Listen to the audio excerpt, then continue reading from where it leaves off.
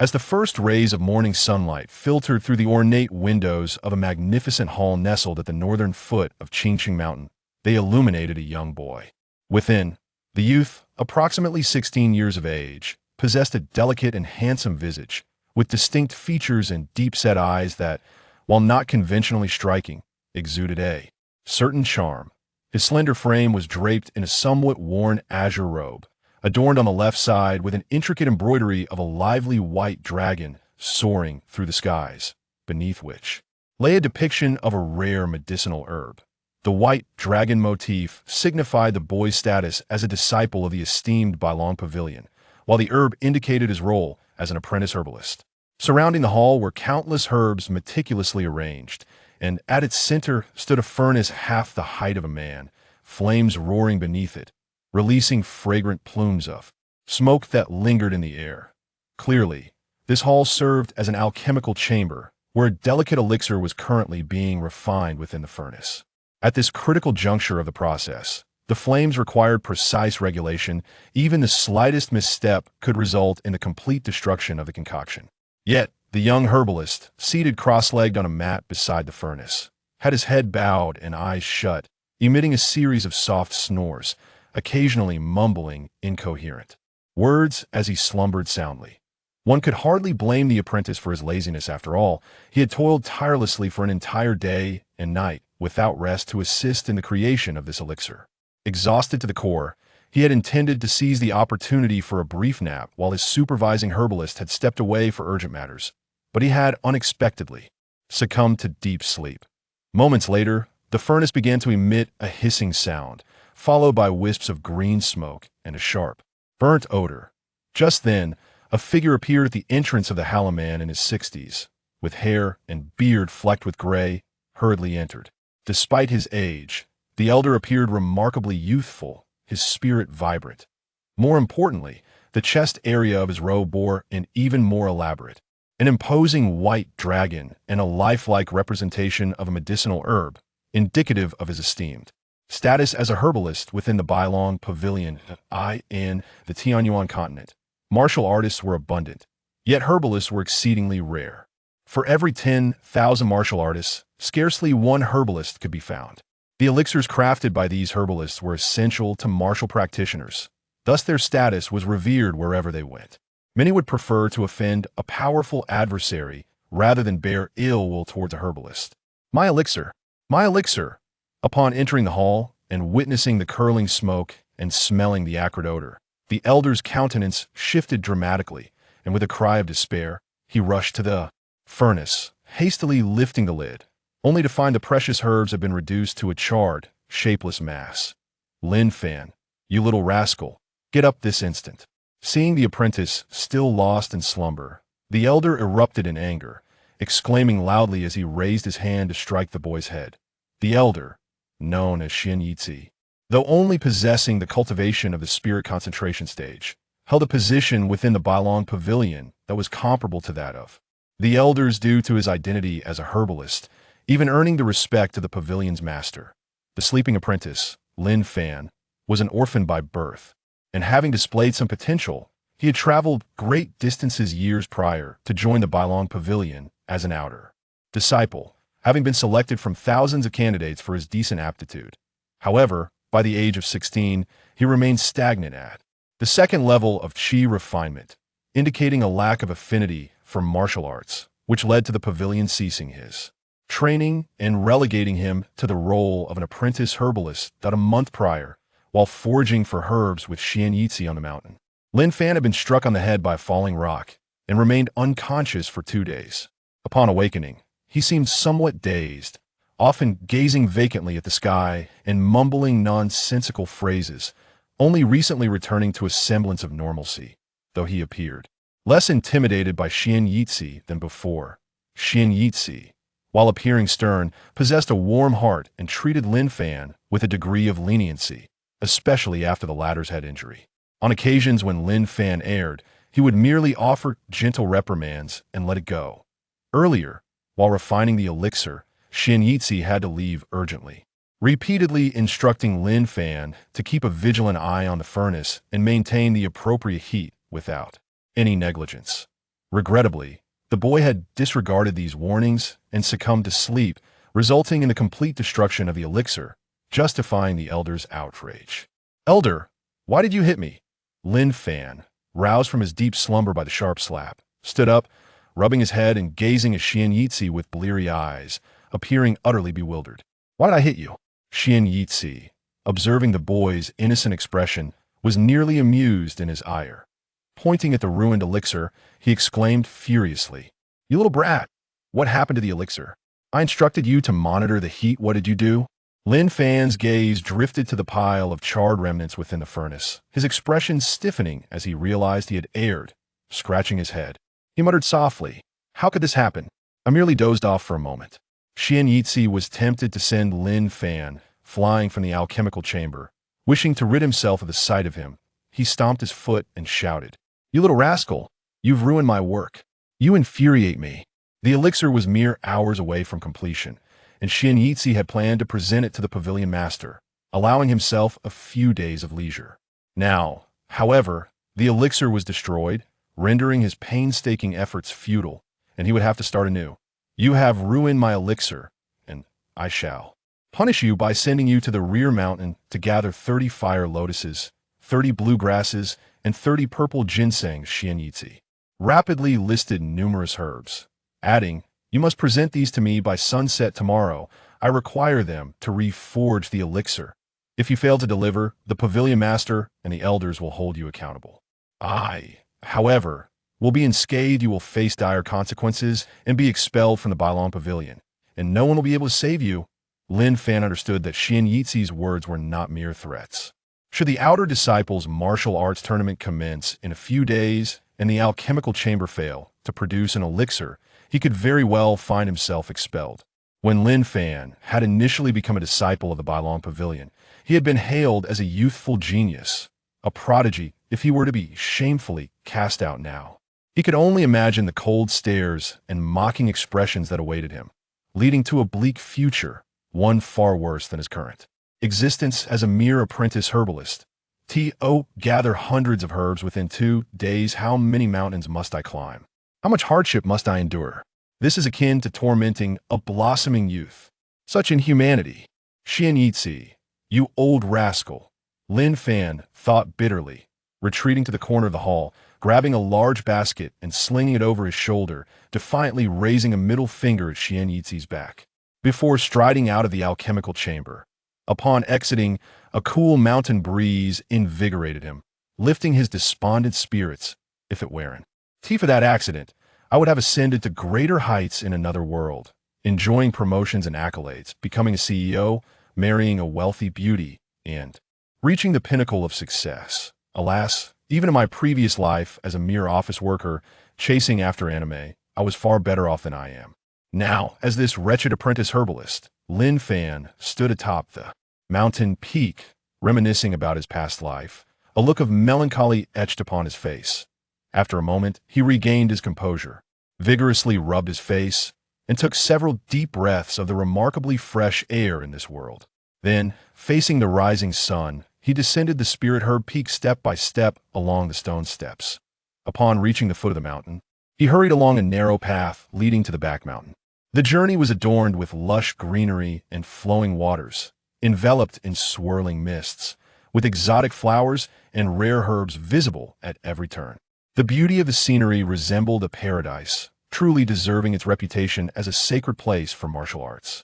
Occasionally, he caught sight of disciples from the White Dragon Pavilion seated upon the high rocks or mountain tops on either side of the path, either diligently practicing their profound arts or deducing secret techniques, surrounded by a radiance that emanated an imposing aura, as Lin Fan observed.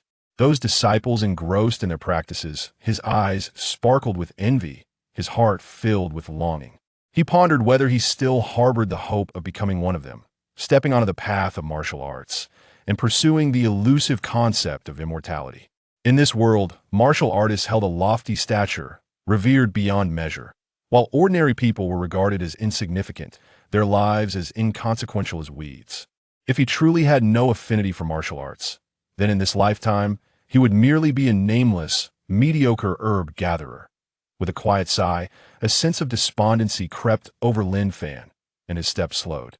As he walked, he felt the gazes of some disciples on either side of the path, looking down upon him as one might regard an insignificant ant, their eyes likely filled with disdain. In contempt, in my past, I, Lin Fan, struggled to survive, striving to rise. I washed dishes, worked as a security guard, and climbed from the lowest echelons of a company to the ranks of white-collar workers. What setbacks have I not faced? I refuse to believe that I can never turn my fortunes around in this world. To say that I am fated to remain unpracticed? Life is never absolute. There is always a way. There must be a way. Lin Fan clenched his fist, motivating himself as he set off towards the back mountain with renewed determination. The White Cloud Pavilion was nestled in the Nine Dragon Mountain range, stretching for 100,000 miles. Each peak soared into the clouds, exuding an irresistible grandeur.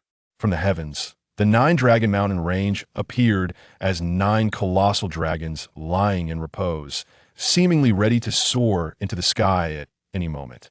The name Nine Dragons was derived from this very sight. It was said that in the ancient times, a period of formidable warriors, the area surrounding the Nine Dragon Mountain range was once an endless plain. However, a fierce battle among numerous powerful beings with transcendent abilities transformed the landscape, causing the earth to either rise into peaks or split into ravines. Ultimately, one of the supreme beings perished in that conflict, and the essence of their blood, imbued with tremendous power, rained down, elevating the spiritual energy of the entire Nine Dragon Mountain range to an extraordinary level. Yet, legends remain mere legends. Few in later generations take them seriously, often dismissing them with a mere smile. As noon approached, the mist in the mountains had yet to disperse. Amidst the swirling fog, a young boy could be seen hunched over on a low hill, his figure flickering in and out of view as he periodically placed the spirit herbs he had gathered into a bamboo basket slung across his back. The boy was none other than Lin Fan. This moment, Lin Fan's bamboo basket already contained over 30 spirit herbs, yet he was still far from completing the task assigned by Xianzi. Currently, Lin Fan had not yet engaged in cultivation. He was not a martial artist, his physique average, climbing the mountains and gathering herbs. His clothing was thoroughly soaked with sweat, and his garments bore numerous rips. His naturally fair and slender hands had developed several small blisters. Lin Fan silently lamented, unable to suppress a cordial greeting to the ancestors of Xianzi. He then recalled that failing to deliver the spirit herbs on time would mean facing expulsion from the pavilion. That he wiped the sweat from his brow, motivated himself with a few encouraging words, and resumed his foraging. Moments later, Lin Fan reached the summit and sat down on a bare rock to rest. What is that? A casual glance revealed a flash of red amidst several large stones a few paces away. Curiosity piqued, he got up and approached, peering inside to find that the red hue belonged to a palm-sized crimson lotus, radiating a rich fragrance, surrounded by green leaves. Could it be the crimson spirit lotus? It seems to be over 100 years old. Herbs exceeding a century in age are classified as mid-grade spirit herbs, capable of being refined into mid-grade spirit pills, holding considerable value. If I bring this crimson spirit lotus back to Xianzi, it could easily compensate for the loss of a batch of pills. Perhaps that old fellow might even take pity on me and relieve me of this arduous task. Lin Fan inhaled deeply, invigorated by the fragrance of the fire lotus, feeling his fatigue dissipate entirely. The crimson spirit lotus grew in a crevice between 2 rocks, remarkably concealed, making it difficult to spot unless one was attentive. Lin Fan's accidental discovery was indeed fortuitous. Excitement glimmered in Lin Fan's eyes as he reached his right arm through the gap between the stones, grasping the stem of the fire lotus. With a gentle tug, he could easily extract it from the crevice. Just as his hand was about to touch the red lotus, a sharp cry echoed through the air. A massive black eagle burst forth from the opposite peak, spreading its wings, which spanned several meters, and surged towards him like an arrow released from a bow. Its talons, dark and robust as a child's arm, suddenly extended to seize Lin Fan's body before its wings flapped powerfully, lifting him into the sky. Predatory beasts are often bloodthirsty, not only preying upon each other, but also regarding humans as prey. This eagle, soaring through the sky, had spotted Lin Fan and intended to capture him for its nest. The eagle's speed was astonishing. With a mere flap of its wings, a torrent of true essence surged forth. Lin Fan, not being a martial artist, was merely immortal, utterly unable to withstand the ferocious force of the true essence. In an instant, his clothes were shredded, his skin torn, and he was left bloodied all over. The great eagle swooped down, carrying a tempestuous gale, directly casting Lin Fan from the peak. Am I to perish once more? Perhaps I'm the most unfortunate of all transmigrators. Memories of the past emerge vividly, as if replayed in my mind like an old slideshow. In a previous life, I held a middle management position in a mechanical manufacturing company. Although not part of the elite class, my annual income surpassed 100,000, and I managed hundreds of employees. At less than 30 years of age, I was considered ambitious and successful. I once fantasized about a life akin to those depicted in fantasy novels, traversing worlds, establishing a harem, and living an invincible existence. I dreamed of embodying the spirit of characters from anime like Naruto, standing resolute in my beliefs, even if it meant opposing the world without regret. However, upon my arrival in a new realm, I believed I could achieve greatness, only to find my cultivation stagnating at the second level of chi refinement, rendering me a complete failure. I had envisioned meeting a mysterious elder who would help me transform, or perhaps discovering an ancient treasure that would allow me to level up by defeating monsters along the way.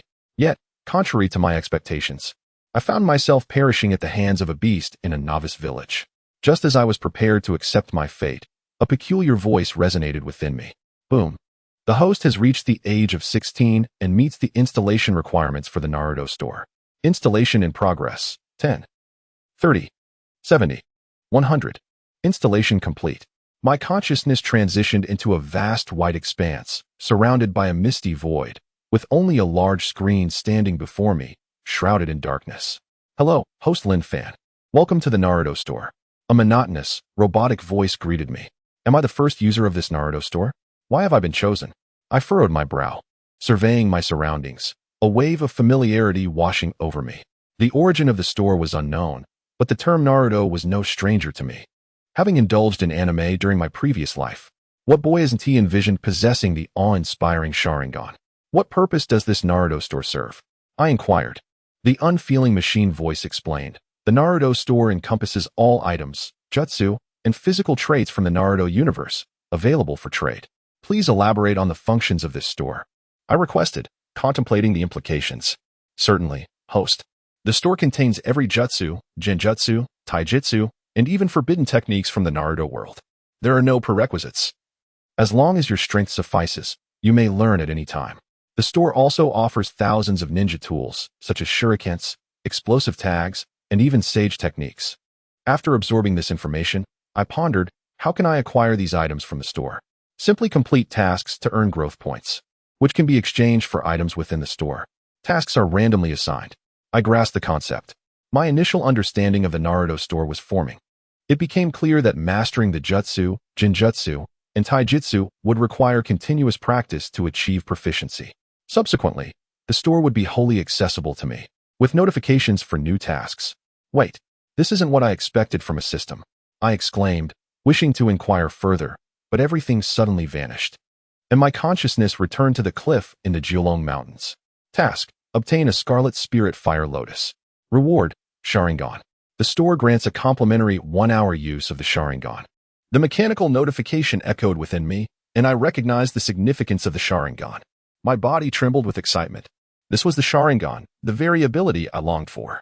With this eye, I felt confident in my prowess, fully aware of the Sharingan's capabilities. Yet, still lost in exhilaration, I realized I was precariously perched on a gnarled tree at the edge of the cliff, having narrowly escaped death from the earlier eagle attack. Slowly rising, I examined the injuries inflicted by the eagle and focused my energy to halt the bleeding. Suddenly, a searing heat surged through my eyes, as if a torrent of energy flooded into my eye sockets. My vision brightened, and an unusual light glimmered within, revealing a toma within my pupils. Is this the Sharingan? Truly remarkable. Unable to contain my excitement, I straightened my posture, bent my knees slightly, and leaped off the tree, landing at the cliff's edge. My physical abilities had noticeably improved. With a sense of incredulity, I realized that with the existence of the Naruto Store, I could traverse this new world with ease. Bidding farewell to my former self. Surely that eagle has flown away by now. If I can procure that scarlet spirit fire lotus, I will permanently acquire the Sharingan. Utilizing the heightened focus and observation granted by the Sharingan, I quietly observed from a safe distance, confirming no threats before swiftly leaping to the cliff's edge to seize the scarlet spirit fire lotus. Ding! Host has completed the task, obtaining a Tomo Sharingan. The store's notification chimed, and I could hardly contain my eagerness as I placed the lotus in my backpack and rushed to a nearby spring, gazing into the water at the dark Tomo within my eyes. After a prolonged contemplation, I suddenly recalled a crucial detail. If I could not produce chakra within me, possessing an eternal Manjiki Sharingan would be futile, rendering my eyes mere ornaments. With this realization, I eagerly began my experiments. First attempting to extract spiritual energy to see if it could substitute for chakra, for chakra was the essence of all jutsu, genjutsu, and taijutsu. I accessed the store to locate the chakra extraction methods it described. Chakra is extracted from the cells of the human body. Carefully studying the instructions, I sought a secure location and began to meditate, attempting to draw in chakra. Over the years, I had tried various cultivation methods without success in channeling pure spiritual energy into my body, resulting in my stagnation at the second level of chi refinement. Although my current body possessed low cultivation talent, I had been assessed as possessing a 5 elements physique shortly after entering the White Dragon Pavilion. This physique meant my true essence was impure, containing elements of thunder, fire, water, earth, and wind, leading to a significantly slower cultivation speed compared to those with a single elemental essence. The Tianyuan Continent is a realm of extraordinary mystery and profound complexity, suffused with rich spiritual energy. From the moment of their birth, the inhabitants of this land are enveloped in this ethereal force. Some individuals, even at a tender age, may find their vital essence manifesting within their dantian, a phenomenon considered a divine gift from the heavens. Such individuals are revered as Xuan Miao by the martial practitioners of the continent, symbolizing their potential to embark on the path of strength and even explore the elusive journey of immortality. Typically, after a period of cultivating esoteric techniques, a Xuan Miao will see their vital essence evolve into one of the 5 elemental attributes, allowing them to become martial artists. However, years have passed, and those disciples who entered the Bailong Pavilion alongside Lin Fan have all advanced to the 3rd, 4th, or even 5th layer of chi refining, with some of the more gifted reaching the 6th layer. In stark contrast, Lin Fan's 5 vital essences remain dormant and show no signs of transformation. Consequently, in the Bailong Pavilion, Lin Fan's status as a medicinal apprentice aligns him with the lowest tier of disciples, devoid of dignity and freedom. Yet, as Lin Fan once again absorbs the spiritual energy of heaven and earth, he finds the process remarkably smooth and the rate of absorption swift. After approximately 10 minutes, he feels an energy surge from all parts of his body converging towards his dantian.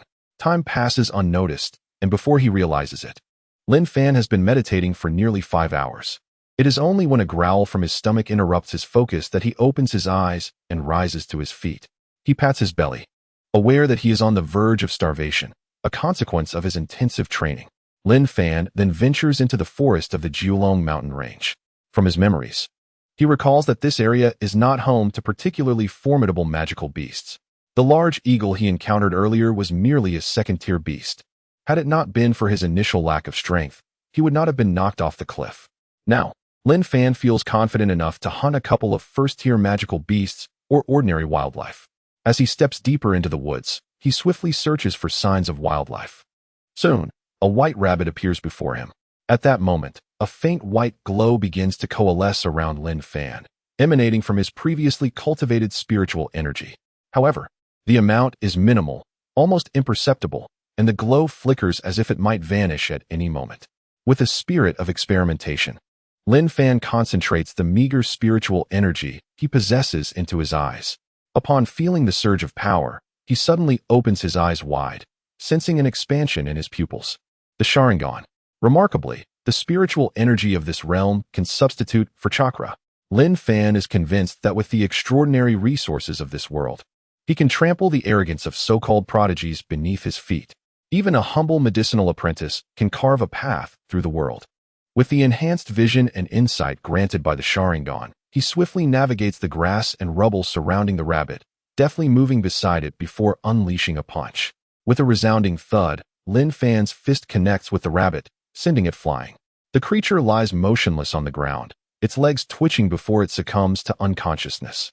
Lin Fan approaches the rabbit, seizing its ears, and with a swift twist of his hand infused with spiritual energy, he ends its life. Ding! Congratulations, host, for slaying a first-tier magical beast, the White Spirit Rabbit. You have gained 10 growth points. At that moment, a notification sound from the store rings in Lin Fan's ears. He checks the store and sees that his growth points have indeed increased to 10. This hunting venture proves profitable, a venture with guaranteed returns. Carrying the rabbit's corpse, Lin Fan reaches a brook to clean it.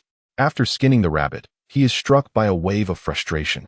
He has no fire to cook it. Although he possesses the aptitude of a 5-element root, as a mere medicinal apprentice, the sect would not allow someone with such limited skill to learn fire-based techniques. With the prospect of learning fire-release ninjutsu out of reach, and having only practiced for a few hours, Lin Fan cannot even execute the simplest of techniques, let alone fire-release ninjutsu. Frustrated, he scratches his head and glances at the cleaned rabbit meat. The thought of eating it raw, coupled with the sight of the bloody flesh, nearly makes him retch. With no other option, he resolves to resort to an ancestral method, friction-based fire starting. Without delay, Lin Fan, now nearly faint from hunger, stands up to find a piece of dry wood. He gathers some twigs and dry grass, taking a stick in hand. With a determined expression, he begins to spin it rapidly. For the sake of sustenance, he perseveres. As his hands whirl, smoke begins to rise from the dry wood, and soon flames ignite. At last, it's on fire. I won't have to eat like a savage, Lin Fan exclaims with joy. He quickly prepares a fire pit and begins roasting the rabbit on a stick. After about half an hour, as his hunger peaks, a delectable aroma wafts from the roasting meat. Finally, Lin Fan retrieves the rabbit from the fire, enveloping his hand in spiritual energy to avoid burns, and devours it without hesitation. Though devoid of seasoning, the meat from this magical beast is surprisingly flavorful, rich yet not greasy, contrasting sharply with the dry, tasteless meat he had consumed back on Earth. In a matter of moments, the entire rabbit disappears into Lin Fan's stomach, leaving him astonished. He is still not full. No wonder the ninjas in Naruto have such voracious appetites. Particularly Naruto himself once devoured 8 massive bowls of ramen in one sitting. Lin Fan had once thought this exaggerated, but now he realizes the energy demands of cultivating chakra are immense. Reflecting on the ninjas from Naruto, who were known for their incredible appetites, Lin Fan understands why they often had to undertake missions to earn money. Otherwise, their food costs alone would be enough to bankrupt them. With a resigned sigh, he resolves to hunt once more, and after dispatching another rabbit, he finally feels a satisfying fullness. Finally sated, Lin Fan expresses contentment, letting out a belch as he gazes at the rabbit bones scattered on the ground. He never imagined he would become a glutton, back on Earth. Consuming half a rabbit would have been a remarkable feat after his meal. Lin Fan intends to continue his cultivation. This world is not like his previous one. Without sufficient strength, he would only be prey for the powerful. Even if one were as wealthy as a nation, in the eyes of an ultimate martial artist, one would still be considered insignificant. Heaven and earth are indifferent, treating all beings as mere fodder. Moreover, Lin Fan had always harbored a passion for ninjutsu. Now that he has the opportunity to realize this dream, he cannot help but feel exhilarated. By the way, I still don't know what chakra attribute I possess. Contemplating the prospect of cultivating chakra, Lin Fan grows curious about his own chakra attributes.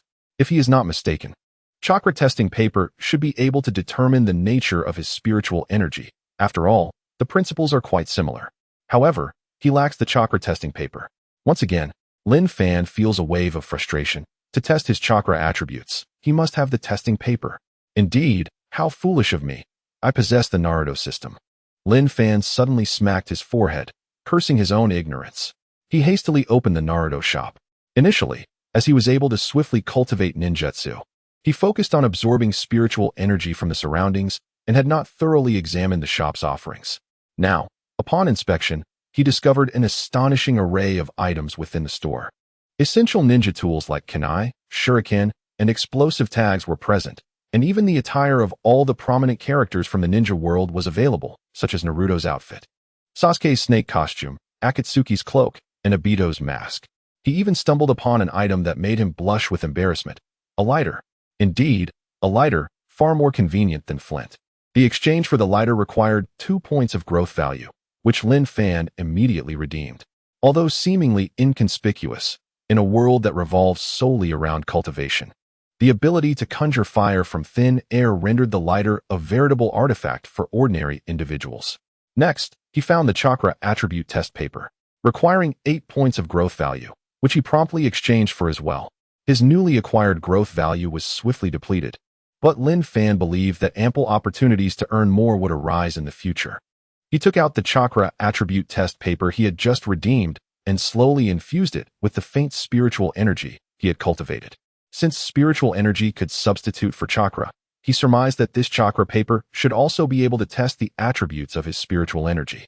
As its name implies, the chakra attribute test paper is a tool for assessing a ninja's chakra attributes, which are categorized into 5 elements: fire, wind, lightning, water, and earth. If the attribute is fire, the paper ignites. If wind, it splits in 2. If lightning, it crumples. If water, it becomes damp. And if earth, it shatters. Should all 5 attributes manifest, one would observe areas igniting, splitting, crumpling, dampening, and shattering simultaneously. At that moment, as Lin Fan gradually infused his spiritual energy into the test paper, he was astonished to see it undergo a transformation. The paper exhibited all the aforementioned phenomena, indicating that Lin Fan was not only a 5-element waste, but also a genius of 5 elemental chakra. Upon discovering his attributes, Lin Fan regrouped and cheerfully resumed his cultivation. Time passed as he practiced, and by nightfall, his internal spiritual energy had nearly doubled since noon. However, a wave of hunger struck him, leaving him with no choice but to rise and venture out in search of sustenance. As dusk approached, Lin Fan hastened his actions. Many powerful magical beasts would emerge at night, and encountering a second-tier beast would pose a grave danger to him, given his current strength. Due to his role as an alchemist's apprentice, he had developed an acute sense of smell, which he now leveraged to quickly detect the presence of a first-tier magical beast. The lightning ferret. With a feline-like appearance, azure fur, and a slender physique, its fangs protruded slightly from its mouth, and its sharp claws made any potential prey think twice before attacking. Although the lightning ferret was a first-tier beast, it was often sought after by cultivators for its delicious meat. It possessed minimal offensive capabilities, yet its speed rivaled that of a third-tier beast. However, due to the darkness and Lin Fan's limited strength, he struggled to capture the elusive creature. What to do? The Sharingan. It was the perfect opportunity to familiarize himself with these eyes that could pierce through darkness. Lin Fan activated his newly acquired Sharingan. Although it had only just awakened to the one-tomo state, the insight granted by even this initial form was formidable. Sharingan, activate. With a low utterance, his eyes transformed into a crimson hue, each pupil revolving with a single tomo. Once the Sharingan was activated, Lin Fan noticed that the previously elusive movements of the lightning ferret now appeared sluggish, its trajectory becoming remarkably clear. This was the insight bestowed by the one-tomo Sharingan, allowing the user to perceive all movements at a slowed pace, enabling precise counterattacks. It seemed that as he absorbed spiritual energy, the insight of the Sharingan had also significantly improved. With the lightning ferret's movements now discernible, Lin Fan swiftly threw a punch at the creature. Bang! He struck at a critical moment in its path, sending the lightning ferret flying with the force of his spiritually charged fist. Seizing the opportunity, he rushed forward and delivered another blow, ending its life. Following this method, Lin Fan soon captured 4 more lightning ferrets and returned to the nearby stream, where he carefully prepared a simple meal, swiftly resolving his dinner dilemma. This was the Jiolong mountain range, where numerous third-tier magical beasts roamed. If they were drawn by the aroma of his cooking, Lin Fan could easily become their next meal. He meticulously disposed of the food remnants in a distant cave he had identified as safe. Now, what should he do? If he were to cultivate, he feared that hunger would strike again in the dead of night, and he lacked the courage to kindle a fire for roasting meat. The glow might attract formidable magical beasts, leading to his misfortune. What should he do then? Leaning against the stone wall, Lin Fan pondered his next steps.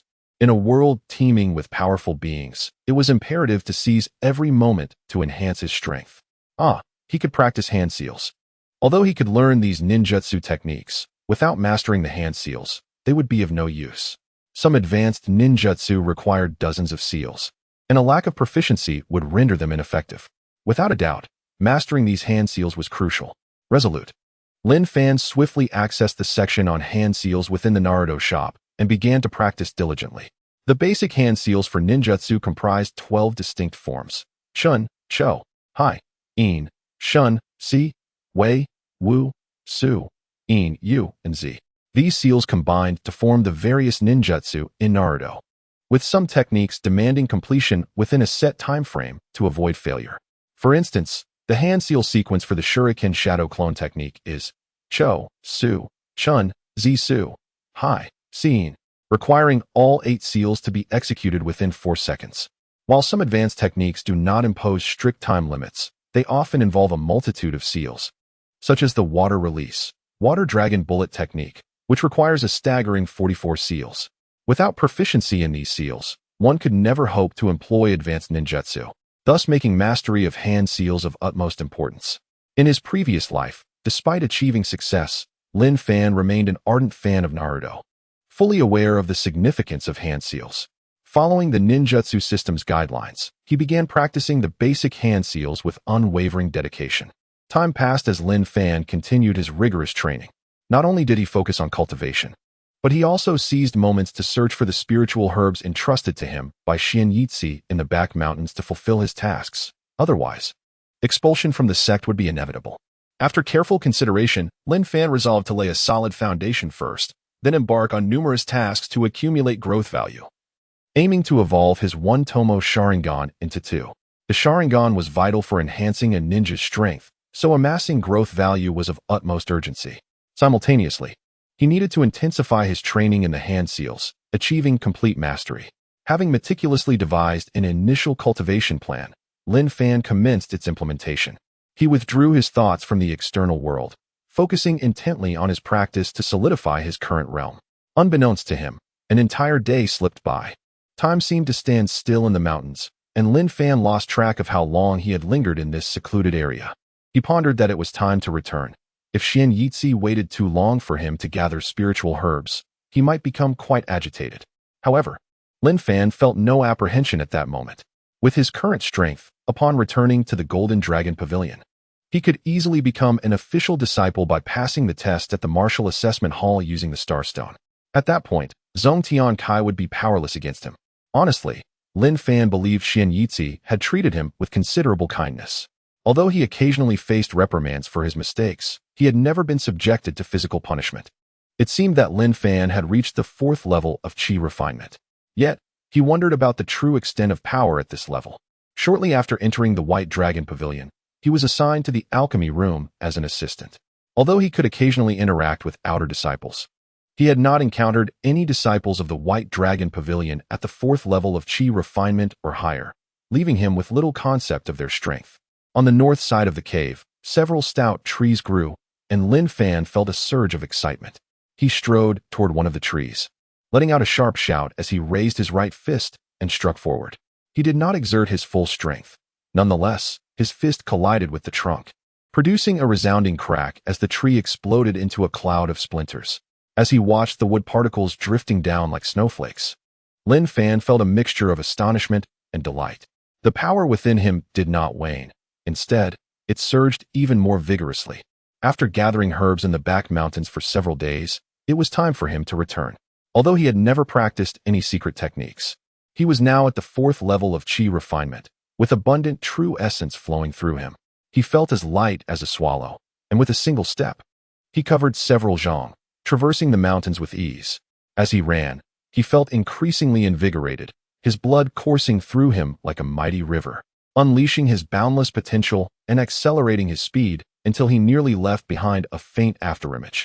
Lin Fan pushed himself to the limit, seemingly tireless, and finally reached the edge of the Julong mountain range just before dusk, where he could see the main hall of the White Dragon Pavilion proudly perched atop the Dragon Peak. To traverse the 1,000-mile mountain path in merely 3 to 4 hours was beyond his previous capabilities, and Lin Fan found the feat almost unbelievable.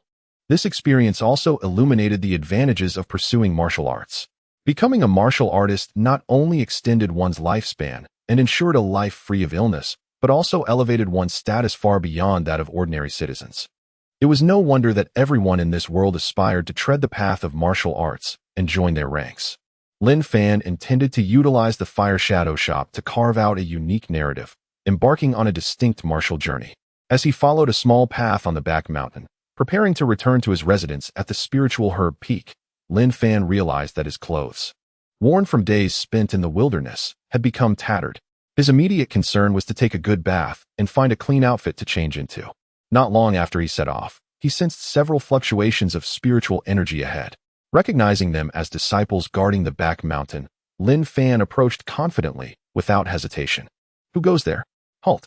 Indeed, after advancing a few dozen steps, several disciples of the White Dragon Pavilion emerged from the rocky sides of the mountain path, blocking Lin Fan's way. Most of these guards were outer disciples at the 3rd or 4th level of Qi refinement, led by a 5th-level disciple, patrolling the area to prevent magical beasts from attacking the White Dragon Pavilion. Seeing the disciples brandishing their swords in apparent readiness for combat, Lin Fan understood that his disheveled appearance might raise suspicion. Although he feared no confrontation, he preferred to avoid conflict among fellow disciples. Brothers, I am Lin Fan, an assistant to the herbalist Tianyuan from the spiritual herb peak. Lin Fan, the herbalist's assistant? Huh, indeed, I've seen this lad at the herbalist's. One of the guards exclaimed. What happened to you, little assistant? Your clothes. After confirming his identity, the guards lowered their weapons and approached Lin Fan. Curiosity etched on their faces as they observed his disheveled state. Lin Fan clasped his fists in a respectful gesture and sighed. I had the misfortune of encountering several spirit beasts while gathering herbs under the herbalist's orders a few days ago. Fortunately, I managed to evade them and escaped with my life. In my haste, I inadvertently wandered deep into the mountains and lost my way, only returning today. My clothes were torn to shreds by thorns and branches along the way. The disciples listened to Lin Fan's tale with skepticism. One young disciple chuckled. You, a mere assistant, survived an encounter with spirit beasts? I doubt you faced anything more than a few ordinary wild animals lacking intelligence. Lin Fan, who had fabricated this story, found no inclination to dispute their disbelief and merely chuckled. The leading inner disciple regarded Lin Fan thoughtfully and said, You should hurry back to the spiritual herb peak. I heard that during your absence, the herbalist has replaced several assistants, yet none lasted more than 2 days before being scolded and dismissed. Lin Fan was momentarily taken aback, but then found humor in the situation, realizing that Tianyuan, anxious for his return to concoct elixirs, had sought out other assistants. However, alchemy appeared simple yet was, in fact, quite challenging. Although Lin Fan had been somewhat negligent, he usually collaborated well with Tianyuan. Their high success rate in alchemy was, in part, due to his contributions. He surmised that the assistants who had been dismissed likely failed to control the flames properly during the alchemy process, leading to unsuccessful results and inciting Tianyuan's wrath. May I ask, brothers, has the outer disciples' martial competition commenced yet? Lin Fan suddenly inquired, recalling the event. It begins tomorrow. Another guard replied with a roll of his eyes, displaying a hint of disdain. What is this? You, a mere assistant, are interested? Have you finally broken through to the 2nd level of Qi refinement and wish to showcase your skills? Just a casual inquiry, Lin Fan thought to himself. He recognized that Tianyuan's urgency to prepare elixirs stemmed from the impending competition, intending to present the elixirs as rewards for the top 10 outer disciples. If he failed to deliver them in time, though the pavilion master might not punish him, Tianyuan would feel embarrassed. Though Lin Fan would not serve as Tianyuan's assistant upon his return, he intended to present the century-old red lotus as a gesture of gratitude for the herbalist's previous kindness. Lin Fan believed that upon receiving the precious red lotus, Tianyuan would not only be pleased but also overjoyed. After exchanging a few words with the guarding disciples, Lin Fan proceeded toward the spiritual herb peak. Along the way, he noticed several disciples of the Golden Dragon Pavilion meditating on the rocks, their expressions a mix of surprise and amusement at his disheveled appearance. These individuals were among the elite of the White Dragon Pavilion, and it was normal for them not to recognize Lin Fan, particularly in the dim light and given his current unkempt state. Previously, Lin Fan was slender and of ordinary physique, easily swept away by a gust of wind. However, after acquiring the Sharingan, not only did his eyes become more spirited, but he also seemed to undergo a complete transformation. His once emaciated frame, where ribs were visible, morphed into a tall and well-proportioned figure, with skin that was fair and delicate, evoking envy from the female disciples around him. It is no wonder, as every member of the Uchiha clan in Naruto appears strikingly handsome, particularly the likes of Sasuke and Itachi, who are undeniably considered heartthrobs. Lin Fan's appearance was never lacking. If he were to cleanse himself, don fresh attire, and tidy his disheveled hair, he would undoubtedly emerge as a refined and dashing young man of exceptional grace. Unfazed by the unfriendly glances cast upon him, Lin Fan strode confidently towards the peak of the Spirit Herb Mountain, arriving at the alchemy chamber. As night fell, the chamber was ablaze with light, and a familiar burnt smell wafted from within, accompanied by the frantic shouts of Xianyitsi. Hearing Xianyitzi's voice, Lin Fan couldn't help but smile, knowing that Xianyitsi had once again ruined a batch of elixirs, and he wondered which unfortunate apprentice was currently being scolded. Upon entering, Lin Fan interrupted Xianyitzi's tirade. "Who is it? I'm in a foul mood. Don't bother me. Get lost." Xianyitsi barked, his recent failures in alchemy leaving him in a state of irritation. Hearing the door open, he shouted without looking, his temper flaring. "It's me, Lin Fan." Lin Fan replied with a grin. Upon recognizing Lin Fan's voice, Xianyitsi turned around abruptly, momentarily taken aback by Lin Fan's wild appearance. Before his expression shifted from surprise to joy, only to be quickly replaced by anger. He approached Lin Fan, glaring at him while scrutinizing his figure from head to toe. "Well, you little rascal, you finally decided to come back? I thought you had been devoured by a beast in the depths of the mountains." Lin Fan sighed, saying, "You guessed it. I did encounter a beast and nearly lost my life. Otherwise, I wouldn't have returned so late." "What? You really encountered a beast?" Xianyitsi's initial rage dissipated at Lin Fan's serious tone, realizing he wasn't lying. Xianyitsi was aware of the countless beasts lurking in the Nine-Dragon Mountain range and their terrifying nature. Years ago, while foraging for a wild spirit herb, he had ventured deep into the mountains and encountered a third-tier beast, the violet-spotted python. Its attack power rivaled that of a peak condensation realm warrior, and had it not been for the timely rescue by the White Dragon Pavilion's leader, he would have met his end. Xianyitsi, possessing the status of an alchemist and being a condensation realm warrior himself, had the strength to fight back against beasts. Yet, Lin Fan, a mere apprentice, was fortunate to escape with his life. "Wait, something seems off about you." Xianyitsi suddenly sensed something unusual, circling around Lin Fan with a furrowed brow, muttering to himself. Unable to contain his curiosity, he reached out and began to feel Lin Fan's body. With Xianyitsi's discerning eyes, he could tell that despite Lin Fan's disheveled appearance, there was something inexplicable about him. Although he couldn't articulate what it was, he could sense a significant change in Lin Fan compared to before. As Xianyitsi's rough hands roamed over Lin Fan, he felt a shiver and stepped aside, exasperatedly saying, "Senior, can't you just look without touching? We're both men. What do you think is wrong with me? I'm perfectly fine." To divert Xianyitsi's attention, Lin Fan quickly retrieved a red lotus from the basket on his back and handed it to him, cautiously asking, "May I participate in the upcoming Outer Disciples competition?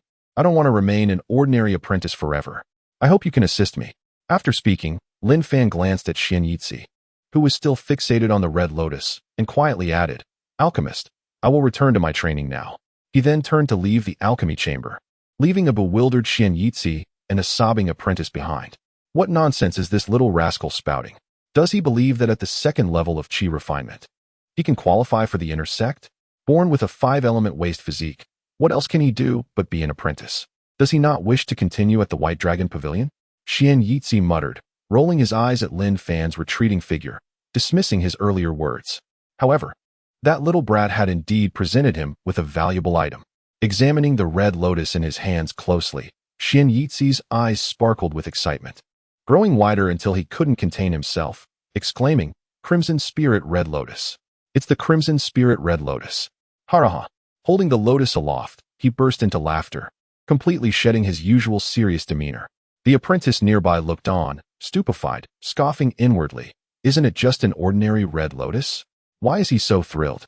Little did this apprentice know that the fire lotus Lin Fan had handed to Xianyitsi was a mid-tier spirit herb, naturally grown and worth a fortune, far surpassing any low-tier spirit herb. Although Xianyitsi's current alchemical skills were insufficient to refine a mid-tier spirit pill using the Crimson Spirit Red Lotus. He could easily take it to the nearby martial artist trading market to exchange it for scarce spirit herbs or mid-tier spirit pills. A low-tier spirit pill could fetch 10 spirit coins in by Long County outside the mountains, with no shortage of buyers. After all, in this world, there were few alchemists capable of refining spirit pills, and sects without alchemists had to procure them through other means to supply their disciples. To martial artists, their cultivation was of utmost importance. Gold and silver were as transient as clouds to them. While occasionally useful in the secular world, they paled in comparison to the significance of spirit pills and spirit artifacts. Tianyuan, unable to contain his joy in the alchemy chamber, completely forgot about the ruined batch of elixirs, while Lin Fan had already descended from the spirit herb mountain and arrived at a small bamboo hut nestled in a nearby bamboo grove. This modest hut served as Lin Fan's residence within the White Dragon Pavilion. Previously, he had shared a cramped hall with over a dozen other servant disciples. But after becoming an apprentice under Tianyuan, it was only natural for him to move into this small bamboo hut, the closest accommodation to the spirit herb mountain. Whenever Tianyuan was busy refining pills, Lin Fan would remain in the alchemy chamber for several days, and once things settled down, he would return to this hut to enjoy the rare peace and tranquility. Not far to the left of the hut flowed a winding stream, its crystal-clear waters revealing the pebbles below. After returning to the hut, Lin Fan quickly prepared some food to satiate his hunger, then heated a large wooden tub of stream water. He removed the vines binding him, discarded the leaves, and jumped into the tub to wash himself clean. Afterward, he dressed in fresh clothes, tidied his messy hair, and lay down on the bed, ready to rest, reflecting on the surreal experiences in the Nine Dragon Mountain range. Excitement coursed through Lin Fan, making sleep elusive. Instead, he focused his energy and entered his mental realm, opening the Naruto shop. The task of handing over the Red Lotus had also granted him over 100 growth points, much to his delight. As a competent ninja, he knew he should start with the basics, so he decided to learn the body flicker technique. Since discovering he could learn ninjutsu within his mental realm, Lin Fan was overjoyed. If others in this Tianyuan Continent were to witness his training, they would undoubtedly be astonished, ensuring his secret remained impeccably concealed. In the pristine expanse of his inner spiritual world, Lin Fan found it to be an excellent place to practice ninjutsu, with a foundation laid from previous practice of hand seals in the Kowloon mountain range. Lin Fan eagerly redeemed his recently acquired 100 growth points for the technique of the three-body jutsu and began his training. With a swift series of seals, an impressive puff of white smoke erupted beside him, revealing a boy identical to Lin Fan in both stature and appearance. However, upon closer inspection, one might notice a slight ethereal quality to this figure, as though it could vanish at any moment. Having grown familiar with the practice of hand seals, Lin Fan could now produce 3 seals in a mere second. Thus, he opted for the most fundamental and straightforward of techniques, the three-body jutsu. This was not just a matter of indulging in his long-held desire to master ninjutsu. Having been an ardent fan of Naruto on Earth, he had always yearned for the day he could wield such powers. The opportunity had finally arrived, and he was determined to savor it fully. Furthermore, possessing additional means for self-preservation became imperative, as his current strength at the 4th level of chi refinement was insufficient, despite being within the White Dragon Pavilion. In a world where power dictated law, only true strength could assure one's safety. Therefore, Lin Fan planned to learn these attainable ninjutsu techniques for self-defense before proceeding with his subsequent training regimen. To master ninjutsu, one must begin with the foundational three-body jutsu. In the world of Naruto, the three-body jutsu typically encompasses the clone technique, which creates an indistinguishable illusion to confuse enemies. The transformation technique, which allows one to assume any desired appearance, akin to Sun Wukong's 72 transformations, and the substitution technique. Some even included the body flicker technique in this category, though it is a high-level ninjutsu reserved for Jonin-level ninjas. Renowned high-level ninjas, such as Shui, became famous for their mastery of the body flicker technique. Nonetheless, the three-body jutsu remains the most basic form of ninjutsu, one that even children in ninja academies can learn.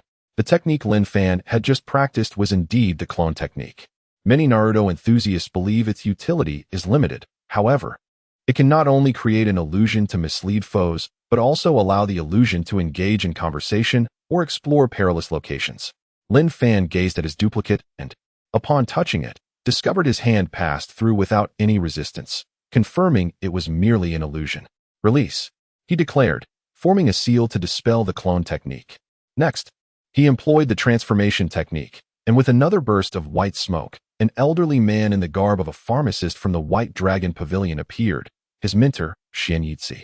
Indeed, Lin Fan had transformed into his own pharmacist, Xianyitsi. Remarkable, I can now perform Sun Wukong's 72 transformations, he mused. Subsequently, Lin Fan reverted to his original form and commenced practicing the substitution technique. Although merely one of the 3 body jutsu, it is more frequently utilized than the other 2 techniques, even by some jonin. Lin Fan swiftly executed the necessary seals for the substitution technique and, in an instant, felt himself teleport to a distance, leaving a lighter behind in his original place. Content with the efficacy of the substitution technique, which is commonly employed by high-ranking ninjas, Lin Fan acknowledged that it significantly enhanced his chances of survival while navigating the Tianyuan Continent. Having tested the fundamental 3-body jutsu with minimal depletion of his spiritual energy, he proceeded to the shop to prepare for learning some basic D-jutsu techniques. Accessing the Ninjutsu Store, Lin Fan located the jutsu he had planned to learn from the outset. Following the seal sequence displayed, he practiced diligently. Fire release, great fireball technique. Upon completing the seals, he bent slightly and, with his right hand raised to his mouth, slowly expelled a small fireball. The great fireball technique is a diminished version of the grand fireball technique. However, this fireball resembled more of a mere flicker. Lin Fan observed his attempt with a mix of amusement and frustration, noting the resemblance to Sasuke's early struggles with fire release. Realizing that mastering ninjutsu requires perseverance and practice, he diligently continued refining the great fireball technique. Initially, he produced only a small flicker, but with persistent effort and a better grasp of the energy output, the fire release began to take shape. With swift seals completed, Lin Fan unleashed a massive fireball from within, successfully mastering the great fireball technique. Now, I must also learn the grand fireball technique, he thought, but first, a brief respite was warranted. Exhausted, despite feeling no physical fatigue, Lin Fan's mind began to blur, and as his eyelids grew heavy, he succumbed to slumber. Upon awakening the next morning, Lin Fan felt invigorated despite a night of intense training. Rising from his bamboo hut, he stepped outside, feeling refreshed and lighthearted. After a brief warm-up and personal grooming, he prepared to head to the testing hall to undergo evaluation. Once he confirmed his cultivation level, he would obtain the identity plaque of a formal disciple, granting him access to all privileges afforded to such status. This endeavor was not merely for enhanced resources. Lin Fan had learned from the shop about a newly released task, entering the outer gate of the White Dragon Pavilion, with a reward of 500 growth points. Such a sum could elevate his Sharingan to the 2nd level. How could Lin Fan afford to overlook this opportunity? He did not intend to reveal his full strength at this juncture by joining the inner disciples, but rather planned to start as an outer disciple. The wisdom gained from 2 lifetimes informed him of the adage, a tree that stands out is bound to be felled by the wind. Months prior, he had been deemed unfit for martial arts as a mere herb gatherer. Should his strength rise abruptly to the 4th level of chi refinement, it would undoubtedly arouse suspicion and lead others to regard him as an anomaly, possibly inciting envy and jeopardizing his life. Thus, it was prudent to first secure his place among the outer disciples and gradually reveal his capabilities. Even a slight edge in cultivation speed would not draw undue attention. In this world, laws only bound ordinary citizens. They held no sway over warriors. The status and position of a martial artist were forged through strength, and sometimes, concealing one's power is the best safeguard.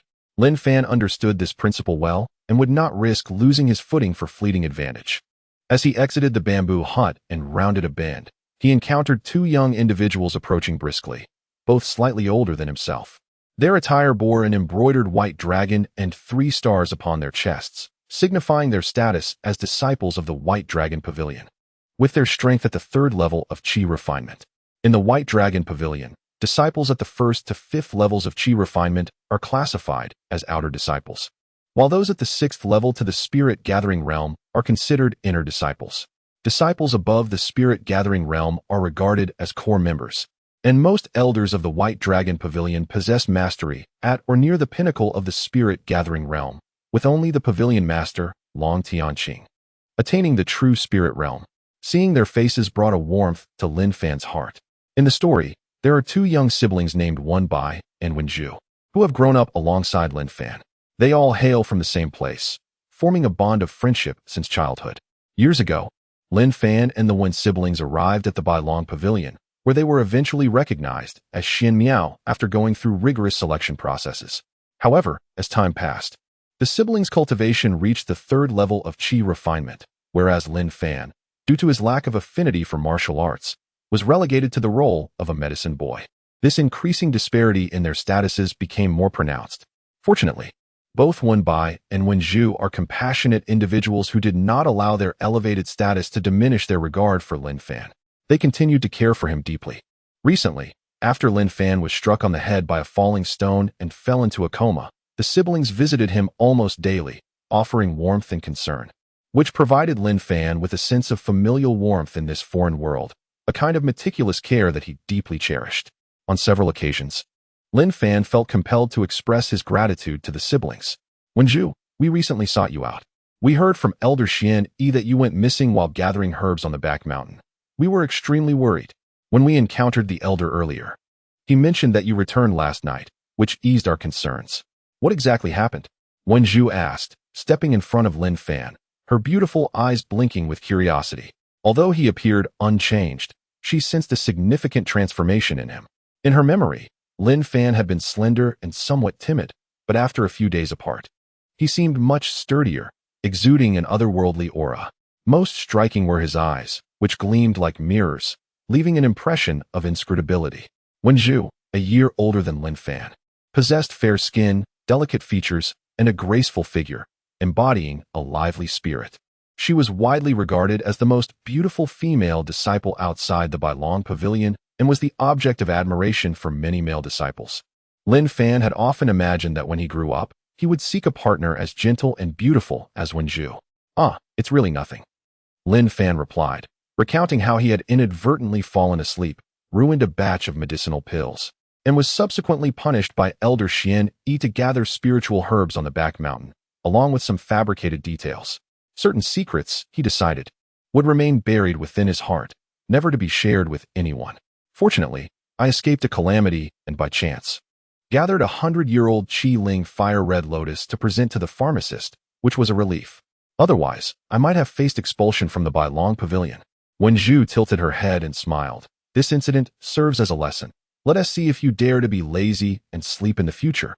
Wen Bai, stepping forward, patted Lin Fan's shoulder and said in a jovial tone, Lin Fan, why didn't you ask me and show air for help? With hundreds of spiritual herbs, the three of us could have gathered them easily. Wen Bai, 2 years older than Lin Fan, at 19, appeared mature like a man in his late 20s. He was tall and robust, with a sun-kissed complexion that contrasted sharply with Wen Zhu's porcelain skin. I was concerned that the outer disciples' martial arts competition was about to begin and didn't he want to disrupt your training. If it delayed your entry into the inner sect, I would feel guilty, Lin Fan chuckled, scratching the back of his head. Besides, I plan to participate in the competition this time. With that, Lin Fan grinned and subtly released a warrior's aura. Both Wen Bai and Wen Zhu sensed this energy and stared at him in disbelief. There was no doubt. Lin Fan had broken through to the third level of qi refinement. However, he had not fully revealed his aura, as such rapid progress surely had its own story. I can't believe your true essence is 5 elements. Even the elders said you were fated to be disconnected from martial arts. Yet now you have a chance to enter the martial world. Wen Bai exclaimed, seizing Lin Fan's shoulders and shaking him excitedly. Tell me, when did this happen? It's been a few days, Lin Fan mumbled vaguely. Why didn't you tell us sooner? We could have celebrated together. Wen Zhu exclaimed, a mix of joy and reproach in her voice. I wanted to wait until my cultivation improved a bit more to surprise you. Lin Fan could feel the genuine happiness radiating from both Wen Bai and Wen Zhu. This surprise was already significant enough. Wen Bai, brimming with excitement, laughed heartily. This is fantastic. If we all have the opportunity to enter the inner sect in the future, united and diligent in our training, we will surely dominate the Bailong Pavilion one day. By the way, Lin Fan, have you tested your abilities at the testing hall yet? I was just about to go. Lin Fan replied with a smile. Come on, we'll go with you. Wen Bai draped his arm over Lin Fan's shoulder as they walked together, a habit formed from their childhood camaraderie. Wen Zhu chuckled, covering her mouth with amusement, gracefully following behind them. The outer disciples' martial arts competition is happening today. Isn't it? Aren't you two participating? Lin Fan inquired. It doesn't start for a while yet. There's no rush. By the way, once you pass the testing hall and become an outer disciple, join us for the competition. Even if you've just reached the 3rd level of chi refinement, you may not secure a top 10 finish. But gaining combat experience and knowledge is beneficial. I've heard this year's competition offers substantial rewards, spiritual coins, elixirs, spiritual weapons, and secret techniques. I wonder if Wenju and I have a chance to place in the top 10. Wenju sighed. Brother, don't get your hopes up. There are at least a dozen disciples at the 3rd level of chi refinement. We definitely won't have a chance. Wenbai, appearing unconvinced, quickly countered. That is not necessarily true.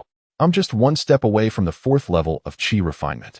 If I perform exceptionally, I might not be at a disadvantage against the 4th level disciples. Lin Fan's thoughts stirred. Yesterday, when he opened the shop, he discovered that he could trade equivalent items for goods from the world of Naruto. The elixirs that assisted in cultivation, along with offensive and defensive secret techniques, could be exchanged for equivalent items from that realm. If he could secure such items through the competition, it would be an advantageous strategy. Since realizing his 5-element aptitude, Lin Fan had found it impossible to cultivate normally in Tianyuan Continent. He could only use the techniques from the Naruto shop to strengthen himself, utilizing spiritual energy as a substitute for chakra, gradually progressing toward the pinnacle of martial arts. However, as Wenju pointed out, there were indeed many 4th-level disciples among the outer disciples, making it challenging to secure a top 10 position. Currently, Lin Fan relied solely on his Sharingan, body flicker technique, and the basic fireball technique. His only weakness was that he had only learned some basic body flicker and fireball techniques, which were vastly different and peculiar compared to the cultivation methods of the real world. If discovered, he might be accused of straying into the dark path. Moreover, with the true essence of the 4th level of chi refinement within him, Lin Fan was indeed a standout among the outer disciples. Yet he had not practiced any offensive or defensive secret techniques. If he participated in the outer disciples' assessment, without relying on secret techniques for victory, he would have to rely solely on his formidable physique to confront his opponents. But what could he do? Lin Fan found himself at a loss. Meanwhile, he walked alongside the Wen siblings, engaged in light-hearted banter as they made their way toward the testing hall. After a short distance, a sudden gust of wind heralded the approach of 7 or 8 disciples from the White Dragon Pavilion, who emerged from the woods on the left side of the mountain path, encircling Lin Fan and the Wen siblings. The trio paused, startled, and upon recognizing some of the faces among the encircling disciples, Wenbai's expression darkened, while Wenju trembled slightly, her fair complexion paling. Surrounded by disciples of the White Dragon Pavilion, most of whom were outer disciples, the man standing directly before Lin Fan and his companions bore a striking insignia of 5 stars embroidered below the white dragon on his garment, indicating his cultivation level at the 5th layer of chi refinement. This leading figure, approximately 20 years of age, possessed a countenance as exquisite as jade, an ethereal demeanor, and an inner radiance that exuded an overwhelming presence, standing there like a crane amidst chickens, instilling a profound sense of pressure upon all present. What do you mean by this, Yixing? Wenbo demanded, his fists clenched, stepping forward with his left foot while shielding his sister Wenju with his right hand. His eyes narrowed in vigilance as he glared at the handsome man. Seemingly indifferent to Wenbo's confrontation, the striking figure, known as Yixing, allowed his gaze to drift past him and settle on Wenju's delicate face, his eyes ablaze with unabashed desire. It has been quite some time since I last saw you, Lady Zhu. You have become even more beautiful. The title of first beauty among the outer female disciples rightfully belongs to you. I wonder if you might spare some time for a private conversation with me? It was undeniable that Yixing's smile was enchanting. Any innocent maiden, unguarded and naive, would easily find herself ensnared by his charm. This pretty boy has been coveting Sister Zhu's beauty for some time. After being repeatedly rebuffed, he still persists in his pursuit with unabashed audacity. It is no wonder Sister Zhu despises him, Lin Fan thought to himself, casting a sidelong glance at Yixing, whose charming smile appeared to Lin Fan as nothing less than an invitation for a fight. Were it not for the vast disparity in their strengths, he would have eagerly lunged forward to deliver a punishing blow. Yixing abandoned this line of thought. Wenbo scoffed, gazing at Yixing with disdain. Do not think that just because you are the top disciple of the outer sect and possess greater cultivation, You can act with impunity. I know exactly what kind of person you are, and my sister could never harbor feelings for someone like you. Do not pursue her any further, nor harm her in any way. Otherwise, I will not let you off easily." He Xing merely chuckled at these words, his smile fading as a glimmer of frost entered his gaze. In this world, cultivation determines one's status, and strength signifies hierarchy. My position surpasses yours, and my cultivation exceeds yours. Even if I act as I please, what can you do about it? You will not let me off? Huh. If I were you, I would refrain from such foolishness, as it only serves to highlight your ignorance. Pausing, he turned his gaze toward the distant majestic mountains and continued nonchalantly. I have a rather volatile temperament, so it would be wise not to provoke me. Otherwise, I will ensure that you two siblings find it impossible to navigate the White Dragon Pavilion, living in misery. Of course, if you are sensible and willingly follow me, I can guarantee that no one in the outer sect will dare to offend you. Though He Xing's words were laced with threats, none present, including Lin Fan and his companions, dared to contest them. Among the younger generation of disciples in the White Dragon Pavilion, He Xing was a figure of considerable legend, possessing exceptional talent and being the beloved grandson of Elder He, a seventh-layer Qi refinement master.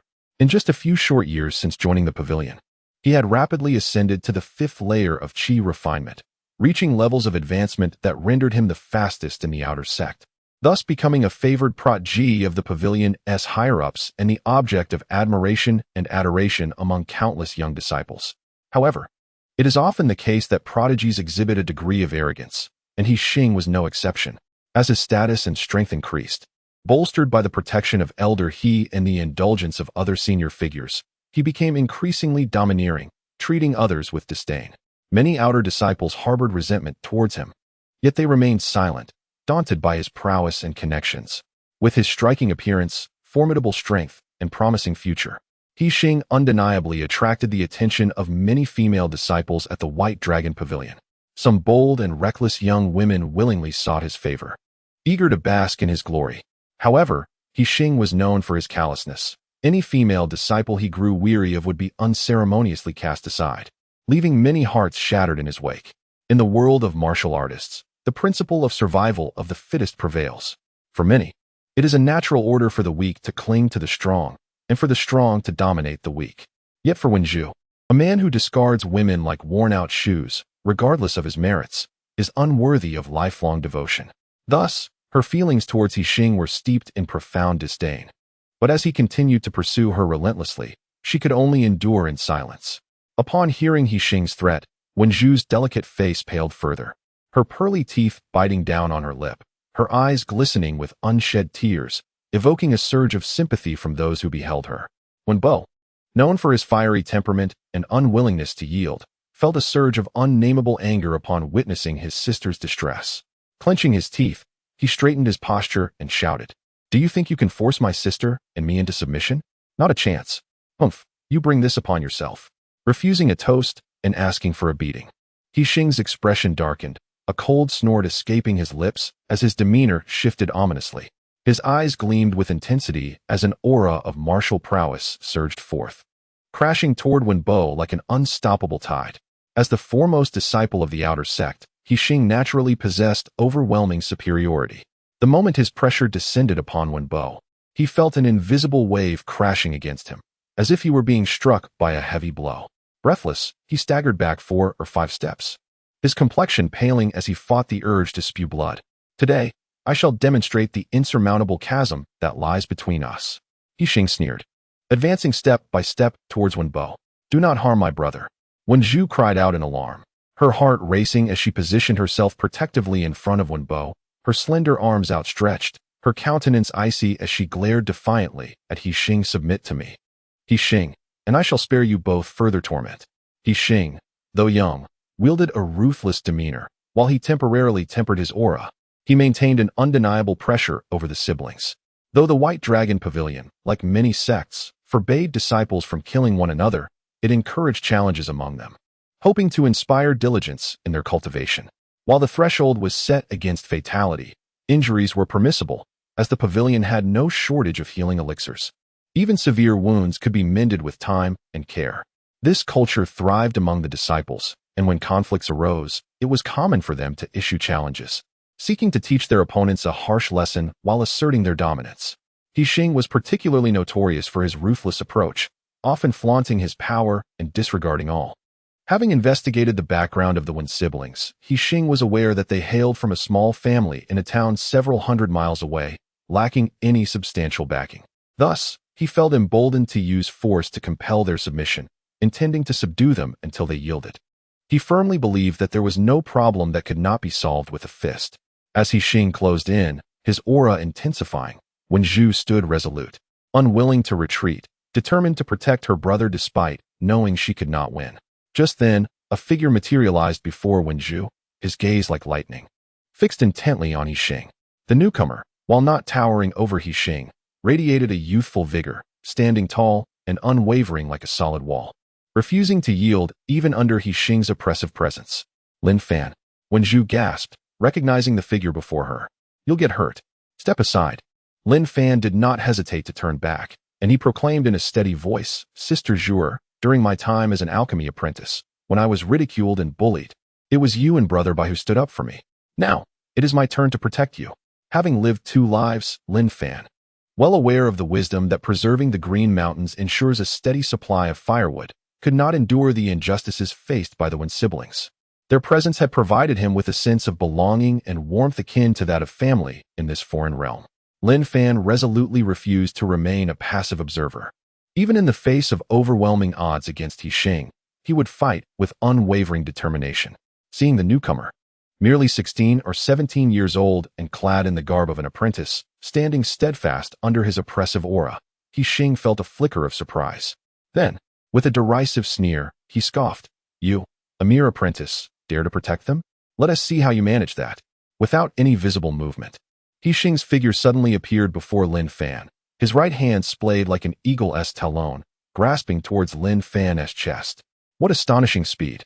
Lin Fan was taken aback and instinctively recoiled, only to find that Xing's arm had seemingly lengthened, tightening around his collar.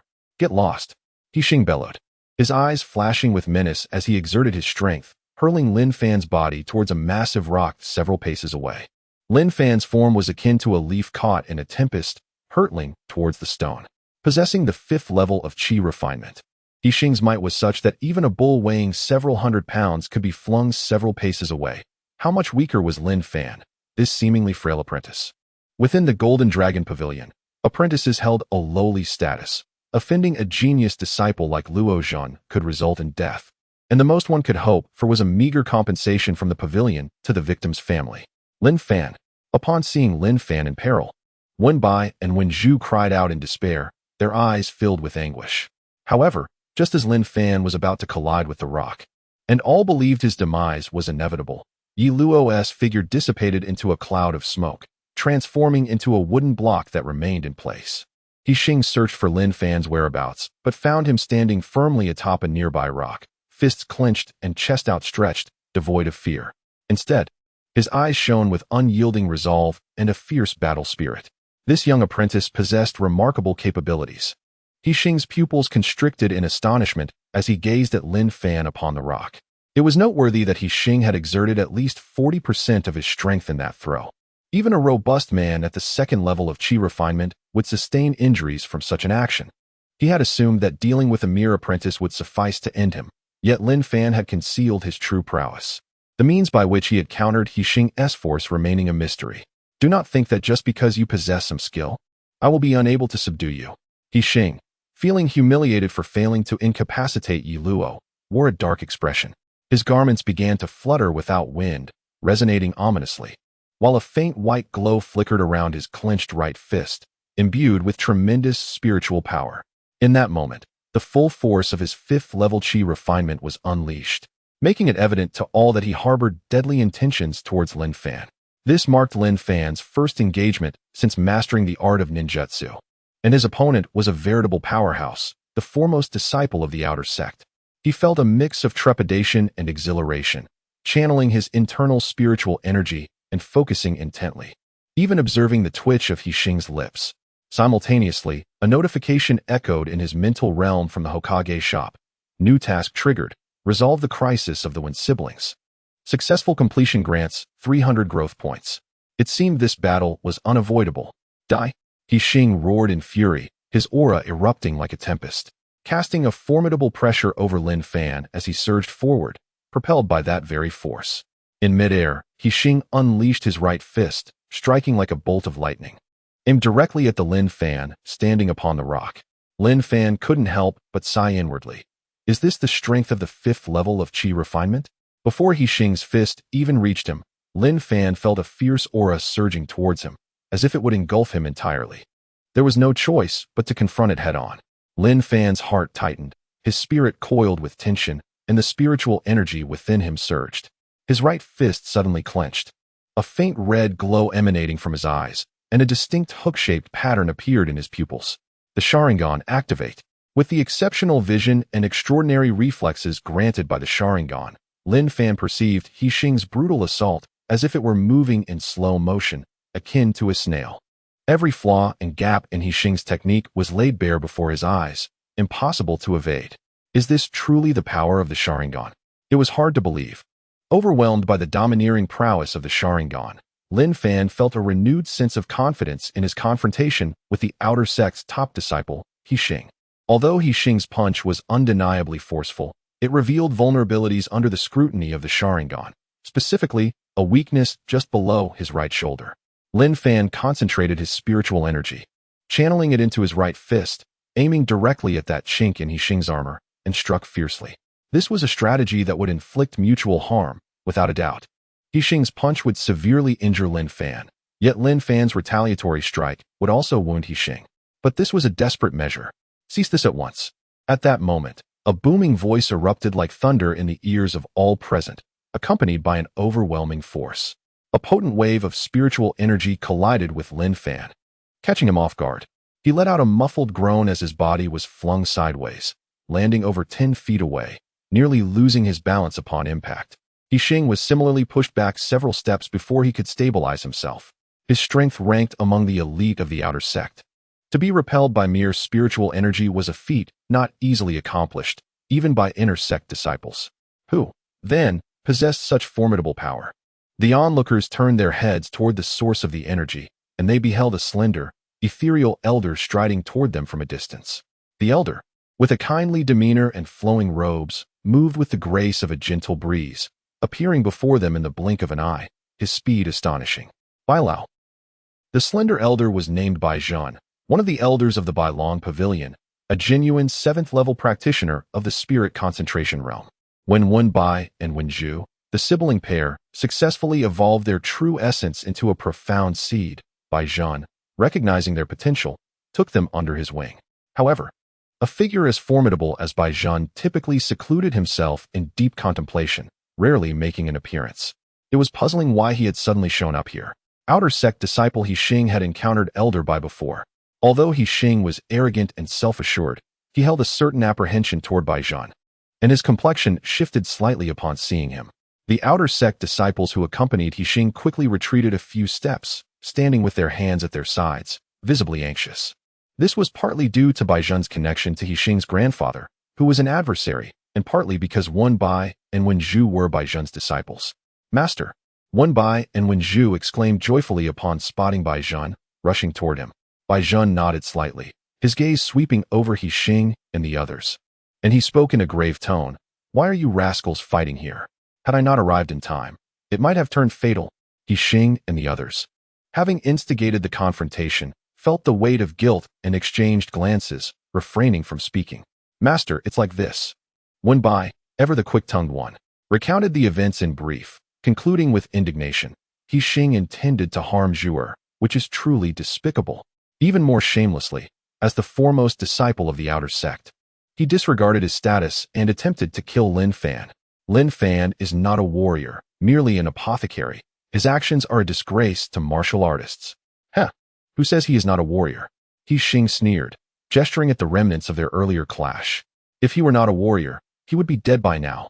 He Xing had consciously held back during his attack on Lin Fan, using only 60% of his strength, yet he had not managed to inflict any damage. The apothecary's strength was evidently not inferior to that of the Wen siblings. Lin Fan has yet to undergo the martial examination. He cannot be considered a warrior. You bully him. That is truly shameless. Please, master, uphold justice for us. Wen Zhu chimed in sweetly, joining Wen Bai in appealing to Bai Zhen. Oh. Bai Zhen furrowed his brow, his gaze turning icy as it landed on He Xing. He Xing, as the top disciple of the outer sect, your conduct today is indeed inappropriate. For the sake of your grandfather, He Zhongjuan, I will not make things difficult for you. Apologize to Wen Bai and the others, and promise not to bully them in the future. We will consider this matter settled. He Zhongjuan, He Xing's grandfather, was also an elder of the Bailong Pavilion, a practitioner of the spirit concentration realm, and his strength was slightly superior to Bai Zhen's. Although Bai Zhen was known for his assertiveness, he understood that He Zhongjuan was not to be trifled with. Escalating the situation would benefit neither party. Since no one was injured in the altercation, Bai Zhen preferred to take a light-handed approach, resolving the issue with minimal fuss. What? You want me, He Xing, to apologize to two ordinary outer sect disciples and a lowly apothecary? I am the esteemed top disciple of the outer sect, a 5th-level Qi refinement warrior. This is a profound humiliation. He Xing's anger boiled as he straightened his posture and raised his brow in defiance. What, you refuse? Bai Zhen's expression darkened, his eyes gleaming with intensity. A formidable aura radiated from him, enveloping He Xing in an overwhelming pressure that felt like being caught in a raging tempest. He Xing was struck with terror, unable to maintain his defiance, and quickly exclaimed to the three, I'm sorry. It was my fault. I promise I won't behave like this again. The moment he finished speaking, the immense pressure that had weighed upon him vanished, and he let out a long breath of relief, his heart racing. He realized that the gap in strength between the Qi refinement and spirit concentration realms was vast. If Bai Zhen chose to discipline him in the name of respecting elders, he would be left with no choice but to accept his misfortune. Go, and should I encounter such matters again, I will not be so lenient. Bai Zhen waved his hand, his expression cold.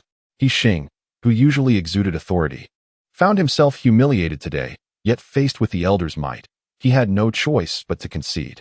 The disparity in status between elder and disciple was stark. He inwardly cursed as he clasped his fists in salute to Bai Zhen before hastily departing.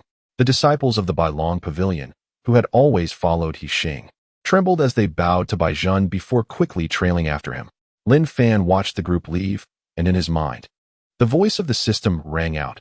Mission accomplished. The host has gained 300 growth points. Master, you just let him go like that? Wen Bai glanced at He Xing's retreating figure, a look of dissatisfaction on his face. Even if you didn't want to discipline him, you could have at least scolded him harshly. Seeing his disciples' discontent, Bai Zhen sighed helplessly and spoke sternly.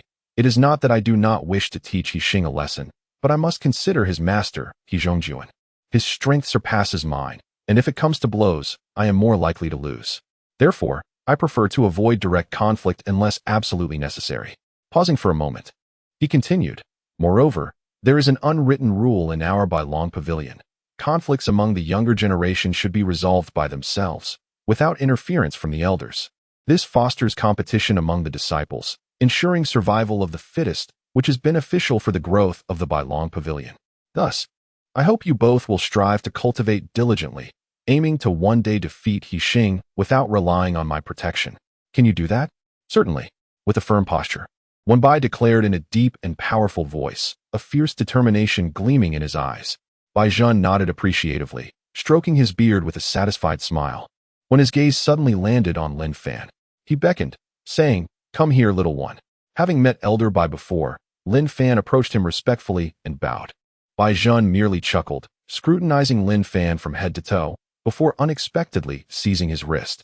Lin Fan felt a slight shock at this sudden grip. Unsure of Bai Zhen's intentions, yet he remained calm and inquired, Elder Bai, what is this? Bai Zhen's brow furrowed, then relaxed, and after a moment, he exclaimed, Strange. Quite strange. Master, what is so strange? Wen Zhu, observing Bai Zhen's grasp on Yi Luo's wrist and his repeated exclamation, could not contain her curiosity. This young man's physique is peculiar, vastly different from that of ordinary warriors. Bai Zhen released Lin Fan's wrist, his expression turning enigmatic as he regarded Lin Fan. Have you cultivated any special techniques or consumed any extraordinary elixirs? Previously, he had channeled several strands of spiritual energy into Lin Fan's body to assess his true strength. But to his astonishment, those strands had vanished without a trace, an occurrence he had never witnessed before. This was only natural. Although Lin Fan's true essence had hatched, it had cultivated spiritual energy in a unique manner, mercilessly absorbing the foreign energy that Bai Zhan had introduced. While he could not detect it, Bai Zhan's keen intuition as a martial artist allowed him to sense that Lin Fan's strength was likely on par with Wen Bai and Wen Zhu. Lin Fan was acutely aware of his body's abnormalities, which were undoubtedly linked to the fire shadow shop within him. If others were to uncover this shocking truth, he would inevitably become a mere test subject.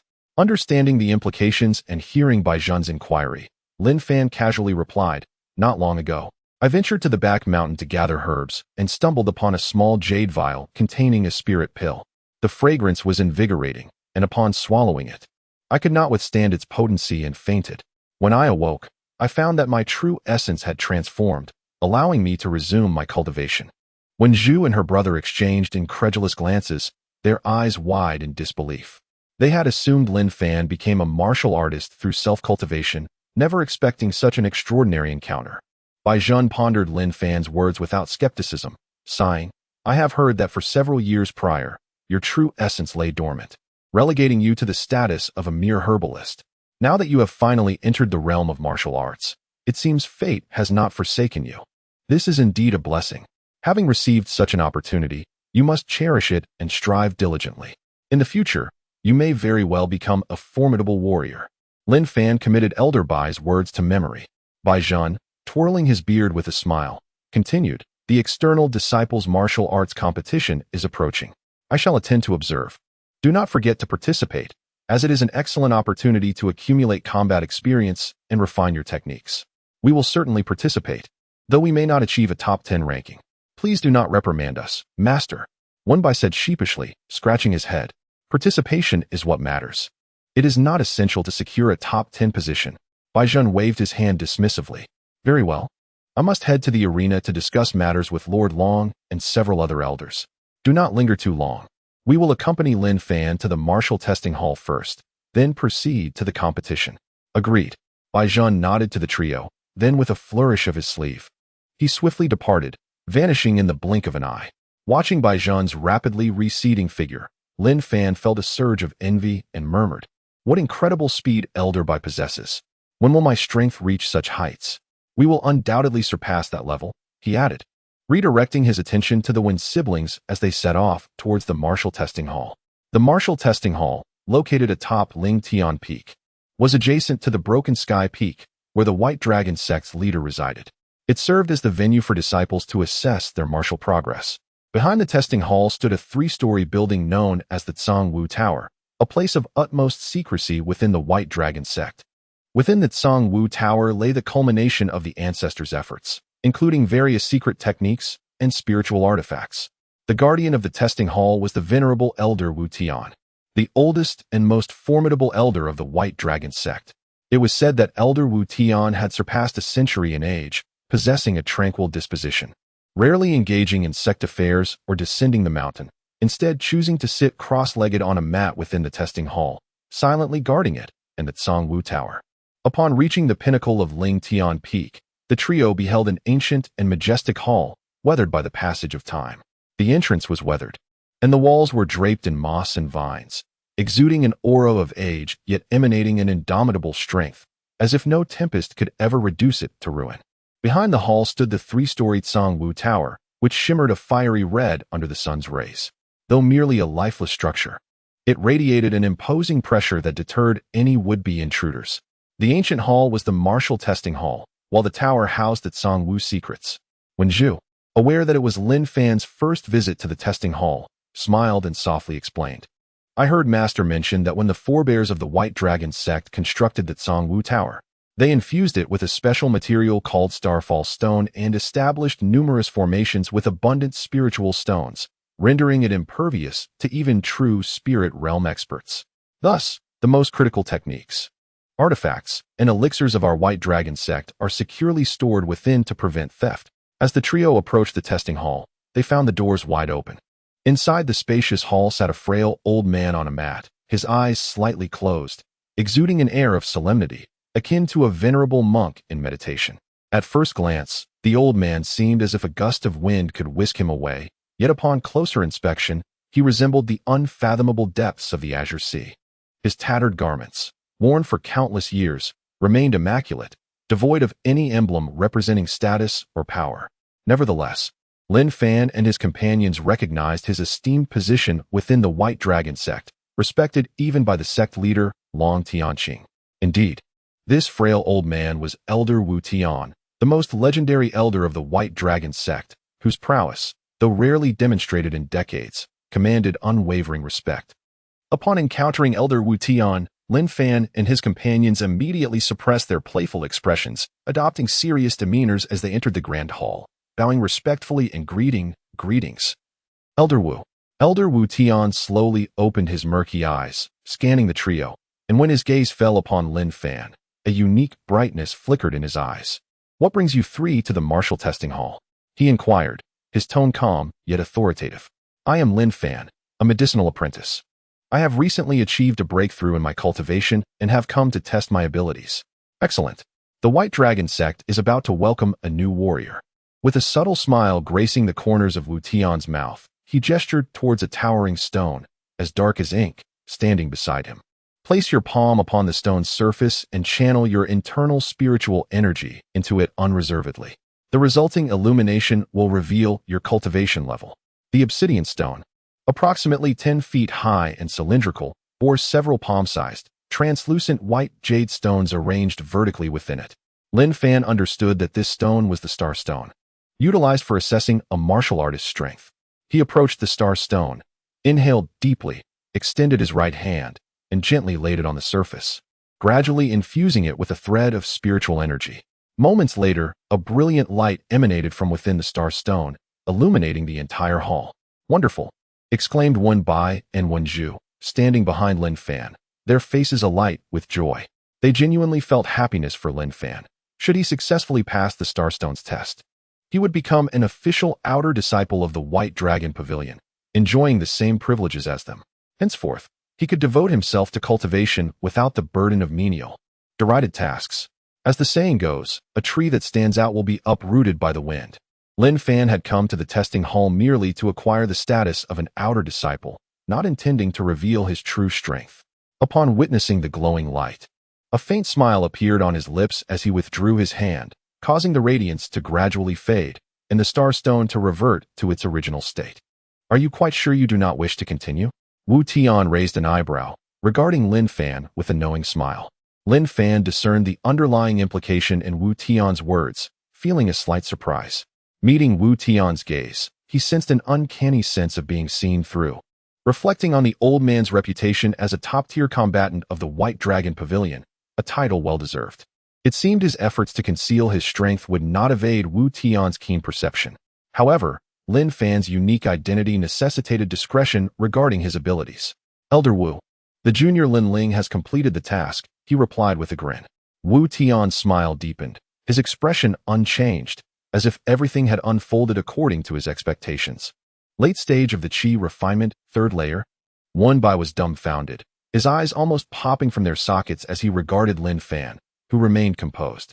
Just moments ago, he had heard Lin Fan claim to have only recently broken through, assuming he was merely at the initial stage of the third layer.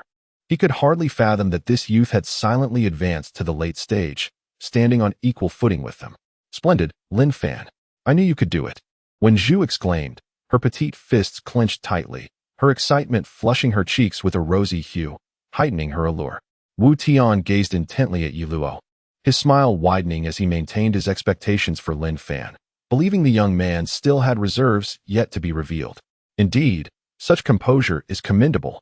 The fleeting joy faded, and Wu Tian casually remarked, "A mere medicine boy, though the transformation of true essence took a bit longer, he still possesses potential." As he spoke, he tossed a fist-sized gray pouch to Lin Fan. "Congratulations, you have passed the testing hall's assessment. Your cultivation level is at the Qi refinement third layer, and you are entitled to the benefits of an outer disciple.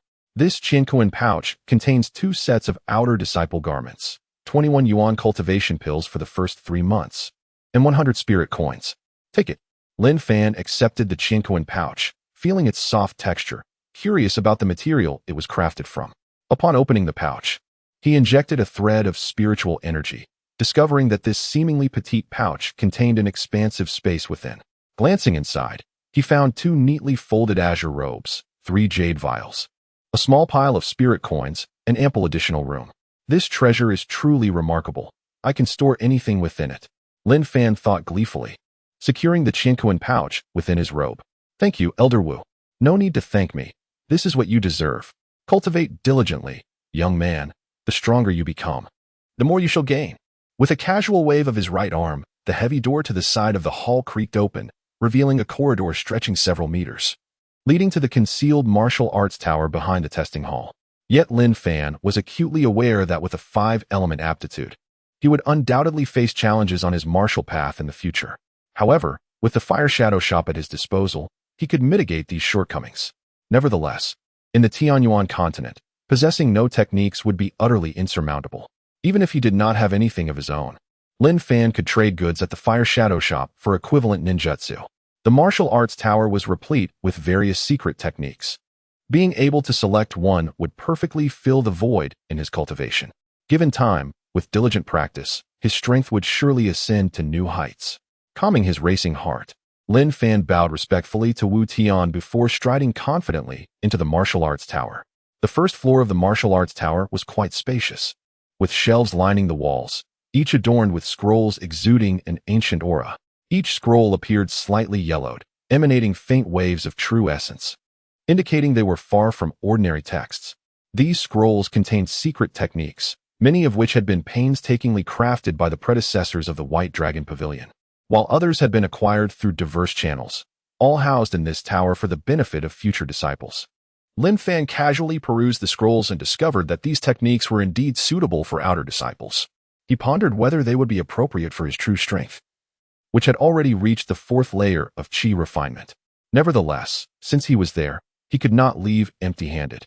He needed to select a technique to bring back for practice and evaluation.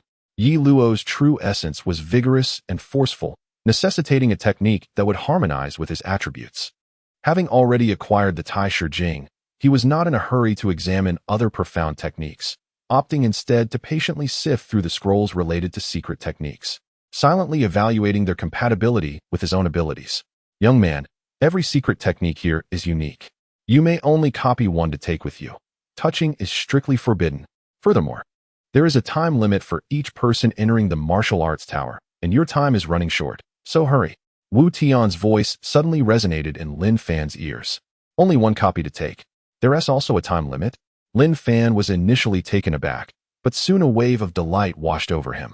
If he could memorize all these techniques and then transcribe them upon returning to Zhu Wu, before trading them at the Fire Shadow Shop, it would indeed be a splendid endeavor. Memorizing such a plethora of techniques verbatim within a short time may seem impossible for most, but for Lin Fan, endowed with the Sharingan, it was a trivial task. Kakashi, known as the copy ninja within the Fire Shadow realm, possessed the Sharingan of Obito for this very reason. Activating his Sharingan, Lin Fan leisurely browsed the lower-tier martial arts techniques within the martial arts tower, absorbing every detail of techniques such as stone-shattering fist, invisible palm, and divine wind leg. Page after page, frame after frame, he left no scroll unmemorized. I, Lin Fan, shall claim every technique here today. He chuckled to himself. Young man, do you merely intend to gawk at the wonders? Hurry and select a technique to copy. Wu Tian's voice echoed again in Lin Fan's ear. After a span equivalent to 3 incense sticks, Lin Fan exited the martial arts tower and approached Wu Tian, respectfully stating, "Thank you, senior. What technique have you chosen to copy?"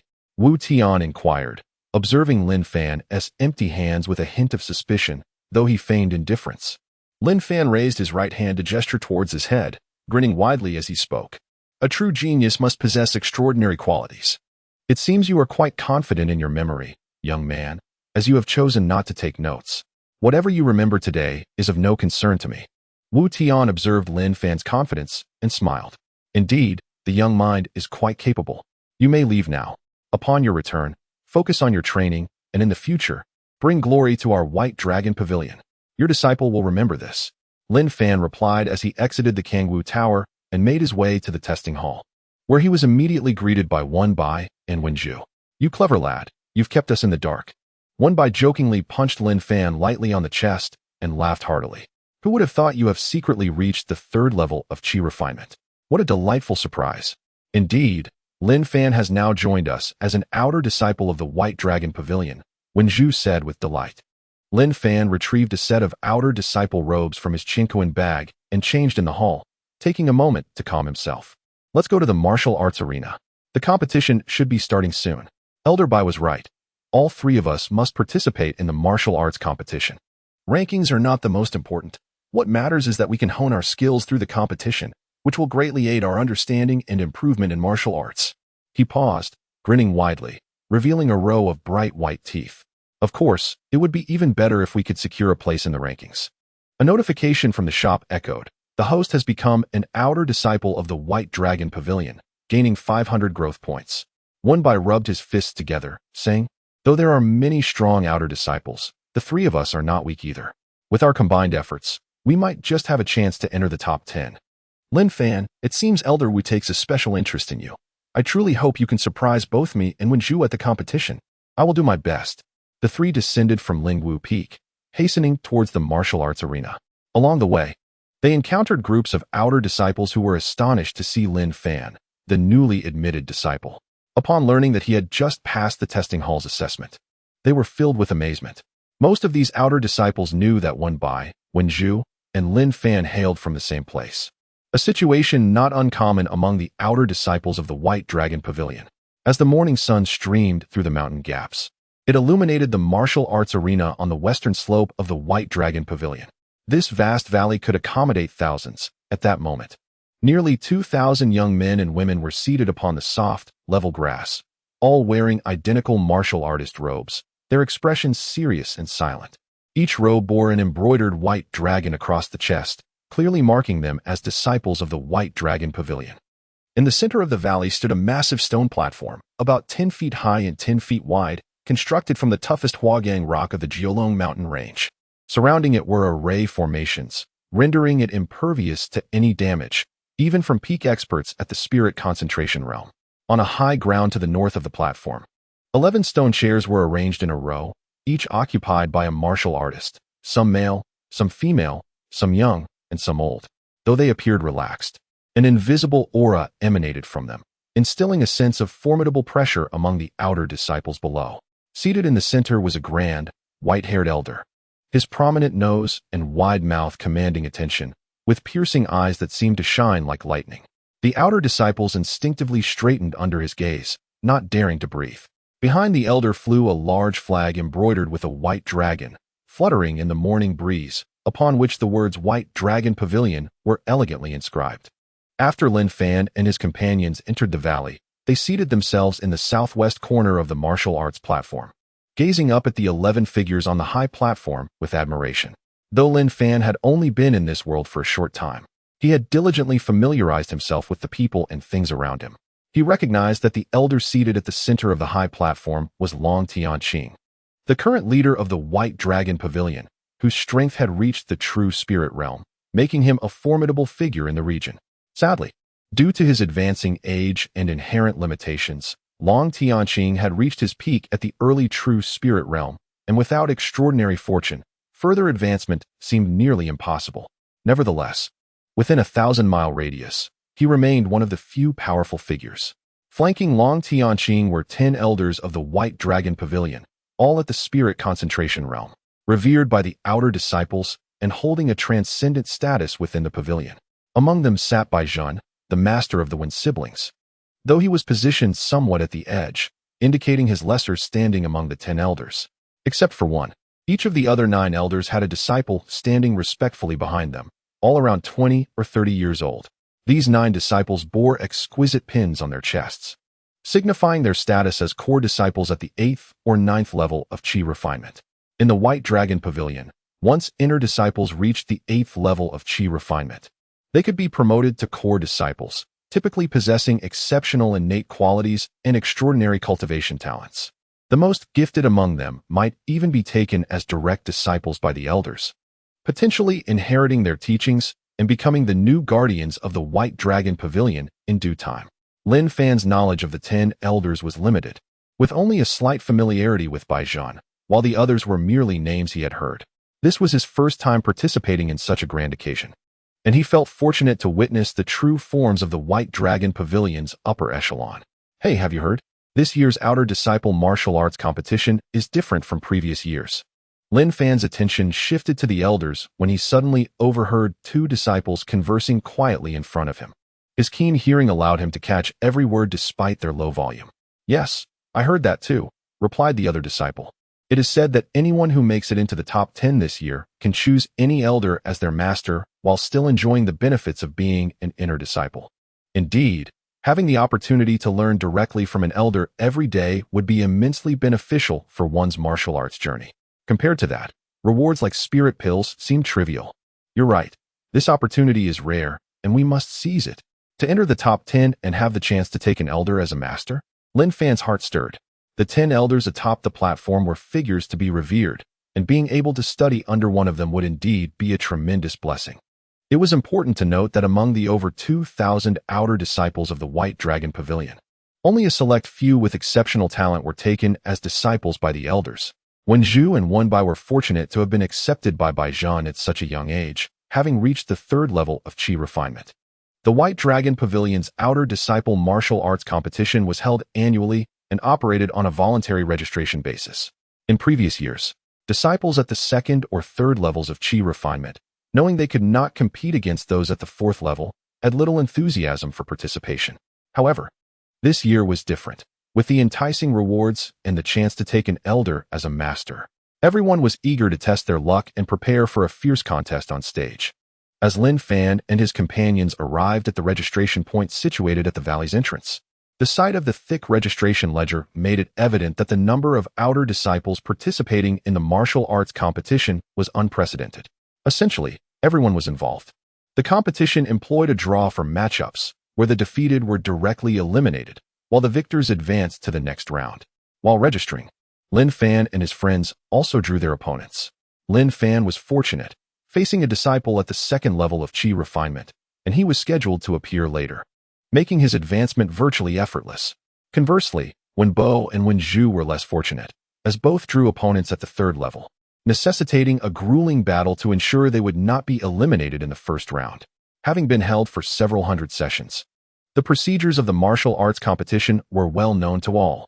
When the designated time arrived, the sect leader, Long Tianqing, announced the commencement, followed by Elder Zhou, who, holding the registration ledger, took to the martial stage to call names. Upon hearing their names, the outer disciples, Duan Peng and Ma Yu, rose from the crowd and confidently ascended the stage.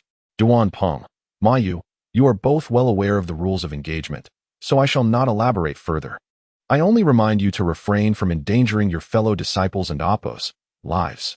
Now begin, Elder Zhou proclaimed, stepping aside to monitor the duel closely. The two disciples, invigorated, unleashed their full potential, engaging in an intense clash on the martial stage.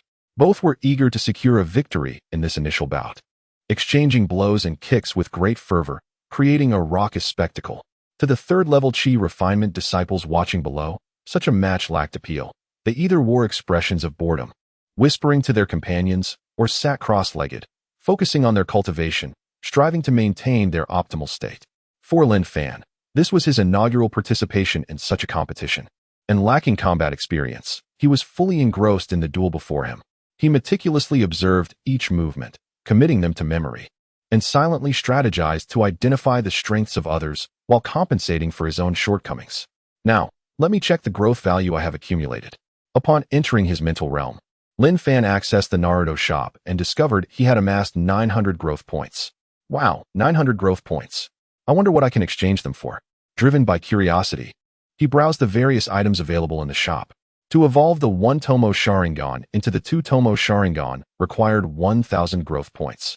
Transitioning from 2-Tomo to 3-Tomo demanded 3,000 growth points, while evolving into the legendary Manjiki Sharingan necessitated a staggering 10,000 growth points. Alternatively, the Sharingan required certain conditions to activate. Within Naruto, when a member of the Uchiha clan comprehended the essence of love and subsequently lost it, that emotional turmoil transformed into a more potent hatred. This meant that once the Uchiha grasped the pain of love lost, a unique chakra would infiltrate their minds, leading to a regulated growth of their neurons, resulting in a transformation of their eyes. This was the prerequisite for awakening the Sharingan, the more tomo present in the eyes, the greater their abilities, with a maximum of 3 tomo. When the 3 tomo Sharingan sustained significant trauma, the stimulation of brain neurons would trigger the awakening of the Manjiki. Yet utilizing the Manjiki carried risks. Overuse could lead to blindness. Lin Fan understood that in this perilous world, blindness was a dire predicament. He resolved to evolve his Sharingan to the 2 tomo state, as it would considerably enhance both his observational and memory faculties. However, he was still 100 points short. After some contemplation, Lin Fan retrieved a low-level technique he had brought from the. Since he had already memorized the technique, he decided to exchange this copy for growth points. The shop's mechanical voice chimed. Acquired a low-level technique. Exchange for 200 growth points. Now to upgrade to 2 tomo. Lin Fan gritted his teeth and opted to expend 1,000 growth points to enhance his Sharingan. Although he had painstakingly accumulated those 1,000 points, he felt a twinge of regret as he spent them all at once. Now, let me test the power bestowed by these eyes. Exiting the Naruto shop, Lin Fan slowly opened his eyes and glanced at Wenju and Wenbo, both of whom were intently focused on the ongoing match. For everyone present, this was an exceptional learning opportunity, and knowing one's adversary was crucial for victory. Phew, thankfully no one noticed me.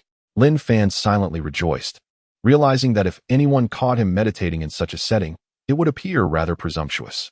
Taking a discreet look around, he confirmed that no one had detected his unusual behavior and redirected his attention to the martial stage. With the influence of the 2 tomo Sharingan, the battle between Ma Yu and Duan Peng unfolded before Lin Fan as though viewed in slow motion. Every move was crystal clear. While ordinary spectators could only perceive the superficial actions, Lin Fan could anticipate the techniques and skills each would employ next. Lin Fan, who do you think will win this match? Wenju inquired sweetly.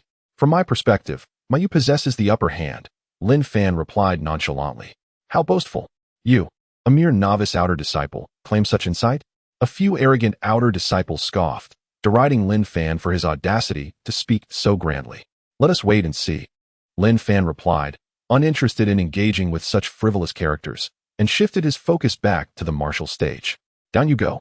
In the heat of battle, both combatants exerted their utmost strength, leading to a swift resolution of their match. In a matter of 30 breaths, Ma Yu unleashed a sudden surge of power, striking his opponent Duan Peng off the stage. First match, victory to Ma Yu. Elder Zhou promptly declared the winner, crossing Duan Peng's name off the ledger before announcing the next pair of contestants. Could it be that this lad truly guessed correctly? Damn it, he must be incredibly lucky.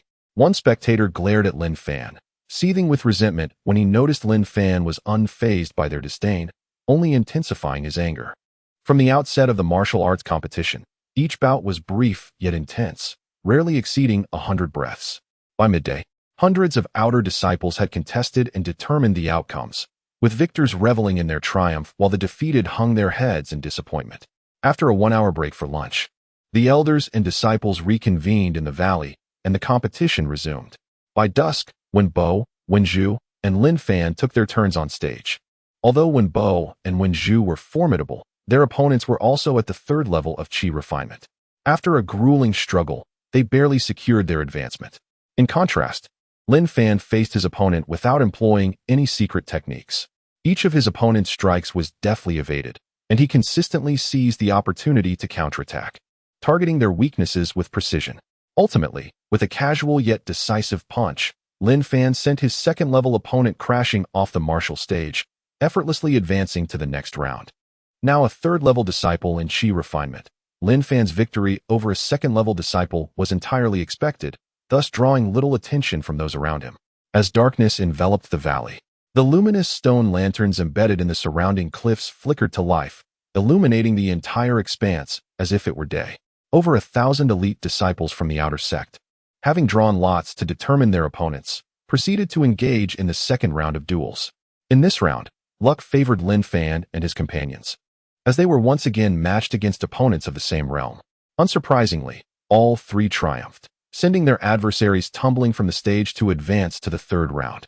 However, unlike Lin Fan, who relied solely on his physical prowess, the Wen siblings employed their unique martial techniques to secure victory. Wenbai's stone-shattering fist and Wenju's falling petals palm, though classified as low-tier martial arts, showcased impressive power with their varied applications of strength and grace. Lin Fan, on the other hand, demonstrated a consistent reliance on his raw physical strength, exploiting weaknesses and delivering decisive blows that left his opponents utterly defenseless. His performance in this round garnered the attention of discerning onlookers, as defeating an opponent of equal rank without the use of martial techniques underscored Lin Fan's superior abilities compared to the average disciples at the third layer of Qi refinement. Whispers circulated among the spectators. Was this Lin Fan, not the recent medicine boy who had just become an outer sect disciple after passing the martial testing pavilion? His cultivation seemed to be approaching the fourth layer of Qi refinement. A fascinating development indeed. No wonder Elder Wu praised him so highly. The head of the Bailong Pavilion, Long Tianqing, seated comfortably in a stone chair at the northern side of the dual platform, observed Lin Fan with keen interest and remarked with a smile to an elder beside him. This young man's ability to secure victories without employing martial techniques is truly remarkable. The elder stroked his beard thoughtfully, nodding in agreement. If he makes it into the top 10, I might consider taking him as my disciple. Laughter filled the air as the second round concluded in the early hours, with over 500 disciples advancing to the third round the following day. After leaving the competition grounds, Wen Bai and Lin Fan made their way to Ling Fan Peak, where the outer sect male disciples resided, and chose a vacant courtyard to settle in. Outer sect disciples were granted their own independent courtyards, albeit smaller and less equipped than those of the inner sect disciples, not to mention the core disciples. Lin Fan understood that within the Bailong Pavilion, one's strength dictated their status and privileges. Instead of envying the inner and core disciples, he resolved to diligently enhance his cultivation to attain better treatment. Though modest in size, the courtyard was clean and tranquil, vastly superior to the small bamboo hut he had previously inhabited. As Lin Fan settled in, he reflected on his past hardships with a profound sense of nostalgia. That night, he sat cross-legged on his bed, replaying the thrilling duels from earlier in his mind, strategizing and preparing himself for future encounters. He consumed several of the yuan cultivation pills he had acquired, channeling his spiritual energy to refine his essence. Deep into the night, he did not neglect his training, diligently practicing seals and ninjutsu in his mental realm, gradually enhancing his prowess. With the aid of the yuan cultivation pills to solidify and expedite his cultivation, Lin Fan stabilized his progress at the fourth layer of Qi refinement. At dawn, after sharing breakfast with Wen Bai in the Peak's dining hall, they descended Ling Fan Peak to meet Wenju, regrouping before heading back to the competition arena.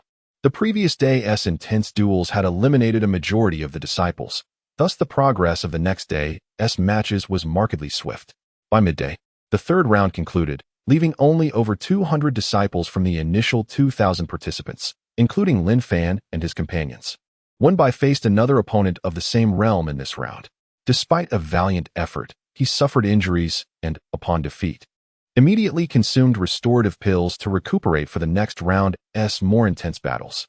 Wenju, matched against a newly advanced disciple, effortlessly progressed. Lin Fan continued his streak of victories, winning decisively once again. The subsequent 2 rounds determined the top 50 contestants of the tournament. When the list was posted, the names of Lin Fan and his companions stood out prominently, stirring excitement among the outer sect disciples.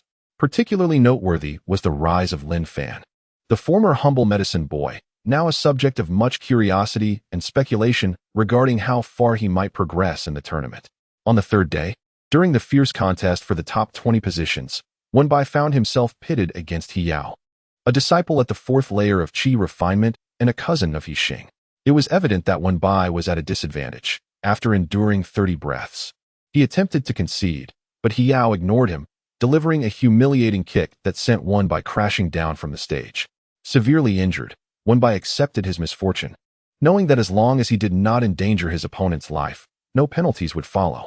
Observers noted that He Yao's final blow was clearly intended to publicly humiliate Wen Bai, compounding his distress.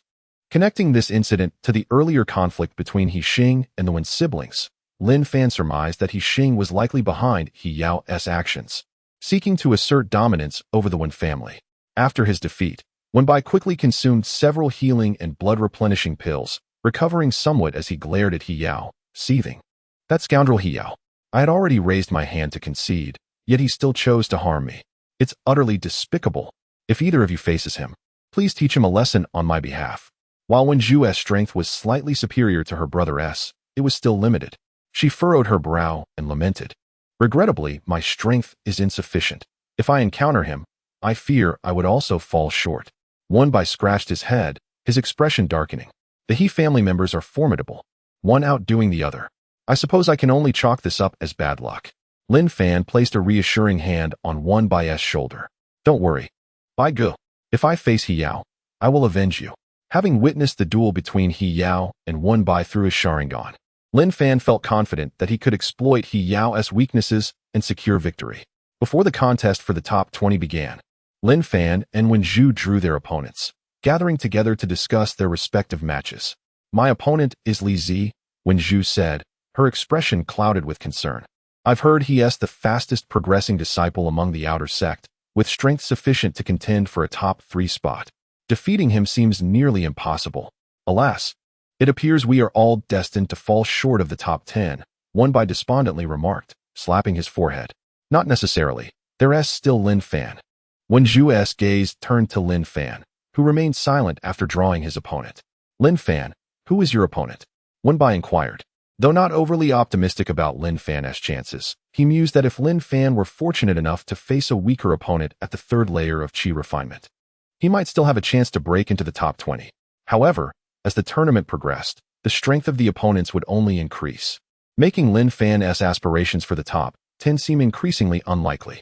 My opponent? Lin Fan replied with a calm smile. It seems we have some connection with the He family. My opponent this round is He Yao. What? He Yao? Surely this is a mistake? Both Wenbai and Wen Zhu were taken aback, their faces paling. Lin Fan, you must be extremely cautious in your match against him, Wen Zhu warned, her expression filled with concern. If you can't defeat him, perhaps it's best to concede, to avoid suffering a fate similar to mine. Lin Fan chuckled. You two are merely bolstering his reputation while diminishing your own. Do you truly have so little faith in me? Perhaps I can triumph over He Yao? The fierce competition for the top 20 in the martial arts tournament is unprecedented, with all participants being disciples at the 3rd level of Qi refinement or above.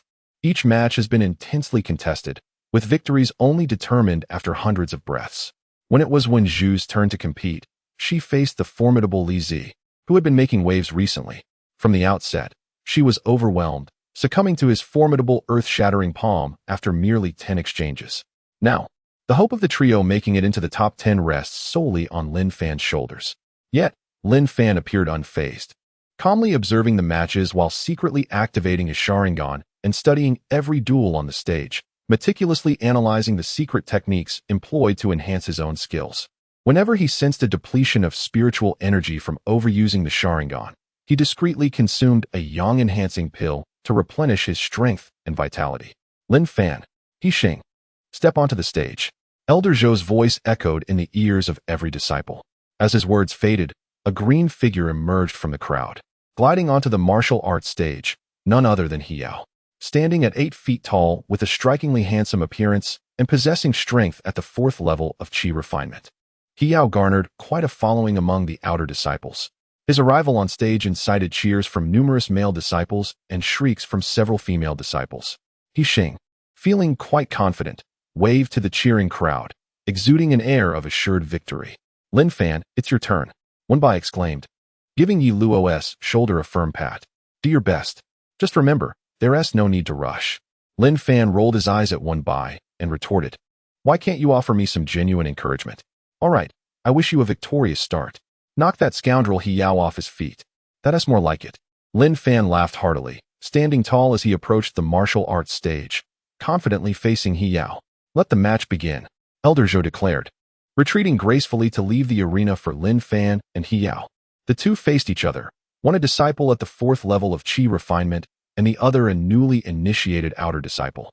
The spectators from the Bai Long Pavilion eagerly speculated on the outcome, with most predicting He Yao's victory, considering his reputation as a contender for the top 5. While Lin Fan had just recently entered the 3rd level of Qi refinement as an alchemist. Why don't we place our bets on this duel between the two young disciples? Dragon Tianyuan suggested with a smile from the elevated platform to the north of the martial arts stage. As soon as Dragon Tianyuan finished speaking, the gazes of 10 Bai Long Pavilion elders turned scrupulously towards the two combatants on the stage. An elder, with hair interspersed with black and white, clad in a yellow robe, declared, "Is there any need for betting? Clearly, He Yao will win. My grandson He Xing is already the best among the outer disciples. If this nephew can make it into the top 10, how splendid it would be for our sect. Elder He, the match has yet to be fought. Do not jump to conclusions so easily." Bai Zhan, stroking his long beard, said with a smile, "If we must predict, I have greater faith in Lin Fan. Though he is a newly initiated outer disciple, he has fought his way here, defeating every opponent with a single punch, showcasing his remarkable strength. Haha, I believe it is merely luck on his part. Had he encountered a powerful disciple like He Yao earlier, he would have been eliminated long ago," remarked a purple-clad elder, closely associated with He Zhongjuan. "I share Bai Zhan's opinion. I too support Lin Fan." A fellow elder aligned with Bai Zhan added. Several others chimed in, but the majority leaned in favor of He Yao, with only 2 or 3 supporting Lin Fan. Bai Zhan, there are not many among the 10 elders who favor Lin Fan. Is your judgment perhaps lacking? The rivalry between Bai Zhan and He Zhongjuan was well known among the elders. Although Dragon Tianqing mediated to prevent open conflict, they continued to undermine each other's credibility in various ways. Now that He Zhongjuan held the upper hand, he seized the opportunity to mock Bai Zhan. Bai Zhan, however, did not display much anger, merely chuckling softly. "There's no use in banter. Let us wait and see." "Humph. Let us hope Elder Bai Zhan does not end up embarrassed," He Zhongjuan retorted coldly, shifting his gaze back to the martial arts stage. On the stage, Lin Fan and He Yao stood 3 paces apart, their eyes locking in a fierce confrontation. He Yao scrutinized Lin Fan with disdain and sneered. "You're Yi Luo, right? Not long ago, you were merely a lowly alchemist?" Lin Fan, unperturbed, flashed a grin and quipped back. "You must be He Yao? I've heard you're the second dog of the He family." Laughter erupted from the audience at Lin Fan's comparison of He Yao to a dog, prompting thoughts that if He Yao was the second dog, then He Xing must be the big dog. Some worried for Lin Fan, fearing he had offended both He brothers simultaneously, which could result in severe repercussions within the Bai Long Pavilion unless he managed to break into the top 10 and secure a powerful elder as his mentor for protection. Furious, He Yao's handsome features twisted into a sinister smile, his voice laced with malice. "You little alchemist have no idea what kind of luck you've stumbled upon to reach the 3rd level of Qi refinement. But what does that matter? I can still torment you as easily as I would a dog." Lin Fan laughed heartily. "Truly a fine dog you are, barking like a mad one right from the start. But I'm tough-skinned. Come and bite me, and be wary of breaking your teeth." Another wave of laughter surged from the crowd, sensing that while He Yao was strong, he seemed to falter in their verbal sparring. Not only the outer disciples surrounding the martial arts stage found it amusing, but even the elders from the Bai Long Pavilion on the elevated platform couldn't help but exchange glances of amusement. Bai Zhan chuckled. "What a sharp-witted young man. That He Xing is merely making a fool of himself trying to match wits with him." He Zhongjuan coldly remarked, "Sharp-witted? I see it as sharp-tongued. When He Yao strikes in anger, he will show no mercy. Let us see how Lin Fan fares against the onslaught. Let us hope that He Yao's attempt to torment doesn't backfire." The elders were accustomed to the rivalry between the two and merely observed with smiles, their attention returning to the 2 outer disciples on the martial arts stage, eager to see whether Lin Fan, the unexpected dark horse, would emerge victorious or if the highly favored veteran disciple He Yao would claim victory. Flame Fist. Suddenly, a fierce shout echoed from the martial arts stage as He Yao, enraged, launched his attack. Prior to the tournament, He Yao had received instructions from his cousin He Xing to show no mercy when facing Lin Fan and his companions. He had intended to humiliate Lin Fan first before delivering a severe beating. However, after being publicly ridiculed, his fury ignited, and the killing intent surged within him, overwhelming his demeanor. He aimed to strike Lin Fan with a single blow, asserting his dominance and presence. As He Yao unleashed the flame fist, he poured all his strength into the attack. The fist glowed with a red hue, flames swirling around it, and the intense spiritual energy radiated from his fist, causing the surrounding air to ripple. Even before the fist reached Lin Fan, he could feel a scorching wave of heat approaching. He Yao is indeed formidable. However, if he seeks to establish his authority over me, he has miscalculated. Lin Fan discreetly activated his Sharingan, observing He Yao's fist hurtling towards him without a trace of panic. Drawing upon his observations from multiple bouts and the knowledge gleaned from the library regarding the flame fist, he had already mastered the technique. Fortune invigorates the spirit. Strength emanates from the heart, surging towards the vast void. Energy arises from within. The flame fist. With a fierce shout, Lin Fan unleashed his punch, causing the air at the tip of his fist to tremble violently. Flames erupted around his fist, akin to Hiyao and Appo's, yet distinctly more powerful, exuding an overwhelming presence. The might of his flame fist was astounding. What a remarkable lad, a true genius, Baizhen exclaimed, his brow raised in admiration as he witnessed the impact of Lin Fan's strike. Recalling his own arduous 3-month journey to master this technique, he couldn't help but marvel at Lin Fan's rapid progress. In stark contrast to Baizhen's expression, Tianyuan furrowed his brow at Lin Fan's display of power. Sensing the impending doom, with a thud, their fists collided, unleashing a thunderous sound as two waves of similar spiritual energy met, accompanied by a pained groan. In the astonished gaze of nearly 2,000 outer disciples, Hiyao's body was sent flying like a kite severed from its string, nearly teetering off the stage.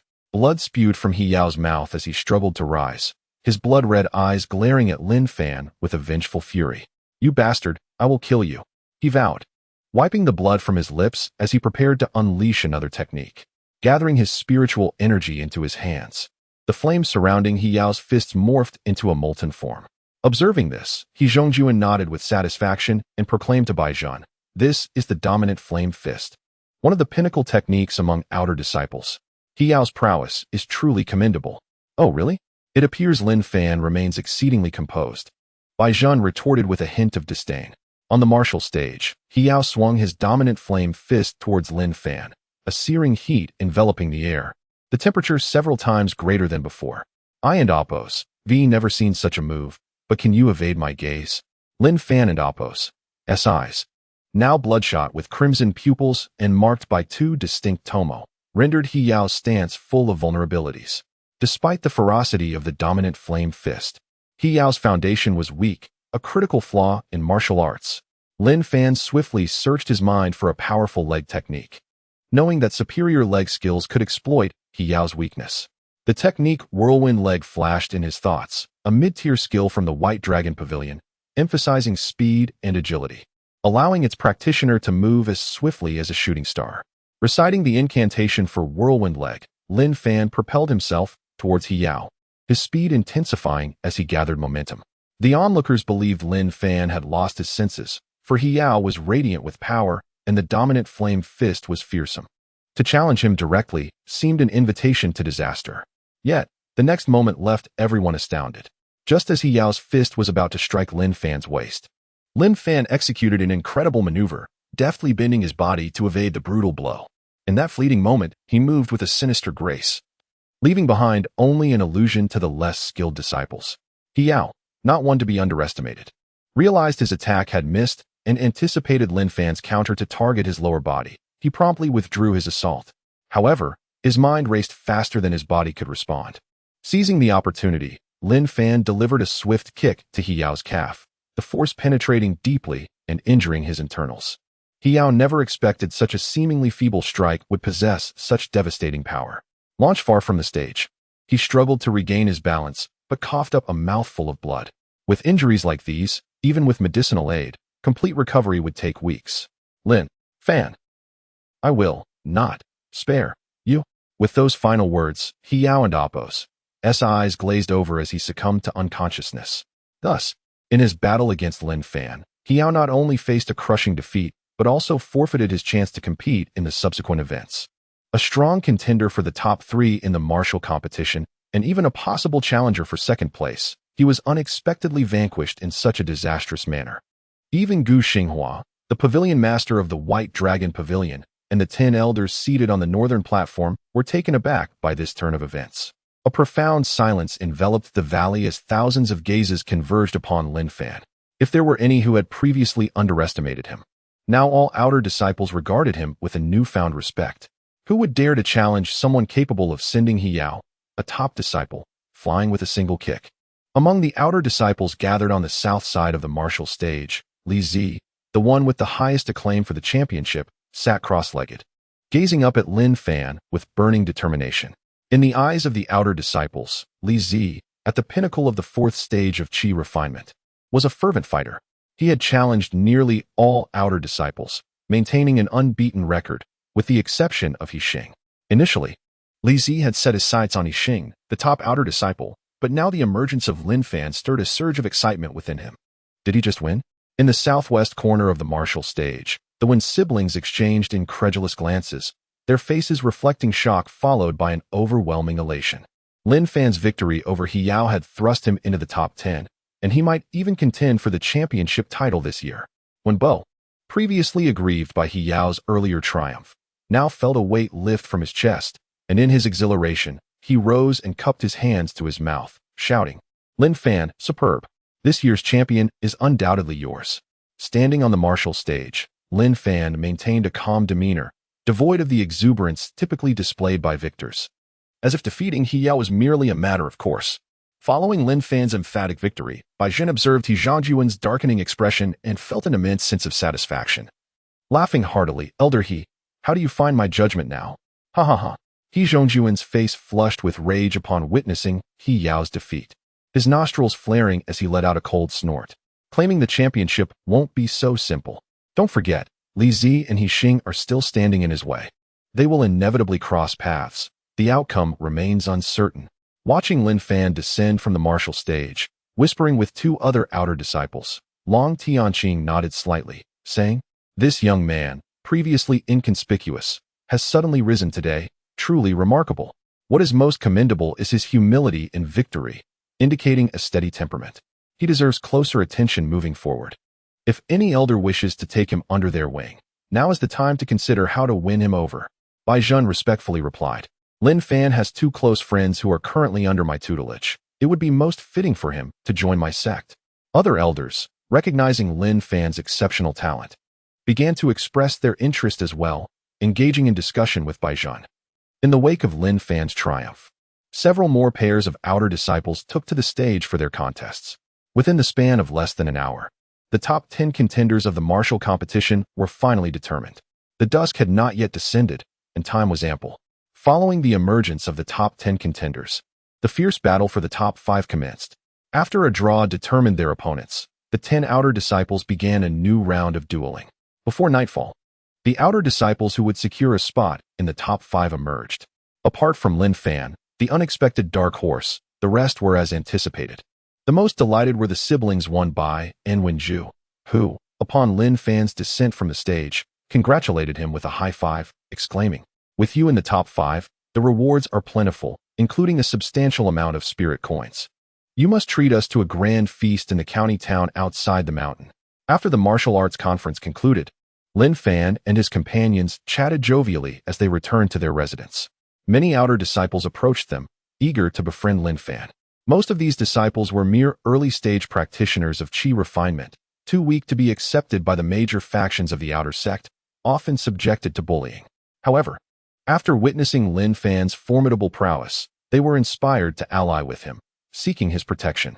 Lin Fan met their overtures with a measured demeanor, neither overly enthusiastic nor dismissive, engaging each in light conversation before bidding them farewell, leaving them uncertain of his true sentiments.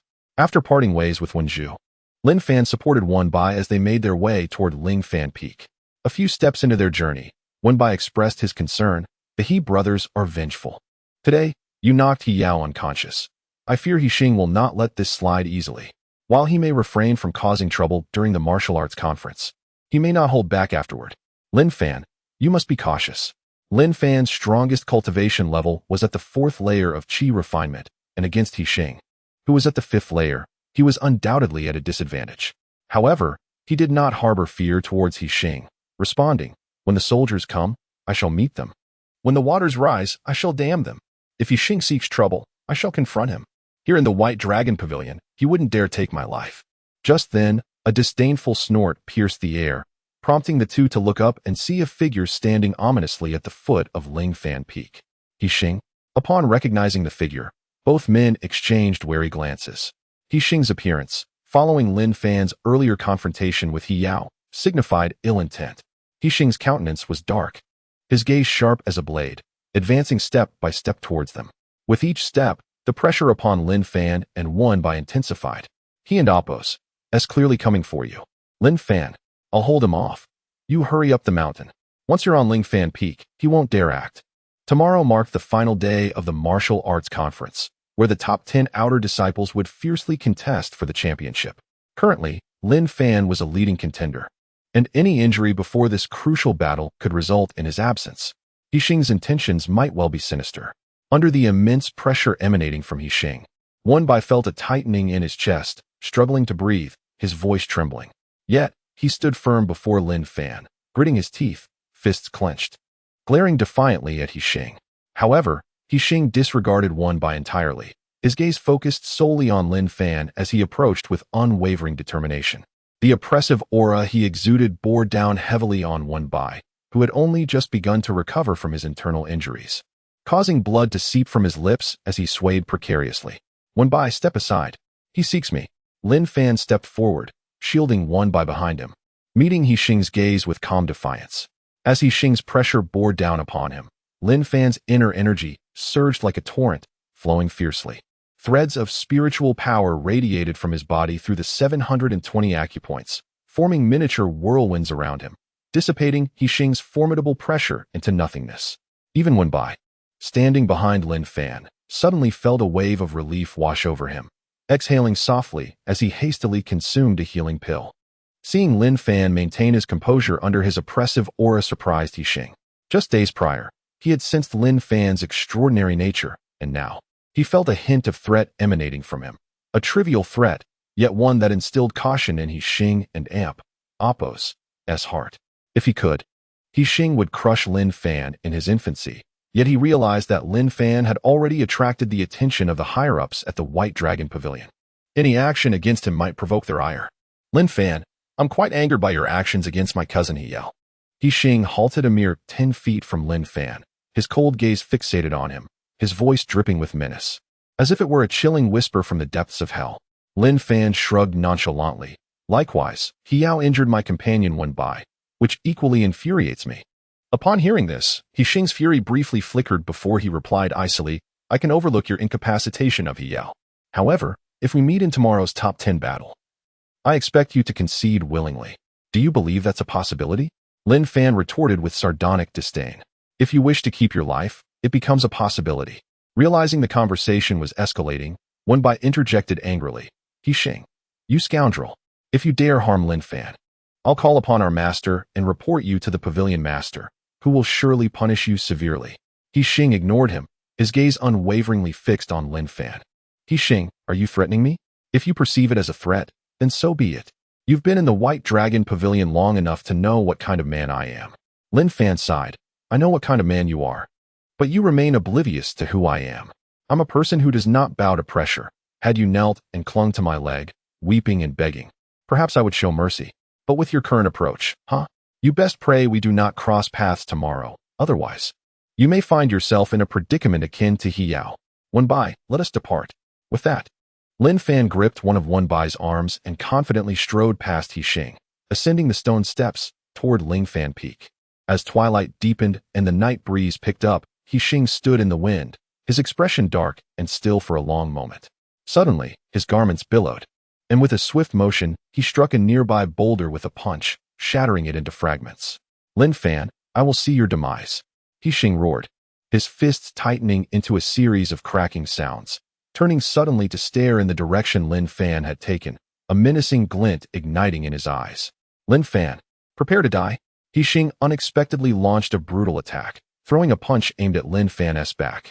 Sensing the intense murderous intent behind him, Lin Fan made a swift decision, meeting the blow head-on, resulting in a fierce clash of forces. How dare you strike from behind? Despicable! Lin Fan exclaimed, incensed. Enough talk. As Yixing launched his assault, Lin Fan coldly scoffed, channeling his strength to push Yixing away. You are formidable! Yixing grinned, shaking out his limbs with a series of satisfying cracks, then continued, but Lin Fan, today I will unveil the might of the outer sects first. Lin Fan's demeanor turned icy. He had always adhered to a principle of non-aggression, patiently enduring provocations, yet Yixing's underhanded attack was nearing his limit. Gently placing the injured one by his side, Lin Fan glared at Yixing. You shall pay for your actions just now. Upon hearing this, Yixing raised his eyebrows and laughed heartily, exclaiming, Ha! If it weren't and oppos, tea for that old fool by Jin back then, do you think you could still be alive? With my grandfather backing me, even if I were to kill you now, Bai Jun wouldn't dare to lay a finger on me. With that, he charged forward with a fierce roar, his feet pounding the ground as he propelled himself toward Lin Fan. In an instant, He Xing was upon him, leaping into the air and unleashing a flurry of kicks infused with true essence, powerful enough to shatter boulders. Lin Fan, undeterred, countered with fists like the wind, meeting force with force. When their fists and feet collided, a series of explosive sounds echoed, and spiritual energy erupted between them, whipping up a storm of debris from the ground. Their exchange was merely a test of each other's capabilities, devoid of any secret techniques. Within 100 breaths, neither had gained the upper hand. You have some skill, but can you withstand my breaking heaven palm? He Xing laughed boisterously, his aura surging dramatically as spiritual energy enveloped his fists. He struck out simultaneously, his fists like a comet streaking across the sky, aimed squarely at Lin Fan's chest. Lin Fan, attempting to recall a counter from his memory, found himself at a loss. Was this truly He Xing's trump card? Failing to discern a vulnerability, Lin Fan quickly crossed his arms to shield his chest and braced for the impact of He Xing's strike. In a moment of panic, he felt an overwhelming force transfer through his arms, sending him stumbling back several meters, leaving deep imprints of his feet on the ground before he finally steadied himself. He Xing, twisting his wrist, arrogantly proclaimed, "Not bad. You can take my earth-shattering palm. Among the outer disciples, you are indeed among the elite. However, you should regret having provoked me." His anger was palpable, his face flushed as he uttered the last words. Moreover, martial skills were categorized into 4 major ranks: heaven, earth, profound, and yellow, each subdivided into 3 tiers: low, medium, and high. The skill He Xing employed, the earth-shattering palm, was classified as a high-tier yellow rank technique, making it one of the most formidable among the outer disciples. Lin Fan had not found any records of this skill in the medium tier of yellow rank, nor had he seen anyone else use it, rendering him unable to find a counter. Lin Fan's eyes narrowed slightly before suddenly awakening his Sharingan, the 2 tomo vividly appearing in his gaze. He Xing's next assault seemed to slow considerably in Lin Fan's eyes as he bellowed, raging wave fist. Though He Xing's punch appeared slow, it was in fact faster than lightning, arriving at Lin Fan's chest in an instant. The 4 layers of invisible shockwaves generated by the punch exploded forth, striking Lin Fan with the force of a 1,000-pound hammer. While martial artists possess bodies as resilient as stone, He Xing's punch, augmented by the spiritual essence of a 5th-layer practitioner, delivered 4 times the usual power. Lin Fan, lacking substantial defensive techniques, could not withstand it. He groaned painfully as he was sent staggering backward, colliding heavily with a stone wall before barely regaining his footing. His chest churned with blood, and he forced himself to suppress the urge to spit out a mouthful. "Truly the top of the outer disciples, I underestimated you," Lin Fan remarked, looking up at He Xing with a trace of astonishment in his eyes. He Xing, filled with arrogance, taunted, "May you perish in regret." However, as he prepared to launch another attack, he glanced at Lin Fan and noticed a subtle disturbance in the air around him, as if spiritual energy was swirling. Lin Fan stood there quietly, exuding an aura that felt unfathomable. Fire release, great fireball technique. Lin Fan swiftly formed hand seals, channeling spiritual energy within him. As he expelled it, it transformed into a massive fireball, hurtling toward He Xing. The fireball, towering at the height of 3 men, seemed capable of engulfing several adults. Its temperature soared, yet He Xing dismissed it as mere theatrics, striking it with another earth-shattering palm. However, as He Xing's hand penetrated the fireball, he realized he had been deceived. The great fireball was merely a diversion, and Lin Fan's true attack was his whirlwind leg aimed at He Xing. Upon shattering the fireball, He Xing felt a chill run down his back as an immense force struck him from behind. What is happening? How could Lin Fan appear behind me? Lin Fan had employed a shadow clone technique to distract He Xing, using the fireball to obscure his vision while the real threat loomed behind. Shattering stone fist. Lin Fan's punch surged with tremendous strength, meeting He Xing's back with a resounding impact. It felt as though he had struck solid granite, but the sound of shattering rock echoed as He Xing was sent crashing to the ground. "You dare!" He Xing, gravely injured in the back, could barely muster the strength to stand, his gaze fiercely fixed on Lin Fan, nearly devoid of the energy to speak, utterly incapable of continuing the fight. "This is the consequence of your own actions.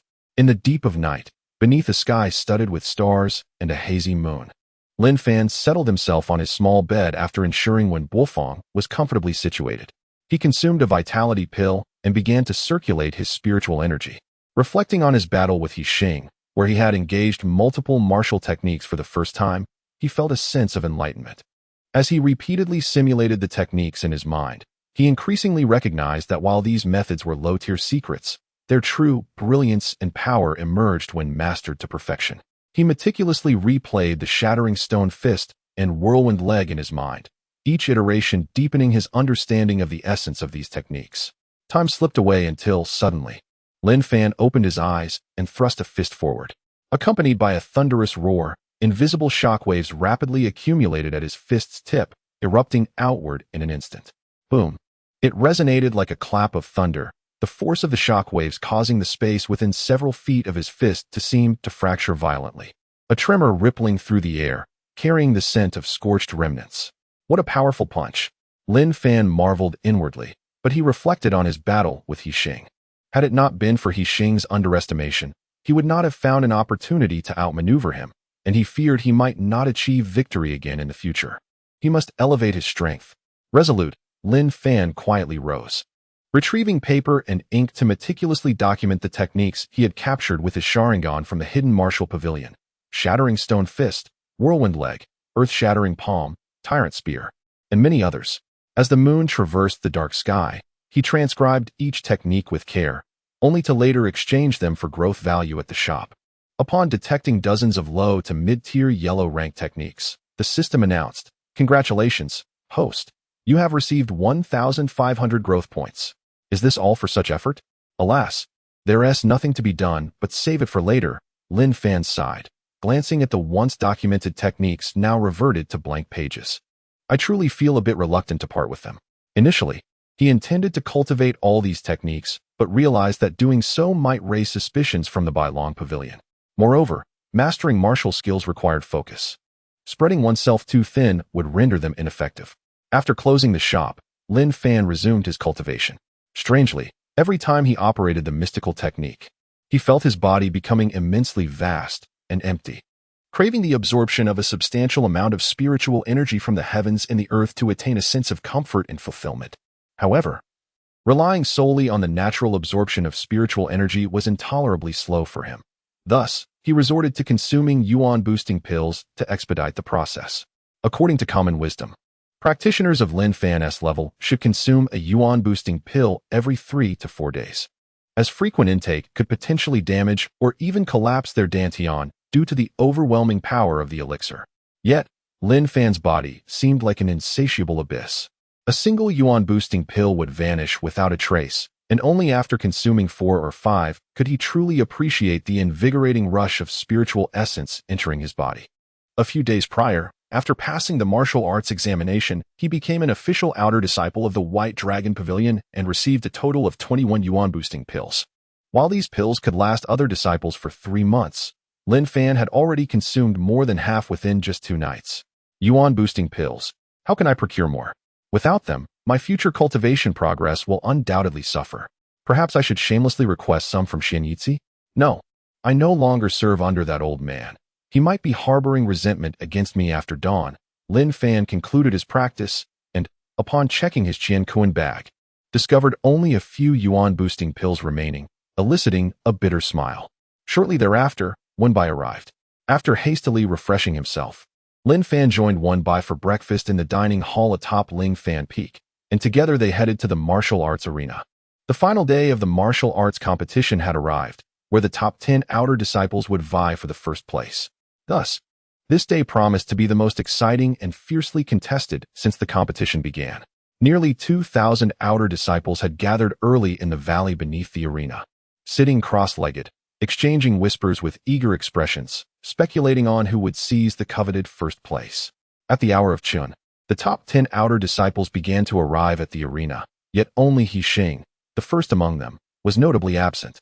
Moments later, Long Tianqing, the head of the White Dragon Pavilion, along with 10 elders, took their seats on the elevated platform to the north of the arena. The 9 of the top 10 disciples had arrived, yet Yixing was conspicuously missing. Long Tianqing turned to He Zhongjuan. Xing's grandfather and an elder, inquiring about his whereabouts. I do not know, Zhongjuan replied, shaking his head. He then leaped lightly to the center of the arena, exuding a commanding presence, and asked, do you all know where Xing is? Why has he not come to compete? Observing the puzzled expressions of the disciples below, who merely shook their heads in response, Zhongjuan's gaze fell upon Lin Fan. Lin Fan, do you know? Reporting to the elder, I do not know, Lin Fan replied. Though he spoke confidently, uncertainty gnawed at him. The previous night, he had engaged in a private battle with Xing, severely injuring him. If Xing were to retaliate and claim that Lin Fan had acted maliciously, especially with the connection between Elder He and Xing, Lin Fan would find himself in a precarious position. Xing has arrived. A voice rang out from the crowd, and there appeared Xing, leaning on a cane, staggering towards the elders of the White Dragon Pavilion.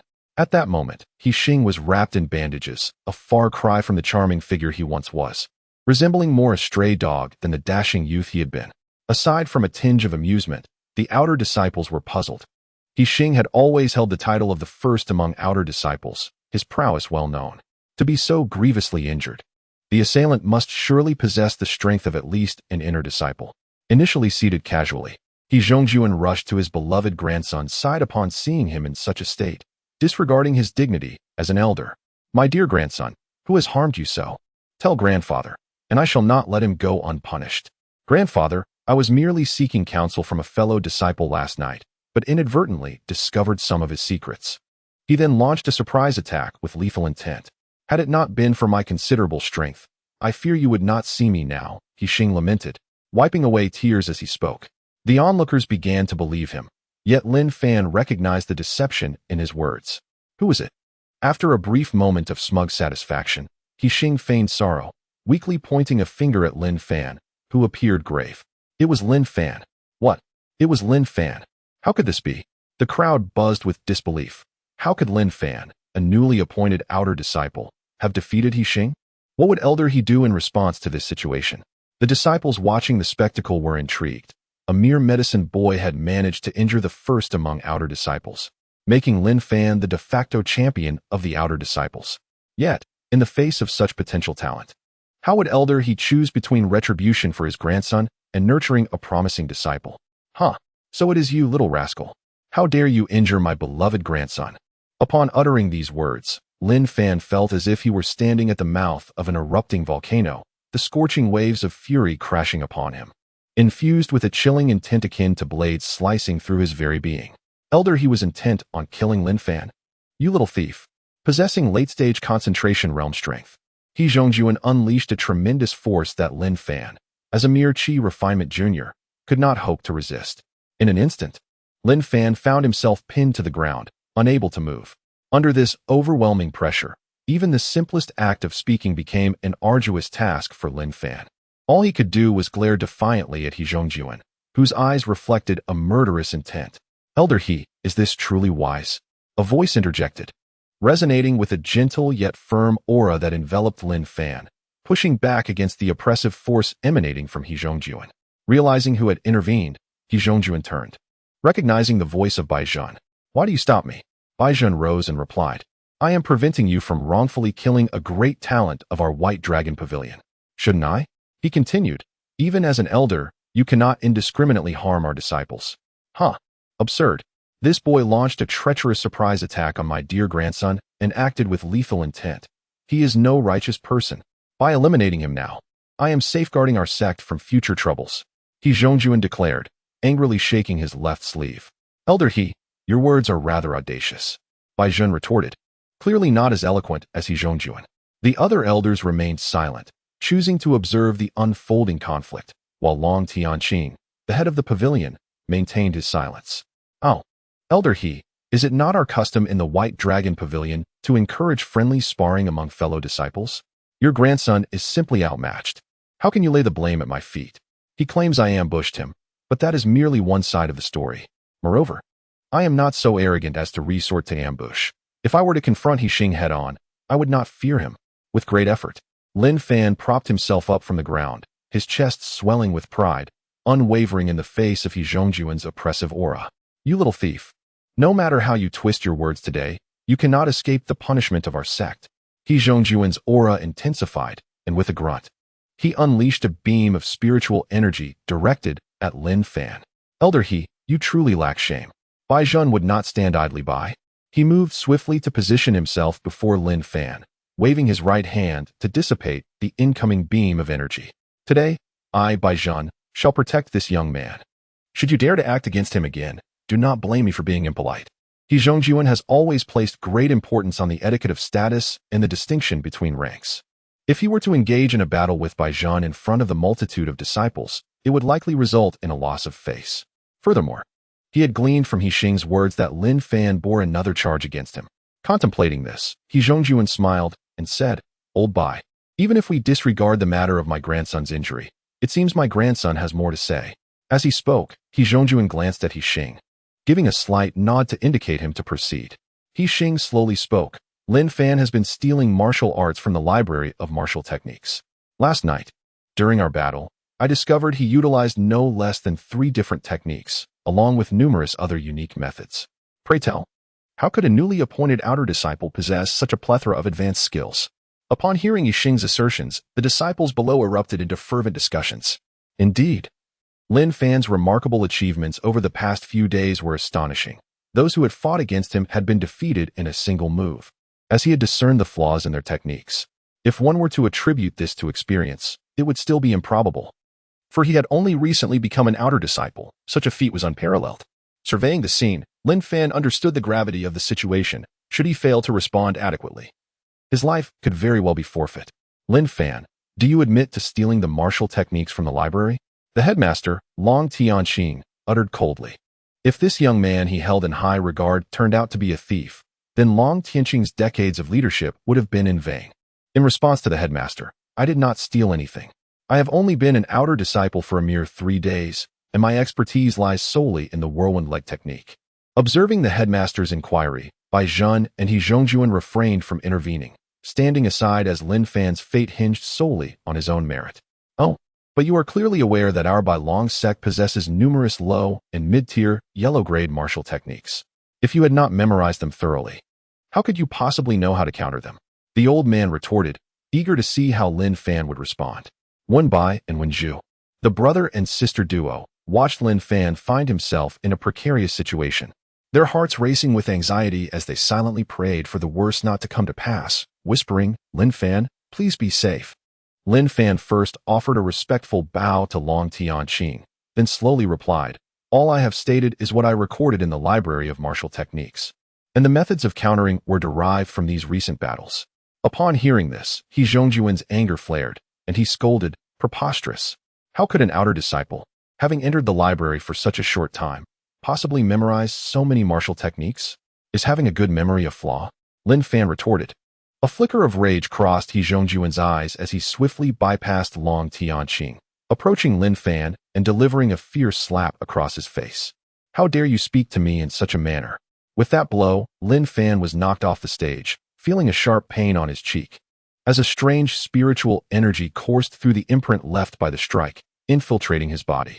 Simultaneously, the force of the slap caused Lin Fan's blood to surge, and the chaos within his spiritual power was indeed terrifying for someone at the condensing spirit stage.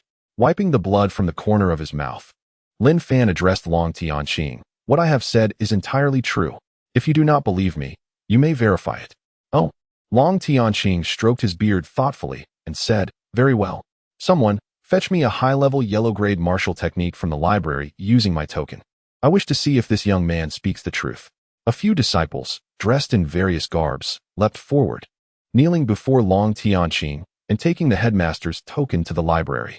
As the sun began to set, casting its rays through the mountain crevices and illuminating the faces of the outer disciples on the stage, excitement and concern were etched upon each of their expressions. For them, this contest between a disciple and an elder was far more intriguing than mere cultivation. Headmaster, this is the high-level yellow-grade technique, clear wind swordplay. Long Tianqing cast a glance at it and said to Lin Fan, I shall give you 3 hours. If you can memorize this technique word for word, it will suffice to prove that you are not as elder he claims. Lin Fan clasped his hands in gratitude and replied, Headmaster, there is no need for 3 hours. 1 hour will suffice. Upon hearing Lin Fan's declaration, the arena erupted into a chorus of disbelief, with many mocking his audacity, while a select few, including Wen Bai and Wen Zhu, harbored faith in him. He Zhongjuan, however, remained decidedly skeptical, dismissing Lin Fan's claim with scorn. In his view, Lin Fan was as good as doomed. Very well, let us begin. Long Tianqing commanded. Lin Fan opened the intricately bound ancient tome, one of the most potent martial techniques available to outer disciples. Compared to the lower-tier, yellow-grade techniques, the content was far more obscure and complex, with the incantations and mental methods doubled. For the average individual, memorizing such a technique within an hour would be akin to reaching for the stars. Yet for Lin Fan, endowed with the power of the two-tomo Sharingan, this task was merely a piece of cake. With spiritual energy flowing through him, the clear wind arrived. As Lin Fan chanted silently, flipping through the pages, nightfall descended, the sky adorned with countless stars, a silvery moon casting its light upon Lin Fan as he sat cross-legged on the martial stage. He Zhongjuan, fixated on the hourglass used for timing, watched as the last grains of sand slipped away. Suddenly, he sprang to his feet and bellowed, "The time is up. Lin Fan, have you completed your memorization?" As soon as He Zhongjuan's voice faded, Lin Fan closed the ancient tome and replied, "I have memorized it in its entirety." Lin Fan, you said this yourself. If you make even a single error, I shall impose severe punishment. He Zhongjuan warned. Ignoring He Zhongjuan's threat, Lin Fan exchanged the secret technique for the tome, cleared his throat, stood tall, and began reciting the clear wind swordplay, with spiritual energy flowing through the portal. The clear wind comes gently, a sword riding the wind, its shadow crossing 1,000 mountains. A white rainbow pierces the sun, a phoenix descends. The transcendental sword, unmatched since antiquity. Lin Fan recited each word flawlessly, without pausing or faltering, demonstrating an extraordinary memory that left the disciples of Bai Long's sect in awe. This, Lin Fan's memory, truly is exceptional. Indeed, indeed. If only I possessed such memory. Down below, the disciples buzzed with excitement, astonished by Lin Fan's performance, though He Zhongjuan and He Xing remained unmoved. He Xing glared at Lin Fan, gritting his teeth as he muttered, "Lin Fan, I will not let you escape." At that moment, He Zhongjuan's expression was no better. His face was pale with rage. He had anticipated that Lin Fan would falter and had planned to strike him down immediately. But the scales of victory had already tipped in Lin Fan's favor. In the starry sky, a few shooting stars streaked across the heavens above Bai Long's sect, while the turmoil ignited by Lin Fan on the martial stage reached its climax. The weariness of the disciples did not deter them from witnessing how the sect leaders would handle this affair. Lin Fan slowly opened his eyes, exhaled deeply to calm his breath, and declared, "Headmaster and esteemed elders, I have completed my recitation." The disciples who recorded and observed Lin Fan and Appo's recitation addressed the crowd. Lin Fan has indeed recited it flawlessly. A wave of astonishment swept through the arena, shattering the silence of the night into a cacophony of exclamations. Baizhen suddenly appeared beside Lin Fan and addressed He Zhongjuan. "Pray tell, Elder He, what do you have to say now?" This, He Xing ground his teeth and shouted, "What does this prove? It does not absolve him of the suspicion of stealing techniques from the library. If he happened to have memorized these techniques, and the library and Appo's personnel were unaware, then Lin Fan could easily deceive us all." He Xing's gaze was fixated on Lin Fan, so intense that if looks could kill, Lin Fan would have perished 1,000 times over. This display of hostility sparked astonishment and suspicion among the onlookers below. Just as their confusion reached its peak, an ancient voice resonated through the air, reminiscent of thunder rolling across the heavens. For the outer disciples of lower cultivation, this sound was akin to a deafening roar, causing them to feel dizzy. However, Lin Fan's eyes narrowed in contemplation. He wondered which elder of the White Dragon Pavilion possessed such formidable power. "Junior, it seems I, as an elder of the Kangwu Pavilion, have failed in my duties." The voice boomed, echoing through the martial arena, its lingering resonance akin to a sacred chant that stirred the hearts of all present. Shortly after this proclamation, the elders, who had previously been seated, sprang into action, their figures appearing above the arena. The foremost among them was none other than Baizhen. Not long after the ancient voice reverberated from a distance, a sudden rush of wind heralded the arrival of an elder, who gracefully descended from the sky above the martial arena.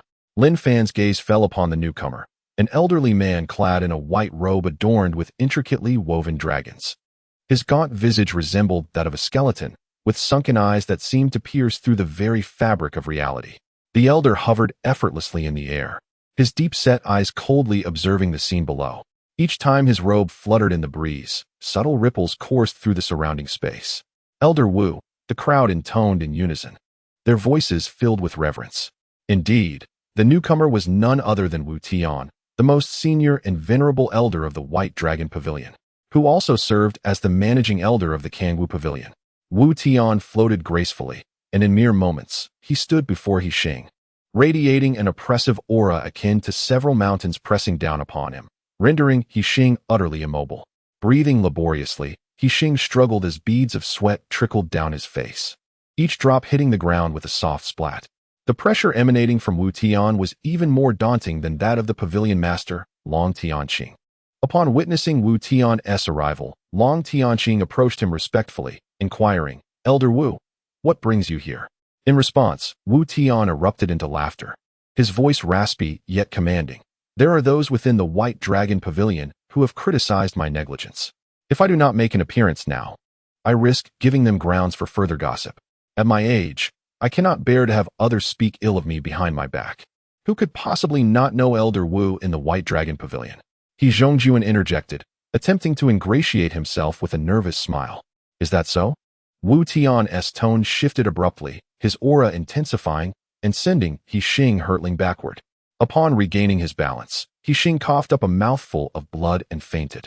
He Zhongjuan quickly bowed his head, pleading, "Elder Wu, please temper your anger. This is all due to my unruly grandson. His foolish words have sullied your ears. I, the old man, humbly apologize to you, Elder Wu." Long Tianqing stepped forward to support He Zhongjuan's plea, saying, "Elder Wu, I implore you to consider my standing and let this matter rest." Wu Tian cast a disdainful glance at He Zhongjuan, snorted, and turned away, seeking a seat among the elders where he settled with an air of icy detachment, causing the outer disciples to exhale in relief as the oppressive atmosphere lifted, allowing them to breathe freely once more. Cough. Due to special circumstances, we shall rank the participants based on their previous combat scores, Elder Zhou announced to the assembled crowd.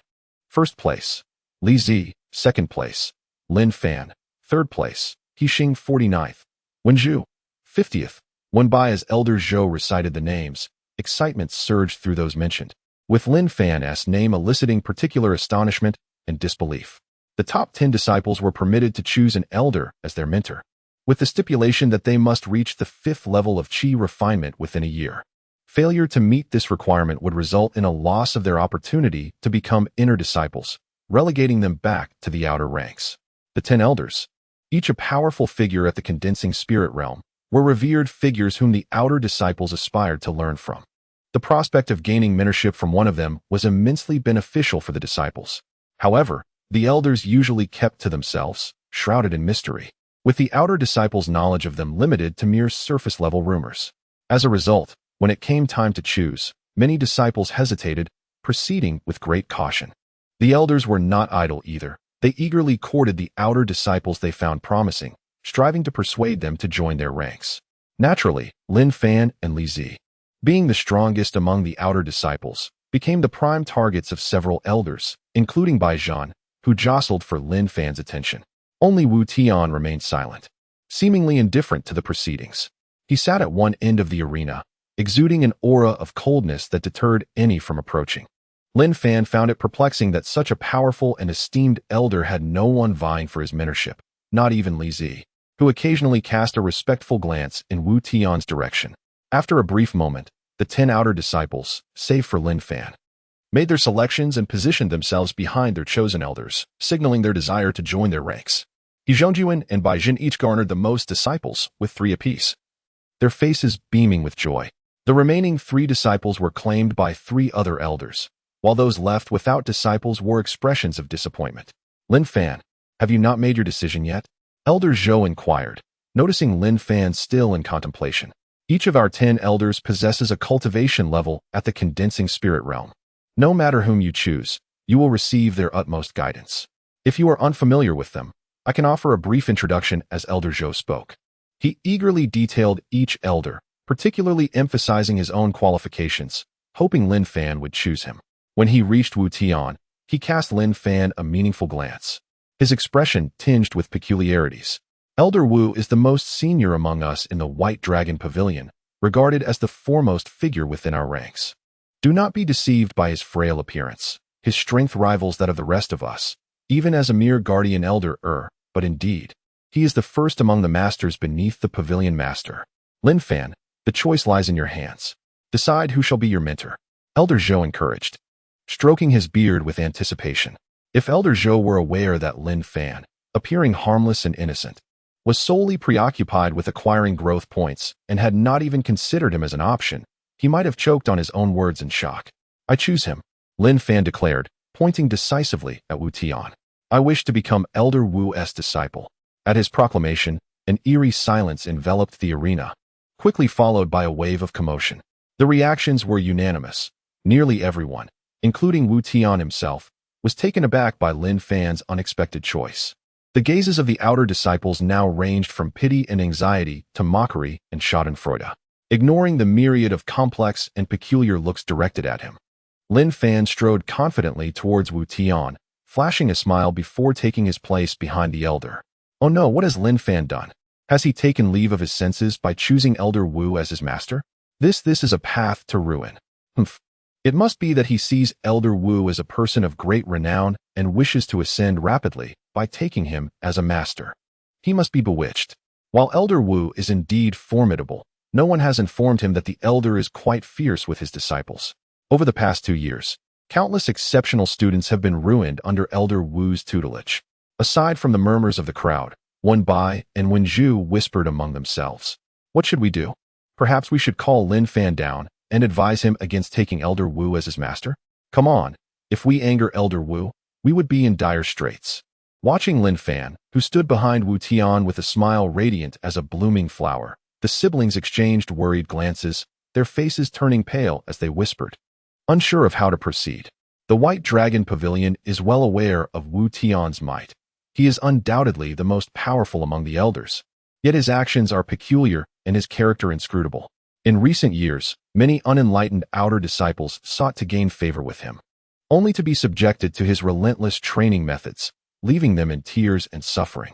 Ultimately, these disciples had to find ways to escape from under Wu Tian's wing, with many violating the pavilion's rules and facing expulsion, leading to tragic outcomes.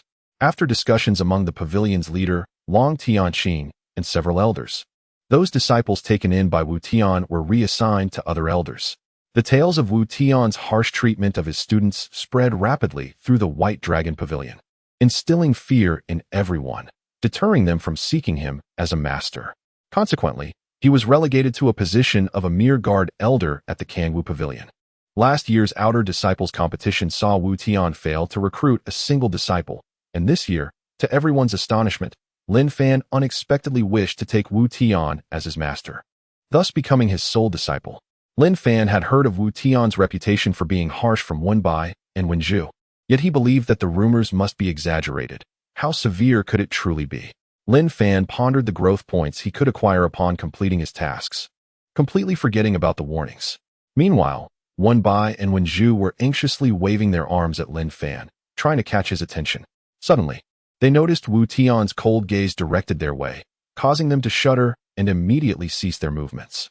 Wu Tian, infamous for his ferocity and immense power, posed a dire threat if provoked. Lin Fan, oh Lin Fan, we can no longer assist you. May you fend for yourself in the future. The two exchanged resigned glances and sighed, silently praying for Lin Fan's well-being. After the outer disciples competition concluded, everyone returned to their respective homes, diving back into their cultivation. Meanwhile, Lin Fan followed Wu Tian to the Kangwu Pavilion on the Xinju Peak. Beside the grand Kangwu Pavilion stood an unassuming and modest little hall. From now on, you shall reside in the Disciples' Hall next to my quarters, according to the customs of the White Dragon Pavilion. Since you have taken me as your master, I shall naturally be responsible for you. Tomorrow morning marks your first lesson. Clean the square outside the Kangwu Pavilion. Wu Tian said nonchalantly before swiftly moving past Lin Fan towards the central hall where he resided. Once Wu Tian departed, Lin Fan lost interest in the night view and approached the Disciples' Hall. He opened the door and, illuminated by the light of the spiritual stone lamp, He beheld a hall spacious enough to accommodate dozens, yet curiously, it housed no other occupants. Is this for real? Lin Fan was taken aback, finally coming to his senses after a prolonged silence. Wenbai mentioned that Elder Wu hadn't received any disciples. It seems to be true. This elder is failing miserably at his role. Recalling the strange looks cast upon him during the competition when he chose Wu Tian as his master, Lin Fan had felt a sense of pride, believing he had struck a great bargain. Yet now, it appeared that something was indeed amiss. I refuse to believe he can truly consume me. Encouraging himself inwardly, Lin Fan dismissed any feelings of loneliness about being alone in the hall. After wandering around the empty space, boredom led him to jump onto one of the beds, sit cross-legged, consume a few cultivation pills, and immerse himself in practice.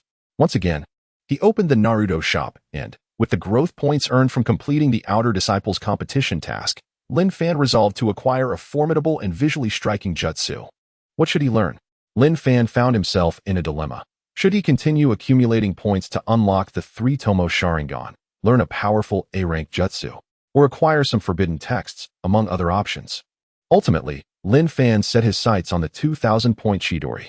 In the Naruto series, Chidori is a jutsu that forms a blade-shaped attack through highly concentrated chakra, created by the copy ninja Kakashi at the age of 17. Throughout the war, Kakashi continuously refined this technique, which eventually became his signature move, demonstrating immense power during battles. When unleashed, the sound resembles that of 1,000 birds chirping. Concentrating chakra in the palm of his hand, it manifests as a sharp blade, capable of delivering a lethal strike with enough force to penetrate the human body. Its hallmark is its focused piercing attack. However, the rapid movement can obscure the user's vision of the opponent's counterattack, potentially placing the user in peril. Thus, sufficient observational skill is essential, akin to Kakashi's Sharingan, to effectively strike the enemy. Now, with Lin Fan having unlocked the 2-tomo Sharingan, he possessed adequate insight, making Chidori the optimal choice. Exchange for the jutsu, Chidori. Lin Fan not only considered the impressive damage of Chidori, but also its potential for evolution. Once he mastered the Chidori flow, he could exude confidence akin to the likes of Sasuke. As soon as the exchange was completed, the hand seals and usage methods for Chidori etched themselves deeply into Lin Fan's mind. The seals are rat, horse, snake, horse, rabbit, Chidori. Lin Fan gathered spiritual energy into his right hand, the thunderous essence within him pulsating with power, but before he could stabilize it, it abruptly dissipated. Indeed, high-level jutsu are formidable. I refuse to back down. Tonight, I will confront it head-on. The following morning, Lin Fan concluded a night of cultivation, rose from his bed, adjusted his attire, and stepped outside. A refreshing mountain breeze enveloped him, invigorating his senses. Lin Fan recalled Wu Tian's assigned task, which involved cleaning the square of the Kangwu Pavilion. Upon glancing at the courtyard littered with fallen leaves, he could not help but groan inwardly. This was simply too much. As dawn broke, Lin Fan shook his head in resignation. After a brief wash, he found a broom in the corner and took it out of his modest dwelling. Standing at the entrance, he stretched, gazing at the pale light of dawn on the horizon, and closed his eyes to relish a moment of tranquility. Then, opening his eyes, he began to wield the broom, diligently sweeping away the dust and leaves from the ground. Is this truly cultivation? It doesn't seem so bad. Oh dear. Dressed in simple, clean attire, Lin Fan stood upright like a spear, maintaining a serious expression even while performing the most menial of tasks. His movements were steady, his hands gripped the broom without excessive force, and his body remained relatively still. With a mere rotation of his wrist, the broom became an extension of his will, moving gracefully in tandem with his steps, as if it sprouted legs of its own, effortlessly clearing away the debris. As Lin Fan continued to sweep, the day gradually brightened, and the area he traversed became spotless, devoid of any dust or litter. Although sweeping the floor requires little effort, Lin Fan found himself drenched in a cold sweat after laboring for quite some time early in the morning without food or drink. This was not a matter of strength, but rather due to the unique magnetic field of Xianju Peak, where the oppressive atmosphere of the Kangwu Pavilion was particularly intense. While Lin Fan had not paid much attention to his surroundings during the night of cultivation, he began to notice some peculiarities after spending the entire night there. It seemed that disciples from the White Dragon Pavilion frequently visited Kangwu Pavilion to borrow martial arts and techniques, and soon enough, several disciples gathered around Lin Fan. Each of these individuals had risen early, opting not to train but to observe Lin Fan with great interest. Some gazes were laden with greed, as if Lin Fan were an alluring beauty, irresistible and fragrant. Among the disciples encircling Lin Fan, a tense atmosphere of competition began to pervade. As they furtively scrutinized their fellow brothers, each wearing an unfriendly expression. In the crowd, one person, unable to bear the sight, muttered, "There are too many people here. This is a bit excessive." To which another retorted, "If you think there are too many, you can leave. No one is forcing you to stay." This response silenced the first speaker, for everyone understood the reason for their gathering and the purpose of their scrutiny towards Lin Fan. Having gained fame from his performance at the martial arts tournament and being accepted as a disciple by the formidable elder Wu Tian, Lin Fan's reputation spread widely among the disciples of the White Dragon Pavilion. Naturally, Lin Fan was aware of the commotion around him, yet his expression remained unchanged. He had experienced such attention every 5 days previously. He had seen far greater spectacles and therefore felt no need for alarm. Moreover, the number of onlookers seemed slightly fewer than usual, suggesting that not everyone had arrived yet. Thus, he continued his sweeping, indifferent to the crowd, moving along his path. As time passed, the number of people around Lin Fan grew steadily, estimating at least 30 to 40 individuals. Suddenly, he halted, sitting in the center of the path and taking a deep breath to recover the stamina he had expended. At this movement, the crowd around him immediately dispersed, forming a tight circle around him, the atmosphere of competitive tension rising to a new peak, as if even the air had ceased to flow. No one could stand the sight of anyone else, yet all eagerly gazed at Yang Kai. Should an outsider witness this scene, they might mistake Lin Fan for an extraordinary master. For what other reason would so many gather against him? "So you are Lin Fan? You appear rather unremarkable. Who would have thought that such a seemingly fragile individual could excel among the outer disciples?" A voice spoke arrogantly, but Lin Fan remained unfazed, akin to a monk in deep meditation. As time continued to flow, a resonant and expansive bell chimed, the morning bell of the White Dragon Pavilion. The sound reverberated in everyone's ears, and the disciples encircling Lin Fan stood alert. After 9 tolls of the bell, the sun rose in the east, heralding a new day. The crowd's breaths halted, their eyes fixed on the encircled Lin Fan, who slowly rose, broom in hand, casting a nonchalant glance at the circle of people around him. "Why have you all arrived at Shinju Peak so early? Surely, it cannot be merely to see me, Lin Fan?" he inquired softly.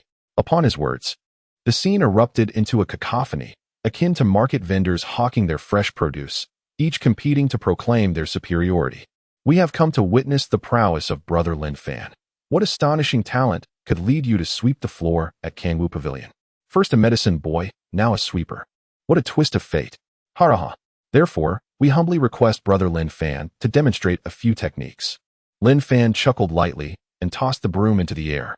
Dozens of eyes followed its ascent, filled with anticipation for the moment it would descend, each silently praying. "Choose me." Time seemed to slow as the broom twirled in midair before finally falling, landing with a thud on the ground, pointing towards a robust young man in the crowd. A chorus of sighs echoed, filled with regret and resentment. Yet, the sturdy youth simply laughed heartily. Stepping forward and greeting the crowd, "Dear brothers, this battle is mine today. I hope you will not hold it against me." "Such luck? What sheer luck?"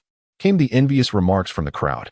As the others dispersed, only Lin Fan and the burly youth remained, locked in mutual gaze. Outer disciple Lin Fan. 4th level of Qi refining, Lin Fan stated, looking at his opponent. Ordinary disciple Wang Hai. 6th level of Qi refining, the robust youth replied, introducing himself. The disciples of the White Dragon Pavilion were stratified into 5 ranks: outer disciples, inner disciples, elite disciples, and core disciples. Wang Hai identified as an ordinary disciple, indicating he had yet to be formally accepted under the tutelage of a master, lacking guidance from an inner disciple. If one reached the 6th level of Qi refining and apprenticed under a master, they would ascend to the elite rank. The core disciples were elite representatives selected from among the disciples, often groomed as future leaders of the White Dragon Pavilion. This rigid hierarchy, while seemingly harsh, effectively ignited the youthful spirit and competitive drive within the disciples, forming the foundation of the White Dragon Pavilion's brutal system. However, it was rare for an inner disciple to challenge an outer disciple directly. "Lin Fan, I am coming at you," Wang Hai bellowed, charging forward with raw force, embodying the ferocity of a wild beast. Wang Hai's bull charge technique is a mid-level yellow-tier martial art, and he has practiced it extensively, achieving great mastery. Though Lin Fan is no weakling, he cannot possibly withstand it. Indeed. The crowd speculated how long Lin Fan could endure against Wang Hai's onslaught, when a surprising scene unfolded. Wang Hai's overwhelming charge was met head-on by Lin Fan. Lin Fan braced himself against Wang Hai's left arm. Unable to completely resist, he found himself retreating, his feet digging into the ground, leaving deep marks as he was pushed back. Wang Hai was momentarily taken aback, then remarked, "Lin Fan, you truly defy expectations." However, he quickly added, "Yet, this will not suffice against my second charge." As Wang Hai boasted, he gathered strength, and during the brief stalemate, he roared like a beast, causing Lin Fan to feel an uncontrollable force propelling him backward. After a few seconds in the air, Lin Fan crashed heavily to the ground, creating cracks in the earth beneath him. "Lin Fan, you have my respect," Wang Hai said, clasping his fists together, brushing off the dust from his clothes. Lin Fan slowly rose and returned the gesture. "Brother Wang Hai, you are indeed formidable. I am outmatched." As he stood, the shimmering energy of lightning he had summoned in his right hand dissipated in an instant, a motion unnoticed by the gathering crowd. "Everyone, I must continue my sweeping in other areas. I bid you farewell." With that, Lin Fan picked up his broom and slipped through the crowd. As Lin Fan departed, the others did not linger and each took their leave, while Wang Hai remained silently in place, gazing at Lin Fan's retreating figure, murmuring to himself, "To withstand my barbarian king's charge at the second stage and still walk so freely, you truly are remarkable." After casting a few glances back, Wang Hai decided to let it go, silently resolving to cultivate a friendship with this individual, and strode away. Moments later, two men clad in gray robes appeared on the secluded ancient path, fixated on the residual spiritual energy lingering in the air, along with several shattered pieces of azure stone bricks.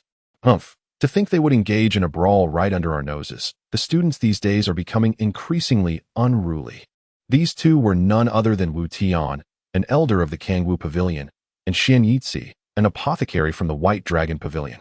Xian Yitzi frowned, evidently displeased, and suggested, "Should we investigate the identities of these individuals and report to the intersect?" Wu Tian remained silent, merely scoffing as he approached the broken blue bricks, remarking, "To resist at the 4th level of Qi refinement against someone at the 6th level, that young man continues to surprise me. However, these inner disciples are rather weak. If they are relied upon, the White Dragon Pavilion would surely be in peril." Xian Yitzi replied, "But we cannot say that. These are merely ordinary inner disciples. They do not determine the strength of the sect. The key lies with the elite disciples, especially those favored by the elders for their exceptional talents." Wu Tian retorted, "Aside from that one core disciple, how many possess true capability?" After a pause, he added, "Yet the disciple I acquired today is indeed quite intriguing." Xian Yitzi concurred, "Indeed. I initially thought he was somewhat interesting, but did not expect him to be this fascinating. When he first served under me as an apprentice, he did not exhibit such combat prowess. In just a few days, he has grown immensely."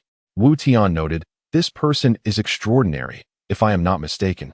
During the previous battle, he seemed to have other hidden cards, which he suppressed." "What?" Xian Yitzi exclaimed in astonishment. "Are you suggesting he intentionally lost to that individual?" Wu Tian sighed. "I am not entirely certain. I could not discern it clearly. Most individuals are enamored with fame and fortune. Had he won, he would surely have been assigned to the inner court, yet he chose this path, casting doubt on my judgment." Xian Yitzi managed a wry smile. "With your level of cultivation, you are likely correct." Wu Tian shook his head slightly, lamenting, "I am growing old and incapable." Xian Yitzi laughed. "You jest, sir. You are one of the foremost powers of the White Dragon Pavilion, esteemed alongside the Pavilion Master as a guardian jewel. Who dares say you are incapable?" A look of despondency crossed Wu Tian's face as he replied, "I am not being humble. Did you not witness how Lin Fan retracted that technique just now?" Xian Yitzi recalled, his expression shifting. That technique was indeed extraordinarily peculiar, seemingly not a typical martial skill. Wu Tian nodded. "In my 80 years of martial arts experience, I have encountered countless techniques, yet I have never seen such exquisite craftsmanship. The pure gathering of lightning attribute spiritual energy in his right hand is unfathomable." Lin Fan and Appo's comprehension of martial arts has reached an almost transcendent level, His future achievements are boundless. Xian Yitzi gasped. Could it be a profound-level technique? Wu Tian pondered for a moment before shaking his head. That seems unlikely. The technique is merely clever, and in terms of might, it pales in comparison to profound-level skills. The White Dragon Pavilion possesses but a scant few profound-level techniques. How could this young man have obtained one? Suddenly, Wu Tian and Appo's brow unfurled as if he had come to a realization, and he nodded. Could it be that he encountered some strange opportunity? If so, this youth is indeed fortunate. Ha. However, even when Lin Fan was still an apprentice, I noticed his peculiarities. It seems reasonable if that is the case. Wu Tian chuckled wryly.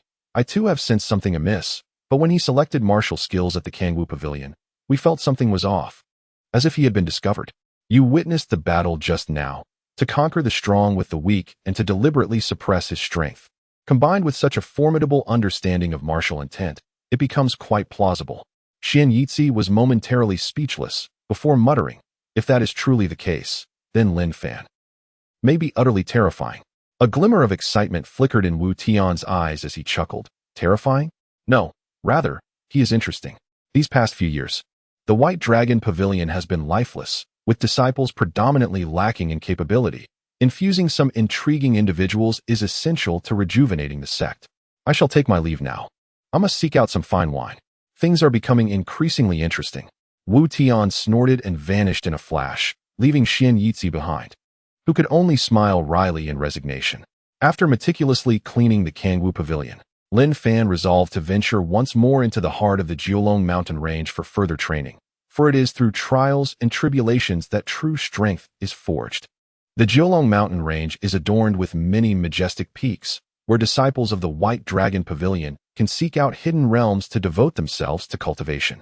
Given the vastness of these towering peaks, it is indeed quite easy to find a secluded place for meditation. At this moment, on a sheer cliff, there lay a broad expanse suspended in midair. Gazing down the cliff, one could see a sea of clouds rolling beneath, offering a sense of tranquility.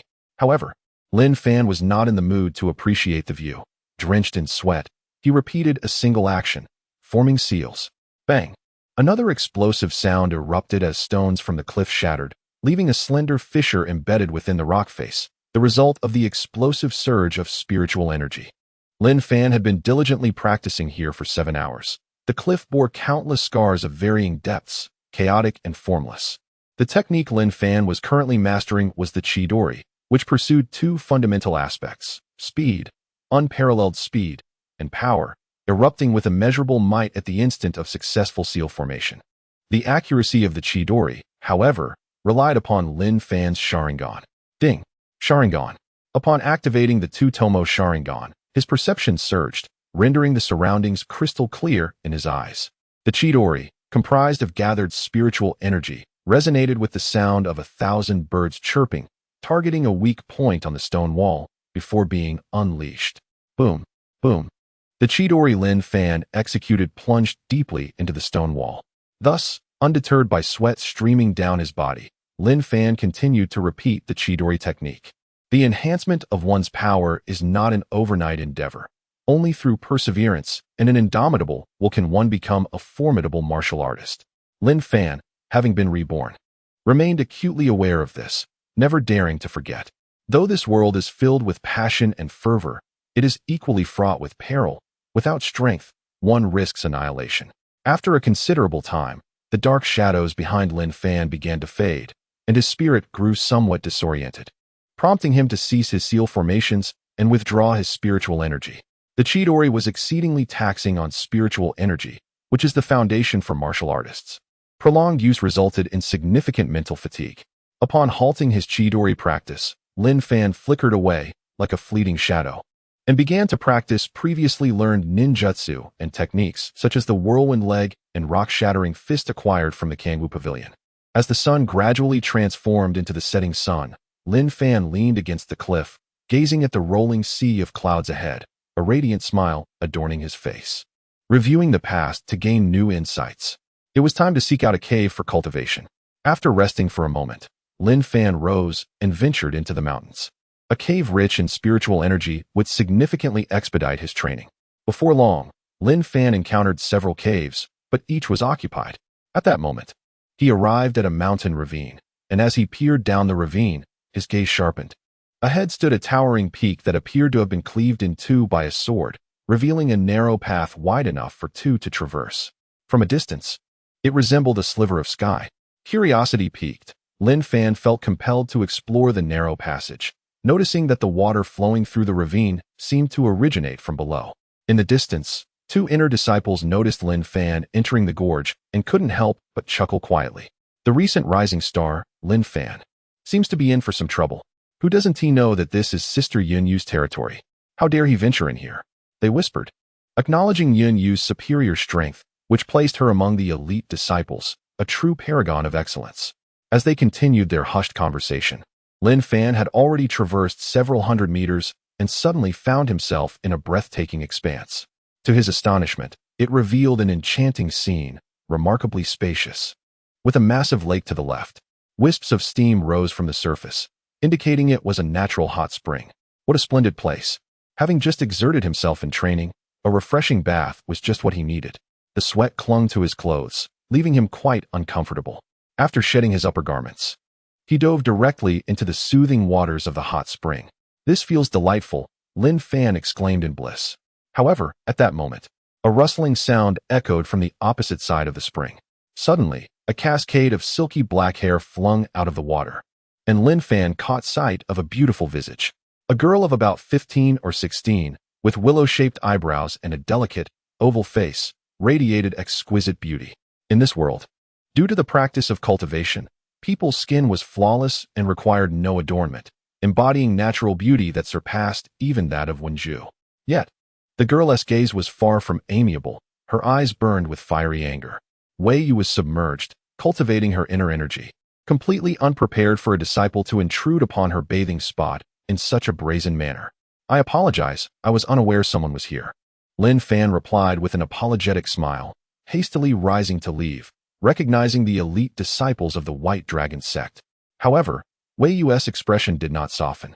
Every disciple training in this mountain knew that the hot spring in the gorge was her sanctuary.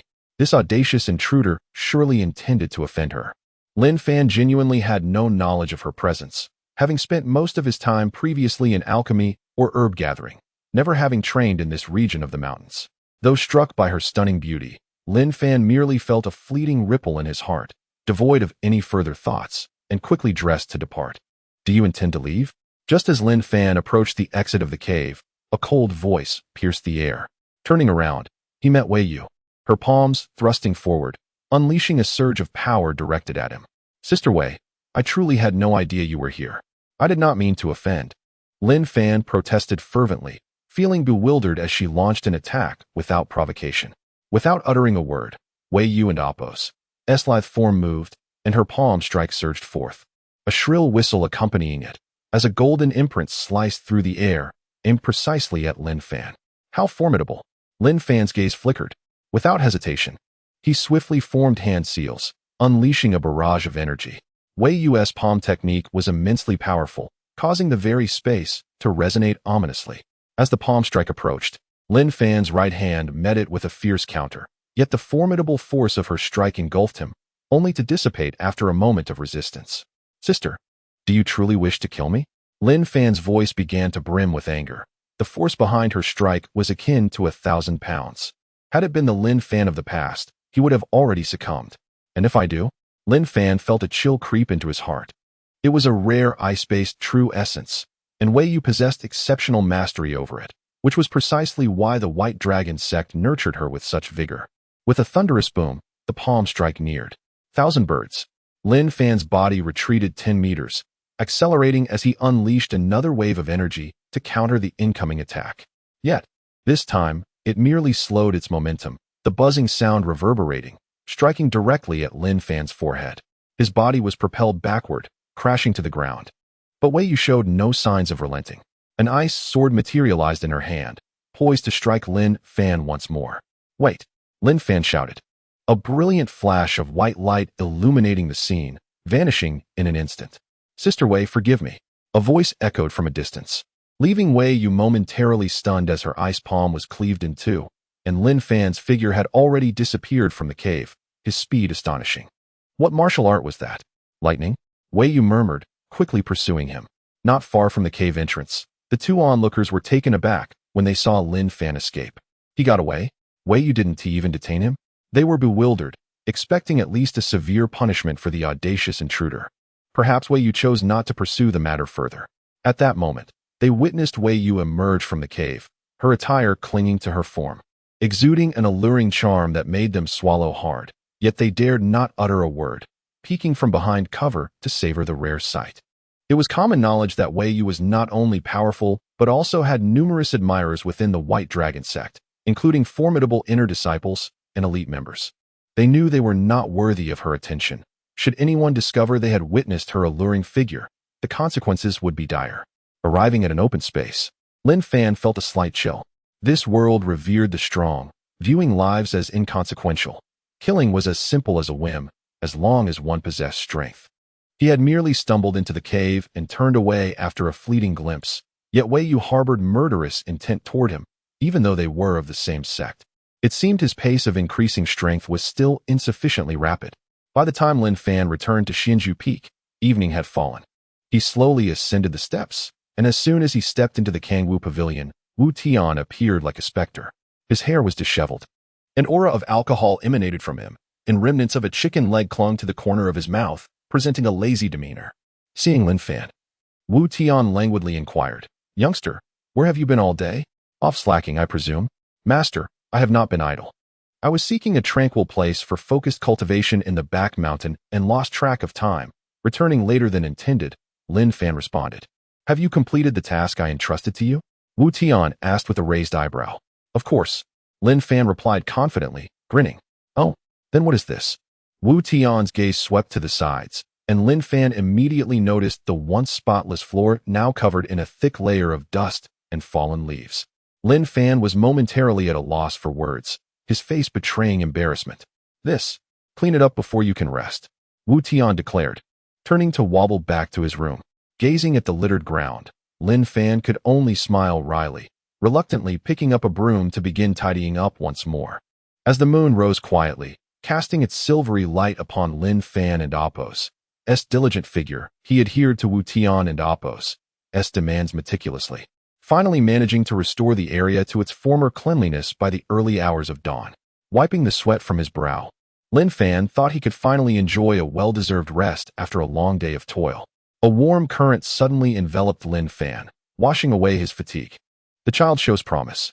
Since you choose me as your master, I cannot accept you as my disciple without recompense. Come, I shall bestow upon you a gift."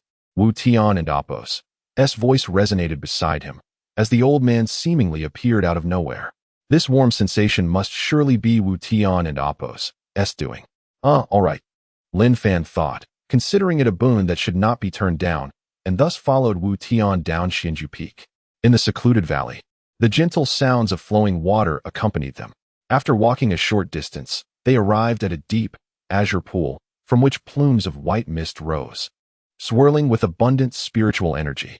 As Lin Fan reached the mountainside of Xianju Peak, he navigated through a thicket of jagged rocks and dense forests, eventually coming upon a deep pool. The rich spiritual energy in this area was palpable, yet it was marked as a forbidden zone. Thus he refrained from practicing nearby. Wu Tian casually remarked, "This location is the periphery of Xianju Peak, where spiritual energy is most abundant. This pool is known as Dragon Spirit Pool. It is said that during times of peak energy, the essence can transform into dragon shapes, frolicking and cultivating within the pool, hence its name. Perhaps there are even high-level magical beasts dwelling within." Noticing Lin Fan's bewildered expression, Wu Tian chuckled. "Of course, these are merely fanciful tales passed down through generations." Lin Fan, wiping the sweat from his brow, sheepishly asked, "If the spiritual energy is so rich here, why do we not see anyone training?" Wu Tian responded, "Because the area within a 10-mile radius of this pool is my forbidden zone. Those who trespass will either die or be gravely injured. Had I not taken the precaution to observe you for a moment longer, you would now be lying in the sect's healing ward." Lin Fan remained silent. Wu Tian continued, "Now that I acknowledge you as my disciple, you are free to visit this forbidden area whenever you wish. The first gift I present to you is the water from the Dragon Spirit Pool. For practitioners, it can nourish the flesh and refine the bones, cleansing the marrow. You may dive in and experience it for yourself. Without hesitation, Lin Fan shed his outer garments and plunged into the frigid waters. With a splash, the surface was disrupted, and he submerged entirely. The water was colder than he had anticipated, instantly forming a layer of ice upon his skin, the chilling essence permeating through his body, causing him to shiver. Descending several meters beneath the surface, the cold intensified, and he found no signs of life. Wu Tian had cultivated in this pool for over 50 years, an impressive feat indeed. As Lin Fan swam and acclimated to the icy depths, he felt the ice on his skin repeatedly break apart and reform, each cycle rendering his skin even fairer and more resilient. Wu Tian nodded approvingly. It seems you have adapted to the temperature of this pool. You may immerse yourself and cultivate your body techniques here, which will yield greater results with less effort. If you can harness the water elements, your internal water-based true essence may also undergo a transformation. Following his guidance, Lin Fan settled into a meditative position, closed his eyes, and began to circulate his internal spiritual energy. The stiffness and numbness from the cold water began to ease, warmth blossoming within his muscles and bones, driving away the chill and enveloping him in an indescribable comfort. Observing the faint ripples of energy radiating from Lin Fan, Wu Tian nodded with satisfaction, pondering how long this prodigious youth could sustain his immersion. The water of the dragon spirit pool not only tempered the body but also refined the marrow, improving physical potential, providing immense benefits for body cultivators. It was the foremost spiritual pool of the White Dragon Pavilion. Even the imperial family of the Fengyan Empire would need Wu Tian's consent to enter. As Lin Fan circulated his spiritual energy, it flowed through the myriad acupuncture points in his body, each pore absorbing the pool's spiritual essence like a gentle stream, enhancing his physique with every cycle. The miraculous properties of this pool made it plausible for him to reach the 5th level of qi refinement within half a year. Overcome with joy, Lin Fan suddenly saw a flash of brilliance in his mind's eye, a myriad of azure threads coalescing before him. Was his internal water-based true essence about to undergo a transformation? Typically, practitioners possessed only 1 or 2 true essences, with some unique exceptions. However, Lin Fan had 5. Initially, he had been unable to induce their transformation, but after acquiring the Fire Shadow Shop, his lightning true essence had already evolved. Now, the Dragon Spirit Pool was facilitating the evolution of his water true essence as well. How could he not rejoice at such fortune? This meant he could cultivate techniques associated with fire, water, and lightning, greatly enhancing his overall power. As he sat immersed in the water, holding his breath and meditating, Lin Fan began to channel his water attribute's spiritual energy, drawing upon the pool's abundant essence to solidify his true essence. A day passed, and a force seemed to swirl around Lin Fan, transforming the water into a vibrant azure and sending sprays of water several feet high, resembling flying pearls dancing in the air. This was the 5th level of qi refinement. In just one day, he had ascended to the 5th level.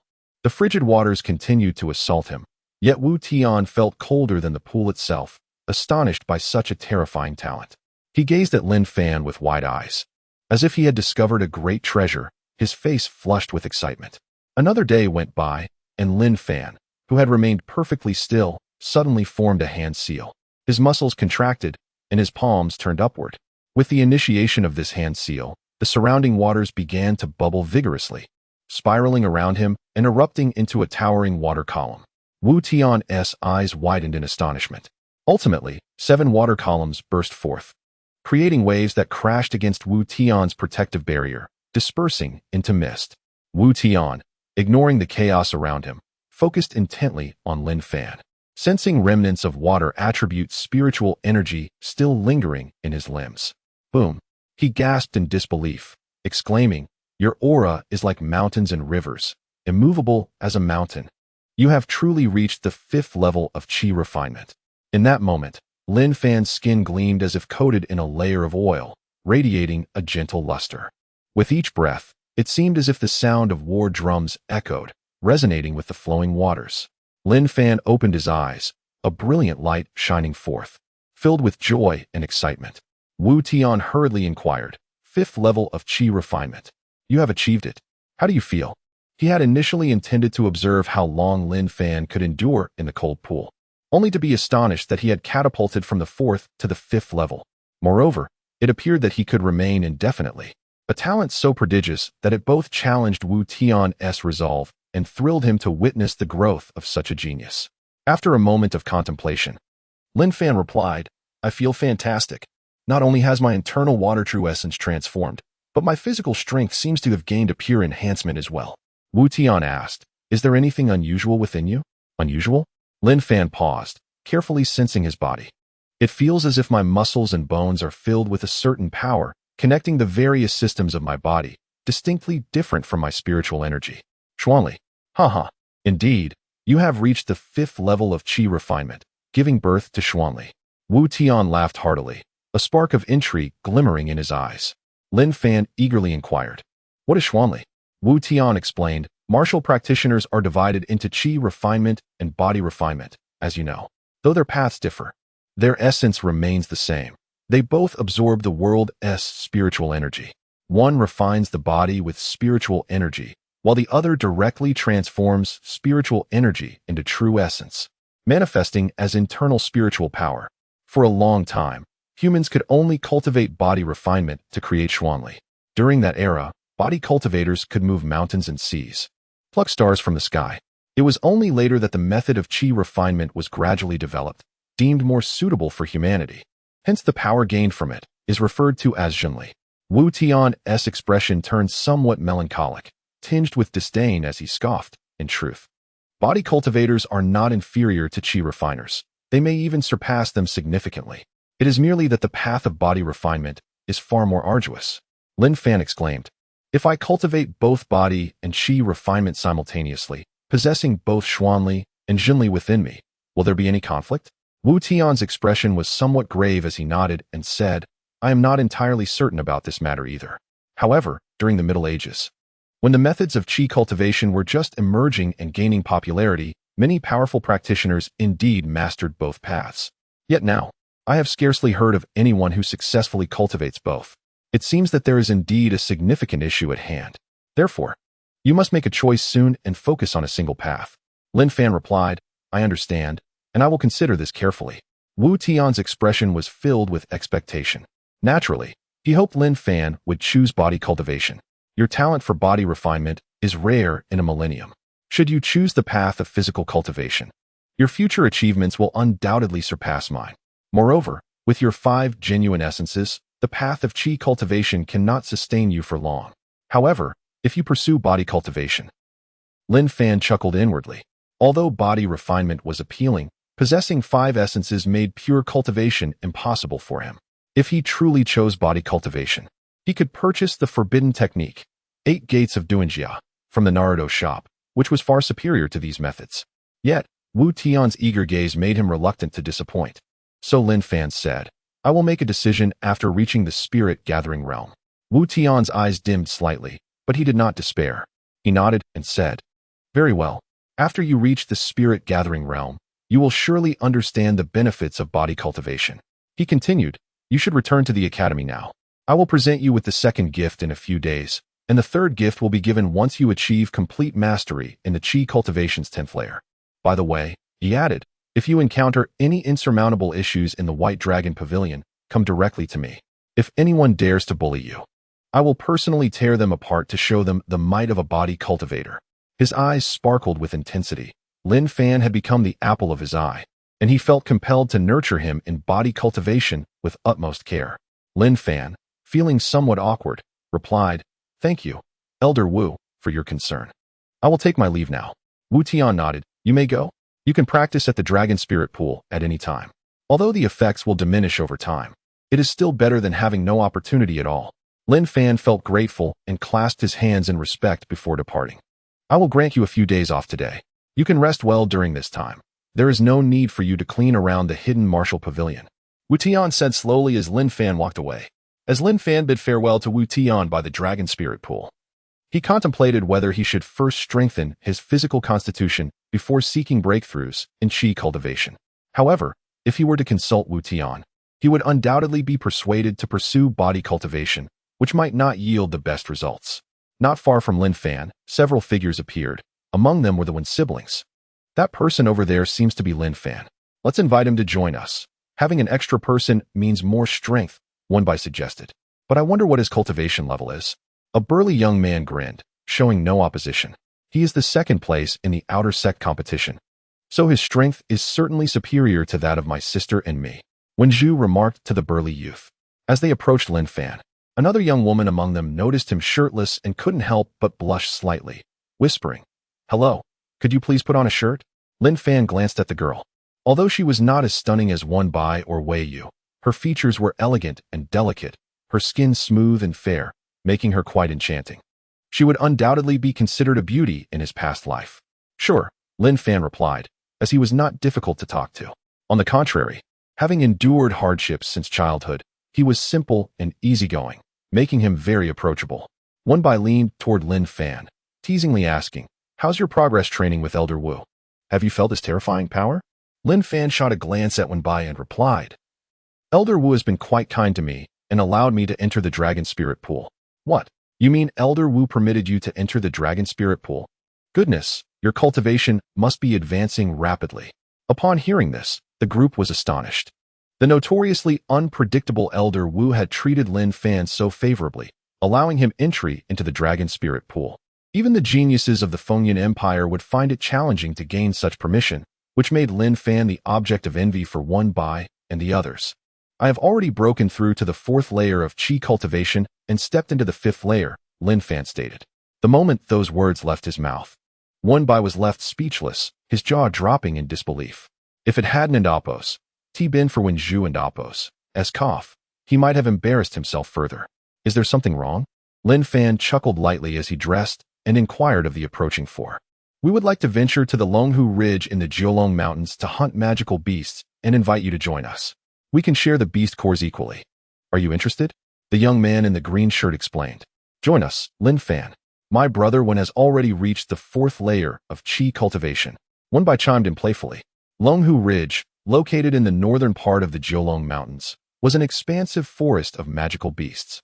For warriors, this forest served both to hone their skills and to obtain magical beast hides and cores to exchange for items beneficial to cultivators. "Sure, I agree," Lin Fan replied without hesitation, eager to experience it. "Wonderful. With 5 of us, we should be safe as long as we avoid 3rd-tier magical beasts," the girl said cheerfully upon hearing Lin Fan's agreement. Among the 4, the strongest was the burly man, Han Yan, who was at the 6th layer of Qi cultivation, while the other 3, including Lin Fan, were at the 4th and 5th layers. This mission should pose no significant challenges. "Brother, I am Han Yan, and this is my junior sister, Xiao Yun," the burly youth introduced Lin Fan, who smiled back at Han Yan and Xiao Yun, feeling a sense of camaraderie. Noticing their sincere expressions, Lin Fan felt a tinge of fondness and decided to join them. The 5 of them traversed several peaks and soon arrived at Longhu Ridge. Everyone knew that Longhu Ridge was boundless, and only elites, core disciples, or sect elders truly comprehended its vastness.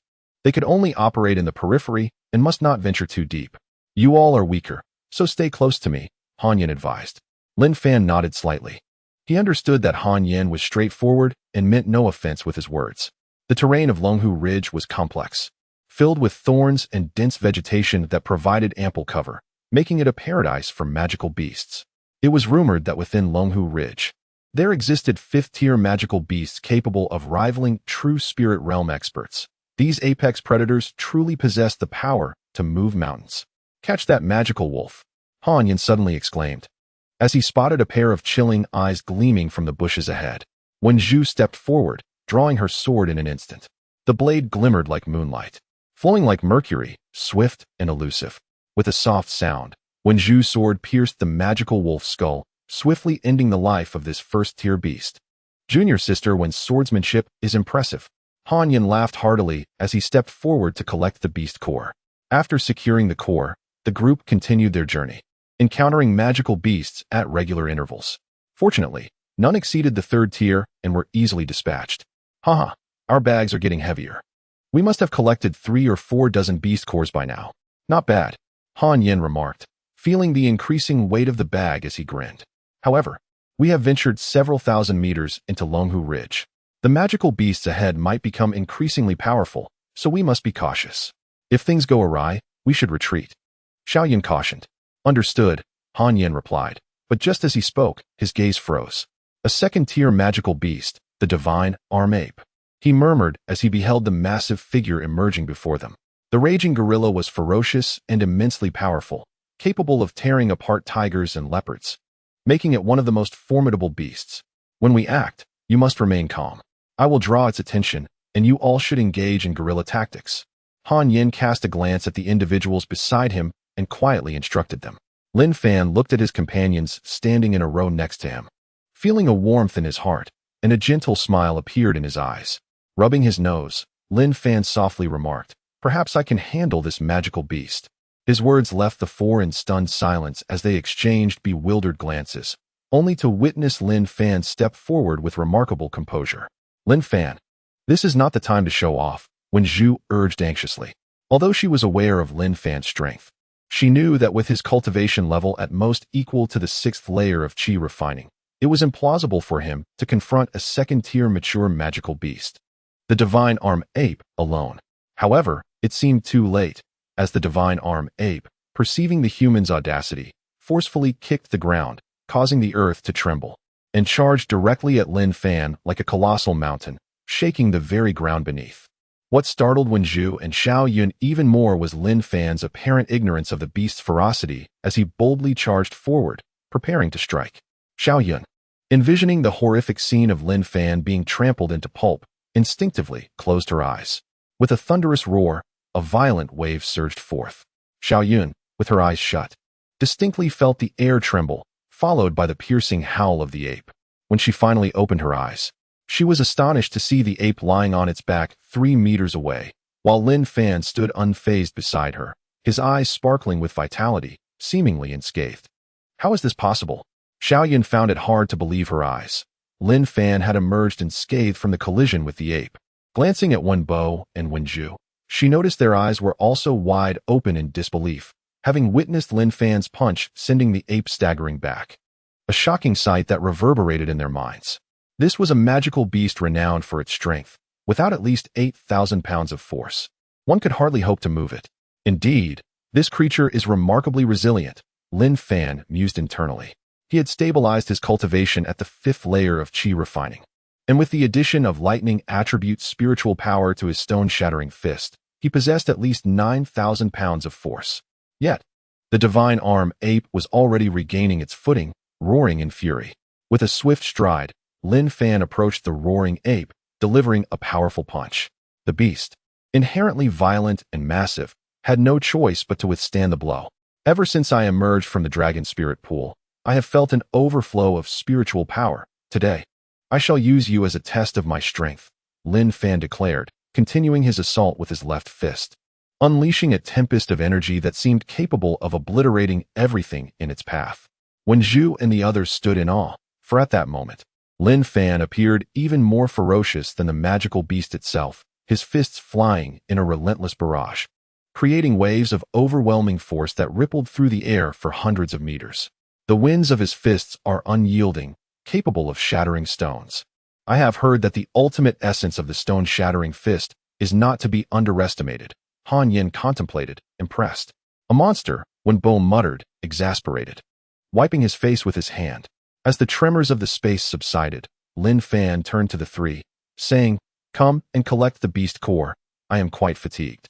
Oh, Han Yin finally noticed the ape had fallen motionless and, with a resigned sigh, exerted considerable effort to extract the valuable items from the thick-skinned creature, marveling at how Lin Fan had managed to slay it.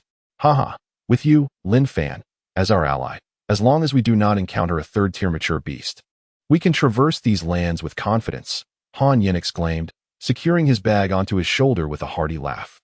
Lin Fan smiled in return, suggesting, "Let us press on. Perhaps we might encounter some 3rd-tier magical beasts." The group continued their journey, but the path was eerily calm.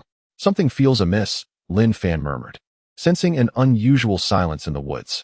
"Indeed, it is somewhat strange," Wen Bo concurred, as they gradually slowed their pace. Soon, their gaze fell upon a leopard with a gruesome and terrifying visage, the blood-faced leopard. Xiao Yun covered her mouth with her hands, trembling as if she had witnessed something horrifying.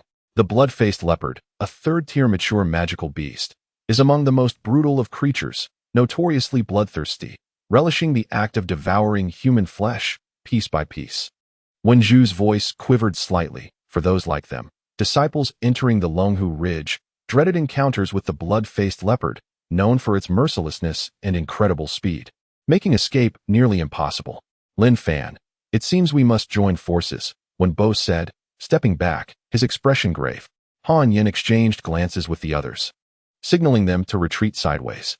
They all understood that confronting the blood-faced leopard head-on would only lead to their demise.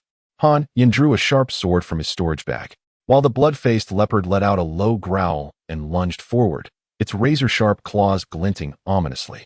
Han Yin and Amp Appo's sword swung like a rainbow, clashing with the chilling claws, producing a sound akin to metal meeting metal.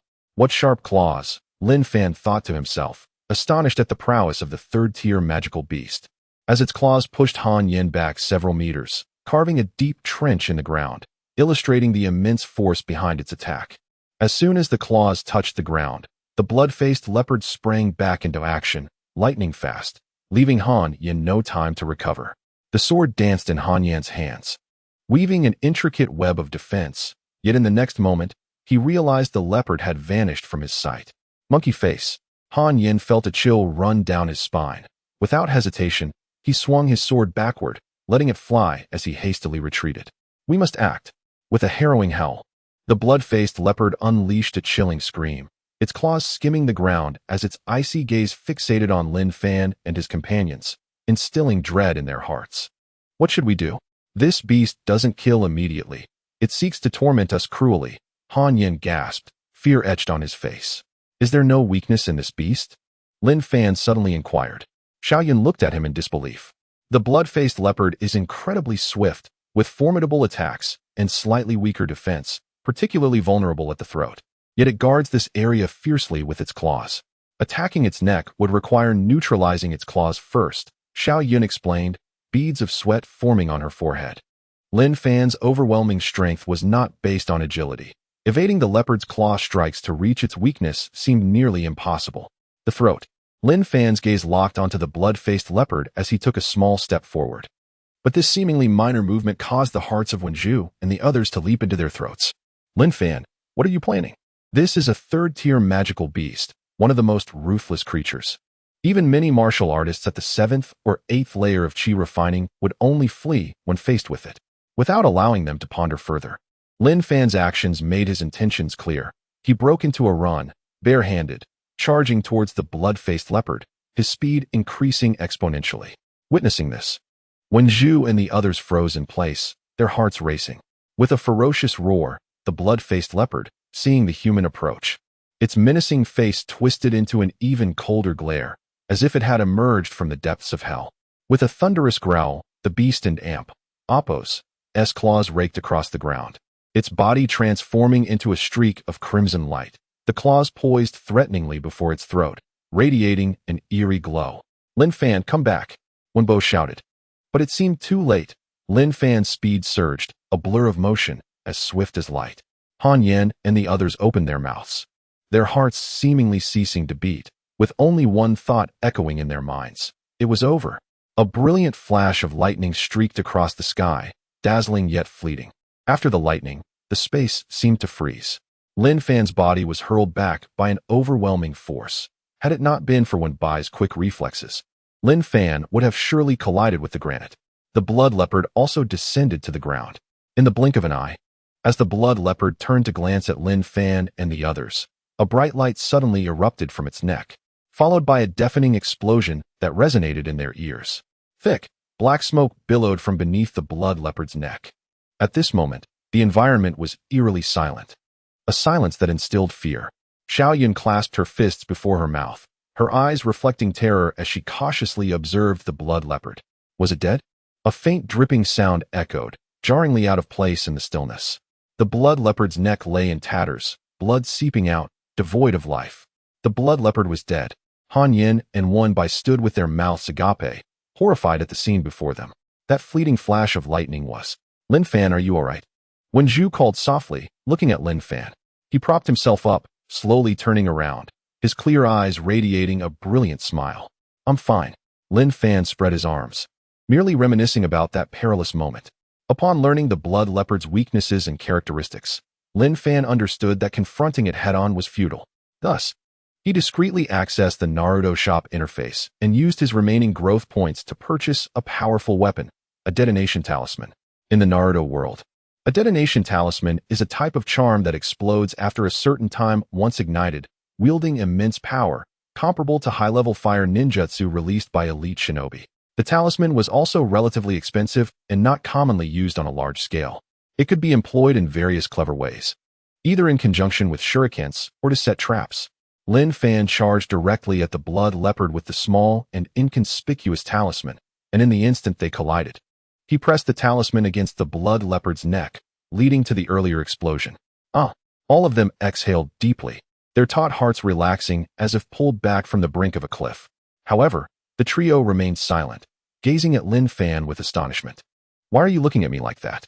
Lin Fan scratched his head awkwardly, feeling their stares were a bit too intense. "Freak," Han Yin managed to utter through clenched teeth, to Lin Fan's dismay. Both girls, Xiao Yun and Wenju, nodded seriously in agreement. "I truly suspect you can master any martial skill to perfection. Your agility is no trivial matter." Xiao Yun sighed with a wry smile, shaking her head. If Lin Fan continued this way, the White Dragon Pavilion would surely have a place for him. Lin Fan merely smiled. It seemed he truly could cultivate any martial skill with remarkable comprehension. The beast core of the third-tier magical beast, the blood leopard, was a significant gain. Han Yin grinned, retrieving a dagger to collect the beast core, simultaneously stating, "Lin Fan, you were the one who killed the blood leopard. Without you, we might not have made it out. This beast core belongs solely to you." Wenju, Xiao Yun, do you have any objections? The others shook their heads with smiles. Had it not been for Lin Fan, they would have surely perished in Longhu Ridge. "I disagree. All spoils should be divided equally among the four of us." Lin Fan shook his head, feeling that even though the blood leopard was entirely his achievement, he was not one to forget loyalty for personal gain. "Such generosity from my brother Lin Fan, I cannot refuse. I will abide by your wishes, haha," Han Yin exclaimed jovially. The five quickly divided the beast cores they had acquired so far, and as night approached, with dangers lurking in the shadows of Longhu Mountain, they decided to conclude their hunting for the day and began their journey back to the sect. Following their expedition in Longhu Mountain, Lin Fan had hunted many magical beasts and accumulated an impressive 3,000 growth points. As they jovially made their way back to the sect, a sudden rustling in the nearby bushes startled several birds into flight, followed by a whistling sound of wind. Lin Fan sensed danger and activated his Sharingan, just in time to see an arrow hurtling towards him in the chaos. "What the?" He cursed inwardly, swiftly sidestepping to narrowly evade the attack. "What is happening?" Han Yin reacted first, quickly on guard, while Wenju, and Xiao Yun remained vigilant, scanning their surroundings.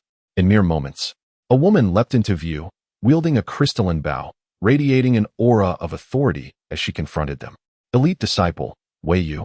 Han Yin recognized the imposing figure as Wei Yu, the fourth-ranked elite disciple of the White Dragon Pavilion, and promptly inquired respectfully, "Might we know how we have offended you?" "Sister Wei, to warrant your hostility?" Wei Yu ignored him, striding directly toward Lin Fan. Just as she raised her hand to strike, Wenju intervened, saying, "Sister Wei, let us discuss this calmly."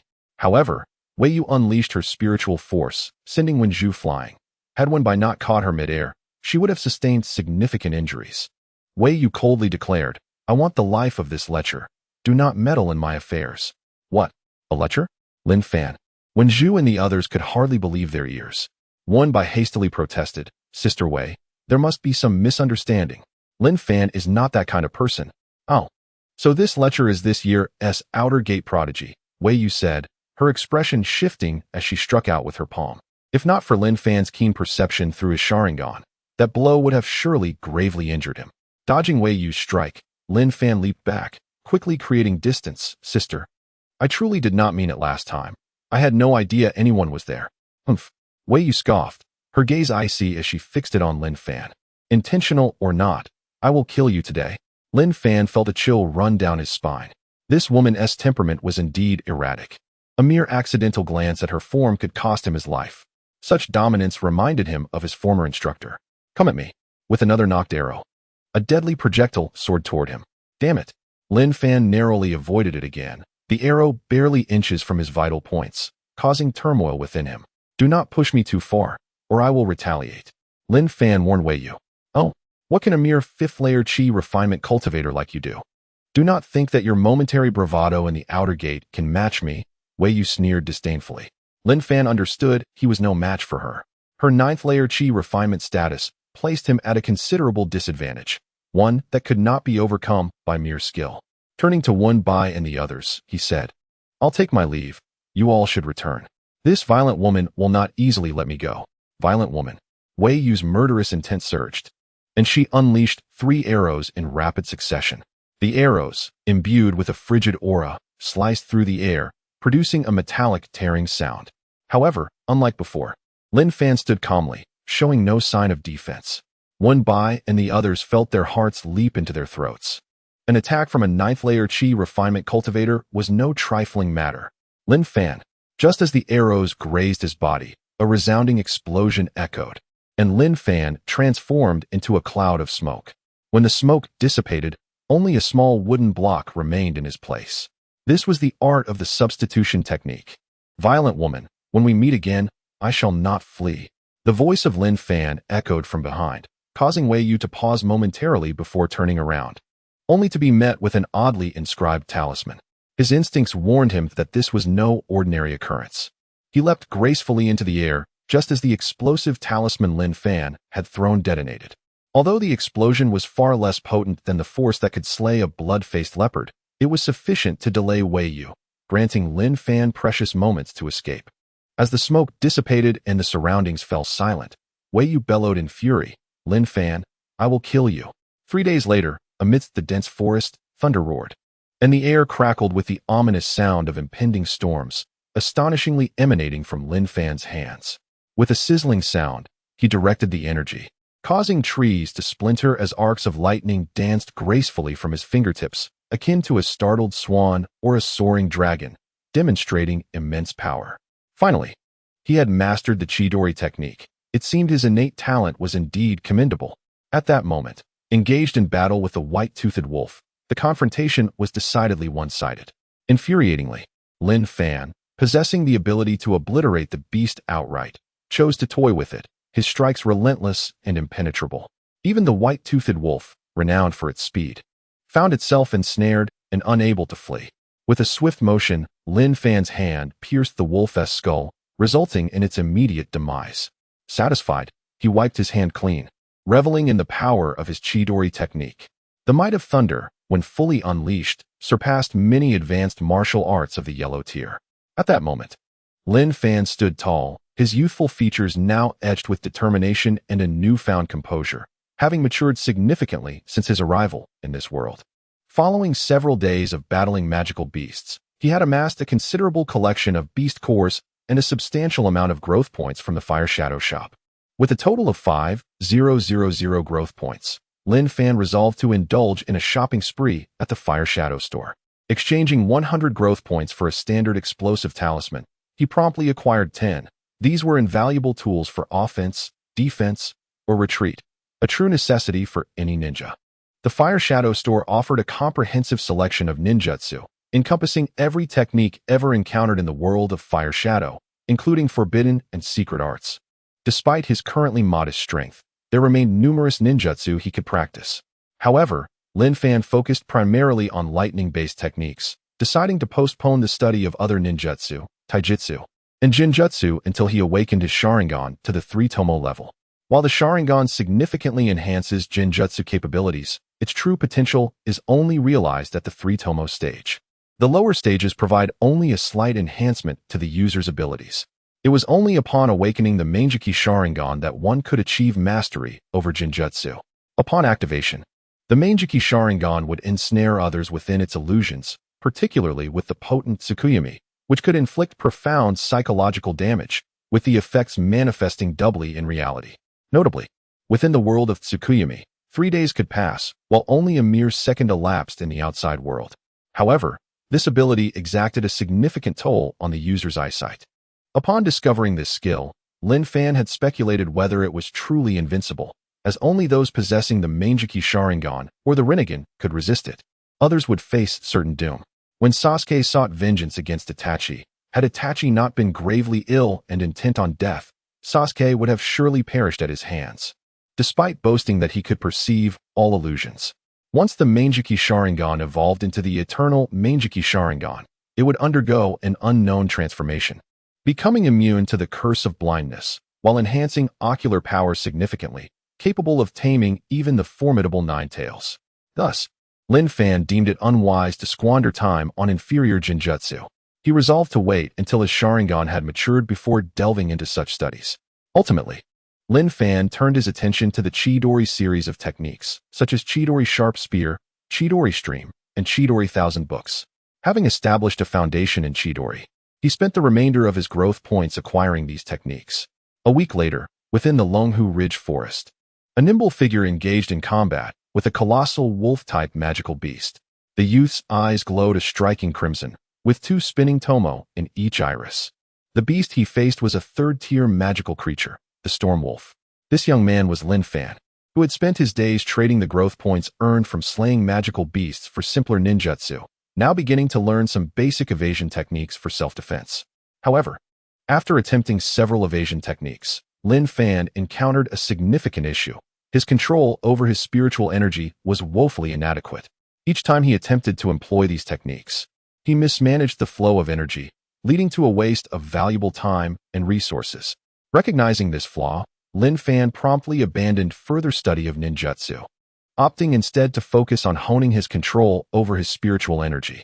In the world of Fire Shadow, control equated to mastery over chakra.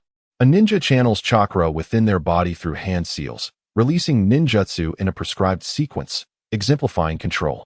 To become a competent ninja, one must possess both chakra and exceptional control. Training this control is most effective at the genin level, as the chakra is manageable, neither too abundant nor too scarce, facilitating mastery. Training at higher ranks, such as CH Nin or J Nin, would present insurmountable challenges due to the overwhelming volume of chakra. In the realm of Fire Shadow, the methods for enhancing control center around tree climbing and water walking, and Lin Fan began with the fundamental practice of tree climbing. With his objectives in mind, he approached a towering tree, settling down to prepare. In this alternate realm, he found the trees to be far sturdier than those on Earth, making his task considerably easier. Determined, Lin Fan focused his energy at his feet, gradually stepping onto the massive tree. Defying the most basic principles of gravity, he moved with ease upon the trunk. Concentrating intently, he aimed to regulate his spiritual energy, neither too much nor too little, as he cautiously traversed the surface. Yet, the more tense he became, the more mistakes he made. After only a few steps, he miscalculated the energy output, stumbling and plummeting from the tree. Thud! Lin Fan crashed heavily to the ground. Fortunately, his body had grown significantly stronger through training. Otherwise, the fall could have been devastating. Even so, he felt stars explode behind his eyes, pain radiating through his body. Time and again, Lin Fan fell, only to rise again, undeterred in his pursuit of mastering tree climbing. Eventually, after hours of practice, a triumphant laugh echoed from above. Haha, I've finally learned to climb trees. Oh no, I've fallen. His joy quickly turned to despair as he tumbled down once more. Having mastered tree climbing, it was time to tackle the more arduous task of water walking, which would prove to be quite a challenge for Lin Fan. Although Lin Fan had mastered tree climbing, during his first attempt to walk on water, he took only a few steps before sinking beneath the surface. Bubbles erupted from the water, but fortunately, Lin Fan had learned to swim while on Earth, often bathing in the lake during his leisure time, which equipped him with considerable swimming skills. Otherwise, had he been someone who could not swim, he would have found himself in quite a predicament. Nevertheless, despite this advantage, he still swallowed a few mouthfuls of water and emerged drenched, resembling a drowned rooster. Like an indomitable cockroach, Lin Fan grew increasingly courageous, repeatedly plunging into the water and resolutely surging forward. After falling into the water a dozen times, he finally discovered the trick to walking on water. Unlike climbing trees, walking on water required careful control of one's spiritual energy. One had to adjust their spiritual energy beneath their feet according to the ripples on the water's surface. Otherwise, they would risk sinking again. Upon grasping this technique, Lin Fan's practice of walking on water progressed rapidly, and within half a day, he was gliding effortlessly across the surface. After mastering both tree climbing and water walking, Lin Fan found himself utterly exhausted, bearing wounds and soaked to the bone. A picture of disarray. Following a hearty meal, he skipped his usual evening seal practice and collapsed into a deep slumber within a hollow tree. As he advanced in tree climbing and water walking, his studies in ninjutsu also flourished at an astonishing rate, no longer plagued by the mistakes of his initial learning phase. Thus, Lin Fan's strength surged, and he accumulated 1,000 system points. Within a week, Lin Fan's cultivation neared a breakthrough at the 5th level of chi refinement, having nearly exhausted the ninjutsu and physical techniques available for learning.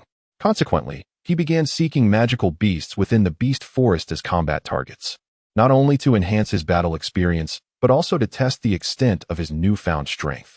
Additionally, he aimed to accumulate growth points for the shop. After redeeming the 2-Tomo Sharingan, Lin Fan discovered that obtaining the 3-Tomo Sharingan required 10,000 system points, and the cost for the Manjiki Sharingan remained unknown. Thus, to unlock the Manjiki Sharingan at the earliest opportunity, Lin Fan was compelled to diligently accumulate system points. His inaugural combat target was a storm wolf. The speed of this storm wolf king posed no threat to him after acquiring the Sharingan and practicing some physical techniques. The key was to be cautious of its magical attacks. Fire style, fireball jutsu. Lin Fan quickly formed hand seals, unleashing a massive fireball aimed at the storm wolf king. The beast regarded the fireball with a flicker of disdain in its eyes, then exhaled a tremendous gust of wind from its mouth, dissipating Lin Fan's fireball. Undeterred by the dispersal of his attack, Lin Fan seized the opportunity presented by the Storm Wolf King's momentary vulnerability and swiftly darted to its side. Leaf Whirlwind. He crouched low, executing a swift kick that knocked the Storm Wolf to the ground. Leaf Gale. He followed up with a powerful kick to the beast's head, sending it soaring through the air. With a thunderous crash, the Storm Wolf King collided with a massive tree, falling to the ground with a mournful cry. Shaking off the impact, the wolf attempted to rise and seek vengeance on Lin Fan, but was unable to locate him. At that moment, Lin Fan's voice echoed ominously near the wolf's ear. "Looking for me, beast?" Lin Fan appeared before the Storm Wolf King, startling it into a howl. Then, with his hands on the ground, he launched a swift kick to the wolf's jaw, propelling it into the air. Lion's Barrage. With a commanding shout, Lin Fan struck the Storm Wolf King down with a resounding impact that kicked up a cloud of dust. He landed firmly, yet did not advance, for he did not believe that the Storm Wolf King could be easily vanquished. After all, it was a king among third-tier magical beasts, not to be underestimated. Indeed, moments later, a piercing wolf howl echoed from within the dust cloud, accompanied by powerful fluctuations of wind-based spiritual energy. As the dust settled, Lin Fan discerned the scene. The Storm Wolf King crouched low, gathering potent wind energy, its eyes filled with vengeful intent directed at Lin Fan. "Oh, now this is more like it. I've trained hard for a week, and you are the trial stone I chose after much consideration. Do not disappoint me," Lin Fan mused, feeling no trepidation as powerful battle intent radiated from his Sharingan. After a week of arduous training, he was eager for a worthy fight. Chidori. A colossal wind vortex surged toward Lin Fan, swirling with razor-sharp wind blades. After unleashing this attack, the Storm Wolf King appeared somewhat fatigued. Lin Fan charged forward, unleashing Chidori with a thunderous crackle, cleaving through the wolf's wind attack and aiming directly for its heart. With a shrill howl, the Storm Wolf King succumbed to the onslaught, blood gushing from the wound Lin Fan had inflicted. The following morning, at the White Dragon Pavilion's exchange center, a tremendous noise shattered the mountain's tranquility. The consulate officer gaped in astonishment at the bag of beast cores Lin Fan presented. Storm Wolf King, Xian Poison Python, Blood-Faced Leopard. The array of beast cores amounted to hundreds, astonishing for an outer sect disciple. While this is simply too much, the officer, overwhelmed, regarded Lin Fan with newfound respect. At the 5th level of chi refinement, such accomplishments were remarkable, heralding a limitless future for him. "Young brother, here are the gold coins you've earned. Please take a look." Lin Fan replied, "No need." He accepted the bag of coins, placing it into his storage pouch without further conversation before departing. "Thank you." After exchanging the coins, Lin Fan grew concerned for the safety of Wenbo and Wenju, so he sought to meet them first. Upon learning that after his escape from Weiyu, she had not troubled them, he discovered that they had been quite worried about him throughout the week. Following a brief exchange, Lin Fan hurried back to the hidden martial pavilion at Immortal Residence Peak. Having been absent for a week, Lin Fan could hardly believe the furious reaction of Old Man Wu upon his return. Just as he stepped onto the stairs leading to Immortal Residence Peak, a flash of light appeared before him. Thanks to the incredible perception granted by his Sharingan, he recognized his master, Wu Tian, immediately. "I say, you brat, you've been missing for a week as if you've vanished into thin air. It seems you're increasingly disregarding my teachings." Wu Tian's gaze was warm, yet his tone icy, causing Lin Fan to shiver despite the summer heat. "Master, I was merely honing my skills at Longhu Ridge. After all, practical combat is essential for rapid advancement." Lin Fan responded, "I have now reached the 5th level of Qi refinement." Wu Tian stroked his beard thoughtfully, then nodded approvingly. "Very well then, I shall overlook this. When you reach the 6th level of Qi refinement, go to the consulate to apply for intersect status. Also, remember to clean up outside the hidden martial pavilion in the coming days." Having spoken, Wu Tian and Appo's figure shifted and vanished before Lin Fan. Lin Fan could not help but feel a newfound yearning for the spirit concentration realm. He mused that with continued diligent practice, once he exchanged for more formidable ninjutsu or ocular techniques from the realm of Naruto, he could likely traverse the spirit concentration realm with ease. This thought made Lin Fan chuckle softly to himself. Following Wu Tian's instructions, Lin Fan first cleaned the exterior of the Kangwu Pavilion before soaking in the Dragon Spirit Pool. The abundant spiritual energy in the atmosphere allowed Lin Fan to practice with remarkable efficiency, continuously absorbing water attributes' spiritual power to fortify his water-based true essence. As night deepened, Lin Fan sat in meditation when the long quiet store notification chimed. Defeat the elite disciple Wei Yu to earn 2,000 growth points. What? Just as he contemplated exchanging for valuable items, fearing he lacked sufficient growth points, this task arrived unexpectedly. It was quite a substantial reward, far superior to hunting low-tier magical beasts. Pondering this, he decided it was time to confront that woman and settle the score. Lin Fan raised his gaze to the luminous moon, leaping from the pool, quickly donning his attire, and made his way to the cave where he had first encountered Wei Yu. As he traversed the night, he soon reached his destination. Upon arrival, he scanned the surroundings and found them hauntingly familiar. He had once been thoroughly bested here. Today, however, he intended to reclaim his dignity. He wondered if that fierce woman was present. A spark ignited in his eyes, and he smiled faintly, casting his gaze into the distance. With determined steps, Lin Fan approached the cave, entering without hesitation. A few patrolling disciples of the White Dragon Pavilion paused in surprise at his audacity to intrude upon Wei Yu's forbidden territory, eagerly waiting to witness his humiliation. Moments later, Lin Fan entered the stone cave, surrounded by towering peaks and rock walls encircling a central hot spring. Numerous other caves dotted the walls, making this an ideal training ground, although it paled in comparison to the Dragon Spirit Pool. Yet, it held a respectable status within the White Dragon Pavilion. In the hot spring, Wei Yu, as before, submerged her head in the water, holding her breath to cultivate her inner essence. Only with a robust inner essence could she draw her bowstring taut, thereby enhancing the power of her arrows. As her beautiful visage emerged from the water, she once again spotted Lin Fan, momentarily stunned before her eyes narrowed, and she coldly remarked, "You again?" "Yes, it is I," Lin Fan replied with a calm smile. This time was different. He now dared to challenge 4th-tier magical beasts, let alone Wei Yu. Despite her high ranking among the outer disciples, Lin Fan felt ample confidence. He had transformed significantly since their last encounter, and this time, he had even more hidden cards to play. There are always those lecherous souls who seek not the path of martial arts, their minds consumed with sordid thoughts. Wei Yu, noticing Lin Fan's gaze, spoke coldly, "I shall see how many lives you possess."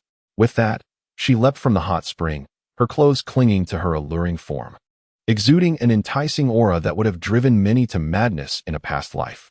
However, Lin Fan, having undergone rigorous training, remained steadfast, impervious to the beauty before him. To his surprise, she assumed he was merely a lecherous fool seeking to take advantage of her. Lin Fan chuckled internally, his gaze sweeping over Wei Yu with a hint of a mischievous smile. If she wished to label him as a lecher, he would gladly oblige and show her what that entailed. Seeing the wicked gleam in Lin Fan's eyes, Wei Yu's expression turned ashen. With a flick of her wrist, a glimmer emanated from her storage pouch, and a crystalline bowl materialized in her grasp. You seek death, she declared as the arrow whistled through the air, each tip resonating with a faint explosive sound. Lin Fan noted her enhanced strength, but maintained his composure, quickly forming seals and channeling spiritual energy into his abdomen before unleashing a massive fireball. The colossal orb of flame, infused with extraordinary spiritual power, engulfed Wei Yu's arrow, rendering it powerless as it plummeted to the ground. Now adept in the use of the fireball technique, Lin Fan easily thwarted her attack, realizing that such trivial tricks would not suffice against him. So, you dare to challenge me again? Yet, do you truly believe this meager display can stand against me? Wei Yu, undeterred, summoned ice attribute spiritual energy into an arrow, aimed at Lin Fan with deadly precision. Go, she commanded, releasing the arrow with an explosive force, faster and more powerful than before. Lin Fan, with a cold smile, stepped forward, channeling his energy into a new seal, 1,000 birds. Lightning crackled around him as he unleashed his technique, the arrow still surging forward. However, Lin Fan swiftly countered, shattering Wei Yu's icy projectile with a single strike. A look of surprise crossed Wei Yu's face as she realized Lin Fan had made significant progress, effortlessly dismantling her assault. She swiftly conjured another ice arrow. Prepare to shoot once more. Only you may attack? Lin Fan scoffed, darting forward. As the arrow approached, he enveloped himself in crackling lightning, the air vibrating with an electrifying resonance. With renewed vigor, Lin Fan executed another 1,000 birds technique, his movements swift and decisive. The resulting energy surged forth, obliterating Wei Yu and Appo's arrows in a brilliant display of power. How is this possible? Wei Yu gasped, realizing that Lin Fan had easily countered her strongest arrows. As Lin Fan's hand, infused with pure lightning power, pointed toward her throat, she found herself in disbelief. The once feeble Lin Fan had transformed remarkably. This third encounter brought an entirely different outcome. She was utterly defenseless. At that moment, the store notification echoed in Lin Fan and Appo's mind, confirming his completion of the task and awarding him 2,000 growth points. How can this be? His progress is incomprehensible. As an elite disciple, Wei Yu had always been confident in her talents, yet Lin Fan's rapid advancement struck her with an overwhelming blow. Seeing the faint smile on Lin Fan's lips, Wei Yu felt a chill run down her spine. What do you intend to do to me? She asked, her gaze fixed on Lin Fan, her lips slightly trembling. Lin Fan gazed at Wei Yu and Appo's drenched form, her alluring beauty almost criminally enticing. He couldn't and Appo's help but marvel at this woman, a true enchantress, though her cold-heartedness was a flaw. Casting a fleeting glance at Wei Yu's captivating physique, Lin Fan snorted dismissively. Do not overestimate your worth. I have no interest in you. Begone. His voice was calm as he retracted the lightning and the 1,000 birds from his right hand, turning his back to Wei Yu and striding into the cave. Wei Yu momentarily stood frozen, then fixed her gaze on Lin Fan's retreating figure, biting her lip so hard that blood seeped from her scarlet lips. At 16 years of age, with an 8th layer of chi cultivation, her formidable archery skills and ice-based true essence made her a standout among the inner disciples of the White Dragon Pavilion, admired for her exceptional talent. With her stunning appearance, she was well known, and many inner and core disciples harbored affections for her. Therefore, Wei Yu assumed Lin Fan was merely a lecher drawn to her beauty, coming here repeatedly out of self-importance. However, today Lin Fan not only shattered her confidence in her cultivation, but also dealt a heavy blow to her pride. Do not overestimate your worth. His indifferent words and disdainful gaze left a profound impression on Wei Yu. I will defeat you, she vowed, a glimmer of determination flashing in her eyes. Instead of leaving, she leapt back into the hot spring, submerging herself completely, waiting for her internal energy to strengthen, allowing her to draw a more powerful bow and unleash even mightier ice arrows.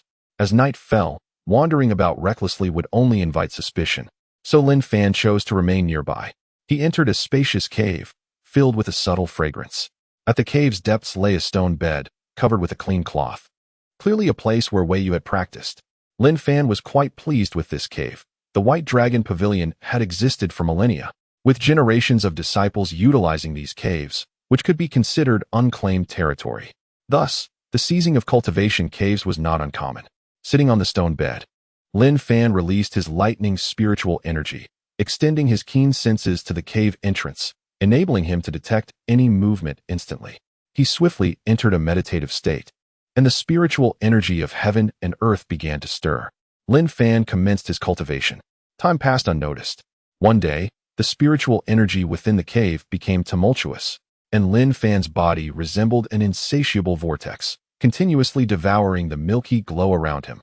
When he opened his eyes, a glint sparkled within, and a faint smile graced his lips. Sixth layer of Qi. Now, as long as I avoid confrontations with those in the spirit-gathering realm, I should be able to navigate freely. Lin Fan had already been able to contend with an 8th layer cultivator at the 4th layer.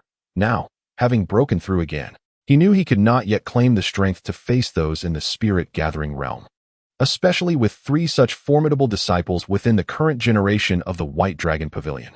Uncertain of how much time had elapsed, Lin Fan wondered if he had missed the chance to tidy up. He ceased his cultivation and exited the cave, only to find Wei Yu still in the hot spring.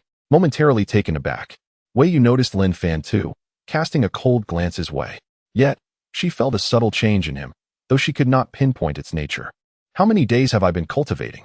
Lin Fan inquired nonchalantly, disregarding Wei Yu and Appo's gaze. 3 days, she replied curtly. 3 days. Is that really how long it's been? Lin Fan's brows furrowed in surprise at the duration. He stepped toward the cave entrance. Realizing it was time to discuss matters with Wenbo and the others, it was nearly time to return home. What is your current cultivation level? Wei Yu could no longer contain her curiosity regarding Lin Fan's progress. Just entered the 5th layer of Qi, he responded before vanishing from her sight. Wei Yu stood in stunned silence, grappling with her feelings. To think that Lin Fan could easily defeat her at the 8th layer while she had fancied herself a genius, only to be challenged by someone of a lower level. Lin Fan, I will surpass you. The outer disciples of the White Dragon Pavilion could apply for a trip home after the outer sect competition. A tremendous privilege for those who had spent years in the pavilion. The opportunity to return and showcase their achievements was a source of immense pride. Though Lin Fan was not originally from this world, he felt a pull to visit the hometown of his current identity, recalling the memories of the one who had once inhabited this body. After briefly greeting the inebriated Wu Tian, Lin Fan turned and made his way toward Immortal Residence Peak, his belongings already packed into his Tianyuan bag, requiring no further preparation for his journey home. Wu Tian, before Lin Fan's departure, reminded him of the pavilion's customary practice. After the outer sect competition, each disciple was granted a half-month familial leave, with a stern warning that failure to return afterward would bear consequences. The thought of the upcoming half-month before he must follow Wu Tian for physical training compelled Lin Fan to conceal the diverse ninjutsu he had acquired. He had also realized that as a 5-element body, his cultivation progressed slowly. After breaking through to the 5th layer, he noticed a marked decrease in the speed at which his body absorbed the spiritual energy of heaven and earth. Could physical training truly be the correct path for him? No, Lin Fan resolved inwardly. He would pursue both physical and Qi cultivation. Descending from Immortal Residence Peak, Lin Fan strode purposefully toward the gate of the White Dragon Pavilion, encountering numerous disciples who greeted him enthusiastically along the way. News of his victory over Wei Yu had spread rapidly, solidifying Lin Fan's status among the outer disciples. Most of them regarded him with newfound respect, some even displaying a subtle eagerness to please. Of course, a few proud individuals ignored him, while members of He Xing's faction regarded him with hostility. Lin Fan remained in high spirits, unfazed by their attitudes, quickening his pace until he was nearly sprinting. Upon reaching the mountain gate, he spotted 2 figures standing beneath a tree. They were Wenbo and Wenju. Lin Fan. Their faces lit up with joy as they moved to greet him. The 3 had agreed to meet at the mountain gate before heading home together. You all are out early. Missing home? Lin Fan asked with a smile. It's been nearly a year since our last visit. Naturally, we long for it. Wenbo exclaimed, suddenly recalling something. He grasped Lin Fan's shoulders and shook him playfully, declaring, Lin Fan, the folks back home will surely be thrilled to see you. Though Lin Fan was an orphan, he had been taken in by the Wen family, which had spared him from starvation in his childhood. This connection had allowed him to forge friendships with Wenbo and Wenju, and the warmth he received from the Wen family filled him with comfort in this foreign world. Let us go. The trio turned and marched confidently toward the town of Shuangta in Bailong County, ready to rent a carriage for the journey home. Their hometown lay 800 miles away from the town, requiring at least 3 to 5 days on foot, but with a carriage, they could reach it in just 2 days. Although the cost of hiring a carriage was considerable, Lin Fan had earned a small fortune from the outer sect competition and monster hunting, amassing 1,000 spirit coins.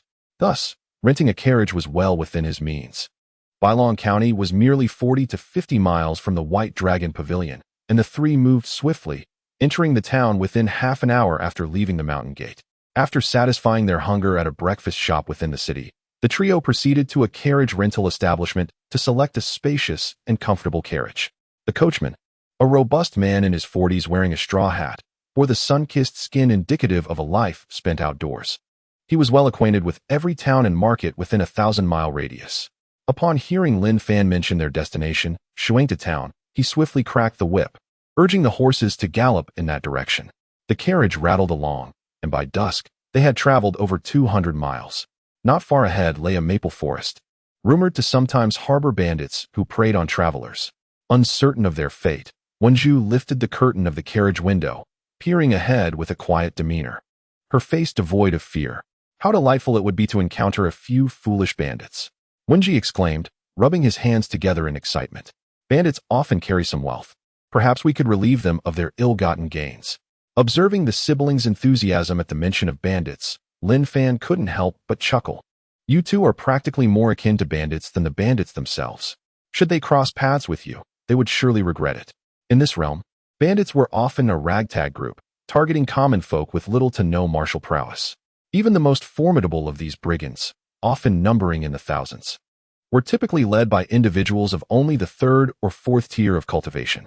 Should they encounter Lin Fan and his companions, they would likely flee in terror. When renting the carriage, the coachman had recognized them as disciples of the White Dragon Pavilion and, undeterred by the threat of bandits, had boldly traversed the maple forest. As they exchanged jest, the carriage entered the maple forest. This expanse stretched nearly 1,000 miles, filled with thousands of stout maple trees. Even the surrounding mountains were cloaked in the vibrant foliage. At sunset, the sun cast a crimson hue upon the forest, resembling a sea of blood. Furthermore, due to the frequent violent incidents within, it was ominously named the Blood Maple Forest. Although the forest had a fearsome reputation, the path through it was a necessary route for travelers, and many, unable to bear the burden of detours stretching hundreds of miles, had no choice but to pass through.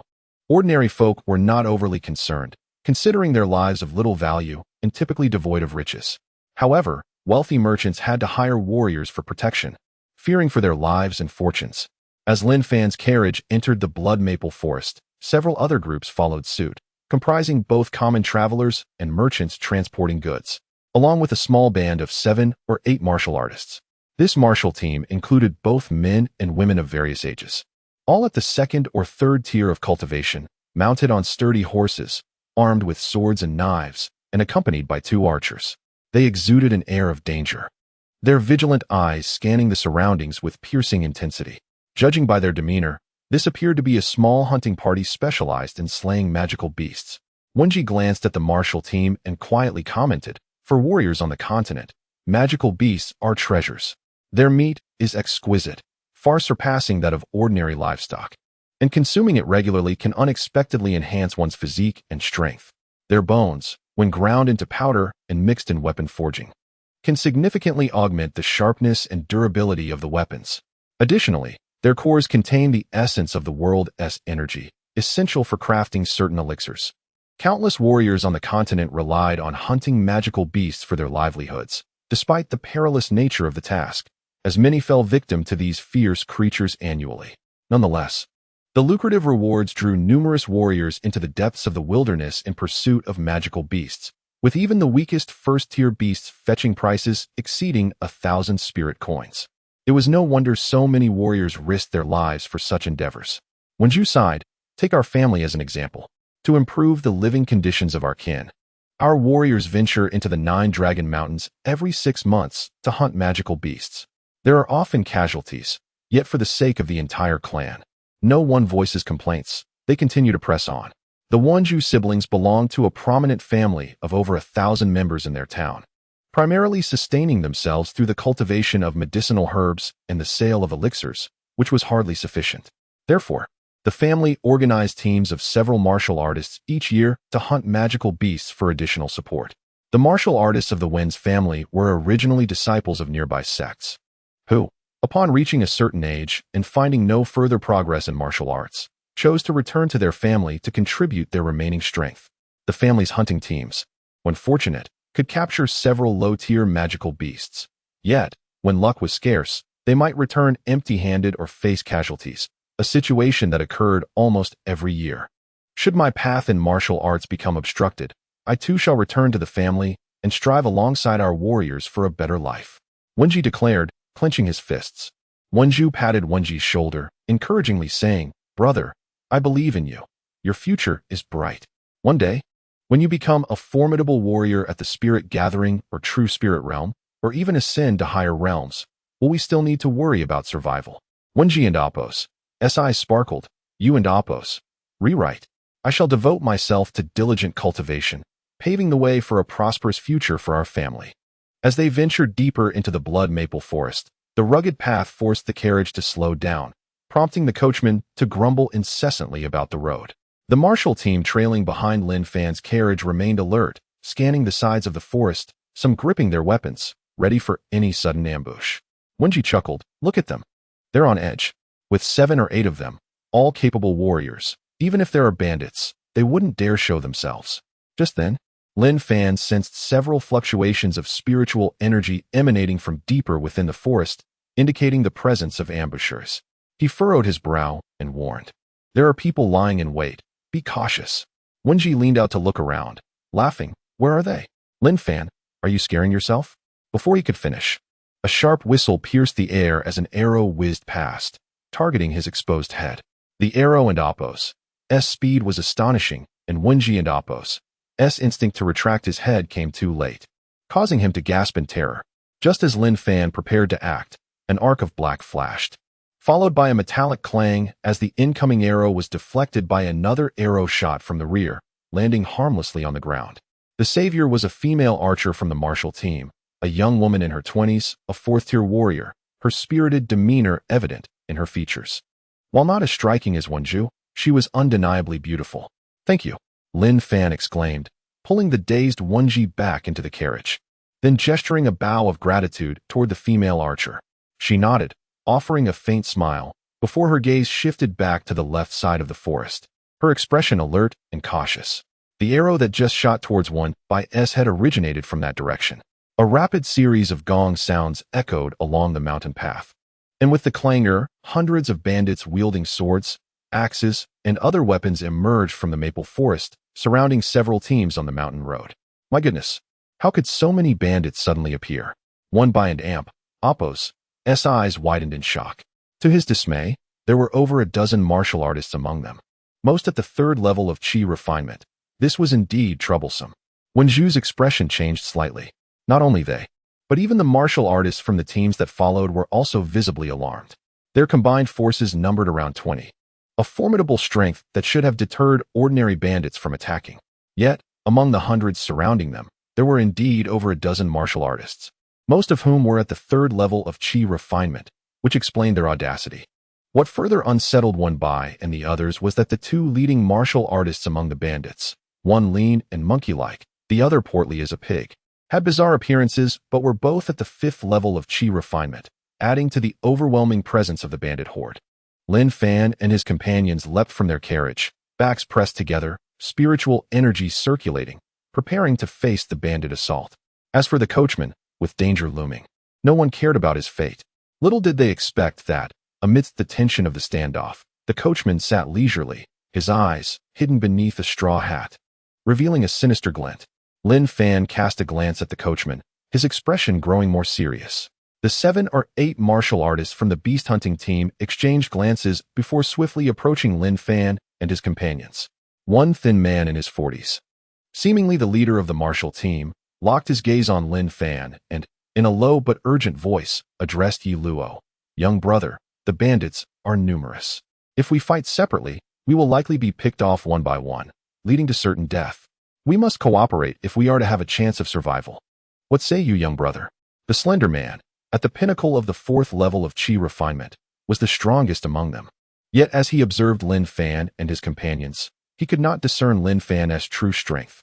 Surmising that the youth must surpass him, and naturally considering Lin Fan the most influential among the trio, The sheer number of bandits posed a threat. If they surged forward, the others would not pose much danger to Lin Fan's group, but the dozen or so martial artists among the bandits, especially the two at the fourth level of chi refinement, would be formidable. Additionally, several archers lay in ambush among the bandits, though Lin Fan remained unafraid. Confident in his ability to break through, the safety of one Bai and Wen Zhu was uncertain, and one misstep could spell doom. Very well, I will handle the bandit leaders, the rest are yours. Bai Gu, Zhu Jia, take care, Lin Fan declared, letting out a long howl as he darted towards the portly and lean bandit leaders. The slender man was astonished to see Lin Fan confront two fourth-level martial artists alone, unsure of the youth's capabilities. However, realizing hesitation would be detrimental, he shouted, "Brothers and sisters, charge!" With his command, he and the 7 martial artists surged forward, attacking the bandits at the second level of chi refinement. "Sister, let us join in." One Bai's eyes blazed with fierce combat spirit as he roared, swinging his fist to send the nearest bandit flying. He then laughed heartily, plunging into the fray, wreaking havoc amongst the bandits. The other martial artists hired by various merchant teams, numbering around 10, were of average strength and primarily focused on protecting the wealth of their employers. Hence they refrained from engaging the bandits directly, instead brandishing their weapons to guard the cargo carts. Yet, the bandits, intent on violence and plunder, would not let them be. Although most of the bandit martial artists were occupied with Lin Fan and his companions, a few led groups of bandits, swords swinging towards the carts, plunging the scene into chaos. Crushing stone fist, Lin Fan moved like the wind, weaving through the throng of bandits before swiftly reaching the 2 bandit leaders. Unfazed by the odds, he shouted as he struck, launching his fists towards the 2 bandits in unison. Given the overwhelming number of bandits, Lin Fan knew that prolonged combat would jeopardize the merchant convoy. Thus, he unleashed his crushing stone fist with all his might, aiming to severely injure the 2 bandit leaders to instill fear in the remaining bandits. Capture the leader before the thieves. Lin Fan believed that, as bandits, they could be broken. If he could eliminate their leaders, the remaining bandits would scatter in fear. The 2 bandits, seeing Lin Fan rush towards them, were taken aback as his fists, charged with spiritual energy, distorted the air around them. They were left horrified, realizing the gravity of the situation. Lin Fan's presence enveloped them, leaving no room for evasion. They could only muster their strength to meet his attack. Boom. Ah! The impact of their fists resonated with a thunderous sound, accompanied by simultaneous cries of agony, as the arms of the 2 bandit leaders shattered under Lin Fan's crushing stone fist, suffering grievous injuries. The 2 martial artists, despite their combined might, found themselves no match for the youth's single strike, their faces pale with fear. With one arm broken, they had no desire to fight. With a frantic yelp, they fled in opposite directions, abandoning their remaining bandits. "Leave your lives behind." Lin Fan laughed heartily, propelling himself forward with a powerful push against the ground, shooting towards the portly bandit. Channeling his thunderous energy, he unleashed a 1,000 birds attack to the bandit's back.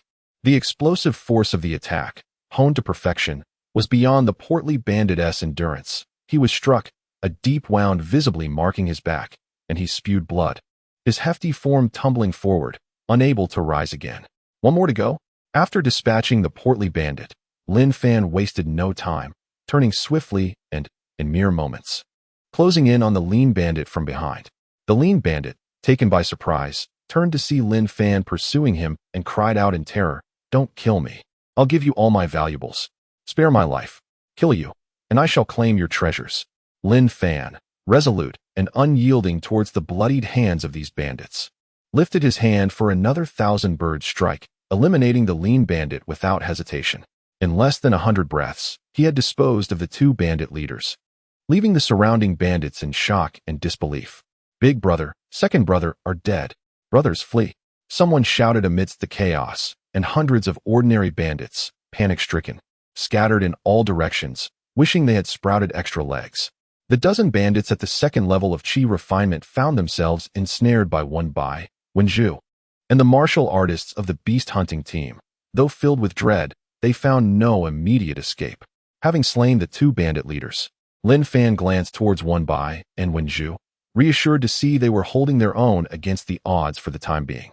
Lin Fan rummaged through the corpses of the 2 bandit leaders he had slain, discovering a Tianyuan bag from each.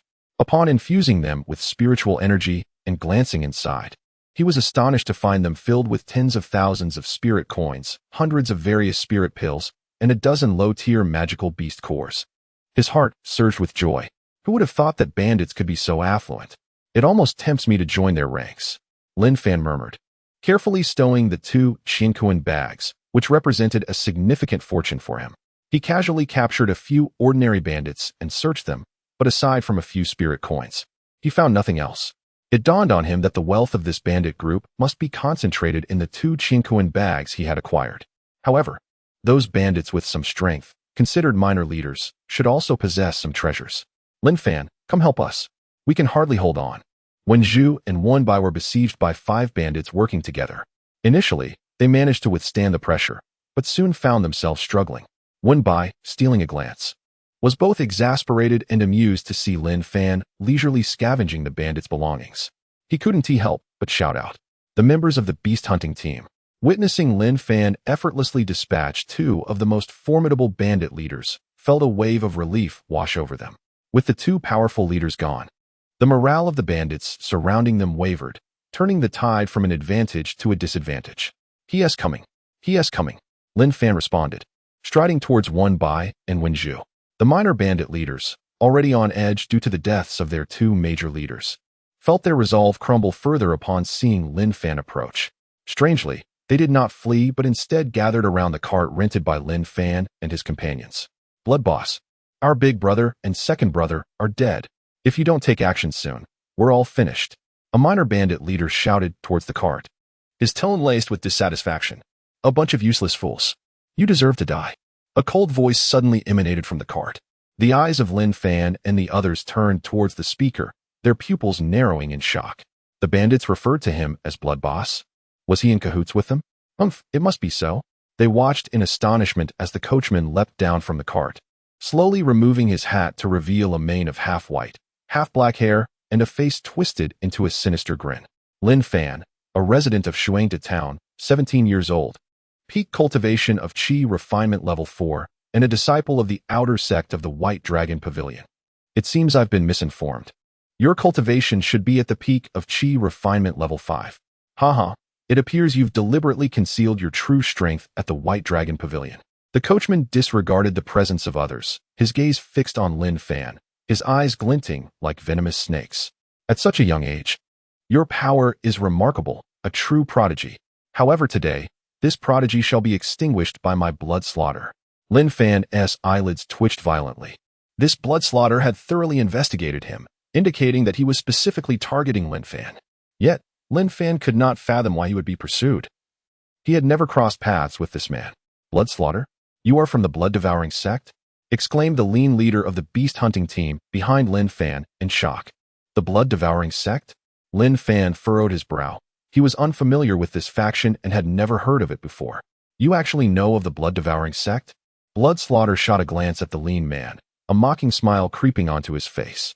Indeed, I am a member of the blood-devouring sect. We leave no survivors.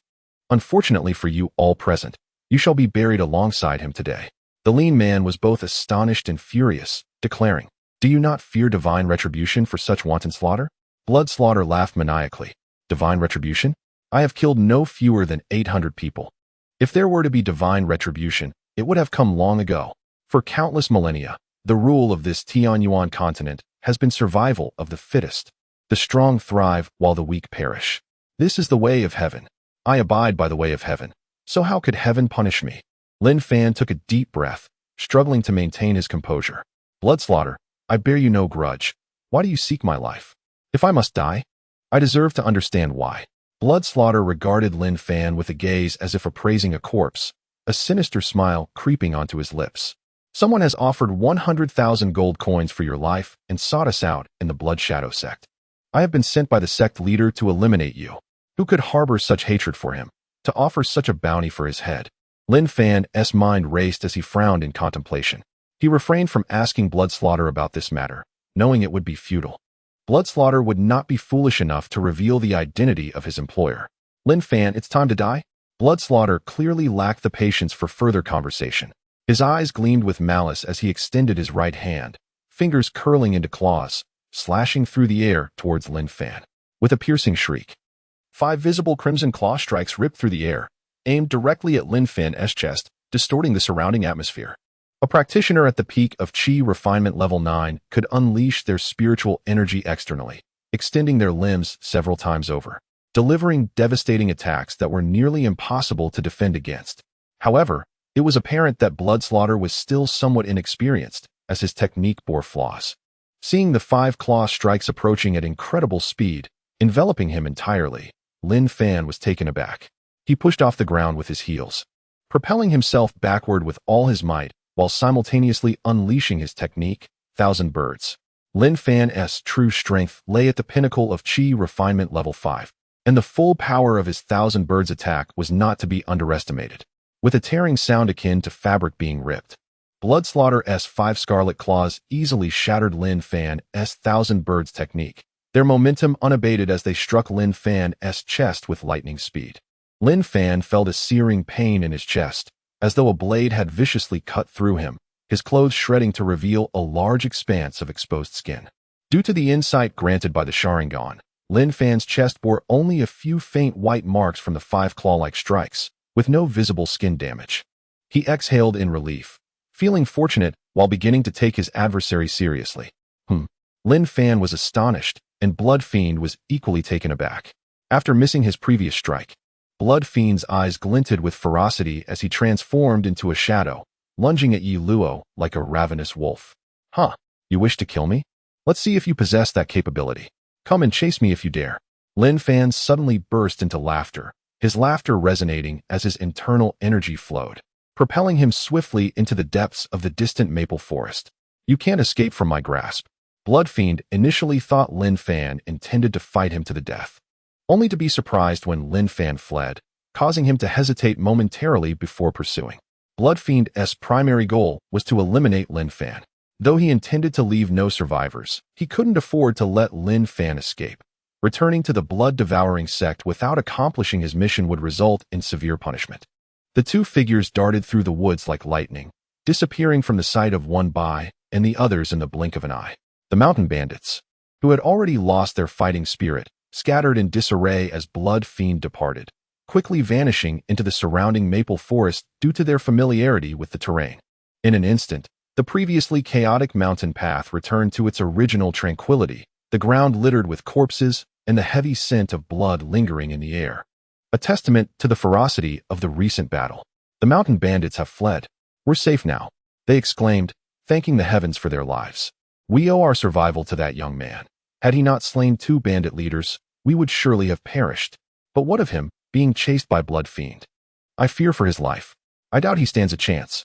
A warrior at the 9th level of Qi refinement. That boy has no hope. They lamented. On the mountain path, the survivors breathed a sigh of relief, but fearing a return of the bandits, they hurriedly took the bodies of the deceased and the injured. Leaving the scene, the hunting party, led by a gaunt man with several injured members, did not leave immediately like the others. Instead, they approached Wen Bai and Wen Zhu with serious expressions. May I ask about your relationship with Lin Fan, that young brother? The gaunt man inquired. Concern etched on his face, as he and his companions worried for Lin Fan, who was being pursued by Blood Fiend. Wen Bai, still in shock, replied, He is my dear brother. The gaunt man nodded solemnly. If it weren't for young Lin Fan's intervention, we would have faced dire consequences. Now, with him being chased by Blood Fiend, we are left powerless to assist, and we feel deeply ashamed. We cannot repay his life-saving grace. But please accept these coins as a token of our gratitude. He handed a bag of coins to Wen Bai. Wen Bai glanced at the bag without saying a word, merely nodding in acknowledgement. The gaunt man continued, If I am correct, young Lin Fan intentionally drew Blood Fiend away, wishing to protect you from harm. We have merely survived by chance. Wen Bai pondered this, a hint of red in his eyes as he choked up, that foolish boy. By leaving, he faces Blood Fiend alone. How could he possibly contend with such a foe? Had he stayed, we could have fought alongside him. Wen Zhu and Appo's voice trembled as she added, Brother, do you think Lin Fan? Will he be all right? Impossible. Wen Bai shook his head vigorously. He will be fine. Yet, despite his words, despair loomed over him. The disparity between a 5th-level Qi refinement warrior and a 9th-level one was insurmountable, akin to an egg striking a rock. leaving Lin Fan with no chance of survival. The gaunt man observed their distress and, after a moment of thought, spoke again. What are your plans now that Lin Fan and Apos' fate is uncertain? Both were young and inexperienced, caught in a whirlwind of anxiety, unsure how to proceed. One by clenched his fists, declaring, "We will wait here for Lin Fan to return. Whenever he comes back, we shall leave." The gaunt man shook his head. "That would be unwise. If the bandits return, you would be endangering your lives for no reason." Young Lin Fan risked everything to lead Blood Fiend away to prevent you from being harmed. By remaining here, you would squander his efforts. Might I suggest a different course of action? Please, go ahead, they replied, appreciating the sincerity in his words. The gaunt man looked up at the sky, noting the waning light. "It is getting late.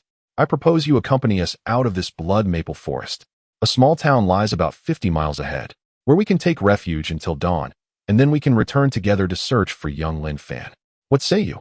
His offer was indeed generous, as they could have easily left without concern for Wenbai and Wenju. The siblings exchanged glances, quietly deliberating. Realizing the wisdom in the gaunt man's suggestion, they nodded in agreement. "We shall follow your lead." "Excellent. Allow me to leave a message for Lin Fan, and we shall depart immediately." The gaunt man found a piece of tattered cloth, fashioned it into a makeshift pen, dipped it in blood, and wrote a message on the ground, stating, "Lin Fan, we await you at the inn in the town ahead." With a wave, he led his companions, along with Wenbai and Wenju, away from the scene. Swish! The sound of torn fabric echoed through the blood maple forest, a sound only produced when one moves with incredible speed. Lin Fan propelled himself forward, desperately channeling his internal energy. Though he had not mastered any secret techniques for movement, the abundant energy within him allowed him to run with astonishing swiftness. Even Bloodfiend, a 9th-level Chi refinement warrior, could not catch up to him. Lin Fan's clothing, already in tatters, was now almost entirely shredded, exposing much of his chest and abdomen. But with a formidable adversary on his heels, he had no time to adjust his attire. Since he had entered the blood maple forest, Lin Fan estimated he had sprinted over 100 miles. Blood Fiend relentlessly pursued Lin Fan, initially relishing the thought of playing with his prey, believing Lin Fan would tire after running for several dozen miles. However, he was utterly astonished to see Lin Fan not only showing no signs of fatigue, but actually accelerating, as though fueled by an inexhaustible reserve of energy.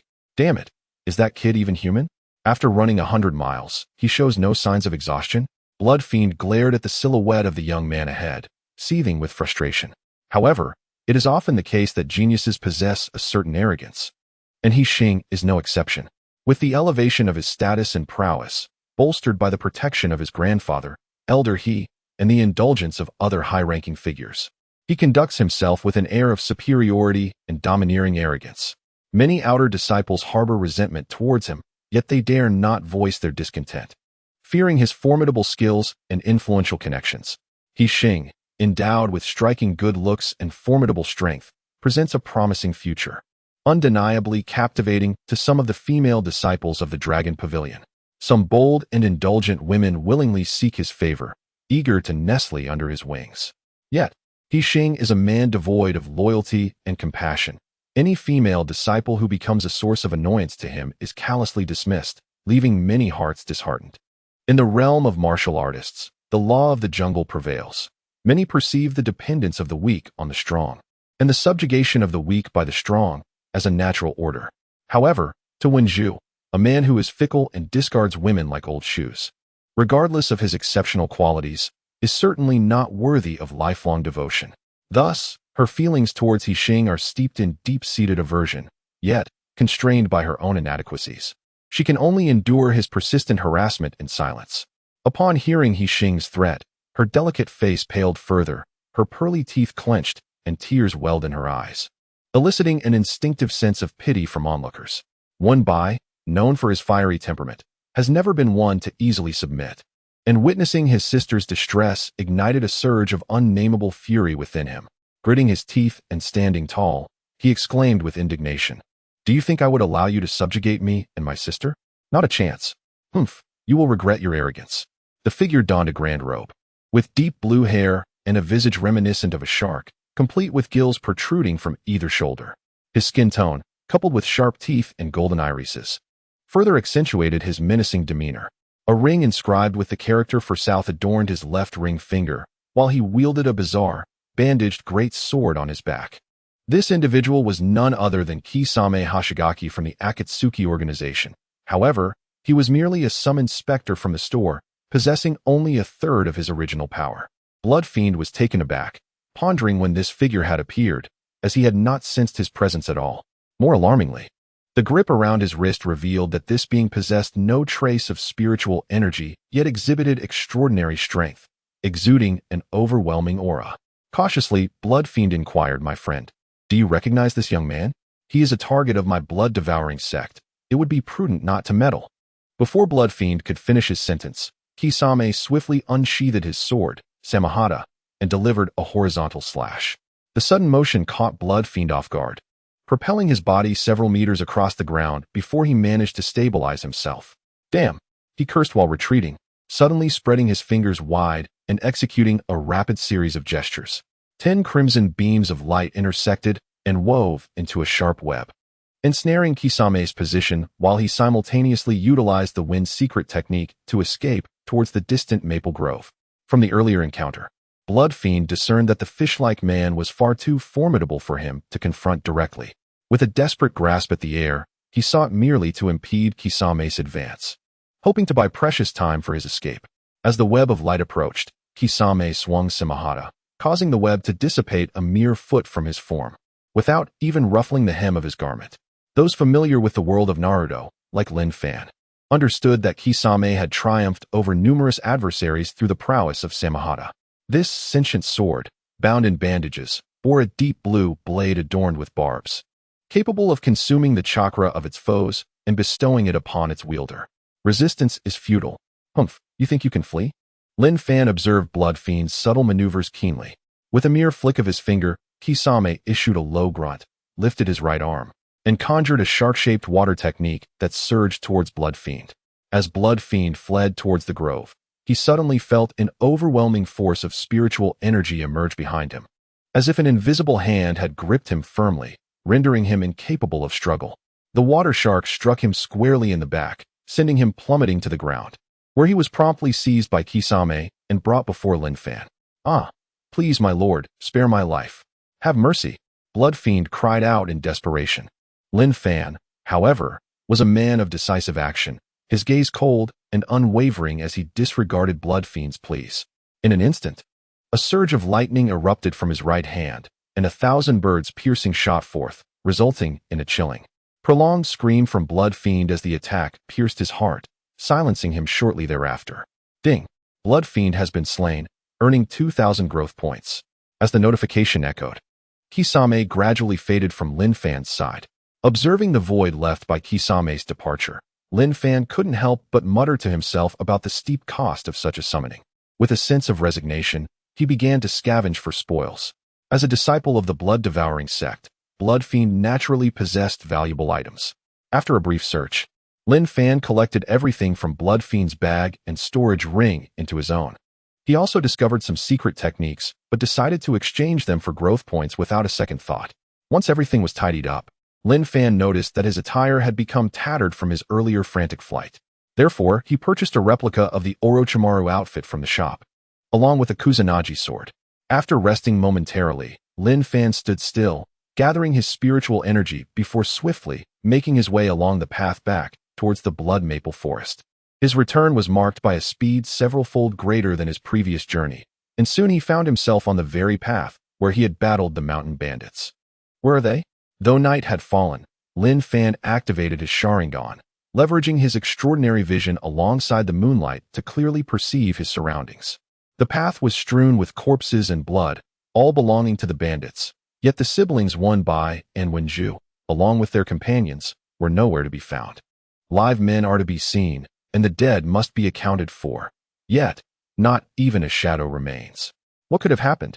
Lin Fan furrowed his brow and surveyed the area, then called out loudly, his voice echoing for miles, yet receiving no response, which bred anxiety within him. What is that? After several rounds of searching the path, Lin Fan suddenly noticed a line of blood-written characters on the side of the mountain. Approaching the inscription, he read it repeatedly, murmuring to himself, "This must be a message from Wan Bai and Wenju." Yes, it surely is.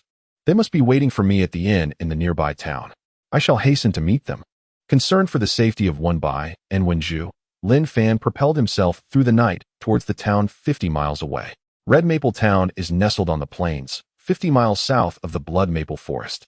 Though its population barely exceeds a few thousand, the number of martial artists constitutes a significant portion. Thus the mountain bandits within the forest, despite their might, dared not provoke this small town lightly for fear of dire consequences. The mountain path through the Blood Maple Forest serves as the sole north-south route within a 1,000-mile radius, while Red Maple Town is the last bastion before entering the forest. Each year, a multitude of travelers pass through, prompting the townsfolk to seize the opportunity and establish numerous inns, restaurants, and shops, rendering the town small in size, yet vibrant in activity. Although night had arrived, the hour was still early. The main streets of the town gleamed brightly under the glow of various spirit stone lamps, resembling daylight. From afar, one could see numerous figures bustling about the streets. Most were travelers either frequenting inns or restaurants or preparing to purchase supplies, with spirited shouts from shopkeepers occasionally ringing out. A striking young man, clad in a pristine white long-sleeved kimono adorned by the Uchiha clan, paired with deep blue trousers reminiscent of Orochimaru, strode confidently into the town. This young man was Lin Fan. His attire, contrasting sharply with the townsfolk, drew many curious glances. Wenbai, Wenju. The town was not large, but with numerous inns. Locating the siblings proved challenging. Lin Fan, disinterested in inquiring at each establishment, opted to stand at the entrance of each inn, calling out loudly. If the siblings heard him, they would surely come forth to meet him. Upon approaching an inn named Lai Fu, Lin Fan shouted, only to be met with a jovial response from within. Moments later, two figures burst forth from the inn, halting before Lin Fan. The two emerging figures, a robust, dark-skinned individual and a slender, beautiful young woman, were none other than Wenbai and Wenju. Lin Fan, you and Appos, VE returned. Seeing Lin Fan safe and sound, the siblings expressed their immense joy. After exchanging a few words, Lin Fan inquired about their presence in town. Wenbai succinctly recounted the events that transpired after Lin Fan's departure. The hunters from the Beast Hunting Guild are not of ill intent. They are friends worth making. Lin Fan contemplated silently. At that moment, the doors of the guest rooms upstairs swung open, revealing 7 or 8 guests, members of the Beast Hunting group, led by a gaunt man. Upon seeing Lin Fan, the gaunt man and his companions first exhibited a look of shock, which quickly transformed into delight as they descended the stairs to stand before Lin Fan. Brother Lin, it is wonderful to see you unharmed. The gaunt man's eyes gleamed with excitement as he inquired. Bloodslaughter has attained the 9th level of chi refinement. I am curious, how did you manage to evade his pursuit? This question piqued the interest of the others, their gazes fixed upon Lin Fan.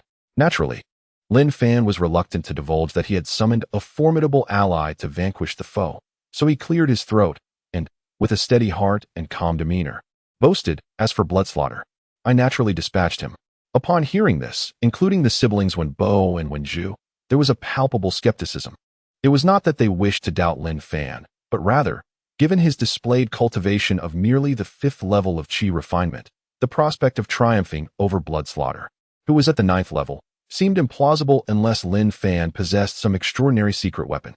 Lin Fan, disinclined to elaborate, chuckled, Enough, believe what you will. I am covered in dust. I shall take a bath first, and then we can share a meal together. The gaunt man had already reserved a guest room for Lin Fan when booking accommodations. Thus, Lin Fan requested the innkeeper to prepare hot water for him, indulging in a refreshing bath before descending to the common area to dine with the others. To his surprise, the inn's menu featured dishes made from magical beast meat. After the others had ordered, he decided to order several servings of magical beast meat along with a bowl of beast bone soup. Although the soup was exquisite, it came at a steep price. The members of the beast hunting group exchanged glances, their expressions revealing a hint of discomfort at the cost. It was understandable. The expenses for lodging and dining were to be covered by them, and their earnings were hard-won through perilous hunts. Lin Fan's indulgence, especially after gifting Wenbo some money and the costs incurred from their stay, meant that their earnings would be significantly diminished, leaving each member with far less upon their return. However, the gaunt man remained unfazed. After all, their lives had been saved by Lin Fan, and spending a bit more for his company seemed only fitting. During the meal, Lin Fan engaged in a light conversation with the gaunt man.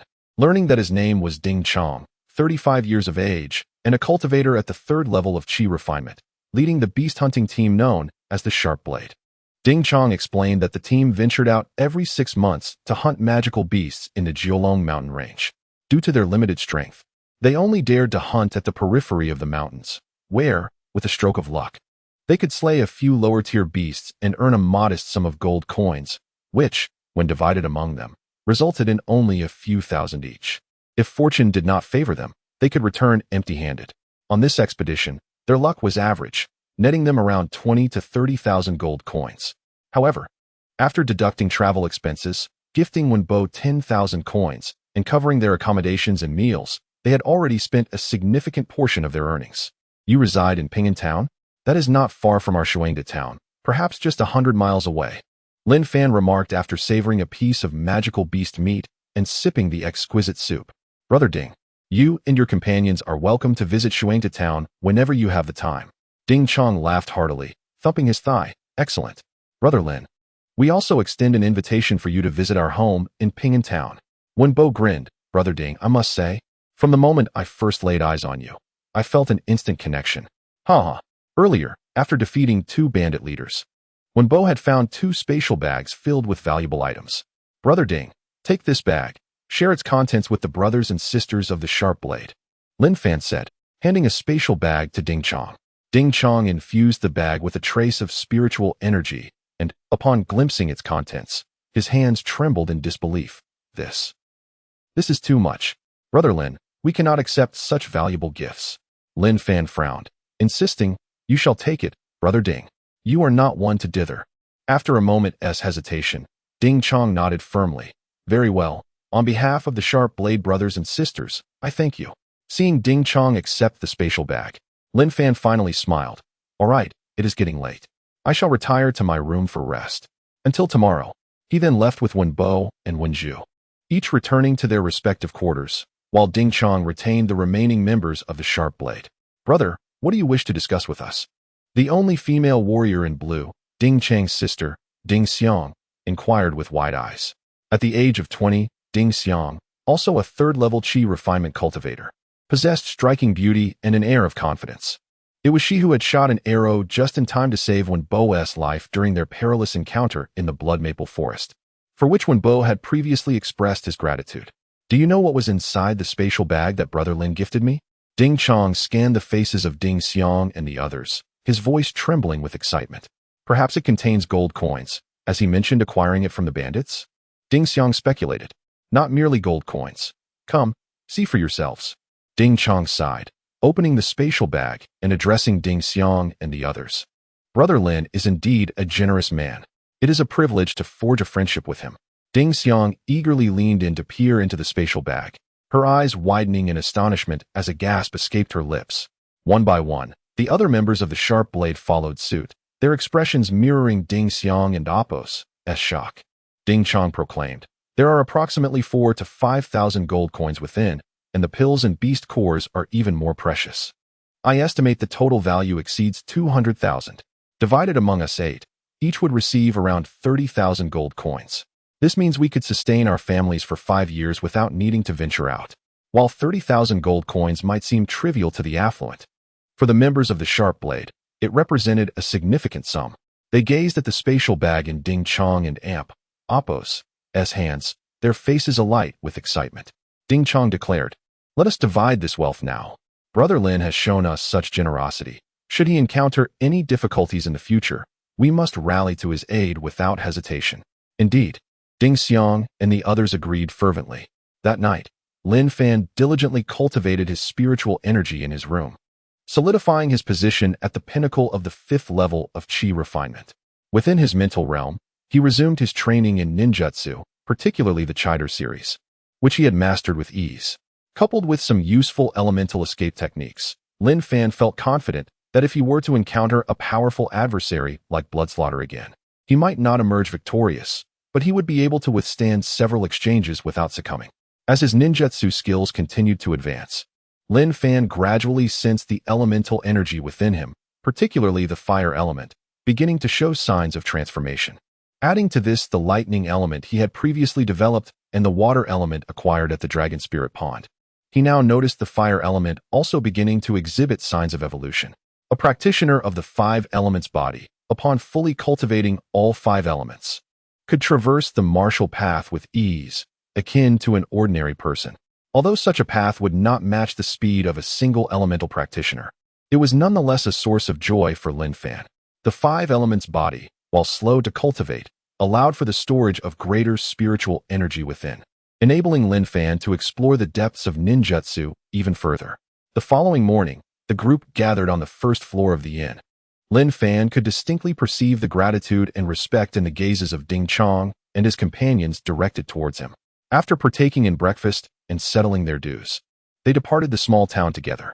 Ding Chang's team of 8, alongside Lin Fan and his 2 companions, formed a collective of 11 as they left the town, continuing their journey southward. Upon exiting the town, a vast expanse of plains unfolded before them, the terrain flat and wide, devoid of any bandit disturbances. Their pace was swift, and in the span of a day and night, they traversed 400 miles, bringing them closer to Lin Fan and Appo's hometown, Shuangta Town, and Ding Chong and Appo's native Ping and Appo's town. Upon reaching a fork in the road, Lin Fan and his 2 companions bid farewell to Ding Chong and his 8 comrades, agreeing to meet again when the opportunity arose, before heading towards their respective homes. Traveling 100 miles east from the fork led them to Shuangta Town, and the trio hastened their carriage, arriving at the outskirts in merely half a day's time. At last, they had returned home. In the distance, the majestic twin pagodas stood proudly at the heart of Shuangta Town. Their eyes sparkled with excitement, and they could not contain their joy, allowing their carriage to slow down. These twin pagodas, each 9 stories high, appeared as ancient deities guarding the land. Despite the distance, Lin Fan felt an ancient desolation emanating from the towers, alongside a tremendous pressure that stirred an involuntary urge to prostrate in reverence. Shuangta Town, named for these twin pagodas, had stood for millennia. Yet the origins of these structures remained shrouded in mystery. Their builders and the time of construction were unknown, as if they had always existed in this very location. As they drew nearer, it became apparent that the pagodas were almost entirely cloaked in thick vines and weeds, their surfaces covered in layers of dust. Faintly, one could discern arcane and inscrutable symbols etched upon the stone, yet the meaning of these glyphs had eluded understanding for thousands of years. In essence, these twin pagodas exuded an aura of enigma, and since their discovery, they had drawn countless warriors from across the continent, all eager to uncover the secrets they might hold. Yet, it seemed they were sealed by an immensely powerful divine force. No matter the prowess of the individual, no one could approach within 10 feet of the towers. Lin Fan's gaze remained fixed on the twin pagodas, mesmerized as a faint, ethereal voice seemed to call to him, beckoning him closer. "Little dog," Wenbo suddenly exclaimed, pointing at a youth by the roadside. "Laughing, huh? After a year, you're still as skinny as ever." Following Wenbo and Appo's indication, Lin Fan turned to see a group of 11 and 12-year-olds weeding in a nearby herb garden. Among them was a diminutive boy with a sharp face, resembling a little monkey, the very little dog Wenbo had referred to. This boy, a member of the Wen family, was named Wen Xiaoxi, a playful moniker born from his slight stature. Upon noticing Lin Fan and his companions, Little Dog appeared momentarily stunned before his face lit up with joy. He abruptly dropped his small shovel and sprinted towards the Wen family residence in the town, bursting through the gates and shouting at the top of his lungs. "Wenbo brother is back. Zhu Air sister is back. Lin Fan brother is back." His small frame belied his loud voice, and nearly half the town could hear his exuberance. "Ah, that little rascal." Lin Fan and his companions exchanged smiles, recalling the thrill of returning home after a year, a sentiment that resonated deeply within them. Lin Fan, despite inhabiting another's body, retained fragments of the original owner's memories, particularly the warmth and kindness of the Wen family, which he had not forgotten. In the original owner's recollections, the parents of Wenbo and Wenju treated Lin Fan as one of their own, showering him with affection even when he faced derision from his clan after being demoted to an herbalist at the White Dragon Pavilion. "Look, our kin are coming to welcome us." Wenju pointed ahead with her delicate arm, her voice bright. Wenbo laughed heartily. It must be Little Dog who informed them. As Lin Fan looked ahead, he saw nearly 1,000 people approaching from the town, a sea of faces from the Wen family, men, women, and children, all hurrying towards them. Leading the throng was one Yin Ming, the current clan leader, followed closely by respected elders and the parents of Wen Bo and Wen Zhu, with more relatives trailing behind. In every family, a strict hierarchy exists, and those who make significant contributions enjoy elevated status. Although Lin Fan was not originally a Yuan, having grown up among them, his standing had been considerably high when he and the Wen siblings were recognized as potential talents and became disciples of the White Dragon Pavilion. However, after his demotion, the warmth of the Wen family had waned. Having come to understand the rules of this world, Lin Fan bore little resentment towards his now distant relatives. Strength dictated fate. And to alter one's destiny, one must grow ever stronger. With a surge of emotion, Lin Fan clenched his fist, leaped from the carriage, and strode towards his family. His chest held high. Wen Bo and Wen Zhu followed closely, stepping down from the carriage to join him. In this world, where strength reigns supreme, Lin Fan had showcased powers far beyond those of an average practitioner at the 5th level of Qi refinement, while Wen Bo and Wen Zhu, still at the 4th level, had unconsciously begun to regard Lin Fan as their leader. Lin Fan, the clan is unaware that you placed second in the outer sect competition at the White Dragon Pavilion. If they found out, their jaws would drop in astonishment. I relished the thought of their shocked expressions. Wen Bo rubbed his hands together, excitement evident in his voice. Wen Zhu chimed in, with Lin Fan's current strength at the 5th level of Qi refinement. It won't be long before he enters the inner sect upon returning to the White Dragon Pavilion. Lin Fan nodded, smiling. The three of them hastened towards their relatives, their steps quickening until they were soon reunited. Father, mother, Wen Bo and Wen Zhu called out, their hearts swelling with joy as they waved vigorously at their parents, who stood at the forefront of the gathering clan. Wen Yin Ming, the clan leader, had yet to speak, and thus, the parents of Wen Bo and Wen Zhu refrained from rushing forward, instead standing behind him, smiling and nodding in acknowledgement. Witnessing this heartwarming scene, Lin Fan found himself reminiscing about his life on Earth, and his eyes grew misty with emotion. He had long considered Wen Bo and Wen Zhu's parents as his own, and the delight he felt upon seeing them was palpable. From the original owner's memories, Lin Fan inherited not only fragments of recollection, but also an unbreakable bond of kinship. Seeing these familiar faces stirred deep within him the undeniable essence of blood ties, revealing the profound connection he held with them. The parents of Wen Zhu held Lin Fan in high regard, their gazes filled with a hint of astonishment.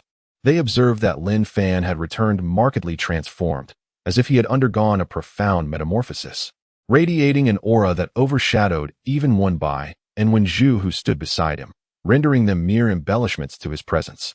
Patriarch. After a brief exchange of glances with his family, Lin Fan approached the clan leader, Wen Yinming, along with the two others, greeting him with courtesy. Within the clan, the patriarch held the utmost authority, and although Lin Fan harbored some resentment towards Wen Yinming, he refrained from challenging his dominance to avoid causing distress to Wen Bai and Amp, Appo's family. Lin Fan was confident that soon, all clan members, including the patriarch, would treat his family with utmost respect as esteemed guests. Ah, it is good that you three have returned. Haha. Wen Yinming's smile faltered momentarily as his gaze shifted across the trio, only to suddenly widen in shock, fixating on Lin Fan. Lin Fan, you. Wen Yinming stammered, pointing at Lin Fan's attire with a trembling voice. Your clothing. It is quite peculiar. Lin Fan was clad in the serpent costume worn by Sasuke from Naruto Shippuden, complete with a long sword at his waist, exuding charisma. However, given the distinct cultural differences of this world, it was no wonder when Yinming found it strange. In truth, Wen Bai and Wen Zhu had long intended to comment on Lin Fan's unusual outfit but had forgotten amidst their journey. This attire was acquired after I defeated a formidable foe on my way back. My previous garments were in tatters, and this was a matter of necessity. Lin Fan explained awkwardly. Wen Bai interjected with a smile. Patriarch, I have splendid news. Lin Fan has recently ascended to the 3rd level of Qi refinement and has become an outer disciple of our White Dragon sect. Is this truly the case? Wen Bai's announcement struck Wen Yinming like a thunderclap, leaving him momentarily dazed as he gaped at Lin Fan in disbelief. Beside him, Wen Zhu chimed in with a bright smile. Patriarch, it is indeed true. I have even better news. Lin Fan has concealed his true strength. He is currently at the 5th level of Qi refinement, surpassing both my brother and me. Once we return to the White Dragon sect, he will immediately qualify as an inner disciple. Wen Yinming gazed at Lin Fan, seemingly in a stupor, repeating, 5th level of qi refinement, inner disciple. 5th level of qi refinement, inner disciple. Zhuer, you are not deceiving me, are you? Wen Zhu stamped her foot playfully. Patriarch, have I ever spoken a falsehood in my life? If you doubt me, you may ask Lin Fan directly. As a patriarch, Wen Yinming had weathered many storms in his youth. Initially overwhelmed with excitement, he inhaled deeply to collect himself and, with a serious demeanor, addressed Lin Fan. Lin Fan. What they say, is it true? Yes, Lin Fan affirmed without hesitation. His intention for returning was to elevate his family's status and ensure they received the finest treatment within the Wen clan.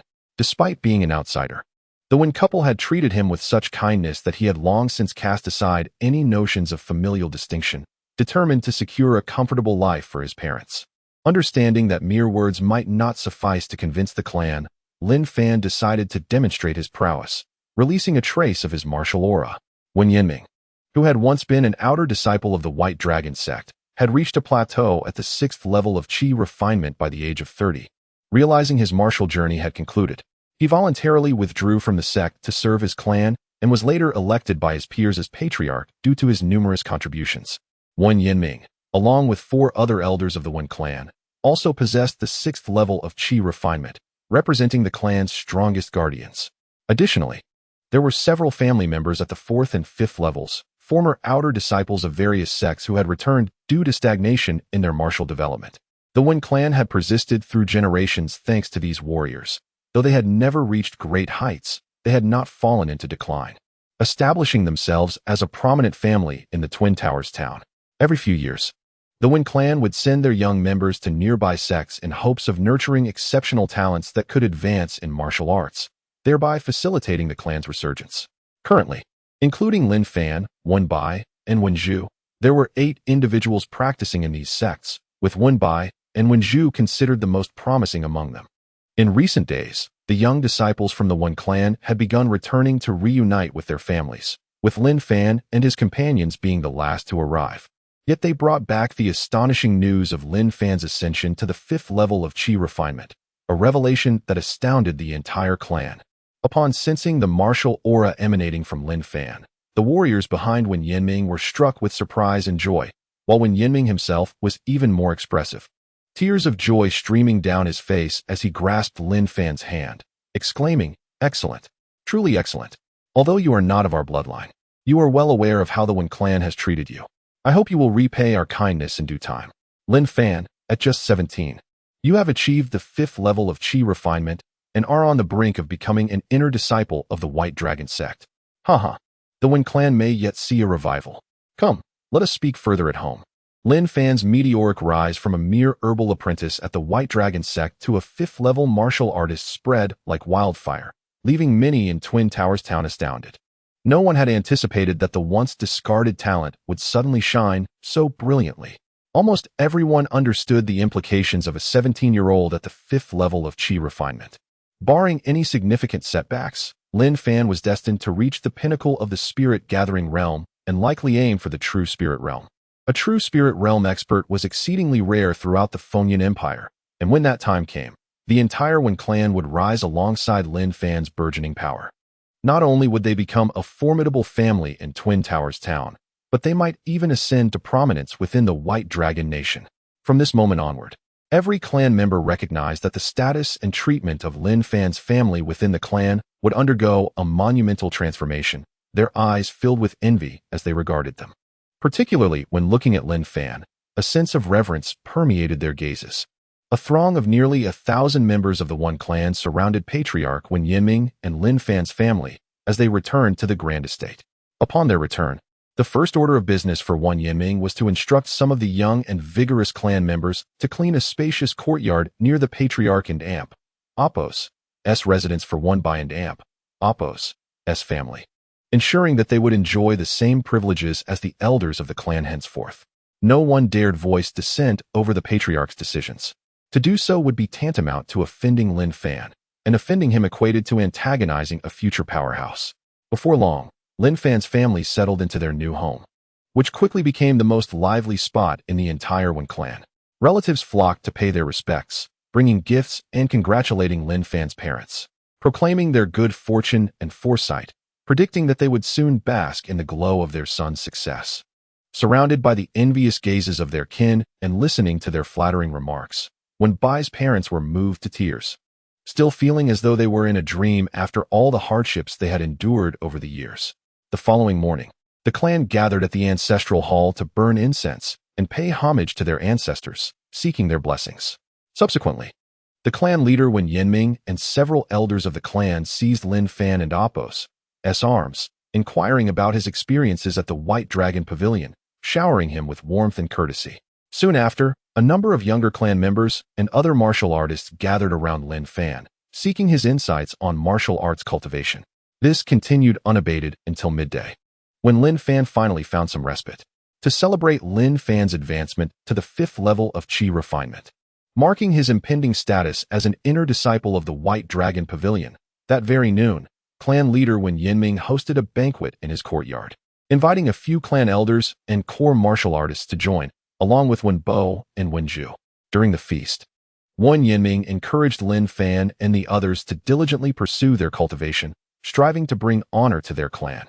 As the wine flowed and the conversation thrived, the sudden sound of the courtyard gate being pushed open interrupted the merriment. A man in a green robe, in his 40s, hurriedly burst in, shouting, "This is terrible! This is terrible!" Upon seeing the intruder, Wen Yinming's expression shifted, and he slammed his palm down on the table, rebuking, "Pinger, you are no longer a child. Why do you act so recklessly? What kind of behavior is this?" The man who intruded was Wen Ping, Wen Yinming's eldest son, a 3rd-level Qi refinement martial artist, typically a composed individual. Yet, at this moment, he appeared pale and anxious, as if faced with a grave crisis. The Zhou family has come. Wen Ping, noticing his father's fury, turned even paler, wiped the sweat from his brow, and stammered, "There are over a dozen of them, all exuding an intimidating aura, as if they are here to cause trouble." At these words, the members of the Wen family, either alarmed or furious, rose to their feet. The Zhou family was the most powerful clan in Shuangda town, known for their formidable strength, which they wielded to oppress other families, including the Wen family. Although the oppressed families had their own martial artists, they were significantly weaker compared to the Zhou family's overall might. Consequently, most of the bullied families dared not voice their anger, choosing instead to endure in silence.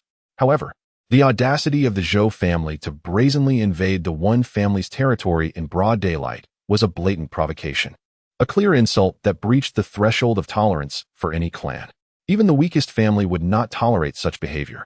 Failing to respond would invite ridicule upon the Wen family wherever they went. This is utterly intolerable. What does the Zhou family intend to do? Wen Yinming rose abruptly, his gaze hardening, and demanded, "Who is leading them? Where are they now?" "It is Zhou Xian. They have already." Wen Ping began to reply, but turned to glance outside the courtyard gate, his expression shifting dramatically as he exclaimed, "Ah, they have arrived." As his words fell, a cacophony of footsteps echoed from outside, followed by a voice akin to that of a night owl, saying, "Wen Ping, it has been a long time since we last met. I intended to have a chat with you, yet you seem to be avoiding me. Haha, such a big man. Yet you enjoy hiding like a turtle?" Wen Ping appeared visibly shaken by the intruder and Appo's presence. Humiliated by his words, he dared not retort, and, in a panic, retreated into the courtyard, only to quickly regain his composure and rush to shut the courtyard door tightly. Bang! With a resounding thud, the door was kicked open, revealing a young man in a brown robe, around 25 years of age, with sharp features. Following closely behind him were a dozen young men. Lin Fan turned to observe the newcomers, realizing they were all martial artists, predominantly at the 3rd level of Qi refinement, with the foremost brown-robed youth emanating a powerful aura, undeniably a 5th-level Qi refinement martial artist.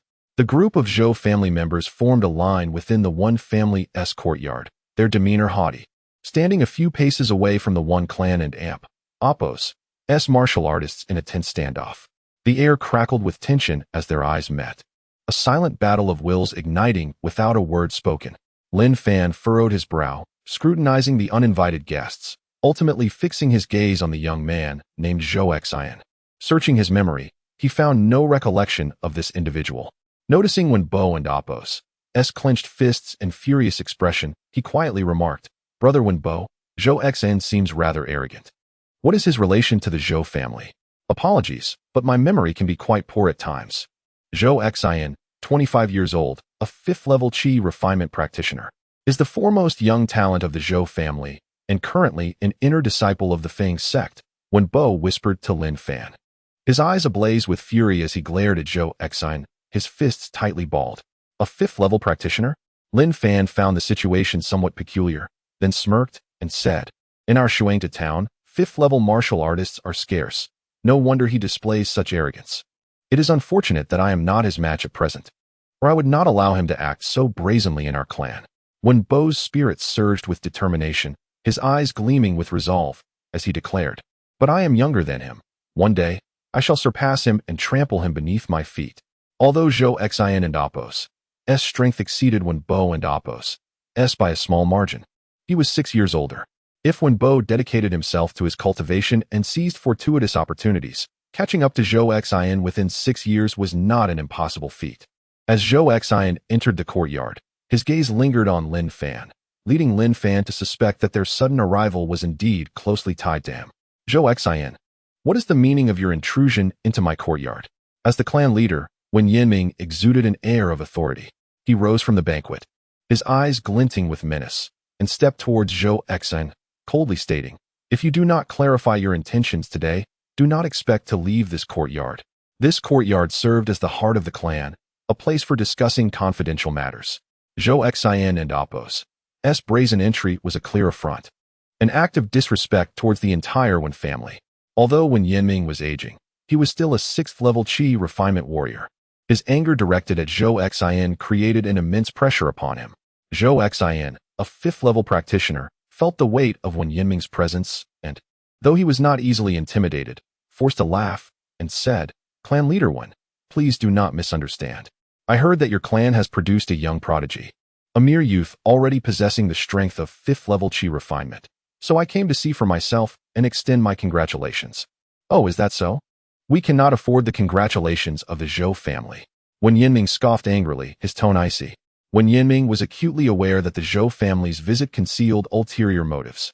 As the most powerful family in Shuangda town, the Zhou family acted with arrogance, bullying the weak and offending nearly every other family in town. They feared the emergence of a talented martial artist from any clan who might seek vengeance against them.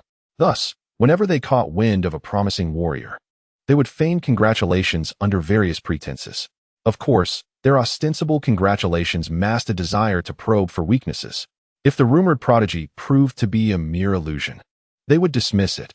If genuine, they would employ all manner of means to suppress the threat, even at great cost, to eliminate potential rivals in their infancy. Such actions were not new to the Zhou family. Zhou Xion's gaze shifted towards Lin Fan, who stood behind Wen Yinming. With a smirk, he remarked, "Brother Lin Fan, I recall you were merely a medicine boy at the White Dragon Pavilion when you returned for your family visit last year. I never imagined that in the blink of an eye, you would attain the 5th layer of Qi refinement. Such a pace of cultivation is truly astonishing. Who do you call brother? You are hardly worthy of that title in relation to me," Lin Fan retorted, casting a sidelong glance at Zhou Xin, a disdainful smirk curling his lips. "Furthermore, this is the stronghold of the Wen family. It is not a place for any Tom, Dick, or Harry. Take your people and leave at once." In Lin Fan's eyes, the esteemed first prodigy of the Zhou family, an inner disciple of the Flying Eagle sect, was reduced to mere common rabble. The members of the Wen clan erupted in laughter at Zhou Xion's suddenly ashen face. Feeling a sense of indescribable satisfaction, the Zhou family wielded considerable influence, and in the past, the members of the Wen family would have avoided confrontations with the Zhou. Nevertheless, witnessing Lin Fan openly mock Zhou Longhu and demand his departure brought a sense of exhilaration to the Wen family. Previously, Lin Fan had exhibited a timid demeanor, retreating from martial artists of Zhou Xion's caliber. Yet today, his actions brought pride and dignity to the Wen family. For a moment, the younger generation of the Wen family regarded Lin Fan with newfound respect. Zhou Xian, emboldened by his strength, had long acted with impunity in Shuangda town. Few of the younger generation dared to challenge him, yet he found himself seething with rage at Lin Fan's audacity. "What did you just say, you little brat?" Zhou Xian exclaimed, resembling a cat whose tail had been stepped on, as he pointed an accusing finger at Lin Fan. "Who are you calling a little brat?" Lin Fan shot back immediately. Having spent years as a lowly white-collar worker, he had encountered a myriad of clients, honing his eloquence. He feared no one in a war of words. "You little brat are saying you, Zhou Xian faltered, realizing he had been outmaneuvered by Lin Fan. As the One family disciples erupted into laughter, Zhou Xian and Appo's face contorted with humiliation and rage. He longed to strike Lin Fan dead, yet hesitated at the sight of Wen Yanming, who stood warily before Lin Fan. He understood that should he harm Lin Fan today, the martial artists of the Wen family would undoubtedly retaliate fiercely. Suppressing his fury, Zhou Xian's eyes darted around before he shouted, "Lin Fan, what skill is there in merely speaking? If you're bold, come and face me in battle. If you dare not, then you are a coward." Lin Fan replied with a dismissive smile, "Why should I fight you?" Zhou Xian produced a slightly yellowed scroll from his pocket and waved it in front of Lin Fan. "This is the map to our Zhou family and Appo's mine. If you can defeat me, this map and the mine will be yours. What do you say?" Mines hold immense significance for any faction, and while the Wen family possessed only a modest mine, the Zhou family's resource was deemed the finest in the vicinity of Shuangda town. Lin Fan understood the importance of such a resource and felt a stir of interest within him. "Very well," Zhou Xian replied with a calm smile. 3 days from now, I will hold a tournament in Shuangda town.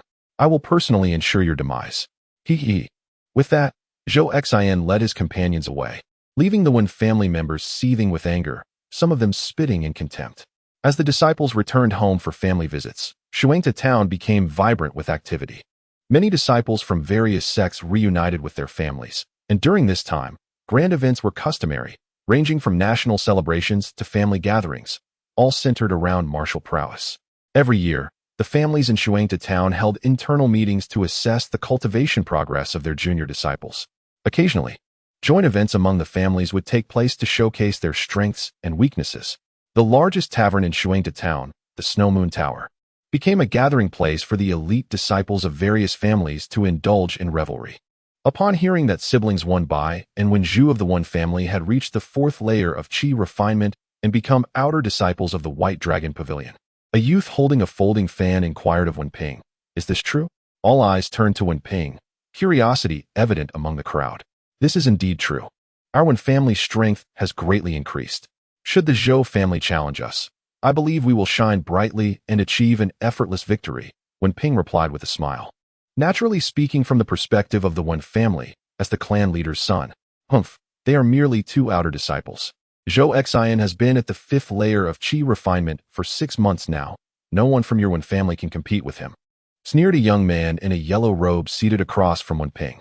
He was Gu Yang, the young master of the ancient Gu family, which had always been at odds with the Wen family. Duration in the 5th layer of qi refinement means little. Our Wen family members are merely in their teens, gifted beyond compare. Besides those few, who else can rival us? The Wen family member retorted defiantly. The youth with the fan smiled at the exchange. "Brother Wen Ping, I hear you have reached the 3rd layer of qi refinement. Indeed, your talent is remarkable." Wen Ping felt a flicker of irritation. Surely the upcoming martial event between the Wen and Zhou families will be spectacular. "I have heard that the waste you adopted has made some progress and gained a bit of notoriety. I imagine he will participate in the tournament," Gu Yang remarked with a mocking tone. "Gu Yang, what do you mean? Our Wen family produces outstanding disciples. We do not require an outsider to participate in our tournament."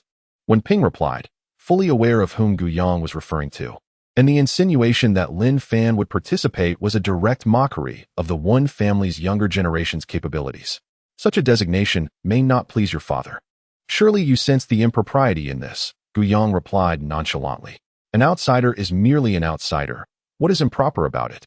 Furthermore, my position as the clan leader will eventually—" Wen Ping began, but abruptly fell silent, snorting in disdain. At that moment, Lin Fan, the subject of their conversation, strolled leisurely through the streets of Shuangda town. After a restful night and Appo's sleep, he decided to take a leisurely walk, cherishing this rare moment of respite. Since reaching the 5th layer of qi refinement, Lin Fan's facial features had sharpened, his contours taking on a more defined and resolute appearance. His gaze radiating an air of calmness.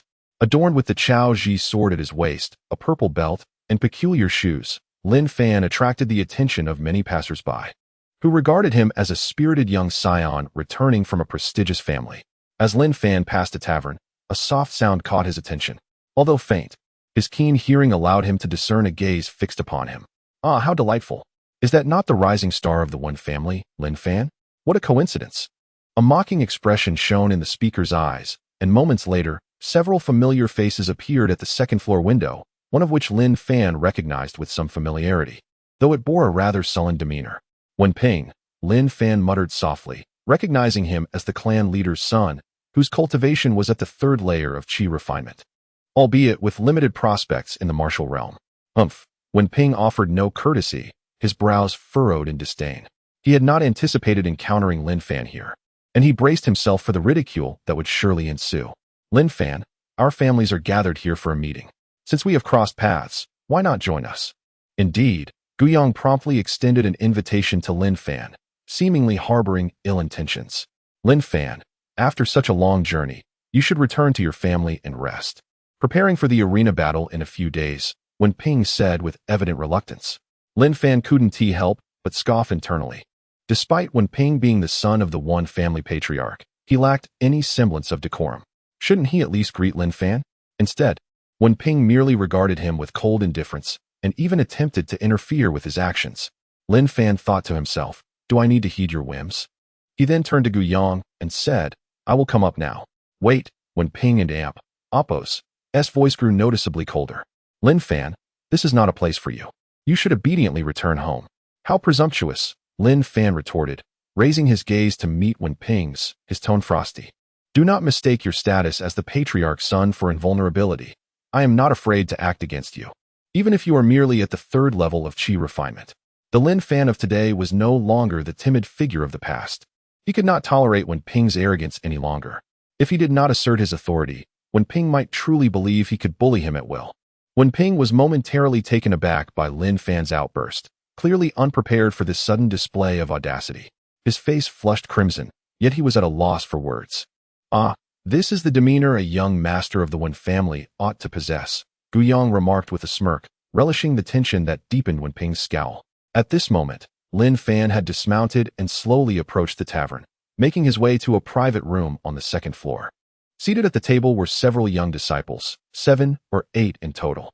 Upon Lin Fan's entrance, not a single one uttered a word. They remained in their seats, sipping their drinks, completely disregarding him. Even Guyang, who had previously invited Lin Fan, now sat with a mocking smile playing at the corners of his lips. Self-inflicted humiliation. Does he truly think himself worthy? Wen Ping muttered, not even glancing at Lin Fan. Do not forget, this so-called waste is your family's trump card against the Zhou family, Guyang reminded, relishing the spectacle of Wen Ping's embarrassment. Lin Fan's lips curled into a cold smile as he scanned the room, his gaze finally settling on Guyang as he approached Gusong's side. May I sit? What gives you the right to sit here? A young disciple retorted bluntly. The various families of Zhuota town were often at odds, but they would not miss an opportunity to strike at the Wen family. What is your stance? Lin Fan inquired, not deigning to look at the interloper and instead addressing Guyang. Do you not understand, you lowly wretch? You have no right to sit with us, Guyang sneered, his disdain palpable. Are you suggesting you were mocking me just now? Lin Fan maintained his composure, calmly questioning. And if I was? Leave, Guyang commanded, taken aback by Lin Fan's lack of timidity. A cold smile graced Lin Fan's face as he placed his hand on the table, lifting a cup of wine. With a flick of his wrist, the contents splashed onto Guyang's face. The room fell into a stunned silence. No one had anticipated that the formerly ineffectual Lin Fan would dare to douse Guyang with wine. However, the onlookers were captivated, particularly Wen Ping, who beamed with delight at Guyang's humiliation. Perhaps soon, Guyang would teach this waste a lesson, a delightful scenario unfolding before his eyes. Guyang, caught off guard by the unexpected turn of events, felt the wine trickle down his face as he hastily wiped it away, revealing eyes narrowed into icy slits, resembling a viper poised to strike. Lin Fan is in for a world of trouble. He may not survive this encounter, the onlookers silently concluded, sensing an impending spectacle between the Gu and Wen families. You dared to pour wine on my face. Guyang's eyes gleamed ominously, his tone deceptively calm, yet chilling. Gusong, I am furious. Indeed, Lin Fan nodded candidly. I fail to comprehend how a waste like you possesses such audacity. Tell me, have you considered the consequences of your actions? Or are you foolish enough to believe the Wen family will shield you? Guyang and Amp. Appo's voice dripped with mockery. Lin Fan did not respond immediately. Instead, he seized the wine jug from the table, uncorked it, and once more doused Guyang with its contents. I do not understand why you waste your breath. Are you attempting to instill fear in me? Or are you merely revealing your own insecurities? Gu family illegitimate? Guyang, born of the family head and a maid, was technically a young master but held a lower status, a sore point in his heart. Lin Fan's words struck at his vulnerability. You seek death. Gu Yang's expression darkened, revealing a menacing snarl. Without hesitation, Gu Yang sat there and launched a fist toward Lin Fan, the air whistling with the force of his strike. The onlookers felt a chill run down their spines. Gu Yang was genuinely enraged, and Lin Fan was certain to be left battered and bruised. Only when Ping and Amp, Appo's smile widened, blooming like a flower, as he anticipated Gu Yang's triumph over Lin Fan. However, the outcome they expected did not materialize. Gu Yang's fist halted midair, not for mercy, but because Lin Fan's hand had caught his fist effortlessly, holding it in place despite Gu Yang's reddening face. The crowd's expressions stiffened in disbelief. How could Lin Fan so easily block this punch? At that moment, Lin Fan remained unperturbed while Gu Yang's face was aflame. Truthfully, I do not understand why. Given your status as a mere illegitimate child, you would attempt to provoke me, calling me a waste. What right do you have? Let me clarify. I possess the cultivation of the 5th level of Qi refinement. With a sickening crack, Gu Yang cried out in agony as pain surged through his fist, contorting his features. Get out, Lin Fan commanded, flinging Gu Yang from the window. The onlookers were left in stunned silence. The 4th level of Qi refinement, Gu Yang had been thrown out by this so-called waste? The crowd inhaled sharply, astonished at the transformation of Lin Fan. Lin Fan's gaze slowly shifted, landing on Wen Ping. Upon meeting Lin Fan's calm eyes, Wen Ping felt an unexpected flicker of fear. He realized, with a jolt, that the once timid Lin Fan had transformed into someone entirely different, his eyes now radiating resilience and defiance. What did you just call me? Lin Fan inquired, directing his question at Wen Ping. Wen Ping's lips moved, his expression stiffening as he struggled to find a response. Waste. Lin Fan let out a cold laugh. And in an instant, Wen Ping felt a sharp sting across his face. Lin Fan had delivered a resounding slap before the crowd, leaving Wen Ping reeling, clutching his cheek, his muscles quivering in disbelief. Yet, when he met Lin Fan's steady gaze, he found himself swallowing the retort that had risen to his lips. Be mindful of your words in the future. Do not presume your status as the patriarch's son grants you the right to act arrogantly.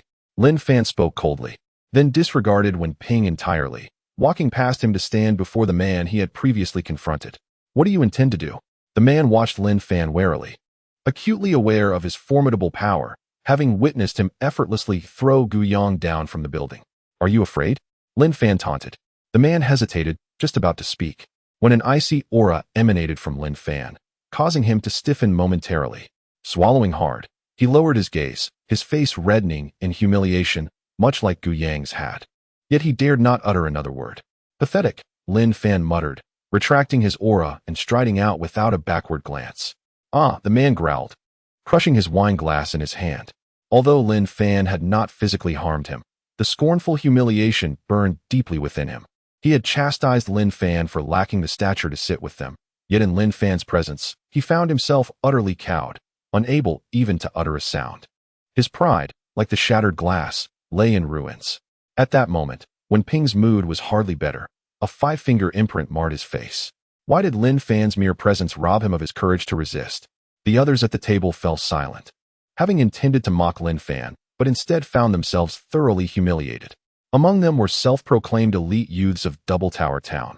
One had been thrown downstairs, another slapped, and yet another too intimidated to speak. Was Lin Fan truly unworthy of sitting at their table? As for Lin Fan, he remained oblivious to the complex emotions his arrival stirred among the patrons of the tavern. He simply wished to avoid being disparaged, especially by those who seemed accustomed to their elevated status. Disgusted by their contemptible visages, he deemed it fitting to teach them a lesson. As Lin Fan swept past the Snow Moon building, Gu Yang's malevolent gaze followed his retreating figure, his face twisted in vengeful rage.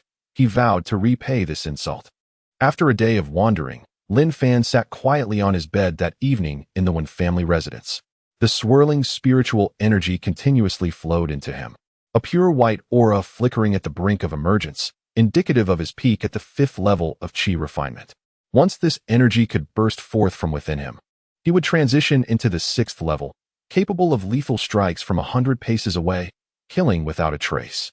Meanwhile, outside the Wen family courtyard, shadows swiftly approached the room where Lin Fan resided, entering the corridor with a ghostly grace. These figures bore powerful oxhorn bows, capable of harnessing immense force, allowing those above the 3rd level of Qi refinement to channel their full strength into them. Lin Fan's quarters had been strategically arranged by Wen Yinming, located near the back mountain of the Wen family, where spiritual energy was abundant, conducive to cultivation and rejuvenation. Room D2, best not to disturb him to avoid trouble. One figure instructed as he emerged from the group, waving a folding fan. Instantly, the crowd moved toward the stairs, heading straight for room D2.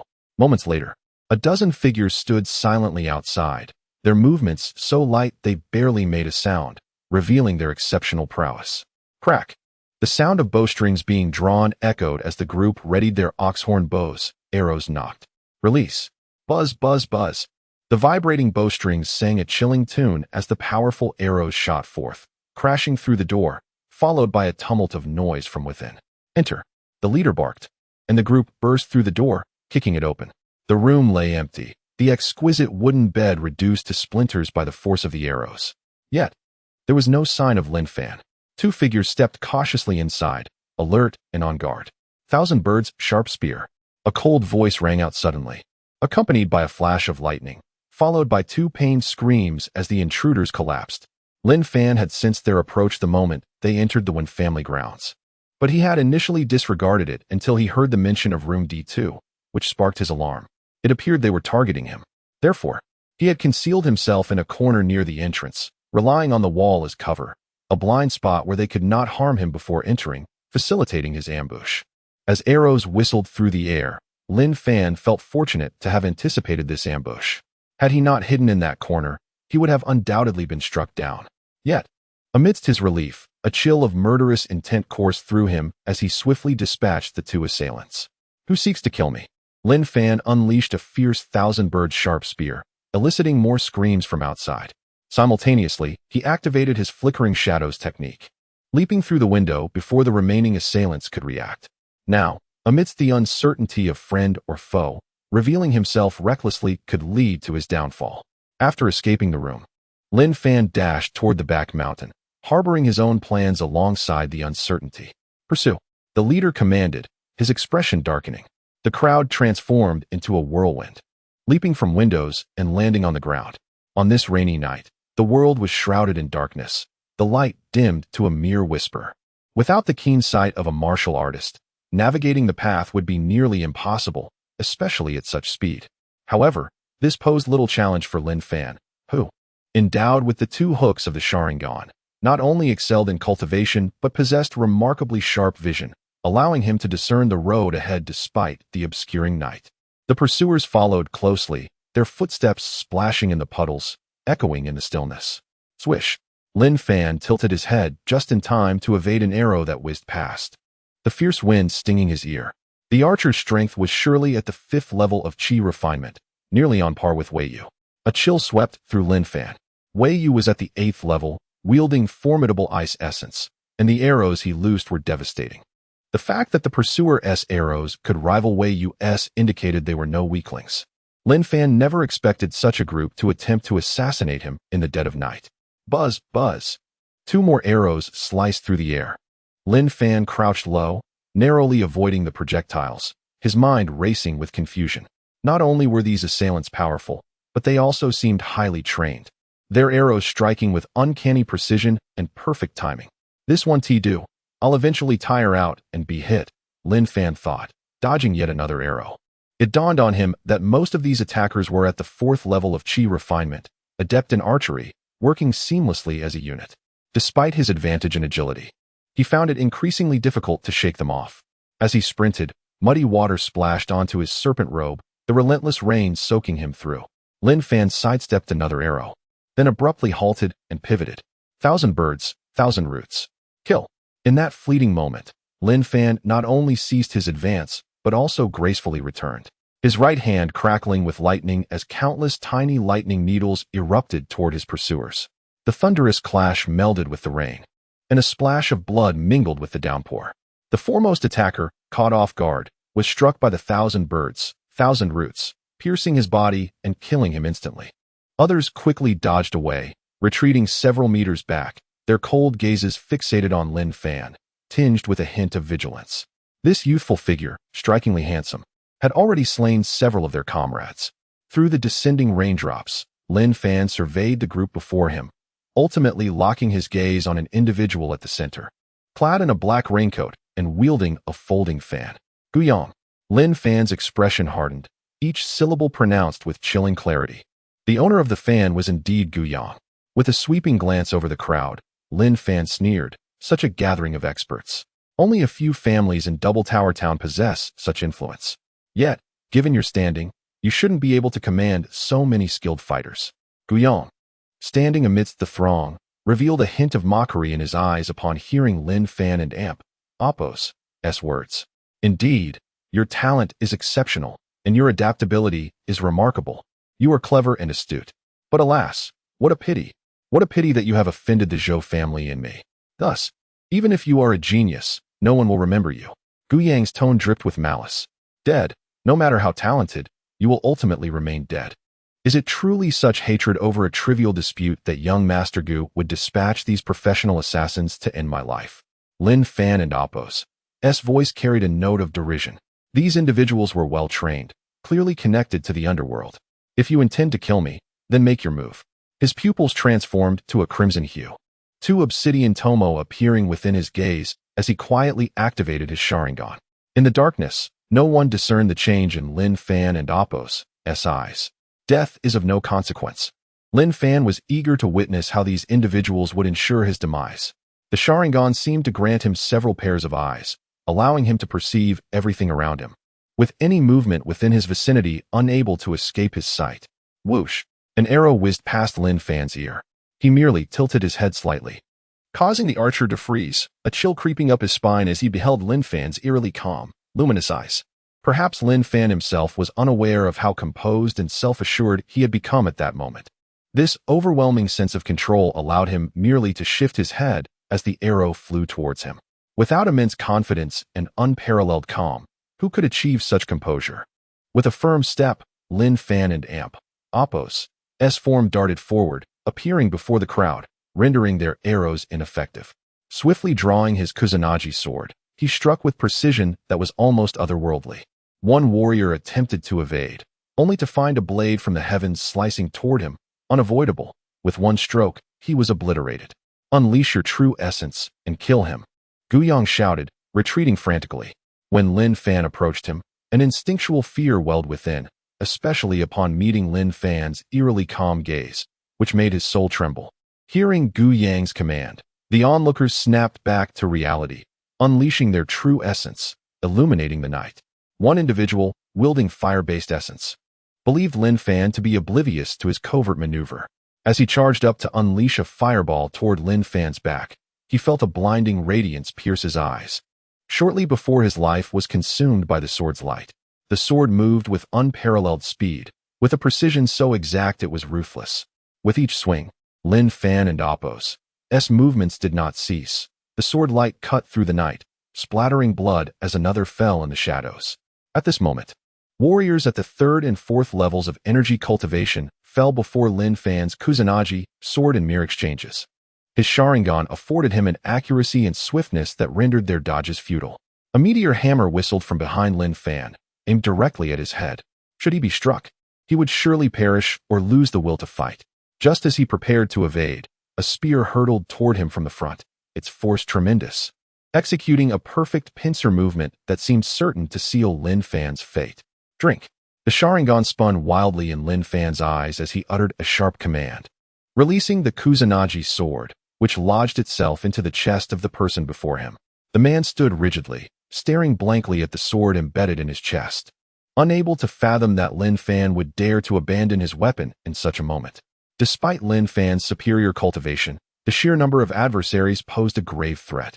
A single successful strike could lead to his grievous injury, and the price of such injury was death. In this perilous situation, he could scarcely imagine Lin Fan would relinquish his sword. Moreover, after the preceding skirmish, the assassins had discerned the extraordinary nature of Lin Fan's Kusanagi sword, which was not only incredibly sharp, but also radiated an aura that dissuaded direct confrontation. Gu Yang's gaze remained locked on Lin Fan, desperate to witness how the latter would be struck by the meteor hammer before his demise. Boom! A deafening explosion reverberated, the sword light now more resplendent than before. Before the meteor hammer could descend, the head of its wielder soared into the air, while Lin Fan's hand remained stained with blood. How could this be? The man closed his eyes, his body collapsing. At this moment, the severed head had just begun to fall, and the crowd halted their assault, for they realized that no one among them could withstand that brilliant sword strike. This was not merely due to Lin Fan and Appo's swordsmanship being extraordinary. It was solely the inside of the Sharingan that enabled him to anticipate and seize the advantage. The crowd, having forgotten their attack, Lin Fan did not waver. Brilliant rays of light burst forth, each accompanied by a spray of blood, with not a single sword swing wasted. Every strike unleashed its full potency. At this juncture, Lin Fan had long since cast aside any notion of mercy. Within him, there existed only calmness and indifference. Gu Yang observed the powerful warriors collapsing one after another, his body trembling uncontrollably. These were all skilled practitioners of the third and fourth levels of energy cultivation, formidable forces even in the outside world. Yet now, they fell like straw before Lin Fan's relentless onslaught, each step claiming a life. The sound of the sword's whistle grew increasingly pronounced, drowning out the patter of rain.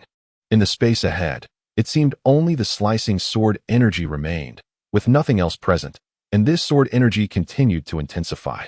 Flee! Gu Yang roused from his shock, his mind consumed by a singular thought, to escape this demon. Without a moment and Appo's hesitation, he turned to flee.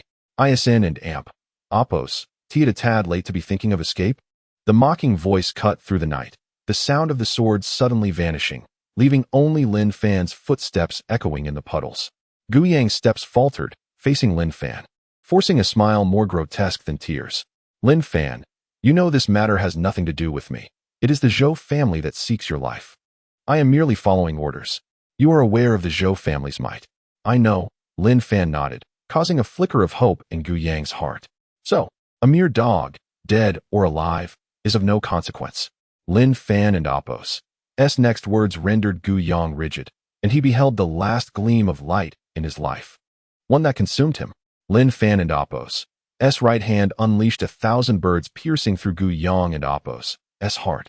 Watching Gu Yang collapse, Lin Fan and Appo's expression remained impassive as he turned to survey the lifeless bodies strewn across the ground. With deliberate steps, he began to walk away into the distance. Zhou family. A low voice echoed in the rain-soaked night. 3 days later, the highly anticipated arena competition between the Wan and Zhou families commenced as scheduled. 5 platforms were situated at the center of the martial arts arena, each graced by 8 figures. The Zhou family took the lead on the central main stage, where 8 members stood proudly, casting disdainful glances at their opponents. The other 4 platforms, oriented to the southeast, southwest, northwest, and northeast, were occupied by the Gu, Wan, Li families, and a faction of independent cultivators led by the Chasing Wind Tower. At this moment, on the Zhou family's side, an elder stood beside the family head, Zhou Zhong, his gaze fixed upon the platforms. Today's contest was a duel between the Zhou and Wan families, thus neither side was obliged to show mercy. Those who faced defeat could concede, bringing the battle to an end. However, should they refuse to yield, the conflict would persist until one side was utterly vanquished. Disregarding life and death, the elder's words stirred considerable unrest among the crowd. The implication of unrestrained bloodshed was chilling. Many proud warriors, who held their honor in high regard, especially despised the notion of conceding defeat, making it rare for anyone to deliberately surrender. Even in the face of adversity, they would fight on to defend their dignity, embracing the idea of glory in defeat. Yet, the elder's proclamation compelled contemplation among these warriors. It essentially allowed for unrestricted combat, and if both sides were evenly matched and refused to submit, it would lead to a bitter enmity. Astutely, many silently praised the elder. Clearly, he spoke for Zhou Zhong. And this approach would only benefit the Zhou family, as they were the hosts of the event, with the other families merely invited as witnesses. Zhou Zhong intended to utilize this arena contest to demonstrate the strength of the Zhou family to the other factions in Shuangde town, thereby asserting dominance. Although the other families were aware of Zhou Zhong's intentions, they felt compelled to comply. Both families could send disciples to participate until one side conceded. The head of the Wen family could voice objections, but what about the others? The elder's gaze fell upon the several family heads. Haha, since it is the Zhou family's arrangement, I naturally agree, proclaimed Gu Zhantian, the head of the Gu family, seemingly unconcerned. Previous martial arts competitions had also been presided over by the Zhou family, so it was only natural for this one to follow suit. I have no objections either, added Li Jun, the head of the Li family. I, too, will not oppose, Wen Yiming declared. Then allow this old man to express gratitude on behalf of the Zhou family head. The elder smiled gently at the three, announcing, the duel between the Wen and Zhou families now commences. The defeated shall withdraw, while the victors remain. From the outset, the two families clashed fiercely. The atmosphere charged with tension. Many spectators had already made their predictions regarding the outcome of the battle, having some understanding of the abilities of the young talents from both families. To ensure a cautious approach, both families began by sending forth their less powerful disciples to compete. After several bouts, both sides had experienced victories and defeats, but overall, the Zhou family held a slight advantage. At this moment, Lin Fan stood with his hands clasped behind his back, his expression betraying no change. Like Zhou Xian from the Zhou family, he had been observing the battles. And since their opponents were not in a hurry to engage, neither did he feel the need to rush. As for Zhou Xian's arrogance, Lin Fan had long since grown accustomed to the conceited demeanor of so-called geniuses. After a while, Zhou Xian could no longer contain his impatience and leapt onto the arena. After a series of aggressive maneuvers, he soundly defeated Wen Bo, who had just made a mistake. Despite being gravely injured, Wen Bo refused to concede. What a weakling!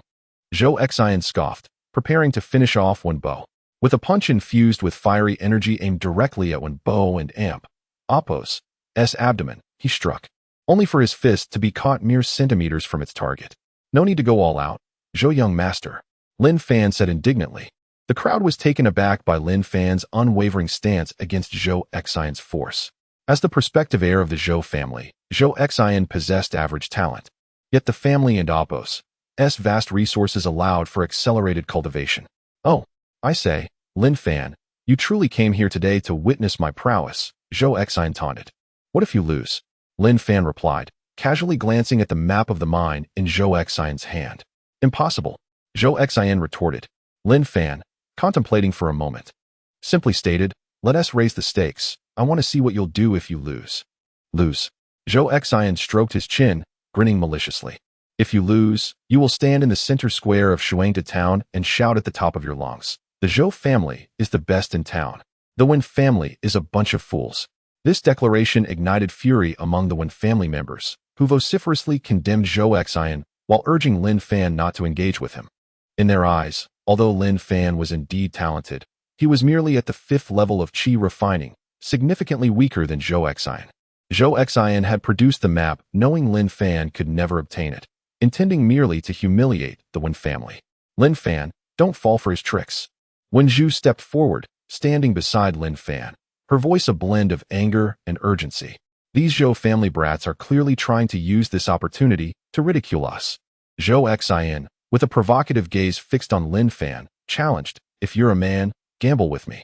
Of course, if you don't consider yourself a man, then never mind. You needn't provoke me on purpose, Lin Fan declared, striding confidently onto the arena, extending his right index finger towards Zhou Xian, beckoning, come on. Zhou Bug, let us fight. Zhou Xian was elated at Lin Fan's acceptance, but bristled at being called Zhou Bug. Listen carefully, my name is Zhou Xian, not some Zhou Bug. Encountering me is your misfortune. Zhou Xian laughed heartily. What arrogance. You and family members are only skilled with words. Your martial prowess is quite mediocre. Especially since you aren't and Oppo's, even a true disciple of the Wen family. Lin Fan grinned, whether I and Oppo's am mediocre or not, we'll find out in battle. I heard you. Zhou Xian, are the foremost talent of the younger generation in the Zhou family? Zhou Xian puffed out his chest with pride, indeed. All right. Lin Fan rubbed his hands together. If I defeat you, It means I'll have trampled all the young talents of your Zhou family underfoot. Haha, just thinking about it is exhilarating. Observing the escalating tension on the stage, when Yinming felt compelled to intervene. Lin Fan, do not act impulsively. He inhaled deeply, sensing the fervor rising within him. What are your chances of winning? 10 out of 10. Lin Fan replied without hesitation. When Yinming was taken aback, but nodded vigorously, good. Since you wish to fight, I, as your elder, will wholeheartedly support you. Losing is no concern. As long as you learn from defeat, our Wen family will still rise in the future. Lin Fan was unexpectedly touched by Wen Yinming's unwavering support, which diminished his previous resentment towards his family's neglect. The onlookers believed that pitting Lin Fan against Zhou Xian left him with little hope of victory. A mere realm's difference could not be bridged by mere passion and impulse. Patriarch, a Wen family elder began, attempting to dissuade him. No need to speak. My mind is made up. Wen Yinming waved his hand decisively. I believe in Lin Fan. I trust he will surprise us all. Even if he loses, our situation in the Wen family will only worsen a bit. It is hardly a grave matter. As the head of the family, Wen Yinming's staunch support for Lin Fan left others with little room for dissent. The elder sighed, ceasing his objections, and turned his gaze toward Lin Fan, solemnly urging, Lin Fan, strive hard. Do not let us down. All members of the Wen family, regardless of their past relations with Lin Fan, now focused their hopeful and encouraging gazes upon him. In the crowd, particularly Wen Ping, a glimmer of apprehension flickered in his gaze as he fixated on Lin Fan's every move. A day prior, Lin Fan had humiliated him before the esteemed families, leaving Wen Ping utterly disgraced and filled with malice, scheming in his mind. Yet most of the Wen family held a semblance of respect for Lin Fan. After all, his battle against Zhou Xian represented the entire Wen clan.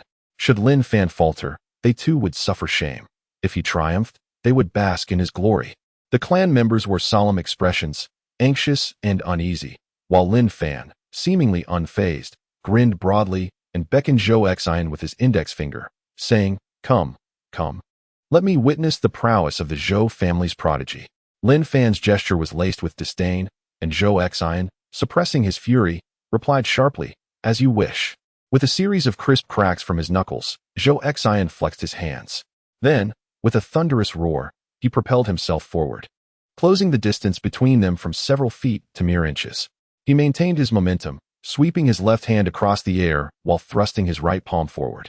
3 waves of crimson spiritual energy surged forth from Zhou Xian's palm, converging fiercely towards Lin Fan's chest, crashing down like tumultuous waves against the shore, producing a deafening roar. This was the yellow-level intermediate martial technique, the shockwave palm. What? Zhou Xian's power has reached the pinnacle of the 5th level of qi refinement? As Zhou Xian unleashed his shockwave palm, Wen Yinming's pupils constricted in shock, nearly gasping aloud. Wen Yinming had believed Zhou Xian to merely be newly initiated into the 5th level of qi refinement, and thought that Lin Fan, with his confidence, must possess some formidable trump card.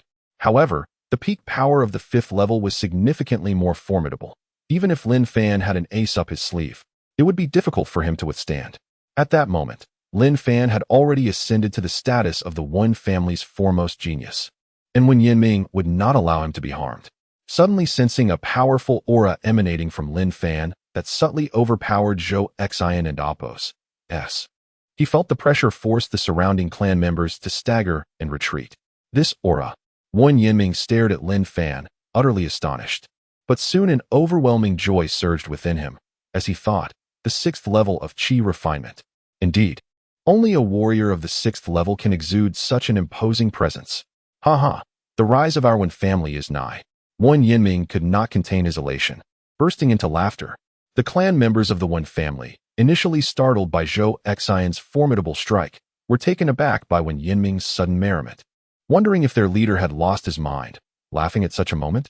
At that instant, Lin Fan swiftly formed a seal, unhurriedly accompanying a sharp bird call with a right fist imbued with thunderous spiritual energy. Boom! Bang!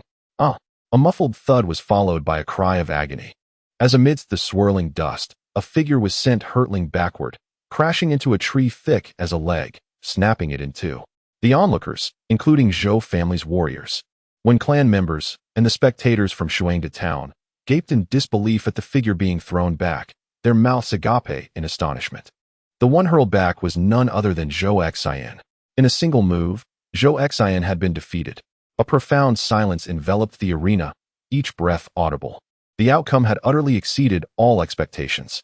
Even when Yinming had not anticipated Lin Fan and Appo's effortless dispatching of Zhou Xian, who now appeared grievously injured. Amidst the swirling dust, Zhou Xian struggled to rise, trembling all over, his right arm hanging limply, blood trickling from his lips, his hair disheveled, and clothing in tatters, looking utterly wretched.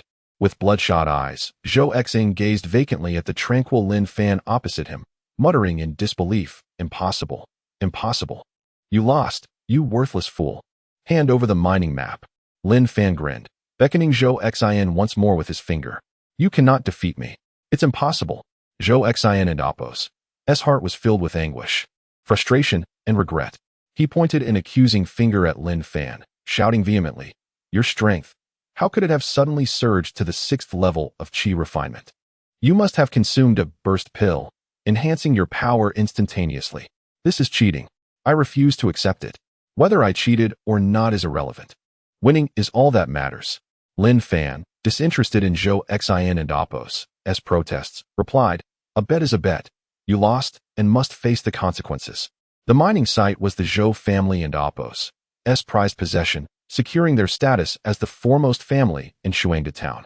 Zhou Xian, gritting his teeth, attempted to deny the outcome, declaring, "This match does not count. Wait until I recover. We shall have a fair fight then." Lin Fan frowned, but remained silent, stepping closer to Zhou Xian, his 6th level qi refinement aura pressing down upon him. With his victorious air, the aura he exuded brimmed with murderous intent, causing Zhou Xian and several other Zhou family members to retreat in trepidation. "Lin Fan, what do you intend to do?" Zhou Xian, injured and unsteady, stammered. "If you dare touch me, the Zhou family will not let you off." "The Zhou family? I tremble in fear." Lin Fan smiled mockingly before his expression turned frigid, threatening coldly, "I have already crippled one of your arms. Should you disobey, I won't hesitate to do the same to your other arm." As he approached Zhou Xian, the latter felt as if he were facing a colossal mountain, the overwhelming aura nearly forcing him to kneel. The pain from his severed arm caused beads of sweat to form on his brow, twisting his once handsome features into a grotesque mask of rage and hatred. His venomous glare was fixed on Lin Fan, as if he wished to pounce and tear him apart. "Give it to him." Zhou Zhong, his face darkened, gritted his teeth at the Zhou family warrior holding the map. With that command, he turned and walked away, not glancing back. The Zhou family warrior, with a pained expression, handed over the mining map to Lin Fan, exchanging glances with the other Zhou family disciples before following Zhou Zhong off the stage. The once arrogant Zhou family disciples, who had strutted in, now left with their heads hung low, faces pale. The Wen clan members, witnessing this, felt an exhilarating joy, as if this moment was the most satisfying of their lives. Seeing his father depart, Zhou Xian had no choice but to follow, retreating slowly in disgrace.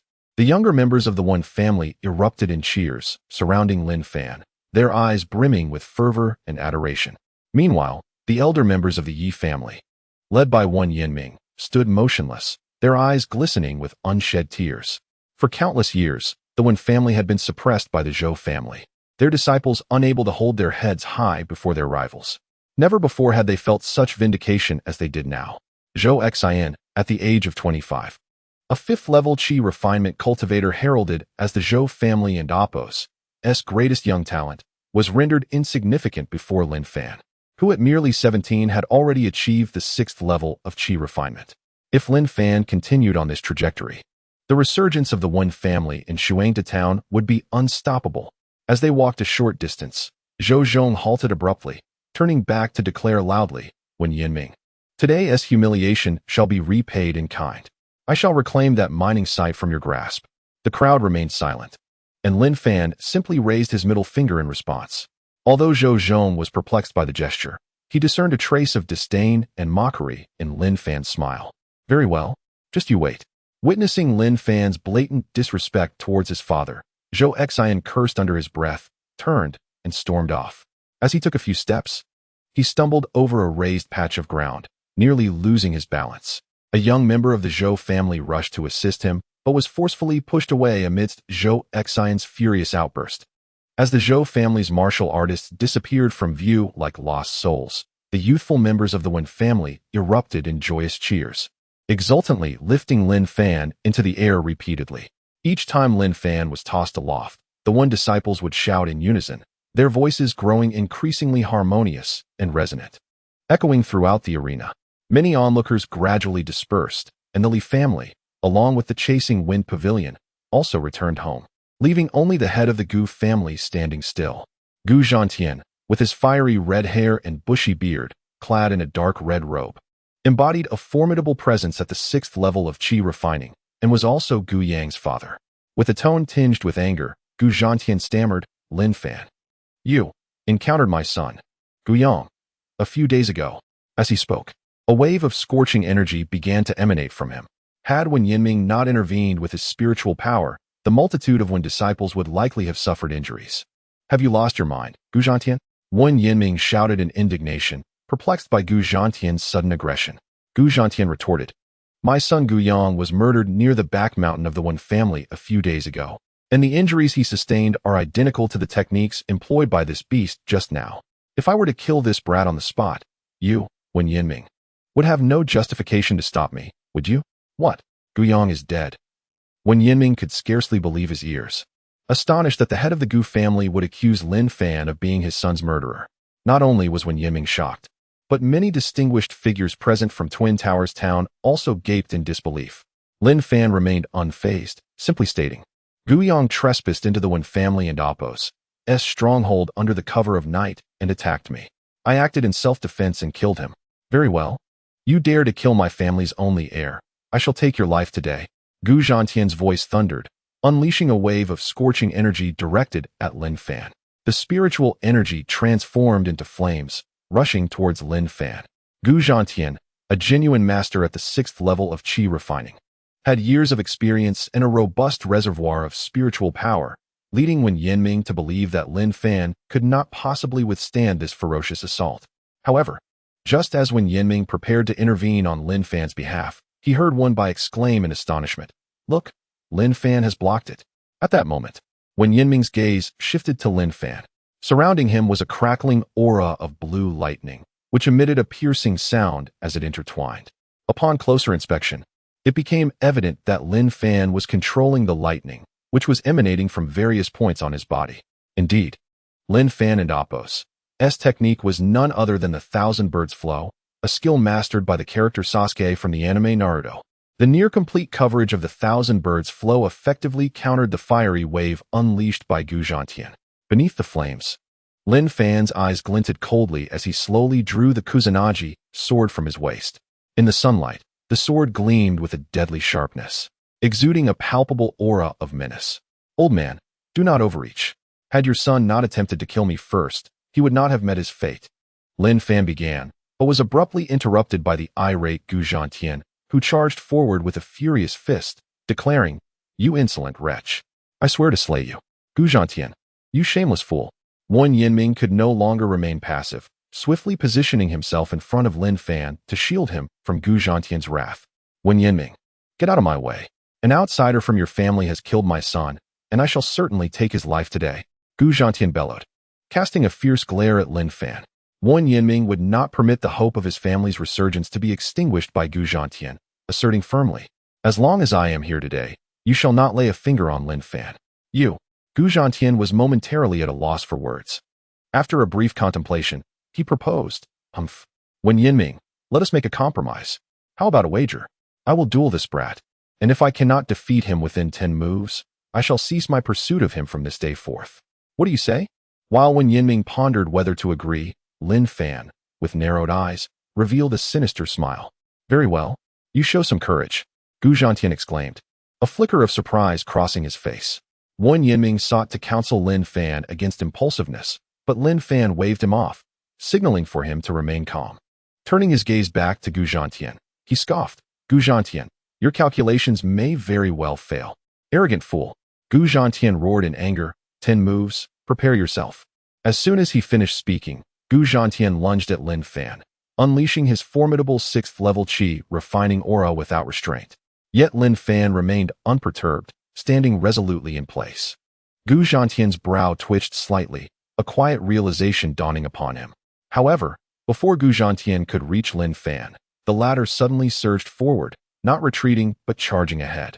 This unexpected move left Gu Zhantian baffled. Logically, no matter how experienced this youth was in combat, he should never stand a chance against him. But why? In the next moment, Lin Fan and Appo's intentions became clear. A flash of light flickered in Lin Fan and Appo's hand as he brandished the Kusanagi sword. With a dazzling silver gleam, Lin Fan accelerated, closing the distance to Gu Zhantian in an instant. He swung the sword upward, aiming directly at him. A treasure? A mysterious grade weapon? Gu Zhantian gasped in shock, hastily attempting to evade by sidestepping. However, at that moment, a bolt of blue lightning erupted from Lin Fan's left hand, hurtling straight towards Gu Zhantian. "I've got you." Lin Fan grinned, revealing a chilling smile laced with intent to kill. Yet, at that instant, an unforeseen twist occurred. Just as the thousand-bird sharp spear was about to pierce Gu Zhantian's body, it was suddenly repelled. The force of the rebound jolted Lin Fan's left hand, causing his internal energy to surge. As his hand faltered, the Kusanagi sword veered off course. The shimmering blade grazed Gu Zhantian's cheek like a shooting star. When both combatants came to a halt, Lin Fan stood where Gu Zhantian had once been, his expression grave. He had originally intended to pierce Gu Zhantian fatally with the thousand-bird sharp spear while the latter was focused on the Kusanagi sword. However, he had never expected that the thousand-bird sharp spear would bounce back, causing his sword strike to miss its mark. Turning his gaze, he noticed a glimmering light pulsating from Gu Zhantian's chest. When Yinming's eyes narrowed in shock as he exclaimed, "A high-level yellow-grade defensive treasure?" Upon hearing Wen Yinming's words, Lin Fan finally grasped the reason for the unexpected turn of events, his heart growing heavier. He had not anticipated that his opponent would possess a treasure. Beside him, Wen Bai excitedly remarked to Gu Zhantian, "You old fool, bringing a treasure to spar with the younger generation is utterly shameless." Concurrently, numerous Wen disciples echoed their disdainful sentiments. Yet Gu Zhantian had no interest in their remarks. While Lin Fan contemplated the upcoming battle, Gu Zhantian stood in stunned silence, his jaw nearly dropping in disbelief. Little could he have anticipated that a martial artist merely at the 6th layer of chi refinement could possess such terrifying combat prowess. Just moments ago, he had narrowly escaped having his head severed by that sharp sword. How audacious of him to arrogantly propose that the young man withstand 10 of his strikes before he would allow him to go free. Given the current circumstances, it seemed that not only would he struggle to endure those 10 strikes, but merely preserving his own head during this exchange would be a remarkable achievement. Reflecting on this, he glanced at the chainmail covering his heart, and a sense of ruefulness washed over him. Fortunately, he had taken precautions before setting out, donning a protective garment. Although he remained unaware of the full capabilities of the thousand-bird sharp spear, he sensed that once that blue lightning penetrated his body, it would spell his doom. With this thought in mind, he cast another look at Lin Fan, whose gaze bore an unsettling intensity, as if he were prey to be devoured. Cold sweat began to trickle down his back. This was the first time he had encountered such a formidable opponent, especially one so young, merely 17 years of age. What a monstrous child this was. Gritting his teeth, Gu Zhantian involuntarily inhaled sharply. After a brief pause, Lin Fan fixed his gaze on Gu Zhantian, contemplating strategies to overcome his adversary. Gu Zhantian, too, remained transfixed, momentarily dazed. From Lin Fan and Appo's eyes, he perceived not a hint of hesitation, but rather a raw, aggressive intent, an unmistakable predatory glare that made him decidedly uncomfortable. After all, he was a peak expert at the 6th layer of chi refinement. To be regarded in such a manner by a mere boy was utterly humiliating. Thus, he resolved that he must strike first, to intimidate this young upstart. However, before he could make a move, Lin Fan had already charged toward him. The second strike. Startled, Gu Zhantian found himself momentarily taken aback by Lin Fan's sudden advance. But he quickly regained his composure, reminding himself of his status. For the sake of his dignity as a martial artist, he could not show weakness before this boy. Moreover, Lin Fan's only real threat lay in his grass-cutting sword. As long as he kept his eyes on that blade, he could withstand 10 strikes without issue. This line of thought, if known to others, would surely leave them aghast. Yet at that moment, he had no time to dwell on such matters. As Lin Fan became a silver streak hurtling toward him, Gu Zhantian's aura surged, and he retreated, lacking the courage to counterattack. fearful that the grass-cutting sword might inflict a wound that would bring him disgrace. With a sinister smirk curling at the corners of his mouth, Lin Fan, after 5 strikes, had yet to graze even the hem of Gu Zhantian's garment. However, he could see that Gu Zhantian was struggling, which only emboldened him further. The 6th strike. With a resounding shout, Lin Fan accelerated, closing the distance in an instant. Gu Zhantian maintained his composure, watching the shimmering blade of the grass-cutting sword, and attempted to evade. Yet this time was different. Lin Fan's foot barely grazed the ground, and with a swish, a shadowy figure materialized, surrounding Gu Zhantian. 2 silver streaks of light sliced toward him from different angles. Gu Zhantian was taken aback. He had not anticipated that Lin Fan possessed such a lethal technique. Nevertheless, as a master at the 6th layer of qi refinement, he reacted swiftly, stomping the ground with a thunderous crash that sent debris flying. Leveraging the explosion and Appo's momentum, he attempted to retreat, on the verge of escaping the encirclement. However, at that moment, Lin Fan let out a cold chuckle and took another step forward. Swish! All the illusions vanished, yet as Gu Zhantian sought to flee, Lin Fan's figure abruptly appeared behind him, a streak of light slicing past his ear. The art of the clone technique. The two halted, Lin Fan standing 3 meters in front of Gu Zhantian, a satisfied smile gracing his lips, murmuring to himself. Gu Zhantian stood rigid, a strand of black hair slowly drifting to the ground. I have lost. He could hardly believe it. He had initially proposed the 10-strike agreement, yet he found himself defeated after just 6 strikes, and he accepted his defeat with grace. Just moments before, when Lin Fan had appeared behind him, he had felt nothing, and in that fleeting instant, Lin Fan could have severed his head, but chose instead to spare him by merely clipping a few strands of hair. It was evident that Lin Fan had shown him mercy. Otherwise, Gu Zhantian swallowed hard, daunted by the implications. In truth, he had exerted all his strength after the first strike. Even his evasive maneuvers represented the full extent of a peak expert at the 6th layer of qi refinement. Yet despite this, Gu Zhantian had still lost. I have lost, he muttered, his earlier arrogance replaced by a pallor of defeat. Lin Fan, shedding his previous disdainful demeanor, replied earnestly, I am fortunate that Senior Gu showed mercy. I have merely won by chance. Understanding the pride of someone like Gu Zhantian, Lin Fan offered him a gracious exit, and Gu Zhantian was only too happy to accept. It seems the Wen family is on the rise, he mused softly, retreating with his subordinates in a dejected manner. Gu Zhantian had initially believed that Lin Fan had resorted to underhanded tactics to bring about the demise of his son, Gu Yang. However, it now appeared that Lin Fan had defeated Gu Yang through sheer strength, along with numerous underworld assassins. This Lin Fan was certainly not to be underestimated. However, the Wen family was not the only one to contend with. The Zhou family was the true puppet master. The Gu family was merely the first casualty. As Gu Zhantian left, begrudgingly, he found himself reconsidering his stance. Should he continue opposing the Wen family or switch allegiances to them? The decision hinged on that seemingly insignificant youth, Lin Fan. The balance of power in the Twin Towers town was about to shift. After a day filled with tumultuous events, Lin Fan, standing among the Wen family, had risen significantly. Following dinner, he and the others shared light-hearted banter in the courtyard until the late hours. Before retiring to their respective rooms, seated cross-legged on his bed, Lin Fan found himself restless, unable to calm his mind for meditation. Lying in bed, he tossed and turned, struggling to find slumber. Today, he had also triggered several hidden quests in various shops, accumulating a considerable amount of growth value. However, he now aimed to amass 10,000 growth value to upgrade his 2-tomo Sharingan to the 3-tomo variant. Noticing the bright moonlight streaming through the window, Lin Fan, devoid of sleepiness, donned his clothes and descended to the courtyard to sit in contemplation. Moments later, hearing the even breaths of his family, he realized they were fast asleep and ventured out of the courtyard, making his way down the deserted streets of the town. The long street was silent and devoid of life. As Lin Fan strolled along, an ancient, desolate aura suddenly enveloped him, causing his heart to skip a beat. He looked up to find himself inexplicably drawn to the town's central square. In the heart of the square stood 2 massive structures, the mysterious towers he had glimpsed earlier in the day. In the darkness, they loomed like colossal giants, exuding an almost suffocating pressure. Faintly, Lin Fan sensed a peculiar force beckoning him, stirring his spirit and compelling him to approach the towers step by step.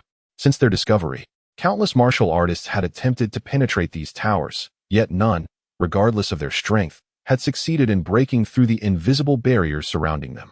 What secrets lay within these towers? What mysteries awaited him? Filled with curiosity, Lin Fan found himself standing just a step away from the towers. A gentle, water-like force barred his way, preventing him from advancing further, as if a barrier of true essence had been established around the towers. Lin Fan, even with his physical prowess, could not breach this barrier. Thousand Birds' sharp spear. Lin Fan swiftly formed seals, channeling his spiritual energy, and with a sharp utterance, unleashed the Thousand Birds' sharp gun. The energy of lightning erupted from his fingertips, striking the invisible barrier of true essence. Bang! The barrier, akin to a spring, not only rebounded the spiritual energy of Lin Fan's attack, but amplified it by an entire fold. Lin Fan felt a surge of energy crashing towards him like a tumultuous wave, causing him to lose his footing and be sent staggering backward by several steps. His chest heaving with tumultuous blood. Once more, Thousand Birds' sharp gun. This time, Lin Fan poured all his strength into the attack, his surrounding energy transforming into lightning. However, the outcome mirrored the first attempt.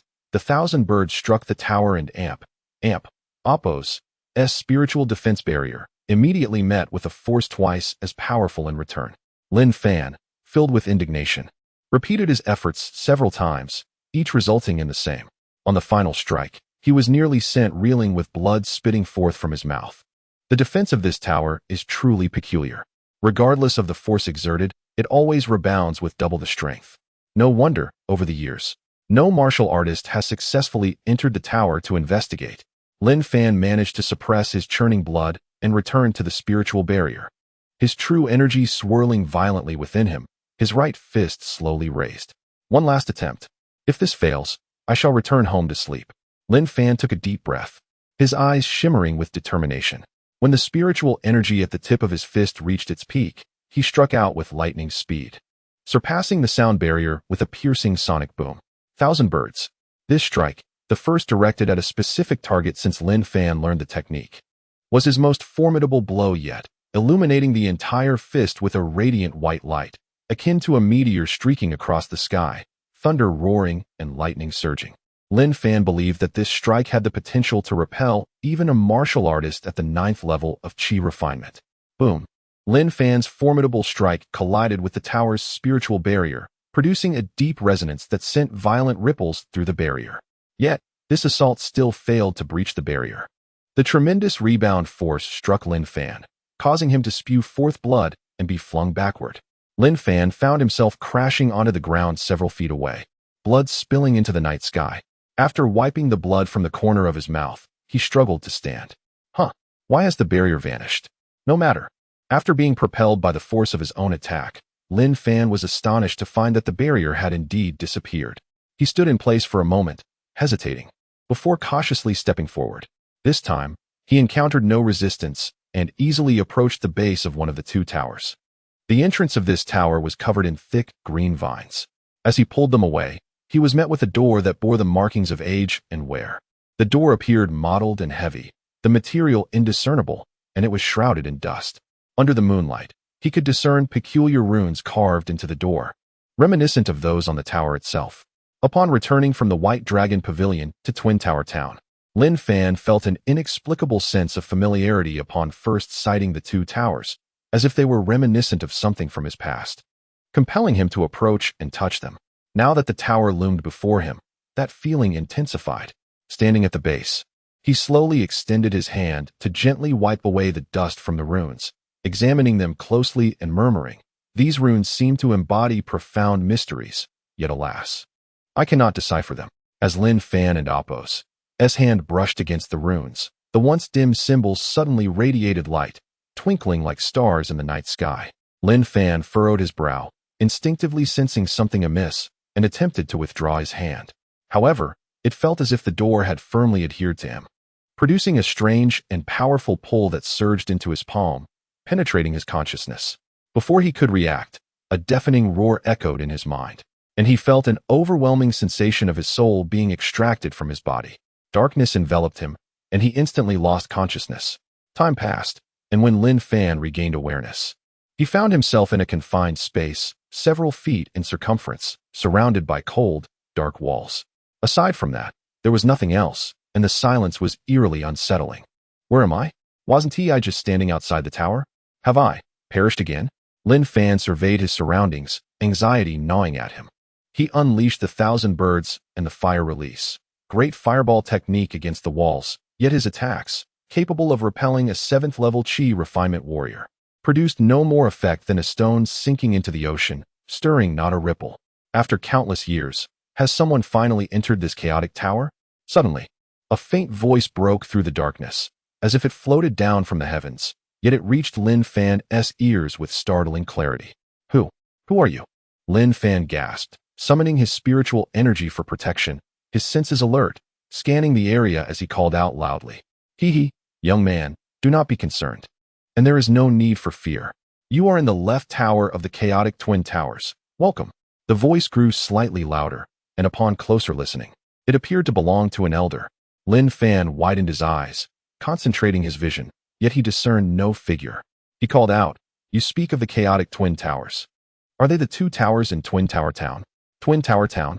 This time, it was the voice that expressed surprise. After a moment, it sighed. Indeed, time flows on, and the world has changed. I have resided in this tower for countless years. The outside world must have transformed beyond recognition. Ah, young man, is it true that the chaotic tower has become a bustling town? The Twin Tower Town has existed for thousands of years. Surely you must know this? Lin Fan's words trailed off as a sudden chill coursed through him, and he involuntarily shivered, exclaiming, Are you human or ghost? The entity within the tower, unseen, appeared unaware of the existence of Twin Tower Town. This could only imply that it had not ventured outside for thousands of years. How could a normal person survive for millennia? Lin Fan and Appo's mind raced to the conclusion of ghostly existence. Once a staunch atheist, Lin Fan had dismissed the notion of supernatural beings. However, since entering this bizarre world, such beliefs had been irrevocably altered. Who knows what spirits might dwell within this realm? The voice chuckled, I am indeed human. What then is a ghost? As long as you are human. Goodness, you startled me. Lin Fan sighed in relief, feeling a chill run down his spine, a cold sweat breaking out as he inquired, If you are human, why do you hide and speak to me in such a secretive manner? Dare you not reveal yourself for me to see? The voice sighed, Though I am human, I have long since perished many years ago. Alas, I wonder if anyone in this continent remembers me, Dan Kingsley. Dead for so long, yet still able to speak? My goodness, is this not the very definition of a ghost? Lin Fan's previously relaxed demeanor tensed once more. He clasped his hands in salute, repeatedly bowing. I beg of you, esteemed elder. I have a weak heart. Please do not frighten me. The voice erupted in laughter. Young man, I do not deceive you. I have indeed been dead for many years. What you converse with now is merely a remnant of my soul. Before long, this remnant shall dissipate, and I will truly cease to exist. Lin Fan questioned, A remnant of the soul? Then how did I find myself here? I recall. I was standing outside the tower, not yet entering it. The voice spoke. At this moment, you and I are not in our true forms. My physical body has long perished, and I exist now as a remnant soul.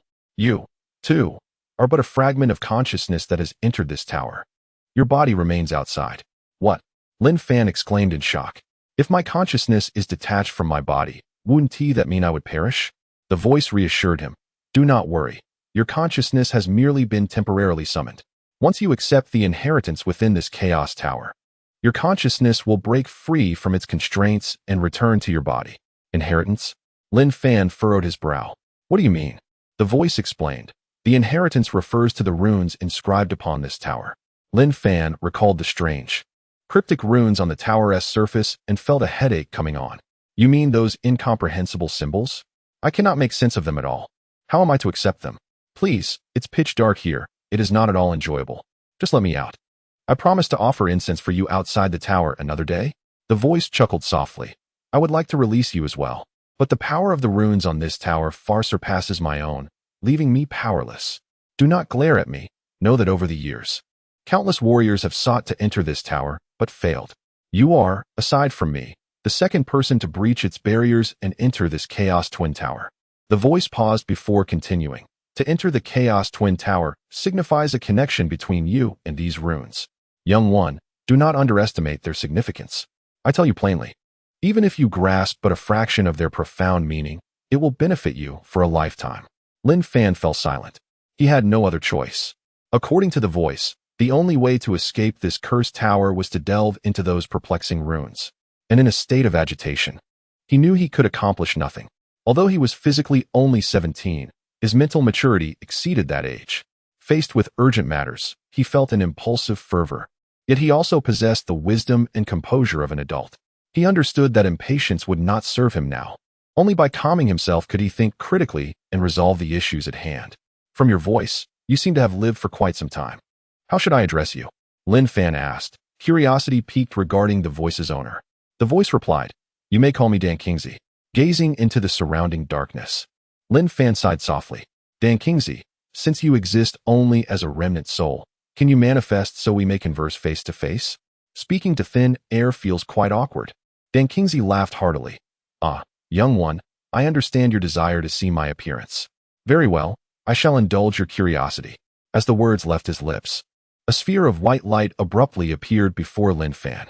In the midst of the surrounding darkness, the white light shone like a full moon in the night sky, radiating a dazzling brilliance. Lin Fan squinted slightly. He watched as the light hovered, undulating like water, gradually transforming into a translucent figure, flickering and shifting, as though a breeze could disperse it. The apparition depicted a middle-aged man, around 40 years of age, with sword-like brows and starry eyes, clad in a flowing white robe. With hands clasped behind his back, he stood proudly in the air, gazing down like a divine being, exuding an aura of elegance and charm that belied the aged visage Lin Fan had imagined. Is this Dan Kingsley? Lin Fan mused. The voice had suggested an elderly man, yet the appearance before him seemed no older than 40. The disparity was astonishing. Upon seeing Dan Kingsley for the first time, Lin Fan was momentarily stunned. But he quickly reconciled this with the nature of the world he inhabited. In the Tianyuan Continent, martial artists could extend their lifespans upon reaching certain levels of mastery, maintaining youthful appearances or even regaining their youth. Some who appeared young may well have lived for hundreds or thousands of years. Dan Kingsley appeared youthful, but his actual age was likely far greater than his exterior suggested. Strange, isn't it? Did you expect me to be a hunchbacked old man? Dan Kingsley remarked, catching the expression of astonishment on Lin Fan's face. Lin Fan nodded, admitting, indeed, from your voice, I imagined you to be a wise elder with kind eyes. Yet you are a strikingly handsome young man. I wager many beautiful women surrounded you in your youth, did they not?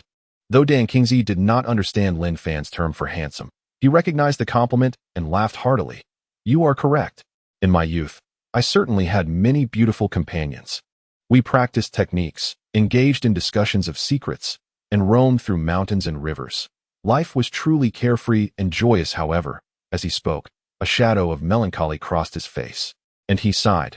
Sadly, events transpired that led to the destruction of my physical body, leaving my remnant soul trapped within this chaos tower. I have lost count of how many years I have been imprisoned here, and my companions have likely turned to dust. Seeing the sorrow etched upon his visage, Lin Fan felt a pang of guilt. I apologize for bringing up such painful memories, Senior. Dan Kingsley waved his hand dismissively. No offense taken. It has been long since I've conversed with anyone. My joy outweighs my sorrow. When my body was destroyed, I assumed the appearance you see now. Thus my soul remains in this state. Yet, over the years, my remnant soul has grown weaker. I have a premonition that my existence may not last much longer, perhaps 3 to 5 years, or even 1 or 2 years. Before I completely fade away, young one, now that your curiosity has been sated with my appearance, do you have any further questions? You have a connection to this chaos tower, as do I, and I will share whatever I know without reservation. At this moment, Lin Fan felt no fear towards Dan Kingsley. After a moment of contemplation, he spoke. What I desire most to know now is the origin of this chaos twin tower and the significance of the runes both within and outside the tower.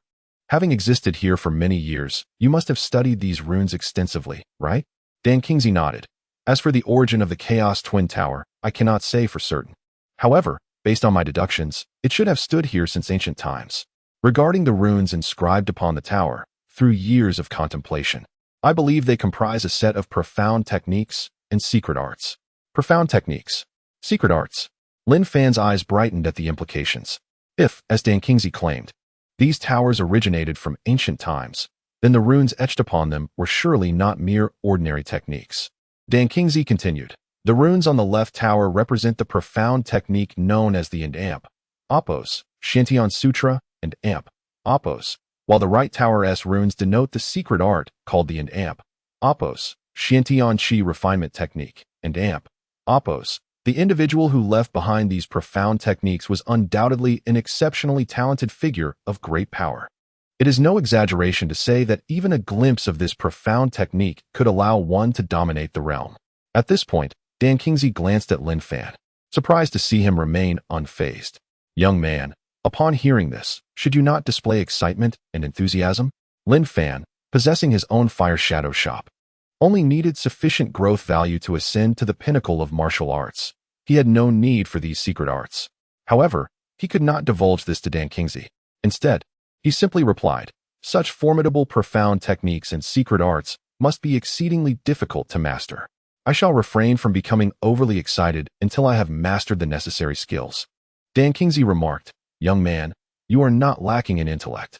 With my guidance, you should be able to glean some profound truths from this inheritance of runes. Of course, the extent of your understanding will depend on your own fortune and fate. Dan Kingzi gazed intently at Lin Fan, his smile radiating warmth and kindness, and inquired, since we have met in this tower, it must be fate. May I ask for your name? Lin Fan. Lin Fan. Dan Kingzi nodded, smiling as he continued.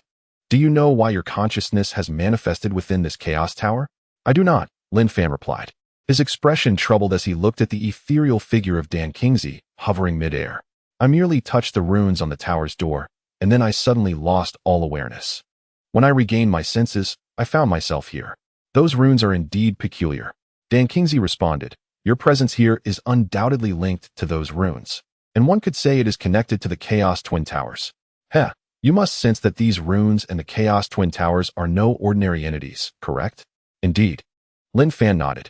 The origins of the Chaos Twin Towers are shrouded in mystery, having existed for countless millennia, enduring the ravages of time and the covetous gazes of many warriors.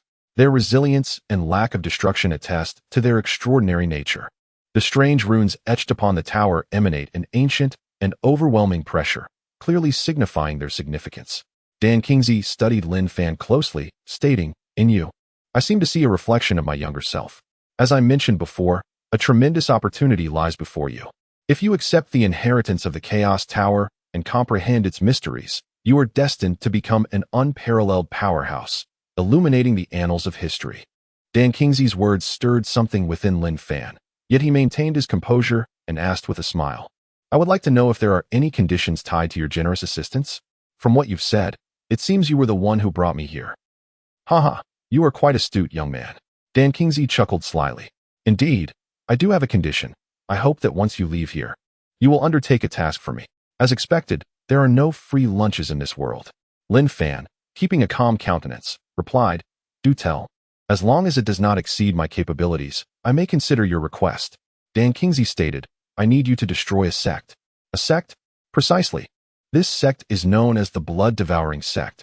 As Dan Kingzi uttered these words, he failed to notice the flicker of unusual light in Lin Fan's eyes. He continued, when I roamed the world, the blood-devouring sect was already formidable, and I fear they are even stronger now. If you were to confront them now, it would be akin to an ant facing a herd of elephants. Therefore, I wish for you to seek them out only after you have acquired the strength to annihilate them. Lin Fan queried, what if I never attain such strength? Then do not seek them out at all. You are a remarkably gifted young man. I do not wish for you to throw your life away recklessly. Dan Kingzi regarded Lin Fan and suddenly burst into laughter, adding, however, I have faith in you. Once you accept the inheritance of the Chaos Tower and grasp the essence of these runes, I believe you alone will be more than capable of obliterating the blood-devouring sect. Of course, annihilating them does not necessitate the slaughter of every member. But there is one you must kill. Who? The Blood Demon Ancestor. As Dan Kingzi spoke this name, his eyes brimmed with hatred. He is a bloodthirsty fiend, who cultivates using the blood of warriors. The Blood Demon Ancestor is immensely powerful, rivaling my former self. My current state is entirely due to his machinations. The Blood Demon Ancestor. Lin Fan scratched his head, remarking, just hearing that name suggests he is a formidable adversary. Killing him will undoubtedly prove challenging, Dan Kingsley affirmed. Indeed, it is quite difficult, which is why I did not impose this upon you. Lin Fan, you appear to be a young man with a strong sense of justice. You would surely take pleasure in ridding the world of such a heinous demon, would you not? Lin Fan chuckled, pointing to himself. A sense of justice? Are you referring to me? Dan Kingsley countered, is it not so? What is justice, anyway? Can it be consumed? Lin Fan rolled his eyes and replied, in truth, I am riddled with flaws. I fear death, am exceedingly selfish, and love to take advantage of others. Justice is something I am leagues away from. Dan Kingsley laughed heartily. No one is perfect. As long as the flaws do not overshadow the virtues, one is still a good person. I, Dan Kingsley, have encountered countless individuals in my lifetime, and trust my judgment will not falter. Lin Fan sighed, half-heartedly smiling. Very well. I suppose your flattering words have made me a bit lightheaded. However, your claim that the blood demon ancestor is a monster of unparalleled wickedness is merely your perspective. How can I trust it? What if, one day, I do slay him and discover he was a virtuous soul? Dan Kingsley suggested, after you emerge from here, you may conduct an investigation to ascertain the veracity of my statements before deciding whether to kill him or not. Lin Fan nodded. All right, it is settled then. But let us establish a precondition. If he turns out to be a good person, I shall not kill him. If he possesses strength beyond my own, I shall also refrain. Agreed. Agreed. With that, both Dan Kingsley and Lin Fan raised their right arms, their palms meeting in a gesture that solidified their verbal pact. Though it was merely a verbal agreement, in the Tianyuan Continent, warriors place immense value on trust and promises. To breach such an oath would invite scorn and ridicule from all martial artists, rendering one unable to make any progress. Now, let us discuss the matter of the inheritance of the Chaos Tower. Having received Lin Fan's promise, Dan Kingsley appeared to lift a weight from his heart, his smile growing brighter. He addressed Lin Fan. Your current strength is too feeble, and your consciousness cannot linger outside your physical form for long. Therefore, I shall impart the runic inheritance from the Chaos Tower, along with some profound insights I have gleaned over the years, to you in the shortest time possible. Now, Lin Fan, close your eyes and concentrate your mind. Obeying, Lin Fan shut his eyes, sitting cross-legged and clearing his mind of all distractions. He swiftly entered a state of transcendence, as if he were the sole being in the vast expanse of the universe. A brilliant light suddenly emanated from the center of Dan Kingsley's brow, shooting towards Lin Fan. Lin Fan felt a tremor throughout his body as a deluge of information surged into his mind, a torrent of bizarre characters imprinting themselves vividly within. The Xiantian Sutra, originating from the primordial chaos before the heavens and earth were formed, where yin and yang were yet to be distinguished, is an enigmatic practice that can harness the essence of water. Those with a water affinity may cultivate this arcane method. The Xiantian Sutra. It turns out these strange runes are part of a profound technique. However, I am yet unaware of its rank. Judging by its name, it must be exceptional. As this piece of information flashed through his mind, Lin Fan felt a stir in his heart. Moments later, Dan Kingsley spoke. The runes from the left tower contain a profound technique known as the Xiantian Sutra, which I have now fully imparted to you. Along with it, I have shared my insights from these past years. As for the aspects I could not comprehend, you will need to delve into them yourself over time. Lin Fan silently contemplated the strange runes etched in his mind, each stroke clear and imbued with an ancient aura containing boundless mysteries. Now, let us proceed to the right tower, where another secret art awaits you, Dan Kingsley said, waving his sleeve, and Lin Fan felt the scenery around him shift rapidly, instantly transporting him to the right tower of the Chaos Twin Towers. Within the tranquil confines of the right tower, the intricate runes etched upon its walls imbued Lin Fan with a profound sense of majesty and grandeur, akin to standing by the banks of a mighty river, where one could almost hear the thunderous cascade of water. Following the sage advice of Dan Kingsley, Lin Fan once more closed his eyes, banishing all distractions as he entered a state of self-forgetfulness to receive yet another wave of information imparted by Dan Kingsley. The Xiantian Qi refining technique, remarkable in its profundity, possessed the capacity to move mountains, to overturn the heavens, to annihilate entire cities and regions, sufficient indeed. The technique by which humanity harnesses spiritual energy is known as Qi refining. Xiantian Qi refining enables the use of spiritual energy to shape various forms, such as weapons, organs, and objects. The greater one's ability, the the more lifelike the constructed items become. Those at the pinnacle can even imbue their creations with additional elements, such as wind, fire, and lightning. Xiantian Qi refining, an esoteric practice of undetermined rank, is complementary to the Xiantian classic. Lin Fan silently contemplated in his heart and realized that with his current cultivation at the 6th level of Qi refining, he could barely manifest it. Even with utmost effort, he could only unleash a mere 1% of its potential, leaving him inwardly astonished. Once this was completed, Dan Kingsley, suspended in midair, appeared visibly fatigued. Even his residual soul image seemed to have faded significantly, giving an impression that it might dissipate at any moment. Having imparted so much to you in one breath, I find myself rather weary, he remarked, noticing Lin Fan's concerned expression. With a gentle smile, he added, Lin Fan, your consciousness has been detached for quite some time.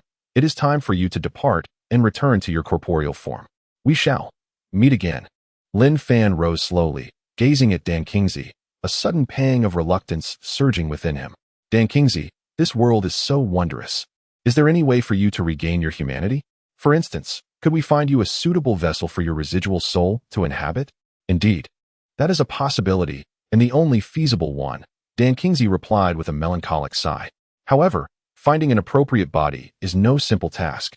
Although I am but a remnant of a soul, I cannot be contained within just any vessel. A body too powerful, and I fear I would be unable to control it. Too weak, and it may shatter. Take your time. There is always hope, Lin Fan encouraged. Dan Kingsley smiled. Your concern already touches my heart. Lin Fan spoke earnestly. In no less than 3 years, and no more than 5, I will exhaust all my efforts to find you a suitable body. Regardless of the outcome, I promise to return here to see you. Dan Kingsley smiled. The spiritual energy within this chaotic tower is several times more abundant than outside, enough to sustain my residual soul for 5 years. After you leave, I shall patiently await good news. Lin Fan nodded in silence, performing a deep bow to Dan Kingsley before turning and striding towards the tower's entrance. As he approached the door, he encountered no obstruction, easily breaking free from the gravitational pull of the chaotic tower, returning to his physical form. Outside the twin chaotic towers, a cool breeze swept past Lin Fan, sending a shiver down his spine and snapping him back to consciousness. Realizing he had spent the better part of the night within the chaotic twin towers. Have I truly lingered in this chaotic tower for so long? At that moment, the dawn broke on the eastern horizon, and a few early risers from the town passed by, casting curious glances at Lin Fan standing beneath the tower. Lin Fan withdrew his palm from the tower's surface, stepped back a few paces, and cast a lingering gaze upon the chaotic twin towers. Reflecting on the extraordinary experiences he had just endured, overwhelmed with emotion. Who would have imagined that within this chaotic tower resided a formidable figure who once dominated the continent? Who could have known that the mysterious runes inscribed upon the tower were part of an arcane technique? After standing silently before the chaotic tower for a moment, observing the sunrise and the increasing foot traffic on the street, Lin Fan exhaled deeply and gradually made his way back home.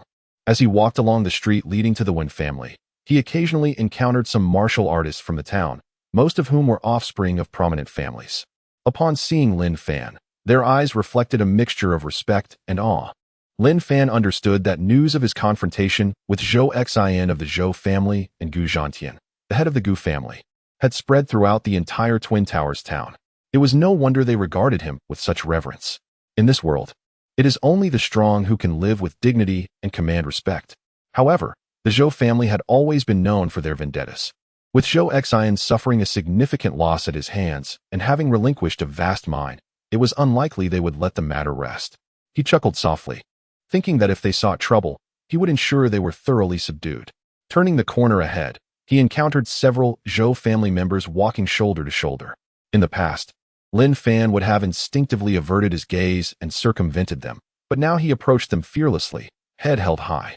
The Zhou family members, who had been animatedly conversing, suddenly turned pale upon spotting Lin Fan's determined stride. They exchanged nervous glances, lowered their heads, and hurriedly bypassed him, quickening their pace. Lin Fan paid them no mind, continuing towards the Wen family's residence. Upon returning home, he found his father, Wen Yunshan, practicing the family's ancestral technique, the extreme thunder fist. Each punch he threw resonated with a deep, thunderous sound. Although this technique was merely of intermediate yellow rank, its power was not to be underestimated, often allowing its user to seize the initiative in combat with unexpected effects. Hey, Wen Yunshan trained with utmost seriousness, his shouts accompanying each movement, his clothes drenched in sweat, droplets cascading from his forehead. Lin Fan, where have you been? He noticed Lin Fan standing nearby out of the corner of his eye and immediately ceased his practice, inquiring with a smile. Lin Fan's return was a powerful one, bringing immense surprise to the Wen family, and when Yunshan found himself increasingly pleased with his son. I rose early and went for a stroll, Lin Fan replied, noticing his father's drenched appearance. Father, our family's extreme thunder fist, while formidable, has numerous flaws and vulnerabilities. During my leisure, I contemplated its intricacies and believe there are many aspects that could be improved. Allow me to demonstrate the extreme thunder fist for you. Please observe closely. When Yunshan paused, then nodded solemnly. Although the extreme thunder fist had served the Wen family well against external threats for generations, the talent of the family's descendants had waned over the centuries, leading to significant gaps in the technique's transmission, a source of great sorrow for all. Now, with Lin Fan recognized as a rare talent in history, perhaps he truly possessed the insight to enhance this centuries-old technique. Moreover, possessing the second tomo of the Sharingan, Lin Fan was exceptionally adept at identifying and rectifying flaws in techniques. Wen Yunshan watched as Lin Fan walked steadily into the courtyard, his fists clenching with anticipation, filled with high hopes for his son. With a resounding boom, Lin Fan unleashed a powerful punch, akin to a thunderclap on a clear day, the impact reverberating with a deafening crack. Not only did it startle Wen Yunshan, but it also shocked Wen Bai and her mother, Han Susu, who were tidying up inside the house. What happened? The three, bewildered by the sudden noise, rushed outside, only to see Wen Yunshan signaling for silence. They dared not make a sound, standing together with him, astonished as they watched Lin Fan diligently practice his punches. Upon witnessing Lin Fan's first punch, Wen Yunshan's heart raced, his eyes widening in disbelief. As Lin Fan continued to throw successive punches, each accompanied by a thunderous roar, Wen Yunshan was unable to contain his excitement, tears welling in his eyes. Su, Bai Er, Zhu Er, you two go and summon the clan leader and several elders immediately. Yes, bring them here. Wen Yunshan wiped the corners of his eyes and spoke softly. The three, witnessing the sight of Wen Yunshan, a robust man, weeping uncontrollably, were bewildered by the cause but refrained from inquiring further. They responded promptly and hastily exited the courtyard. At that moment, Lin Fan was deeply engrossed in the world of his martial arts, oblivious to everything around him. Shortly after, when Yanming and his son, along with numerous elders from the Wen clan, arrived, silently observing Lin Fan as he practiced the extreme thunder fist with methodical precision. Boom! Just as the Wen clan members were practicing, the great gate of the Wen estate was violently shattered by a forceful kick, followed by the swift entrance of a dozen agile figures. It was the Zhou clan. Among them was the Zhou clan's patriarch, Zhou Zhong. The elite warriors of the Zhou clan had all come forth today. One keen-eyed warrior from the Wen clan recognized the newcomers and gasped in shock. The individuals who had barged in were indeed the martial artists from the Zhou clan of Shuangde Town, led by Patriarch Zhou Zhong, accompanied by several elders and clan elites, their demeanor suggesting a blatant provocation. In the past, although conflicts among the prominent families in Shuangde Town were common, they were typically resolved privately. Rarely did they confront one another so openly, especially with such an aggressive display. The fact that the patriarch of the Zhou clan had personally come to confront them indicated that the tensions between the two families had escalated to an irreconcilable point, demanding a decisive resolution. Outside the Wen estate, a considerable crowd had gathered, but none dared to approach closely, fearing injury. They could only observe from a distance. Once again, the Zhou clan. A flash of anger crossed Wen Yanming's face, and he instinctively glanced at Lin Fan. Since Lin Fan's victory over Zhou Xian, his standing within the Wen clan had surpassed even that of the clan leader, Wen Yanming himself. In times of crisis, it was Lin Fan who first came to mind. In this world, conflicts were predominantly resolved through strength. Currently, Lin Fan and Appo's prowess made him the strongest within the Wen clan, meaning his actions and demeanor represented the entire clan. Zhou Zhong, the patriarch of the Zhou clan, stood at the pinnacle of the 6th level of qi refinement. All 4 elders from the Zhou clan had also attained the same level, while the 15 elite warriors were at the 3rd and 4th levels of Qi refinement. The strength of the Zhou clan's contingent far surpassed that of the Wen clan, affirming their status as the dominant family in Shuangta town. Lin Fan furrowed his brow, a glimmer of determination flashing in his eyes as he strode toward the Zhou clan. Lin Fan, Don and Appos, act impulsively. Yi Qingfu cautioned. Although Lin Fan was formidable, Zhou Zhong alone could contend with him, and with the support of the other Zhou warriors, a conflict would leave the Wen clan in a precarious position. Patriarch, if they dare to bully us so brazenly, we must fight. Otherwise, the Wen clan will lose all respect in Shuangta town. Lin Fan raised his arm defiantly, not looking back as he declared, "This battle is mine to fight." As Lin Fan resolutely advanced, a sense of tragic heroism welled up within Wen Yinming. Taking a deep breath, his gaze hardened, and he followed closely behind. The elders and warriors of the Wen clan, filled with indignation, rallied behind Lin Fan, marching toward the Zhou clan. Zhou clan, if you seek war, then let us engage in a battle to the death. Even if we cannot defeat you, we shall ensure you leave with injuries. The Zhou warriors, led by Zhou Zhong, regarded the advancing Wen clan with contemptuous gazes, perceiving them merely as prey awaiting capture. Hand over the mind map. Otherwise, you will face death. Zhou Zhong's gaze fixated on Lin Fan, exuding a chilling aura. At only around 45 or 46 years of age, Zhou Zhong was of average height and appearance, yet he emanated an air of fierce determination, his hawk-like eyes freezing anyone who met his gaze. All present knew that the losing party must surrender a mind map. So would the illustrious Zhou clan act like petty, capricious villains? Lin Fan cast a sidelong glance at Zhou Haishan, retorting without a hint of deference. Last time, your son barked like a dog in front of me. That was already an act of mercy. You are indeed audacious. Zhou Zhong sneered. Lin Fan, from a mere herbalist incapable of martial arts, to a peak 6th level Qi refinement warrior, is indeed astonishing. However, if you think this modest skill allows you to dominate Shuangta town and overshadow the Zhou clan, you are gravely mistaken. You may certainly try. Lin Fan flashed a grin, revealing a row of gleaming white teeth. Zhou Zhong, taken aback by this seemingly harmless smile, felt an unsettling premonition. I am not unreasonable. You injured my son Zhou Xian, and I am here seeking justice for him. Surely this is a justified demand. Seeing Lin Fan and Appos' unconcerned demeanor, Zhou Zhong struggled to gauge his hidden strengths and momentarily suppressed his wrath. Lin Fan regarded Zhou Zhong with cold indifference, silently awaiting his next words. This young man is likely feigning calmness, Zhou Zhong mused, harboring lethal intent as he scanned the faces of the Wen clan. I have no desire to complicate matters for your clan. I present you with 2 choices. First, Lin Fan must sever his own arms. Second, the Wen clan must depart from Shuangta town, never to return. Decide for yourselves. At his proclamation, the Wen clan erupted in uproar, their eyes ablaze with indignation. Forcing Lin Fan to sever his arms would obliterate his path as a martial artist, effectively extinguishing the Wen clan's greatest hope for resurgence. To demand their departure from Shuangta town was even more intolerable. This was their ancestral home, where the Wen clan had thrived for a millennium. To be driven away would be a humiliation worse than death. And yet, Zhou Zhong had the audacity to claim he did not wish to trouble them. This was nothing less than a blatant affront. Umph. Lin Fan chuckled dryly, remaining silent as he fixed Zhou Zhong with an unwavering gaze.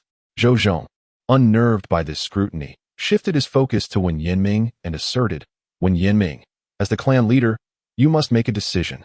Wen Yinming replied resolutely, it is impossible for Lin Fan to sever his arms, and it is equally impossible for the Wen clan to leave Shuangta town. Zhou Zhong's expression hardened, and he furrowed his brow. Wen Yinming, I have provided you a path, yet you refuse to take it. If so, we will act accordingly. The Zhou clan's youth are impetuous and unruly. Should any injuries occur, they shall not be held accountable. Wen Yinming forced a smile. Zhou Zhong, if you wish to strike against the Wen clan, speak plainly. Why beat around the bush? You have been plotting this day for quite some time, haven't you? Suddenly, Wen Yinming turned to his kin, raising his voice. Warriors of the Wen clan, we have been wronged.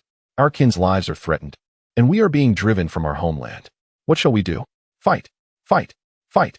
The deafening roars of defiance erupted from the Wen warriors, shaking Zhou Zhong's very core. As the battle cries reverberated in Lin Fan's ears, his blood surged with fervor.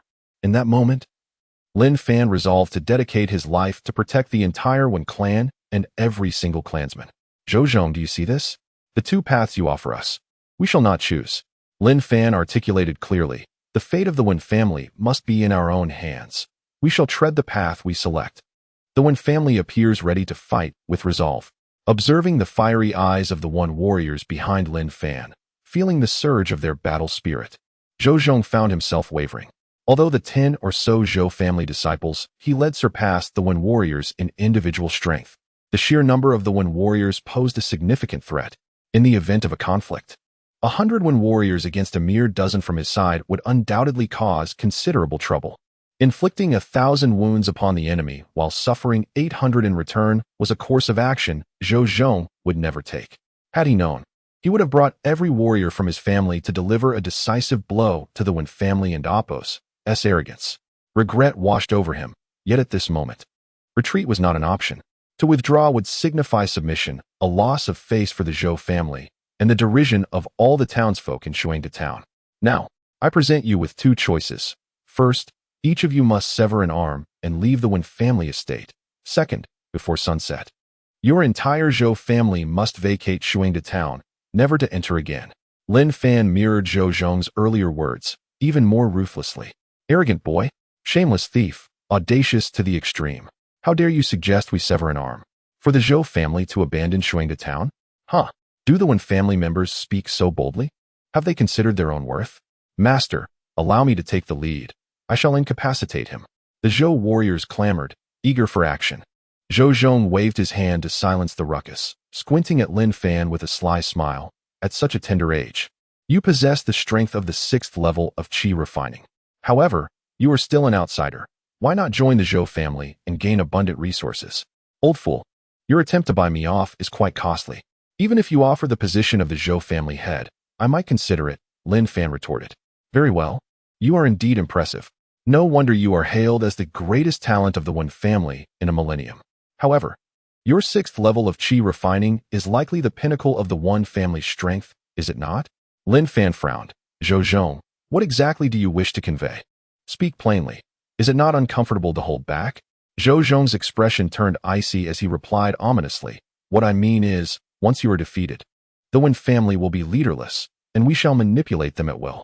His eyes gleamed with malice as he unleashed the aura of a 6th level qi refining warrior, locking onto Lin Fan. Simultaneously, the other Zhou warriors stepped forward, each releasing their own formidable presence, pressing down upon the Wen warriors behind Lin Fan.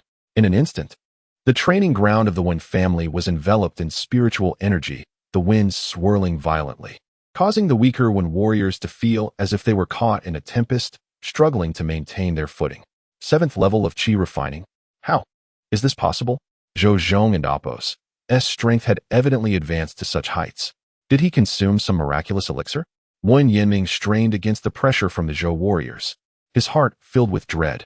In the Tianyuan Continent, ordinary warriors face insurmountable obstacles in advancing beyond a certain threshold. For Wen Yinming, having reached the 6th level of qi refining at the age of 40, he remained stagnant at that level for decades. Yet Zhou, after stagnating at the 6th level for years, had unexpectedly attained the 7th level, leaving Wen Yinming astonished. Zhou must have consumed a miraculous elixir capable of refining his very essence, granting him this newfound strength, for such an achievement was otherwise unattainable. Wen Yinming was aware that certain elixirs could alter a warrior's constitution, helping them achieve breakthroughs, but those elixirs were exceedingly rare and expensive. Even pooling the resources of their small family might not procure one. He wondered where Zhou had acquired such a treasure. Tension thickened in the courtyard. The atmosphere charged as both sides braced for conflict. Although neither had yet made a move, the released spiritual energies clashed, creating a fierce wind. All members of the Wen family had arrived, their expressions anxious as they watched the training ground from a distance. They understood that this battle would determine the fate of the Wen family's 1,000-year legacy in Shuangda town. Regardless of age or gender, every individual clenched their fists, silently praying for the Wen warrior's success. In the midst of the chaos, only Lin Fan stood tall, unwavering as a spear, his demeanor calm and collected, even as the tempest of spiritual energy surged around him, leaving his garments unaffected. The 7th level of qi refining. Such power is indeed formidable. No wonder the Zhou family dares to enter our Wen family and provoke us, boldly claiming they will expel us from Shuangda town. Lin Fan spoke nonchalantly, scanning the Zhou warriors before finally resting his gaze on Zhou Zhong. He pointed at him and declared, "Yet your 7th level of qi refining still falls short in my eyes. Killing you would be as effortless as slaughtering a dog." After uttering those words, Lin Fan advanced step by step, each footfall resonating with a tremor that echoed through the ground, leaving deep impressions as if striking heavy blows upon the hearts of the Zhou warriors, causing their blood to surge. With every step Lin Fan took closer, the pressure Zhou Zhong exerted began to wane, and the oppressive weight felt by the Wen warriors gradually dissipated. 7th level of qi refining. You too are a 7th level warrior? Zhou Zhong, standing closest to Lin Fan, was the first to perceive the overwhelming force emanating from him, his heart seized with terror as he gasped in disbelief. Before arriving at the Wen family, Zhou Zhong had been filled with confidence, believing his 7th level strength could easily challenge the entire Wen family, dismissing even Lin Fan, a mere 6th level. However, in that instant, his inflated self-assurance shattered completely. From Lin Fan's aura, Zhou Zhong sensed a hint of murderous intent. Stunned, he instinctively reacted by attempting to flee the scene, for the consequences of remaining were unfathomable. This time, Zhou Zhong had come with the elite of his family, brimming with arrogance, proclaiming their intention to force Lin Fan to sever an arm and expel the Wen family from Shuangda town. Such actions amounted to an open declaration of conflict, effectively severing ties with the Wen family. Zhou Zhong could scarcely fathom that the talented youth of the Wen family might retaliate with lethal force against his entire group. A 7th level warrior undoubtedly possessed such capability. In that moment, Zhou Zhong was not only filled with regret, but also felt an urge to curse. How dare you and family bully us so? With a 7th level warrior in your midst, why did you not reveal it sooner? Had you done so, I would have thought twice before confronting you. Very well, I cannot contend with you, but I can escape.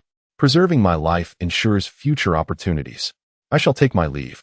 Zhou Zhong, quick to react, immediately turned to flee, propelled by a gust of wind towards the courtyard exit. Once he crossed the threshold and traversed a narrow alley, he would reach the Zhou family's territory, where reinforcements awaited. There, the numerical advantage of the Zhou warriors would render Lin Fan's 7th level prowess inconsequential. Flee. Lin Fan never anticipated that Zhou Zhong, the head of the Zhou family, would flee in the heat of battle, disregarding the other dozen or so members of the Zhou clan. His contempt for this man was palpable. With a cold snort, he swiftly positioned himself before Zhou Zhong, blocking his escape. "If you obstruct my path, you shall perish." Zhou Zhong, realizing that his life hung in the balance if Lin Fan stood in his way, was filled with desperation. He roared and charged forward, his right palm striking out with the full force of the extreme thunder palm. Layer upon layer of spiritual lightning surged forth like a torrential wave stirred by a tempest, each wave compounding the power until it reached a critical point and erupted. Boom! The sound echoed like divine thunder crashing from the heavens. The air before Zhou Zhong twisted and trembled violently under the influence of his immense spiritual power, spreading toward Lin Fan. Leaves that fell along the way were instantly reduced to dust upon contact with this force. "You dare to toy with lightning? Allow me to demonstrate its true might." Lin Fan scoffed, his legs slightly apart. With a swift incantation, he gathered the lightning energy into his right hand, enveloping it in a sphere of electricity. This was the 1,000 birds technique. Though both attacks were based on lightning, when wielded by Lin Fan, the subtle differences amplified its potency several-fold. Bang! The two forces collided in midair, akin to a stone striking an egg. Zhou Zhong's thunderous strike was rendered null and void by Lin Fan's 1,000 birds, dissipating into nothingness. How can this be? Zhou Zhong felt an overwhelming surge of power, as if he were a small boat tossed about by a tempest, ultimately flung high into the air before crashing down violently. This child of the Wen family is truly a prodigy. Struck by Lin Fan's punch, Zhou Zhong fell to the ground, his arms broken and devoid of strength to rise. He struggled to lift his head to meet Lin Fan and Appo's cold gaze, bitterness flooding his heart. The Zhou family had truly encountered insurmountable obstacles. It seemed their end was nigh. Overwhelmed with internal injuries and the weight of his family's impending doom, Zhou Zhong fainted, his eyes rolling back. Hiss!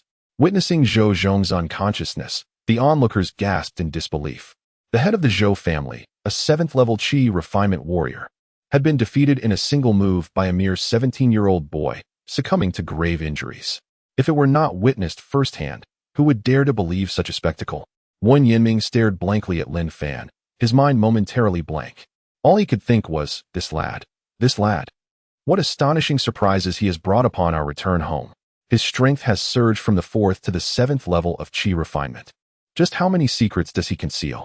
Initially disinterested, Wen Ping, who had harbored resentment towards Lin Fan, had hoped to see him humbled. However, with the fate of the Wen family at stake, he could not afford to cling to past grievances. As he beheld Lin Fan's overwhelming victory over Zhou Zhong, he realized he was utterly unqualified to contend with Lin Fan. All members of the Wen family were left in awe by Lin Fan's extraordinary display. They gaped in astonishment, only to be followed by unrestrained joy and cheers, far surpassing the fervor seen when Lin Fan had defeated Zhou Xian the previous day. A 17-year-old 7th-level Qi refinement warrior. A genius unprecedented in the history of Shuangde Town. If all went well, he would surely ascend to the realm of spirit concentration, becoming a formidable force. Even should he break through to higher realms, none would be surprised. With Lin Fan as part of the Wen family, albeit by a different surname, their rise was imminent. A glorious future awaited. The dozen or so Zhou warriors stood utterly dumbfounded, ensnared by the oppressive aura emanating from Lin Fan, feeling as though invisible ropes bound their bodies, rendering movement excruciatingly difficult. You shall sever an arm and return to the Zhou family. Furthermore, inform all within the Zhou family that they have 3 days to vacate Shuangde Town. Otherwise, I shall personally drive them out. Lin Fan's words struck the Zhou warriors like heavy hammers, sending beads of sweat cascading down their faces, their pallor deepening. Sever an arm? Not a chance. We shall fight. The Zhou descendants refused to be cowards. After exchanging resolute glances, they charged at Lin Fan, filled with tragic determination, their fists and feet surging with spiritual power as they aimed to uphold the honor of the Zhou family, prepared to engage in a fierce battle against Yi Luo. Do you think to take on fewer with more? Do you believe the Wen family is to be trifled with? When Yinming bellowed, ready to rally the Wen warriors into action, only to be halted by Lin Fan's gesture, signaling them not to engage, as he swiftly quelled the eager combatants. Standing firm, Lin Fan regarded the approaching Zhou warriors with cold indifference. Without uttering a word, he summoned lightning to envelop his body, a piercing sound reverberating continuously, and unleashed the Thousand Birds technique. Upon executing the Thousand Birds technique, Lin Fan's agility soared. Even an 8th-level Qi refinement warrior would struggle to match his speed. His fists struck like hammers, his feet moved like the wind, and with each blow, he felled the strongest of the Zhou warriors, who were merely at the 5th level of Qi refinement. In the span of mere breaths, the once vibrant Zhou warriors lay motionless on the ground, resembling lifeless swine, having succumbed to unconsciousness, just like Zhou Zhong. Patriarch, take these Zhou warriors back to their doorstep. Additionally, send someone to keep watch over the Zhou family. Should they fail to vacate Shuangde Town within 3 days, we shall storm their gates. Lin Fan dusted off his clothes, casually declaring, agreed. If we strike, we shall strike with ferocity. This will be the decisive blow against the Zhou family. Wen Yinming's face glowed with excitement. His spirit rejuvenated as if he had shed a decade. He waved his hand, summoning the Wen warriors to gather the unconscious Zhou Zhong and his cohorts, marching towards the Zhou family's domain with great fervor. Upon arriving at the Zhou family's entrance, they cast Zhou Zhong and the others to the ground. Noticing Zhou family members peering out, they loudly proclaimed Lin Fan's ultimatum before leaving several individuals to surveil the Zhou family's movements, with the rest returning to the Wen family, laughing heartily. In the aftermath of the confrontation, every Zhou warrior above the 4th level of Qi refinement suffered grievous injuries, their arms broken, and without months of recuperation. Recovery was out of the question. The remaining Zhou warriors posed no further threat to the Wen family. The fierce clash between the two prominent families resulted in the Zhou family's devastating defeat, news of which spread like wildfire throughout Shuangde Town. In a moment, not only were the other families relieved, but the townsfolk also celebrated, some even setting off firecrackers in jubilation. For decades, the Zhou family had been the undisputed rulers of Shuangde Town, monopolizing the spiritual herbs and elixirs, oppressing other families. The Zhou descendants acted with arrogance, resorting to brute force in disputes with other families. Such behavior had naturally bred resentment among the town's families, and with the Zhou family's downfall, the Wen family supplanted them as the foremost family in Shuangde town. Other families recognized the Wen family's benevolence and thus aligned themselves with them, denouncing the Zhou family's past misdeeds. In an instant, the Zhou descendants were vilified, becoming pariahs in the eyes of the public. For 2 consecutive days, the Zhou family remained shut tight, and the few shops dealing in spiritual herbs and elixirs also closed their doors. Whenever a Zhou descendant ventured out, they did so with great caution, stealthily. During these 2 days, Lin Fan remained at home, relishing the joys of family life, while diligently practicing his cultivation. Lin Fan now possessed a multitude of elixirs, numbering over 100, most of which were intended to aid his training. Lin Fan contemplated that upon his return to the White Dragon Pavilion, he would soon ascend to the status of an inner disciple, receiving 30 spirit pills each month, which should suffice for his cultivation needs. Moreover, within the cosmos pouch he possessed, there were numerous gold coins and magic cores scavenged from bandits, which could be exchanged for or purchased with spirit pills. Thus, for at least several months, he would not have to worry about acquiring supplementary pills for his training. For the martial artists of the Wen family, auxiliary items like the Peiyuan pill were as precious as treasures, difficult to obtain. Even though a variety of spirit pills were sold through their family, the profits gained were meager, merely enough to support the family, leaving little for the martial artists themselves. After some contemplation, Lin Fan decided to keep all the spirit pills within the family, secretly handing a portion to his father while entrusting another part to the clan leader, Wen Yinming, for the use of the martial artists in the clan. The techniques he practiced, namely the Xuanfa Zuantianjing and the Xiantian refining qi technique, required a specific bloodline attribute for cultivation, hence he did not consider sharing these with the clan.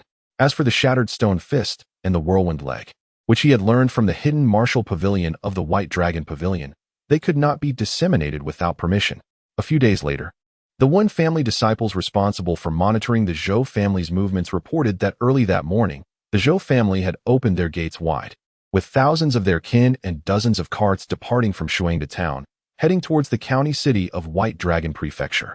Clearly, the Zhou family feared the humiliation that would come from Lin Fan leading the Wen family's martial artists to their door within the stipulated 3 days, and thus opted to vacate early. Although the feeling of leaving Wen and Appo's homeland was painful, they had no choice but to depart for the sake of their kin. Upon hearing this news, nearly 1,000 members of the Wen family rejoiced once more. Families such as the Gu and Li clans in Shuangde town visited to extend their congratulations, including Gu Zhantian, who realized that the Zhou family could not contend with the Wen family. To continue enmity would be foolish. He chose to set aside grievances in search of opportunities for mutual development with the Wen family. On the road leading from Shuangde town to the county city of White Dragon Prefecture, a caravan moved slowly. This caravan belonged to the Zhou family, once illustrious. Now they were exiled. Each member of the Zhou family wore a dejected expression, their hearts filled with confusion and despair regarding the uncertain future. In the midst of the caravan, a broad carriage housed the Zhou family patriarch, Zhou Zhong, who lay inside nursing his wounds. 3 days prior, after being defeated and returned to the Zhou family by Lin Fan, he had been administered healing pills by his family and was now able to sit up. He instructed a family member attending to him to lift the curtain at the back of the carriage, casting his gaze towards the receding Shuangde town. Seething with resentment, Wen family, Lin Fan, just you wait. I, Zhou Zhong, will not rest until I avenge this humiliation. As night fell, an autumn rain swept over the White Dragon Pavilion, leaving it refreshed. The morning sun illuminated the landscape, revealing a picturesque scene of clear waters and lush greenery, akin to a magnificent painting. After the rain ceased, the air felt exceptionally fresh, and the spiritual energy in the mountains grew denser.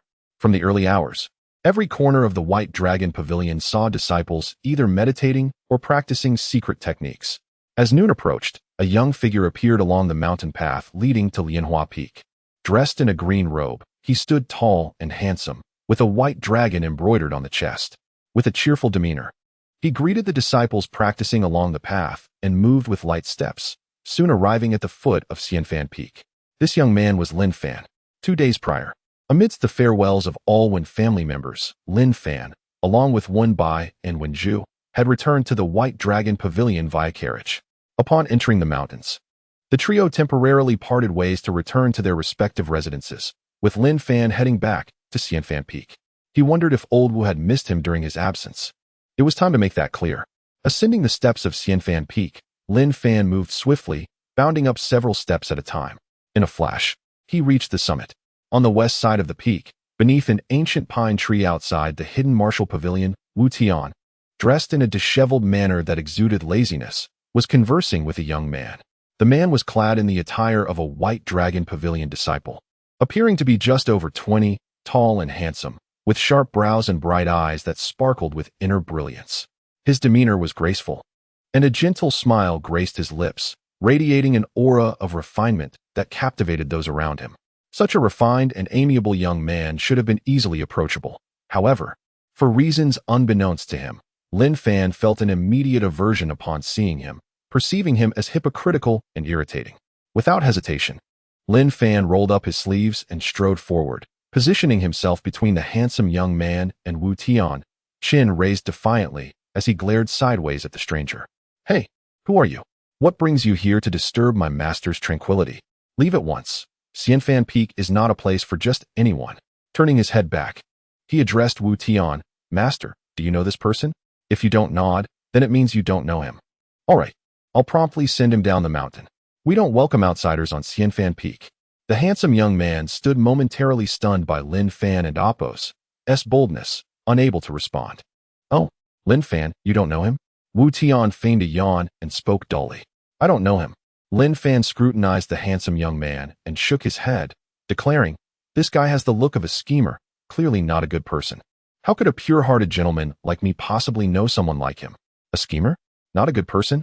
Qin, the chief core disciple and the personal student of the pavilion master, was a martial artist at the initial stage of the spirit-gathering realm. Not only was he a core disciple, but due to his status as the pavilion master's personal disciple, he was likely to succeed him in the future, placing him in an extraordinary position within the White Dragon Pavilion, on par with esteemed elders like Bai Zhan and He Zhongjuan. Lin Fan was taken aback upon realizing the significance of Qin's status, noting the embroidered crescent moon beneath the white dragon on his attire. Qin cast a glance at Lin Fan, a flicker of malice crossing his eyes, though his smile remained intact. "Old Wu, is this young man your newly accepted disciple?" "Lin Fan, I heard he was the runner-up in this year's Outer Sect martial arts competition. A peak martial artist at the 5th level of Qi refining at 17 is quite commendable. Within our White Dragon Pavilion, he is considered quite talented." Though Qin was young, his tone carried an air of condescension, as if he were an elder evaluating the capabilities of a junior. Lin Fan felt a surge of displeasure rising within him, ready to retort, but he noticed Wu Tian casting a warning glance in his direction, suggesting that he refrain from engaging in a verbal dispute with Qin. Realizing that Wu Tian's caution was a protective measure, Lin Fan understood that provoking Qin could lead to dire consequences for him within the White Dragon Pavilion unless he could surpass him in strength one day. Thus, with a shift in demeanor, Lin Fan donned a smile and said, "Ah, it's an honor to have Brother Qin here. I've long admired your reputation."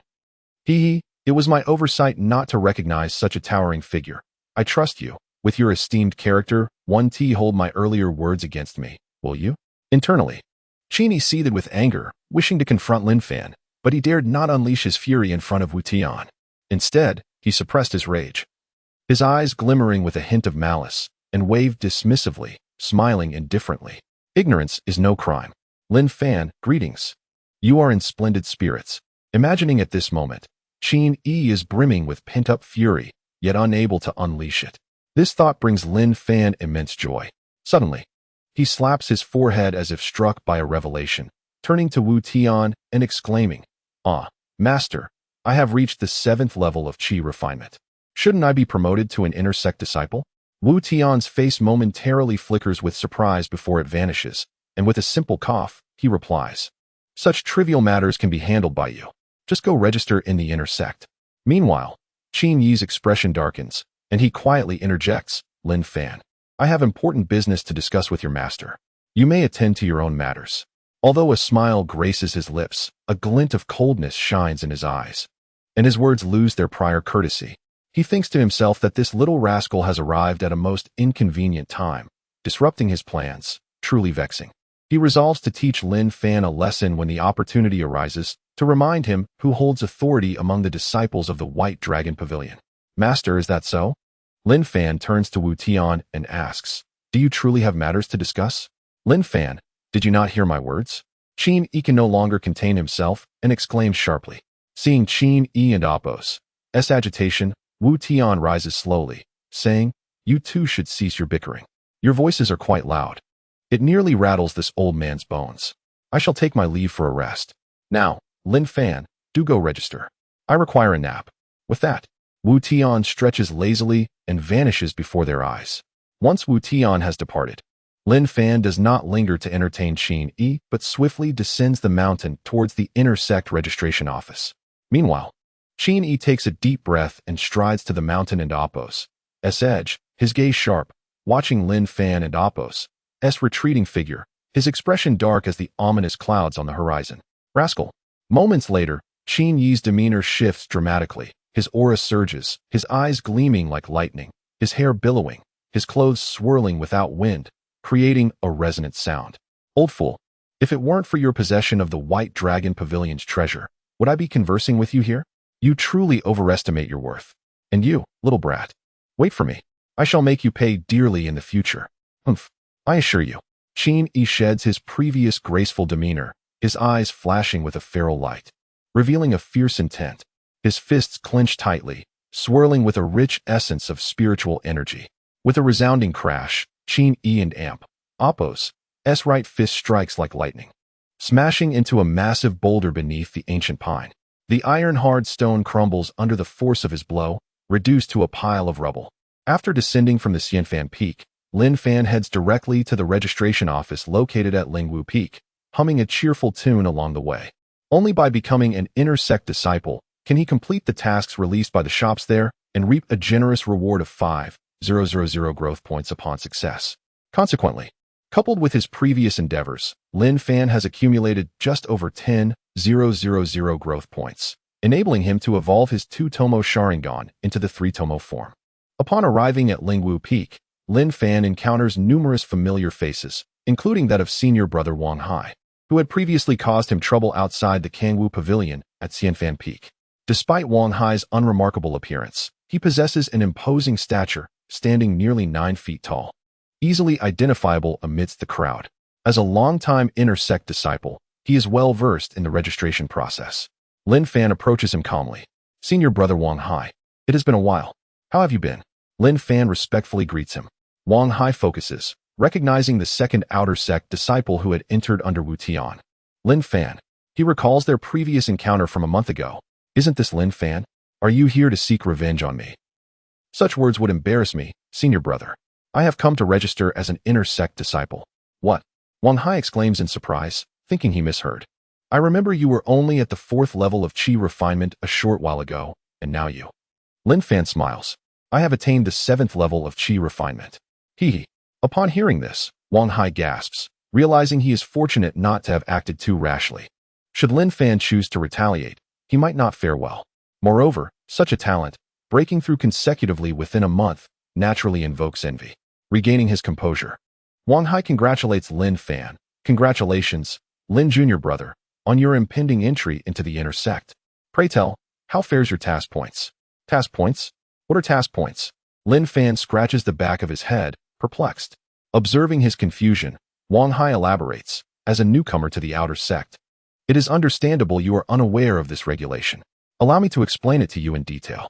To enter the inner sect, outer sect disciples must not only reach the 6th level of Qi refinement or higher, but also complete tasks assigned by the sect, accumulating at least 300 task points. Only upon fulfilling these 2 conditions may one successfully register for entry. Lin Fan ponders this. If he recalls correctly, he has only 100 task points, still needing an additional 200. His spirits plummet. Entering the inner sect sooner would allow him to complete his tasks and unlock the 3-tomo Sharingan. Noticing Lin Fan's despondence, Wang Hai surmises his task points are insufficient and seizes the opportunity to offer assistance, saying, Lin Fan, you might find some suitable tasks at the task hall. Some tasks yield quite a substantial number of points. Thank you. Lin Fan bids farewell to Wang Hai and swiftly makes his way to the task hall. During his time as a medicine boy, Lin Fan's task points remained at 0, thus he had never visited the task hall. However, after becoming an outer sect disciple and slaying a few magical beasts in the Jilong mountain range, he earned a few points. Nevertheless, he had only ventured there in the morning and had never witnessed the bustling scene before him. Upon arrival, he is taken aback, utterly astonished by the sight. In a vast expanse of over 100 acres, people come and go in a ceaseless flow. A wide avenue of blue bricks, stretching over 10 yards, leads directly to the task hall. The surrounding area is divided into numerous stalls, thronged with people, creating an atmosphere of extreme commotion. This starkly contrasts with the usual serenity of the sect, making it feel as though he has stepped into a marketplace, or even a bustling vegetable market. Are there truly vendors selling vegetables here? Lin Fan was momentarily taken aback. Before him, at a distance of more than 10 zhang, squatted a disciple clad in white, surrounded by a makeshift stall displaying over 10 fruits resembling winter melons, yet only a third the size of watermelons, alongside some ferns. The vendor called out, "Watermelon, sweet and fragrant watermelons. Porcelain, delicious and visually appealing porcelain." Suddenly, a voice from his left interjected, "Freshly grilled salmon. Would you care for a portion, fellow student?" A disciple brandished a grilled fish wrapped in lotus leaves, emanating an enticing aroma. "What is the price for this fish?" Lin Fan inquired. The vendor quickly replied, "1 fish for 10 task points," as he reached for a lotus leaf to wrap one for Lin Fan. "What?" Lin Fan's mouth dropped open in disbelief. "Did I hear that correctly? You're charging task points?" The vendor halted, scrutinizing Lin Fan before returning the lotus leaf to the stall, coldly remarking, "Ah, a newcomer, I see." Lin Fan nodded, "Indeed." The vendor waved his hand dismissively. "Newcomers should leave. Don't waste my time." Feeling frustrated, Lin Fan produced 10 gold coins and offered them, saying, "As a newcomer, I'm unfamiliar with the task hall's operations. I would appreciate it if you could provide some guidance."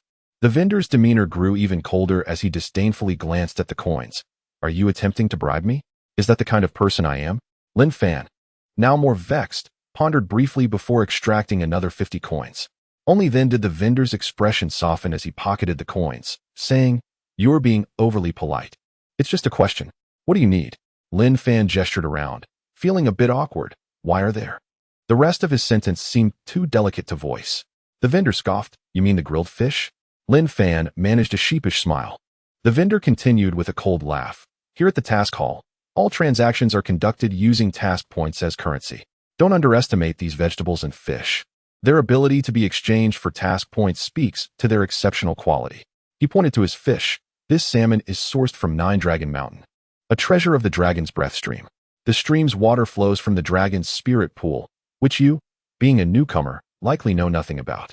It is a forbidden area where the esteemed elder Wu Tian resides to cultivate.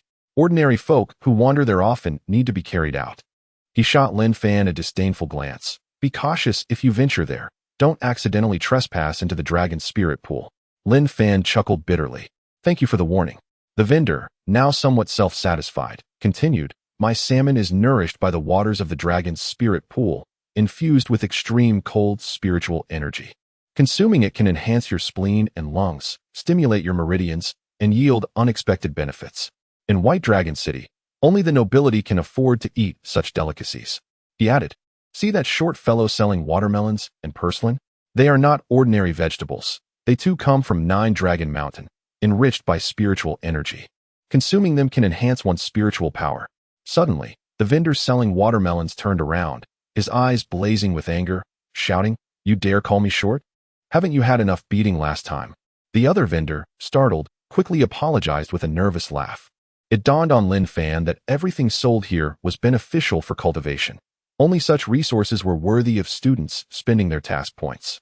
He strolled along the central avenue, observing stalls selling garments woven with golden and silver threads, exuding formidable defensive capabilities, pure, transparent gemstones radiating a gentle spiritual aura, and even vendors offering weapons, elixirs, martial techniques, and spatial rings, a dazzling array that left Lin Fan captivated.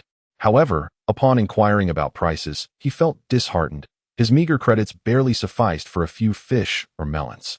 What is the point of asking prices if I can't afford anything? What good is a handsome face if it can't be exchanged for task points? At one weapon stall, the vendor, noticing Lin Fan's financial constraints, waved him away. just as Lin Fan turned to leave. The vendor spotted the grass-cutting sword at Lin Fan's waist and quickly blocked his path, changing his earlier disdainful demeanor to one of eager politeness. "Might I inquire if you would sell me that sword? We can negotiate a favorable price." Lin Fan glanced down, then turned away, resolutely stating, "This sword is not for sale." The vendor appeared crestfallen, as though his pride had been wounded. He adjusted his hairstyle and attire, huffed, and strode into the task hall. The task hall itself was an ancient, dignified structure. Upon entering, Lin Fan was greeted by a spacious, brightly lit interior. Though it buzzed with activity, it bore a more solemn atmosphere than outside, with voices deliberately lowered in conversation. As Lin Fan stepped inside, he was immediately captivated by the scene before him. Above the vast hall, numerous jade plaques soared, swirling in the air like leaves caught in a tempest, dazzling to behold. A peculiar force, akin to an unceasing gale, enveloped these plaques, causing them to spin in mesmerizing patterns. Lin Fan was taken aback, attempting to discern the source of the force that kept the plaques aloft.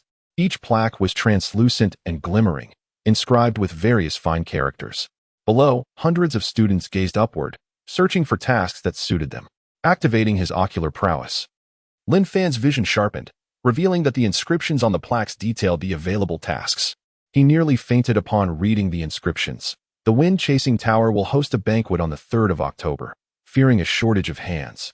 They seek 2 skilled disciples to assist in butchering chickens and sheep. Reward, 9 task points. Jia Qian, possessing 3,000 acres outside the city, seeks 30 agile disciples to harvest and dry grain. Reward, 20 task points. Moe, a wealthy merchant from the west, seeks a strong and sturdy disciple as a bodyguard for 3 months. Reward, 100 task points." There were also tasks involving babysitting, finding lost dogs, unlocking doors, and even. Suddenly, a disciple leaped into the swirling jade plaques, grabbing one. More students followed suit, leaping to snatch the floating plaques. The task offered by Moe incited fierce competition, resulting in a brawl among several disciples. Ultimately, a towering, burly disciple claimed the prize, glaring fiercely to ward off prying eyes, before gruffly heading to the left side of the hall to register for the task. On the left side of the hall, elders were busy registering tasks, while the right side was crowded with an array of peculiar individuals: children, elderly folk, and even pregnant women, most clad in luxurious attire, indicating their affluent backgrounds, all there to post tasks.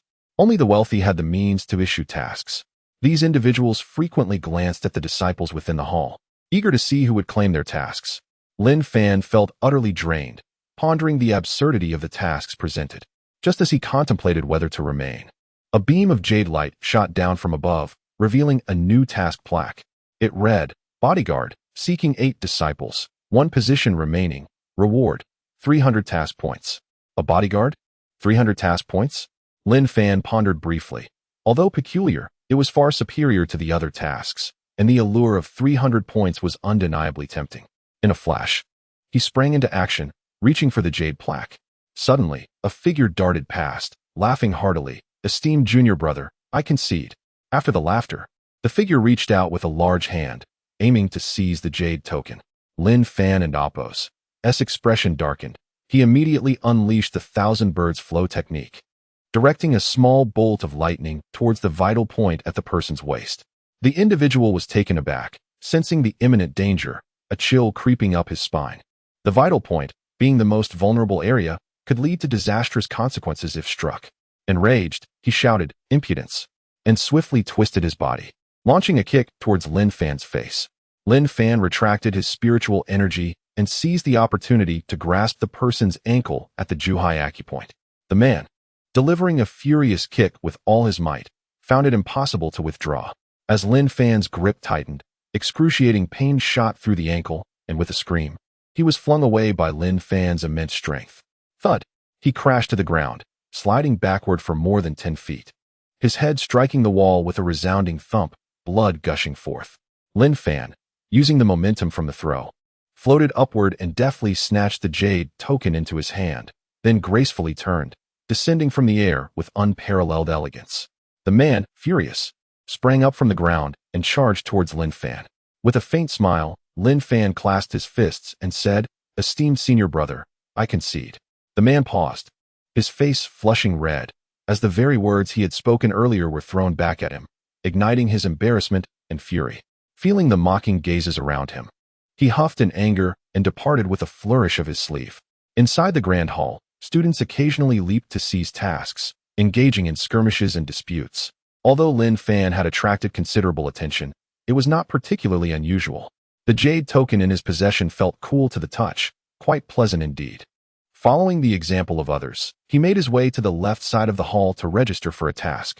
Suddenly, a tall figure stepped in front of him, blocking his path. The man, clad in tight clothing that accentuated his muscular physique, wore a cold expression, his gaze sharp as a blade fixed upon Lin Fan. He extended his hand and demanded, "Hand over the jade token."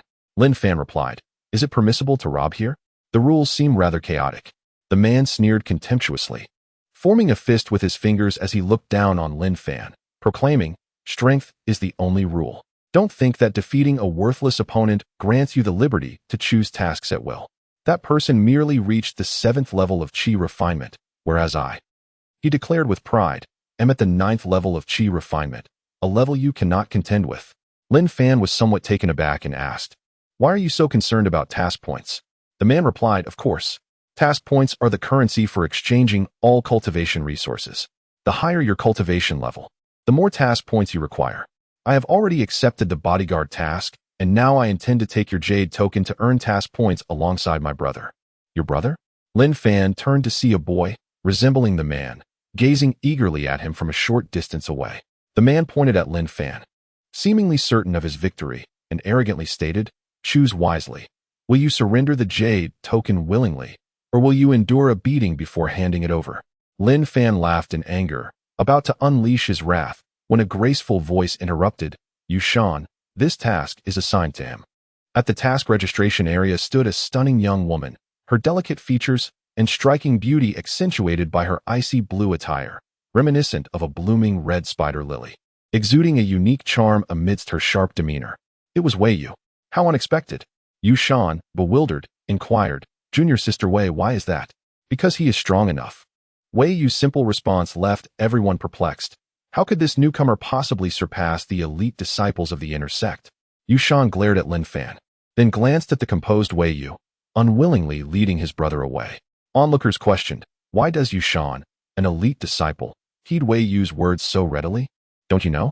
Yushan has long harbored feelings for Wei Yu, having professed his love multiple times to no avail, yet he persists, which is quite rare. Upon overhearing the gossip, Wei Yu slowly turned, her gaze piercing as if it could strike like a venomous snake. The gossipers quickly apologized and scurried away, utterly embarrassed. Seeing Wei Yu come to his aid, Lin Fan naturally approached to express his gratitude, but recalling their previous encounters, he felt a bit awkward and simply said, "Thank you. No need for thanks. This is merely a repayment for your kindness in sparing me that day in the cave. From now on, we are even, and I shall not challenge you again until I triumph over you," Wei Yu stated, a hint of blush creeping onto her cheeks, which she quickly concealed by turning away. "Moreover, I will also participate in this task, allowing me to witness your growth in a month." With that, she moved swiftly towards the hall's exit. Lin Fan sighed helplessly, pondering how he had entangled himself in yet another predicament. Earning these task points would be no easy feat. Before Lin Fan could finish his thoughts, an elderly man approached, his expression devoid of emotion. His hair was gray, and he bore the shrewd visage of a businessman. Despite the absence of any spiritual energy fluctuations, he emanated an air of cunning.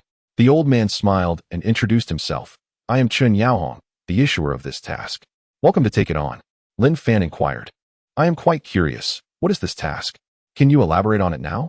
Lin Fan, being meticulous, preferred not to embark on any uncertain endeavors. Chen Yaohong chuckled. "No rush, no rush. There are still 8 others. 4 days from now, I will meet you at the Eastern Post Station.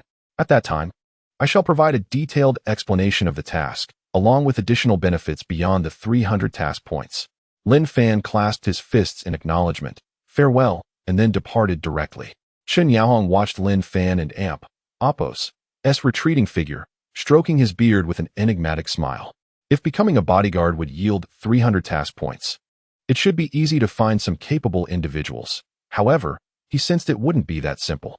Though appearing as an ordinary merchant, Chen Yaohong was evidently deeply scheming, making dealings with him potentially treacherous. Upon exiting the task hall, Lin Fan fell into contemplation. With his keen insight, he quickly discerned Chun Yaohong and Appos as complexity. Yet the allure of 300 task points compelled him to take the risk. Otherwise, earning that amount within the allotted time would be exceedingly difficult. When faced with challenges, one must adapt. Lin Fan arrived at the dragon spirit pool, stretching his limbs, raising his arms, performing several push-ups before shedding his clothes and plunging into the pool to commence his cultivation. First, he retrieved some elixirs obtained from Blood Fiend, pouring several yuan pills into his palm, their jade-like hue and perfect roundness indicating their high quality. After chewing a few, he swallowed them. A warmth spread through his stomach. Indeed, they were effective. Lin Fan felt elated, ready to cultivate, but the warmth dissipated after only a few breaths. The potency of the medicine seems too weak. Lin Fan's expression turned peculiar. Consuming those few pills was akin to eating nothing at all. With his cultivation at the 7th level of qi refinement, such minimal medicinal effect was utterly insufficient. He consumed a dozen more, finally feeling the medicine's potency begin to be absorbed, albeit barely. Damn, must I consume an entire feast? Lin Fan, in a fit of recklessness, grabbed a large handful of pills and poured them into his mouth. Hundreds of pills filled his stomach, igniting a burning sensation within, as powerful energy began to flow into his meridians, nourishing his body. He did not dare to delay, promptly following the cultivation route of the Tianyuan scripture. Desire dissipates, and the heart becomes tranquil. Clarity of mind brings clarity of spirit. Reversing the path awakens the dream. The heart is the master of the spirit. Intentions, joys, and desires all enter and exit through this gateway. As Lin Fan practiced the Tianyuan scripture, he felt a warm sensation in his dantian, and the rich spiritual energy from the dragon spirit pool began to converge continuously into his body. After completing the Tianyuan scripture, Lin Fan commenced training in the Tianyuan qi refinement technique, as the two were interdependent and inseparable. Since he had mastered the Tianyuan scripture, how could he neglect to practice the qi refinement technique? Although Lin Fan possesses the Naruto shop, the formidable ninjutsu techniques that demand immense spiritual energy must ultimately rely on his own foundation. Naturally, he cannot afford to neglect the enhancement of his own cultivation to bolster his spiritual energy reserves. After several hours, upon emerging from the dragon spirit pool, Lin Fan sought a secluded area to commence his training in the ninjutsu he had acquired. As the saying goes, mastery lies in precision. By the time night fell, Lin Fan had lost track of time and stealthily returned to his room. Just as he was secretly reveling in the fact that Wu Tian had not discovered his absence, Wu Tian silently appeared behind him. "What are you up to, you sneaky rascal?" Lin Fan shuddered and trembled as he replied. "I was busy cultivating after my visit to the mission hall today." He wished to elaborate further, but Wu Tian waved his hand, signaling him to stop. "No need for that. Since you have already reached the 7th level of qi refinement, tell me your choice. Will you pursue body refinement or qi refinement?" Wu Tian adjusted his attire slightly, wiping the grease from the corner of his mouth, and looked at Lin Fan with earnest anticipation. This made Lin Fan feel somewhat embarrassed, prompting him to turn his face away and say, "Then I shall choose body refinement." "Excellent.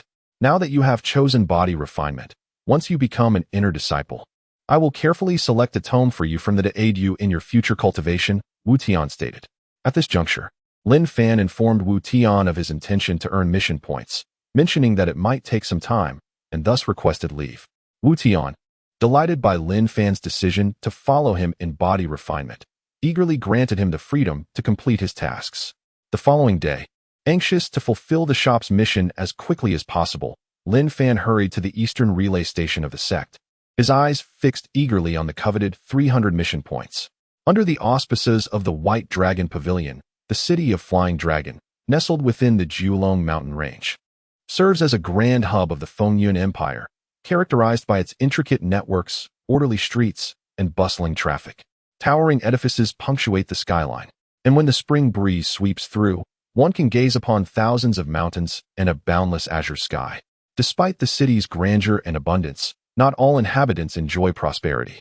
A saying circulates within its walls: the east is wealthy, the west affluent, the south impoverished, and the north desolate. The western district is home to nobility, surrounded by majestic architecture, while the eastern gate leads to a neighboring kingdom, serving as a vital stronghold connecting the Fengyun Empire to the central regions of Tianyuan Continent. As such, it is populated by affluent merchants, adorned with opulent residences, and teeming with entertainment venues and tea houses. Conversely, the southern area is inhabited by commoners in modest dwellings, while the northern expanse borders desolate mountains and wilderness, characterized by ramshackle homes and numerous tattered tents, often sheltering beggars and the impoverished. During his time as a medicinal apprentice, Lin Fan often greeted the less fortunate, allowing him to navigate the city without losing his way. After a brief run, he arrived at the Eastern Relay Station. The station, a quaint structure with an ancient arcade, exuded a sense of grandeur. Upon entering, he found Chen Yaohong already waiting, accompanied by 7 students seated in 2 rows, engaged in tea and conversation. Yu Shan and Wei Yu were also present, and upon noticing Lin Fan's arrival, they set down their teacups, their expressions turning somewhat frosty. Among them was also a familiar face, Han Yan. Chen Yaohong, maintaining his cheerful demeanor, gestured for Lin Fan to sit. The 7 disciples of the White Dragon Pavilion scrutinized him, and he took note of their gazes as he entered. This classmate is Lin Fan, Chen Yaohong introduced. Lin Fan nodded to the group and promptly took a seat at the side. He noticed Han Yan casting a friendly glance in his direction, while the others, including Yu Shan, displayed varying degrees of disdain, though they restrained their expressions out of courtesy. Wei Yu, on the other hand, remained silent, her demeanor as icy as ever, not even sparing Lin Fan a glance. In this world, strength speaks volumes. With his 7th level of qi refinement, Lin Fan indeed stood as the weakest among them, and thus failed to garner their respect. Nevertheless, he remained unfazed, savoring the fragrant tea before him. Suddenly, one of the individuals seated at the front cleared his throat and remarked, "After waiting for quite some time, we are finally all present. The earlier delay was simply a waste of our time. Mr. Chun, perhaps we should begin explaining the task?" This disciple, named Ming Nan, possessed formidable strength, his aura emanating a sense of intimidation. The other 6 exchanged wary glances, clearly apprehensive of him. Chen Yaohong chuckled lightly. "Ming Nan, please exercise a bit of patience. Do not be so hasty. This tea possesses 5 remarkable qualities: clarity, richness, fragrance, robustness, and delightful taste. Not only does it invigorate the spirit, but it also nourishes the body and can, enhance vitality." A chorus of clinking teacups filled the air as everyone eagerly drank the tea, some even consuming the dregs. Ming Nan set down his cup and declared, "Indeed, it is excellent tea. Thank you for your hospitality, Mr. Chen. Now, could you please elaborate on our mission?" Chen Yaohong smiled and replied, "Naturally, I request your assistance in protecting an individual. The specifics will be disclosed once we are en route. Upon arrival at our destination, all will become clear." Ming Nan responded, "In that case, let us depart. The sooner we complete our task, the better, as our time is precious." The majority of the disciples appeared to follow Ming Nan's lead, agreeing without dissent. Though Lin Fan felt some unease regarding certain aspects of the situation, the allure of the 300 mission points spurred him to exercise patience and follow behind the group. Chen Yaohong had already prepared a spacious carriage capable of accommodating 8 individuals. Drawn by 12 wolf horses, an aggressive breed renowned for their speed, this vehicle was favored by affluent traders in the 5 northern countries of Tianyuan Continent. Once all 8 boarded, the driver cracked his whip, and the carriage set off toward the eastern city gate. "Can we discuss the mission now?" Lin Fan inquired. Chen Yaohong then began. The Fengyun Empire lies in the extreme north of Tianyuan Continent, surrounded by a rugged landscape of towering mountains. Though the roads are treacherous, the region is bountiful in resources. The nearby Jiulong Mountain Range, Dragon Wing Mountain Range, and Dragon Tooth Mountain Range are all rich in magical beasts, spiritual materials, and minerals. My destination lies within the Dragon Tooth Mountain Range, and with the speed of these 12 wolf horses, we shall arrive in 3 days. The group was taken aback. The Dragon Tooth Mountain Range was far from Flying Dragon City, and they had not anticipated such rapid travel. Though the carriage was somewhat jolting, it indeed felt as though they were soaring through the air. Suddenly, Wei Yu frowned and asked, "The Dragon Tooth Mountain Range?" Chen Yaohong inquired, "Are you familiar with it, Miss Wei?" Wei Yu replied coolly, "I have only heard rumors about it. It is said that the mountain is home to countless magical beasts, and that it was once quelled by the founding emperor of the Fengyun Empire, causing all the beasts to retreat. However, that is merely folklore. The specifics should be clarified by Mr. Chun." Furthermore, it seems the Dragon Tooth Mountain Range has become a royal forbidden area. The mention of a forbidden area elicited gasps of surprise, raising concerns about their ability to enter. Was this man secretly planning something detrimental to the empire? With that thought, the group grew increasingly vigilant. Chen Yaohong, sensing their apprehension, chuckled and produced a document, handing it to Wei Yu. You may all peruse this. It is the official permit. He explained, my mission is to protect a person, and you will understand everything once we arrive. After briefly reviewing the document, the group found it authentic. Chen Yaohong clearly wielded considerable authority to procure such royal decrees. Ming Nan nodded and remarked, earning 300 mission points within half a month to a month is quite commendable. Chen Yaohong smiled and said, it is only right to distribute the task points. Moreover, I have a gift for you all. He wore a large dark green ring on his thumb, which was indeed a storage treasure. With a flicker, a silver plate appeared in his hand, upon which lay 10 bags, which he cheerfully distributed among the group. Lin Fan took one in his hands. It felt heavy, suggesting it contained precious metals. Suddenly, Yushan exclaimed with excitement, spirit stones. This outburst caused a stir, and everyone hurriedly opened their bags. Indeed, they discovered 5 white stones inside, square-shaped and about the size of a baby's fist, prompting a wave of exhilaration. The moment Lin Fan opened his bag, he was enveloped by a surge of spiritual energy, leaving him astonished. He recalled information about spirit stones, realizing they were rare minerals that aided in cultivation, functioning as hard currency within the martial world, akin to gold, silver, and copper coins in the mundane realm, and highly valuable like credits in the White Dragon Pavilion. Mingnan laughed heartily. Ha, Mr. Chen, you are truly too generous. He cast a casual glance toward the bags of the others, who seemed to sense his scrutiny and promptly concealed their bags.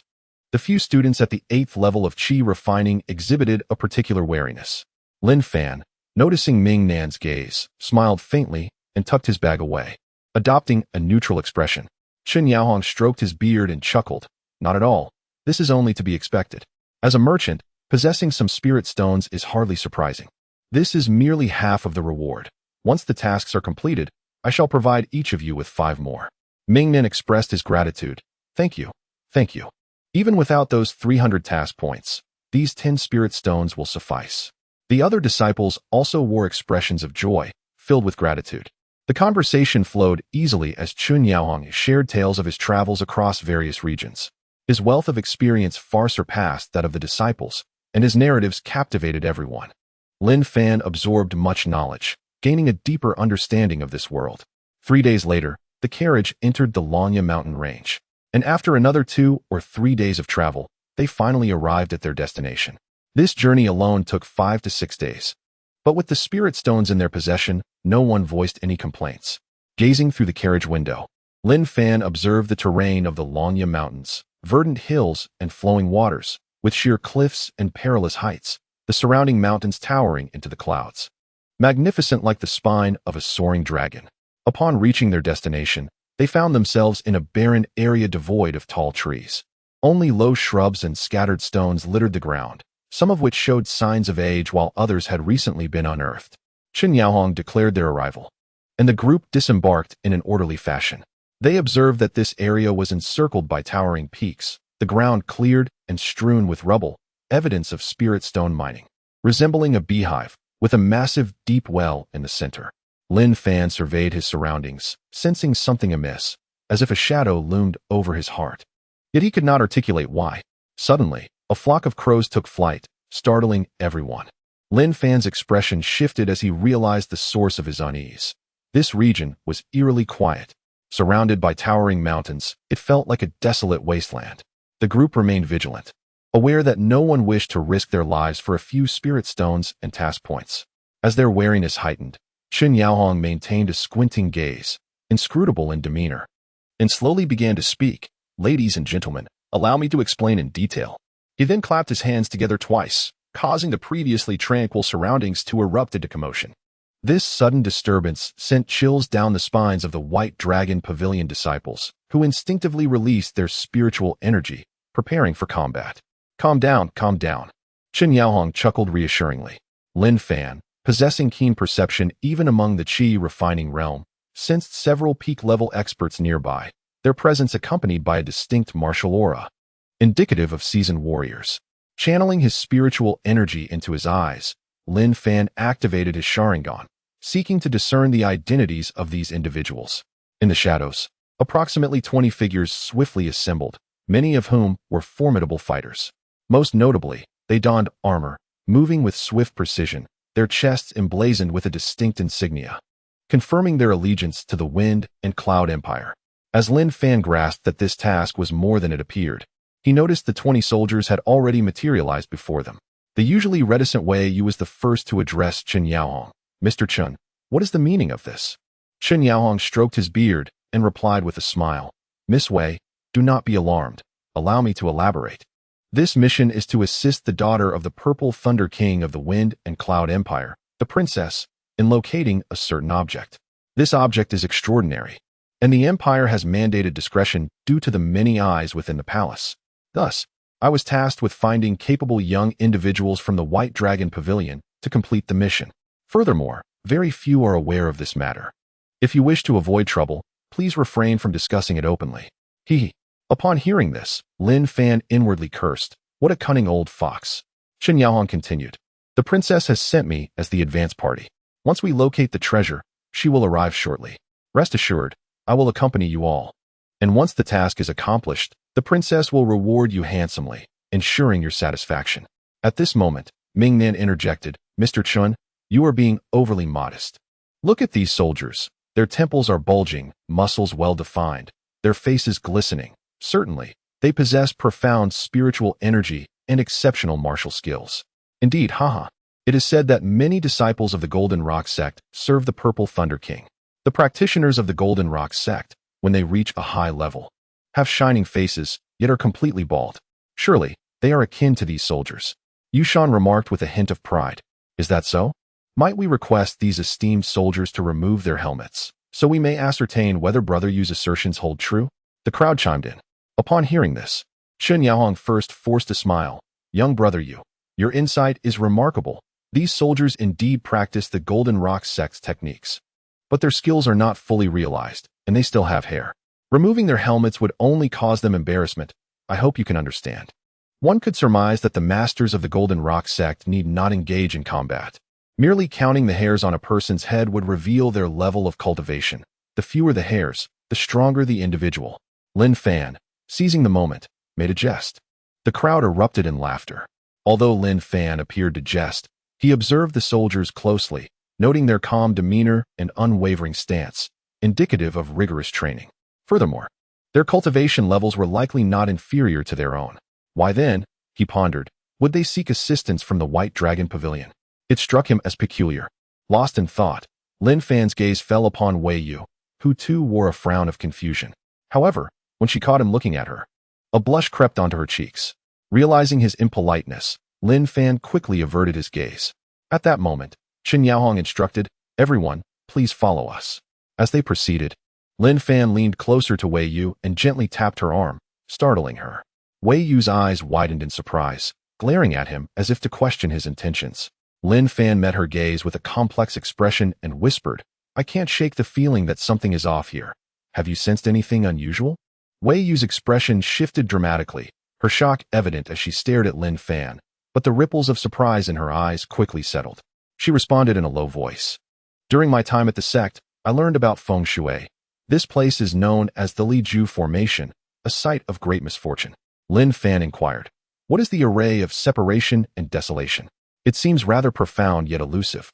The term separation and desolation refers to an extraordinarily peculiar terrain, devoid of the cardinal directions and the seasons, resembling a desolate wasteland, isolated from the world.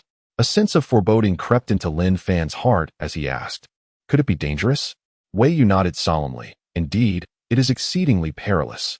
The ancient texts state, when separation and desolation manifest, spirits appear, and all things perish." She hesitated, her words trailing off. Lin Fan quickly interjected, "If it is dangerous, we should put aside our grievances and unite, sharing any concerns so we can face them together." A flicker of something unusual passed through Wei Yu's eyes as she replied, "I cannot be certain for now. Let us discuss it further once we exit the mine."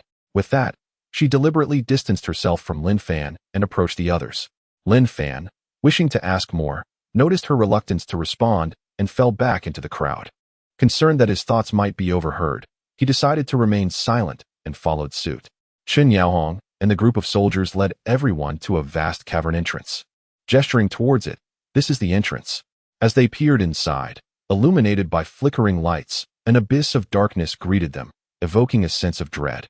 Yet, thoughts of the promised 300 credits and 10 spirit stones filled them with curiosity and excitement, assuaging their fears. Mingnan suddenly queried, "Why is there not a soul in sight?" Chen Yaohong replied with a smile, "This is the royal forbidden mountain. Outsiders cannot enter freely. Moreover, our plans are meticulous, ensuring we remain undetected." His reasoning was sound, and no one voiced suspicion. Mingnan raised a hand. "Let us commence our task. When one takes another into Appo's wealth, one must bear responsibility. We shall handle the treasure hunt." With audacity, he stepped forward, and many disciples naturally followed in his wake.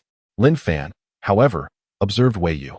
Noting her expression of confusion and unease, yet she steeled herself and ventured inside.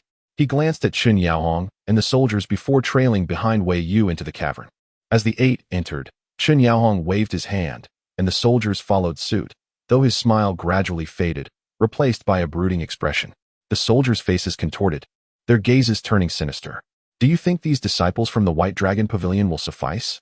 One of the leading soldiers suddenly spoke, his tone dripping with disdain. Chen Yaohong replied, "Perhaps they will, or perhaps they won't. Who can say? If we fail, we can always recruit another 8 students." The soldier frowned. "Aren't you concerned about attracting trouble? The White Dragon Pavilion is not to be trifled with." Chen Yaohong laughed. "Are we afraid of the White Dragon Pavilion? By the time they come to investigate, we will be long gone." The soldier remarked, "Among us, you are the most cunning. Even the elders of the sect have fallen victim to your schemes. Dealing with a few disciples should be child's play, but remember to avoid drawing their attention." Chen Yaohong smiled. "Rest assured, I know what I am doing." The group fell silent, maintaining their distance from the disciples of the White Dragon Pavilion, trailing behind them. After a while, Chen Yaohong's expression darkened. "That young lady seems to have sensed something amiss, but it will not interfere with our plans. This cave has only one exit, and when they see it, they will meet their end at the hands of the King of Hell." He continued with a sinister chuckle among the 8 disciples. "The strongest is merely Ming Nan, who is yet to reach the spirit-gathering realm. The others are mere trifles." Chen Yaohong nodded. "Once we acquire the treasures left by the sect's ancestors, we will escape the Stormwind Empire and find a secluded place to cultivate. When we return to the continent, not even the White Dragon Pavilion or the Stormwind Empire will be able to contend with us." Excitement coursed through the group as they exchanged malicious smiles and continued to follow at a measured pace. "Everyone must heed my command. Those who disobey will regret it," Ming Nan declared, leading the way due to his superior cultivation. Most followed without objection, cautiously trailing behind him. Wei Yu, meanwhile, repeatedly examined the map provided by Chen Yaohong, glancing around to ascertain her location. Lin Fan scrutinized the terrain while keeping a close eye on Wei Yu. He sensed she harbored knowledge that she was reluctant to share. Yet, he resolved that following her would not lead him astray. As they ventured deeper into the cave, they expected the passage to narrow, but to their surprise, it widened instead. The previous passage barely allowed one person to stand upright, but it now soared to heights of 2 or 3 zhang, accommodating even a leap. The group found this peculiar and pressed onward, soon hearing the gentle sound of flowing water. After walking several hundred feet, they indeed encountered an underground stream, flowing steadily before them. However, as they approached the stream, they were struck by the eerie sight. The water flowing in the creek was blood red. "The river of forgetfulness," Wei Yu exclaimed, her voice trembling with terror. The others jumped at her sudden outburst, casting angry glares her way, with Ming Nan snapping, "What are you screaming about?" Yu Shan approached to inquire, but Wei Yu merely bit her lip, her face pale, ignoring the reprimands of the others. Lin Fan stepped closer, whispering, "What is the river of forgetfulness?" Seeing the blood river, the group was momentarily taken aback, intending to guide everyone across, but paused to listen. Wei Yu finally regained her composure, taking a deep breath. According to ancient texts, upon death, one must cross the river of forgetfulness, erasing all earthly memories and becoming a blank spirit. The water of the river of forgetfulness is the blood of the multitude of spirits emerging from the underworld. Ming Nan laughed mockingly. "Have you lost your mind? If it comes from the underworld, Wouldn't following this blood river lead us straight into the depths of hell? The mention of the underworld sent a chill through everyone, and what was meant as a jest suddenly felt ominous. The blood river continued to flow, its chill more pronounced. Wei Yu shook her head. My master once said that encountering the river of forgetfulness signifies a crossroads. This place is exceedingly dangerous. I will not partake in this task. You may proceed without me. She turned to leave. Yushan followed suit, but Ming Nan's expression shifted as he scolded. Having taken their money, one must fulfill their obligations. You show no sense of professionalism, bringing shame to our sect. You should be an elite disciple of the White Dragon Pavilion, Wei Yu. Wei Yu appeared resolute in her decision to depart, unperturbed by Ming Nan's words, not even glancing back. Lin Fan clenched his fist, lightly tapping his chin, torn between his instincts. He too sensed the extraordinary nature of this place. Yet leaving now would mean forfeiting the 300 task points before entering the inner courtyard. After a moment of inner turmoil, he sighed deeply and turned to follow Wei Yu. It and Oppos, it's just task points. There is no need to risk oneself in a dire situation for 300 task points to enter the inner courtyard and complete the shop task. You. Ming Nan was furious. While Wei Yu and Yushan could be forgiven, Lin Fan, merely an outer disciple, had the audacity to leave without a word, completely disregarding him. And his face darkened with murderous intent. However, just as Lin Fan took a few steps away, he halted in shock. The path they had come from had vanished, revealing a stone wall ahead, and Wei Yu stood trembling before it, her face awash with fear. As the others expressed their confusion, an overwhelmingly pungent scent of blood assaulted their senses. The scent of death permeated the air, suggesting that it had lingered for quite some time. What had happened to the path we had taken? Ming Nan and the others sensed the anomaly, their faces draining of color as they hurried over. The passage they had just traversed was completely sealed. Who could have done this? Yushan questioned angrily, his expression a mix of shock and fury. Lin Fan felt a chill run down his spine as he touched the mountainside, astonished to realize that the wall was part of the mountain's very structure, something that had always existed and was not merely placed there by someone. Suddenly, Wei Yu appeared dazed, her face paling as she trembled and uttered, "No one did this. It must be that thing." At that moment, a pungent odor of blood intensified, causing some to retch. Ming Nan, with a grim expression, demanded, "What on earth is happening here?" One of the 8 suddenly shouted, "Look! Those red things seem to be corpses." Everyone turned to follow the direction of their gaze, revealing a bottomless pit filled with bodies. Recognizing the remaining spiritual energy of these corpses, Lin Fan and the others identified them as once being martial artists. How could so many warriors have perished in this place? It was unfathomable. Lin Fan activated his Sharingan, eager to discern the mysteries hidden within this vast grave. Remarkably, the pit was drenched in blood. Each corpse was soaked in crimson, the stench of decay mingling with the metallic scent of blood, rendering the air thick and nauseating. "This is Tai Sui. Tai Sui." The others gasped in shock. Ming Nan interjected, "Do not underestimate us for our ignorance. I have studied formations and know it cannot be that complex. What is this Tai Sui you speak of?" The others nodded in agreement, viewing the art of feng shui and formations as mere tricks to confuse the senses. Wei Yu let out a cold laugh, stating, "Ancient texts mention a spectral entity that consumes souls and devours spirits, born from the grievances of the wrongfully deceased, thriving amid pools of dismembered flesh. Those who approach it perish instantly, while the deceased are revived. The world refers to it as Tai Sui. Surely, it cannot be that mysterious?" The group was taken aback. Despite being prodigies and formidable martial artists, they were merely teenagers, their minds momentarily lost. Lin Fan urged, "Please, continue." Wei Yu glanced at him, feeling a hint of intrigue. Despite his cultivation being only at the 7th level of qi refining, his demeanor and perceptiveness surpassed that of his peers. In such a critical moment, composure and wise judgment were paramount, drawing her closer to him. "Have any of you heard of the blood-devouring sect?" Many faces shifted, revealing their shock. Wei Yu continued, "You must have heard of it. The blood-devouring sect is a power that rivals the White Dragon Pavilion in the Fengyan Empire, possibly even surpassing it.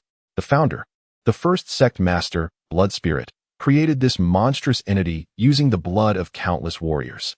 This creature is Tai Sui, which, upon its emergence, backfired on Blood Spirit, leading to a massacre that flooded the Fengyan Empire with blood.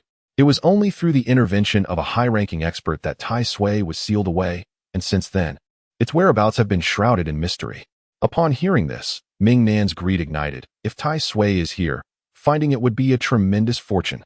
Wei Yu scoffed disdainfully. It is said that when Tai Sui emerges, it demands a deluge of blood to quench its long-standing solitude and wrath. Do you still believe this task to be simple? Then, how can we, with so many of us, fear it?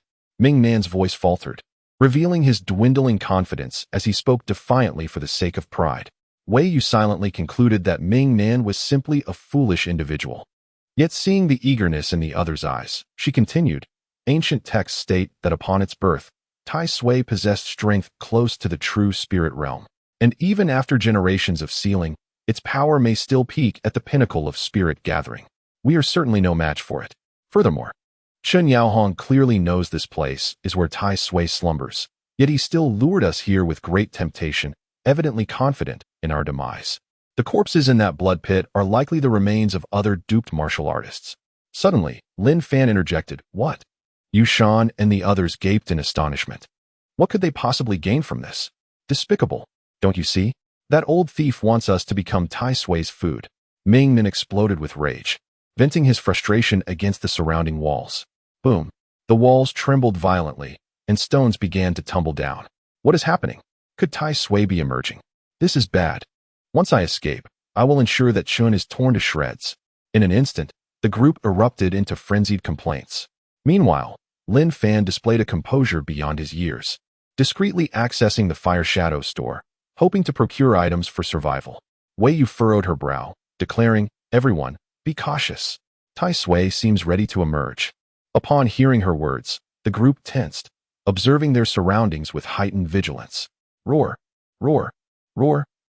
After the tremors subsided, a beastly roar reverberated through the cavern, disorienting the group.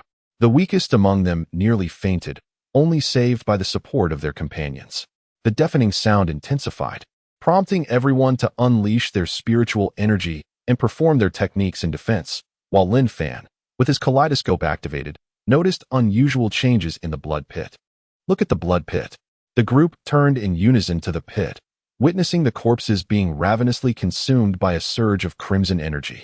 As time passed, this sanguine energy slowly transformed into a beastly form, resembling a lion, though its true appearance remained obscured. Yushan swallowed hard, glancing at Wei Yu, stammering, "Could this be Tai Sui? I have never seen it before. How would I know?"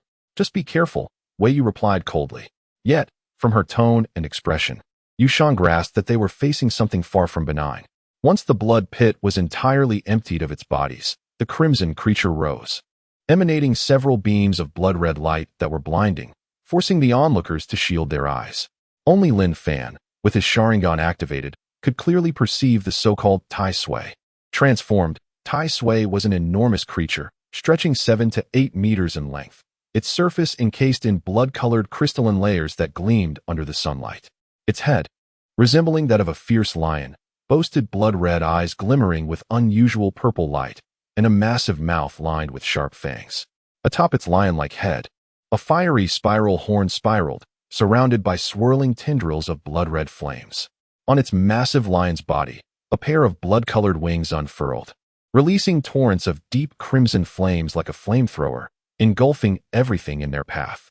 Its powerful claws, similarly cloaked in blood-red crystal, trembled the very air with each step, hinting at unimaginable strength. The colossal creature, Tai Sui, seemed to hover in the void, an invisible pressure descending upon Lin Fan and the others, causing their hearts to tremble. Astonishingly, this massive being moved silently, without making a sound. Even the sound of breathing was absent. "Is this the legendary Tai Sui?" Lin Fan murmured softly as he gazed at the monstrous entity, a convergence of bloodshed, slaughter, and destruction. The few who had glimpsed the true form of Tai Sui were instantly thrown into a state of panic. It was evidently akin to a formidable cultivator at the essence gathering stage, while the most skilled among them, Ming Nan, had barely reached the 10th level of qi refinement. With a thunderous roar, Tai Sui leaped from the blood pit, overwhelming them with an immense pressure that forced them to retreat repeatedly. Wei Yu and Lin Fan were the first to regain their composure amidst the terror, shouting to the retreating group, "We must all fight together for a chance at victory. Otherwise, we will merely become its prey." As soon as the words left his lips, Lin Fan drew his Kusanagi sword and charged towards the Taisui, whose body was enveloped in a swirling miasma of blood, glaring fiercely at the group. Meanwhile, Wei Yu produced her ice bow, knocking an arrow and unleashing a flurry of powerful ice projectiles towards Taisui. Ming Nan and the others understood the dire predicament they were in, realizing they were all in the same boat. If one fell, they all would. They steadied their minds and rushed towards Taisui in unison. Meanwhile, Chun Yaohong and a cadre of false soldiers from the Fengyun Empire awaited quietly within a cave, biding their time. Chun, you are indeed clever. Not only can you awaken Taisui, but you can also let it sustain injuries while battling the disciples of the White Dragon Pavilion. We shall then reap the rewards. The soldier leader declared with a smug grin. Chun Yaohong stroked his beard, darkly replying, "We have secretly brought Taisui here, deceiving numerous warriors in the process to ensure its successful transformation. This is our first strike against the White Dragon Pavilion, and we must leave no trace behind. Huangjun, we have no way back now." The soldier commander, referred to as Huangjun by Chun Yaohong, was also a member of the blood-devouring sect, and the soldiers were all his loyal assassins, with the royal documents they possessed being mere fabrications. Huangjun questioned, "But when will we know the outcome? What if they manage to escape?" Chun Yaohong reassured him, "Do not worry. The formation I set cannot be breached by those younglings. We shall remain here, playing the role of the unsuspecting sparrow." Haraha. At this, Huangjun let out a menacing chuckle. The oppressive aura of Taisui had rendered those within the cave nearly breathless, and they had already witnessed the formidable prowess of this legendary beast. Wei Yu's arrows were utterly ineffective against Taisui's tough, armored skin, and even Lin Fan's Kusanagi sword struggled to penetrate its formidable defenses, striking Taisui's body as if striking the very earth itself, yielding no results. Ming Nan and the others pressed on, but not a single step was gained against Taisui. In a fit of frustration, Yushan let out a furious roar. Taisui, however, paid them no heed. It merely took a single step forward, a motion that sent chills down their spines, as it closed the distance between itself and the group. At this moment, Wei Yu's mind raced, fixating on three words: what to do. Indeed, what should they do? Though Wei Yu held confidence in her abilities, she understood that this monstrous entity was far more terrifying than any elder of the White Dragon Pavilion. She would rather face an elder than this bloodthirsty creature. In its presence, they were acutely aware that even their own survival was in jeopardy, let alone protecting one another. Yet, at this critical juncture, how could they possibly retreat? With gritted teeth, Lin Fan declared, "Damn it. I refuse to believe I cannot breach your defenses." With that, he inhaled deeply, unleashing a brilliant display of lightning as he charged towards Taisui. Confronted with such a formidable adversary, Lin Fan executed the Thousand Birds Flow, infusing his Kusanagi sword with potent lightning, manifesting the Thousand Birds Blade. This not only heightened the sword's sharpness, but also significantly amplified its power. The brilliance of the lightning was dazzling. Lin Fan enveloped himself in a protective aura, utilizing gravitational control to unleash the Thousand Birds technique towards Taisui. He aimed to restrict Taisui's movements while raising his Kusanagi sword, channeling his full energy into a powerful wave of force. Leaping from a nearby boulder, he hurled himself forward without reservation, intent on striking Taisui. "Senior Sister Wei Yu, think of a way to subdue Taisui," one person frantically implored. Wei Yu, her face flushed with anger, replied, "This Taisui is a creature of the blood-devouring sect. How could I possibly know its weaknesses or methods of subjugation? For now, we can only hope that it has just revived and its energy is unstable, revealing some vulnerabilities. Look out." The group collectively witnessed a horrific scene as Taisui let out a thunderous roar, scattering blood-colored energy that coiled tightly around Lin Fan, causing him to vanish within the serpentine grasp. Lin Fan. Wei Yu choked on his name, unable to believe what had unfolded. Though fear gripped them, the sight of one fallen comrade instilled a sense of resolve in the others. Yushan, a true elemental warrior adept in body cultivation, unleashed his powers, augmenting his physique to an extraordinary size, his muscles bulging grotesquely until his upper garments tore apart, revealing a terrifying physique. Strangely, dark stripes appeared across his skin, resembling the hide of a tiger. This was the White Dragon Pavilion's advanced martial technique, tiger transformation. His hands morphed into massive claws, with glistening silver blades protruding from them, and his entire form was enveloped in a resplendent golden light, as if gilded. His blood-red eyes glimmered with a feral hunger, radiating the aura of a king among beasts. With his attack and defense suddenly enhanced, Yushan charged forward with a primal roar. The scene that unfolded sent shivers down the spines of all present. As Yushan struck Tai Sui with both palms, he was sent hurtling backward like a cannonball. Tai Sui, seemingly taken aback by the force, staggered under the impact and let out an earth-shattering roar. Chaos erupted within the cave as everyone unleashed their full arsenal, yet none could withstand Tai Sui's might. In a seemingly inconspicuous moment, a common stone trembled slightly. Thank goodness I am clever. If my shadow clone had been the real me, the damage would have been considerable. Lin Fan had cleverly employed the shadow clone technique to create a false demise, then transformed into an unassuming rock, biding his time and observing the situation, allowing others to test the waters first. I won't be so foolish. Tai Sui is far too fearsome. I must devise a plan. For now, let those youngsters take the lead. With the power of his two-tomo Sharingan, Lin Fan clearly perceived the blood-colored energy radiating from Tai Sui, a sight obscured to the others in the pitch-black cave. In a terrifying display, the energy surged forth, hurling Wei Yu, Ming Nan, and the others away with devastating force. The binding ropes of the White Dragon Pavilion that had once ensnared Tai Sui were rendered utterly ineffective, crumbling to pieces without resistance. As the black energy wave manifested, those who reacted swiftly managed to evade being thrown completely off balance, albeit still sustaining some impact. Just in time, Lin Fan caught the similarly affected Xiao Wu as she was flung through the air. Yueshan's prowess among the gathered was second only to Ming Nan's. Yet he found himself thrust backward by the proximity to the Tai Sui, forcing him to involuntarily spit forth a mouthful of blood. The most unfortunate was a treacherous individual, a practitioner of fire true essence, who had unleashed a fireball in a surprise attack, only to see it rebound against the crimson shockwave. Despite his own efforts to summon a protective barrier of spiritual energy, he was nonetheless struck harshly by his own fireball. He tumbled across the ground until he stabilized near the stone form of Lin Fan, fortunate that the flames were of his own making and did not sear his flesh. It seemed the Tai Sui had been incensed. As the blood-red energy wave erupted, its massive form finally sprang into violent motion. It lunged skyward with an almost imperceptible speed, its gargantuan body descending upon the gathered crowd like a looming shadow. At that moment, Lin Fan remained ensnared among the rubble, having been flung upward by the residual force, and any hopes of aiding his comrades were dashed. Although Lin Fan had anticipated the Tai Sui's speed, he nonetheless underestimated the sheer terror embodied in this monstrous creature, whose immense figure hurtled towards them with an ethereal swiftness. The oppressive weight of its presence left everyone gasping for breath.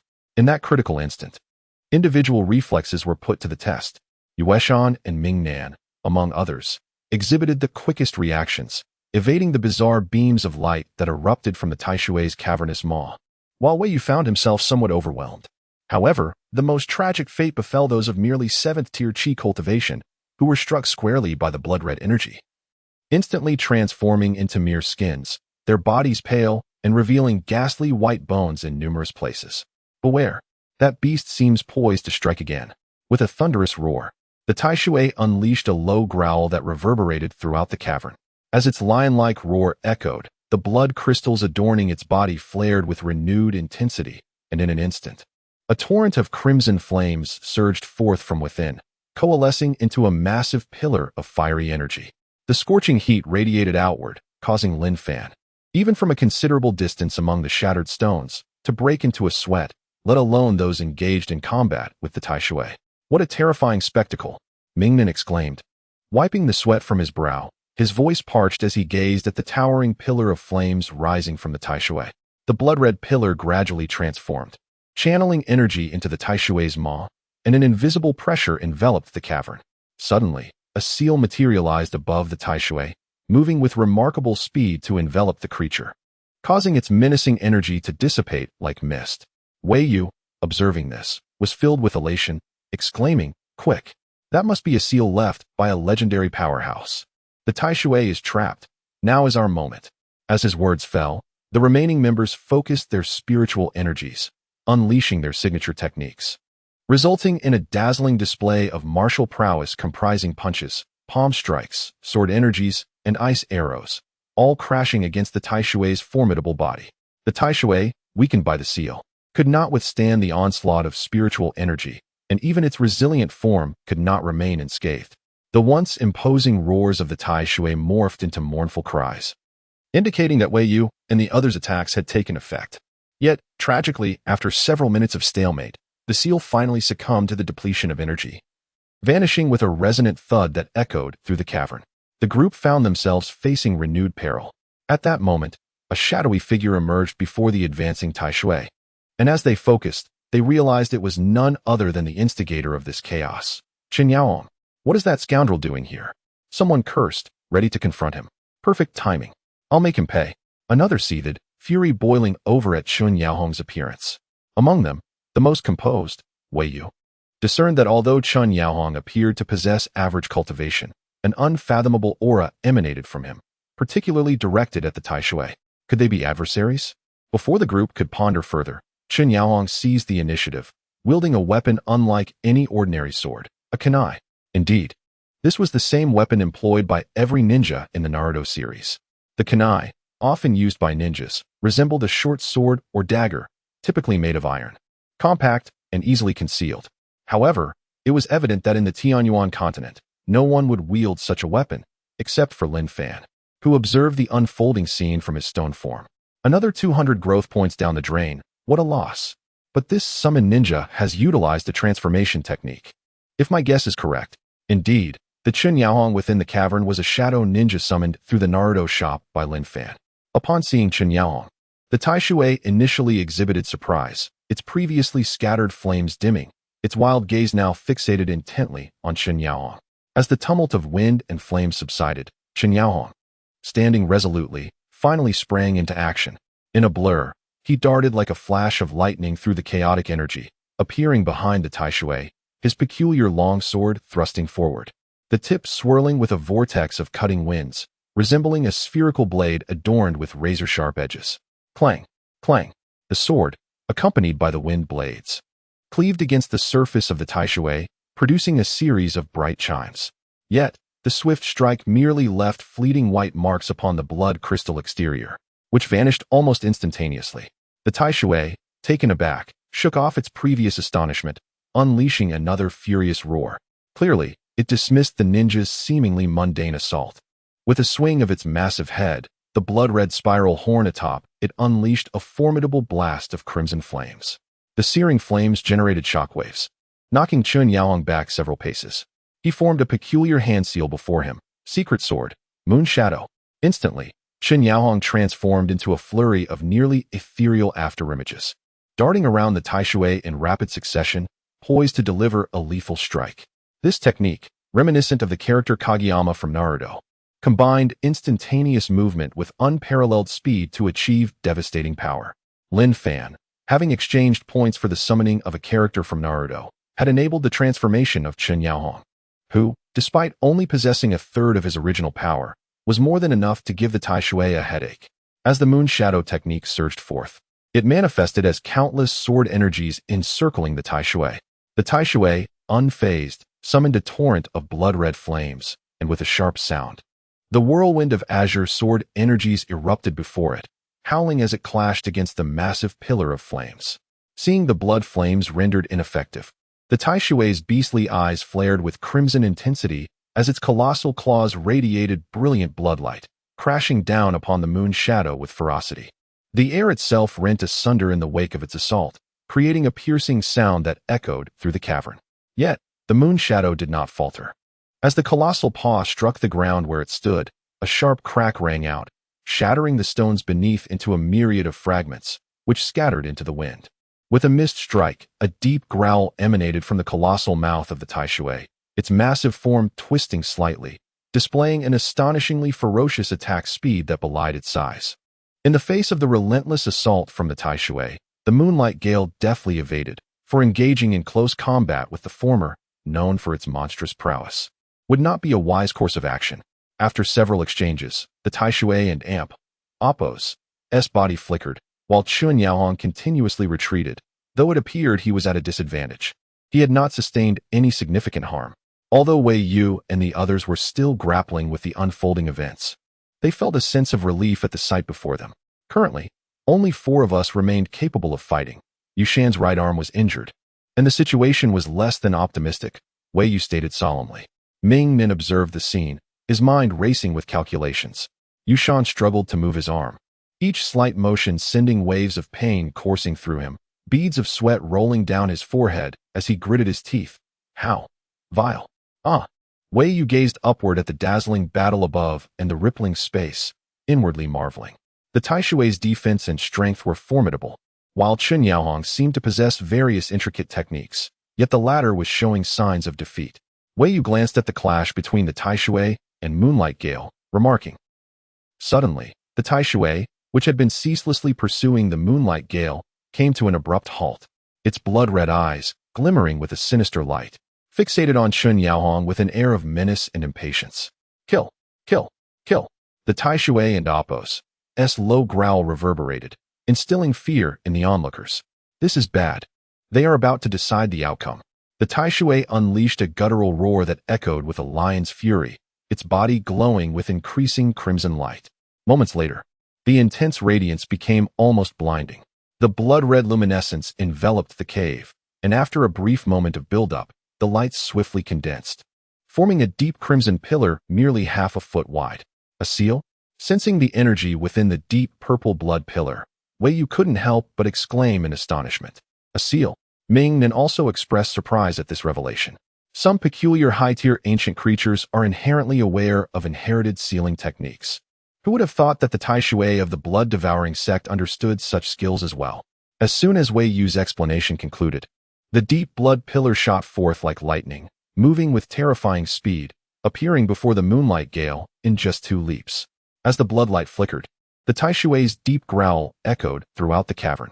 In that instant, as the deep purple pillar emerged, the Moonlight Gale maintained an impassive expression, channeling energy into the sword in hand to unleash its power. Dance of the Crescent Moon.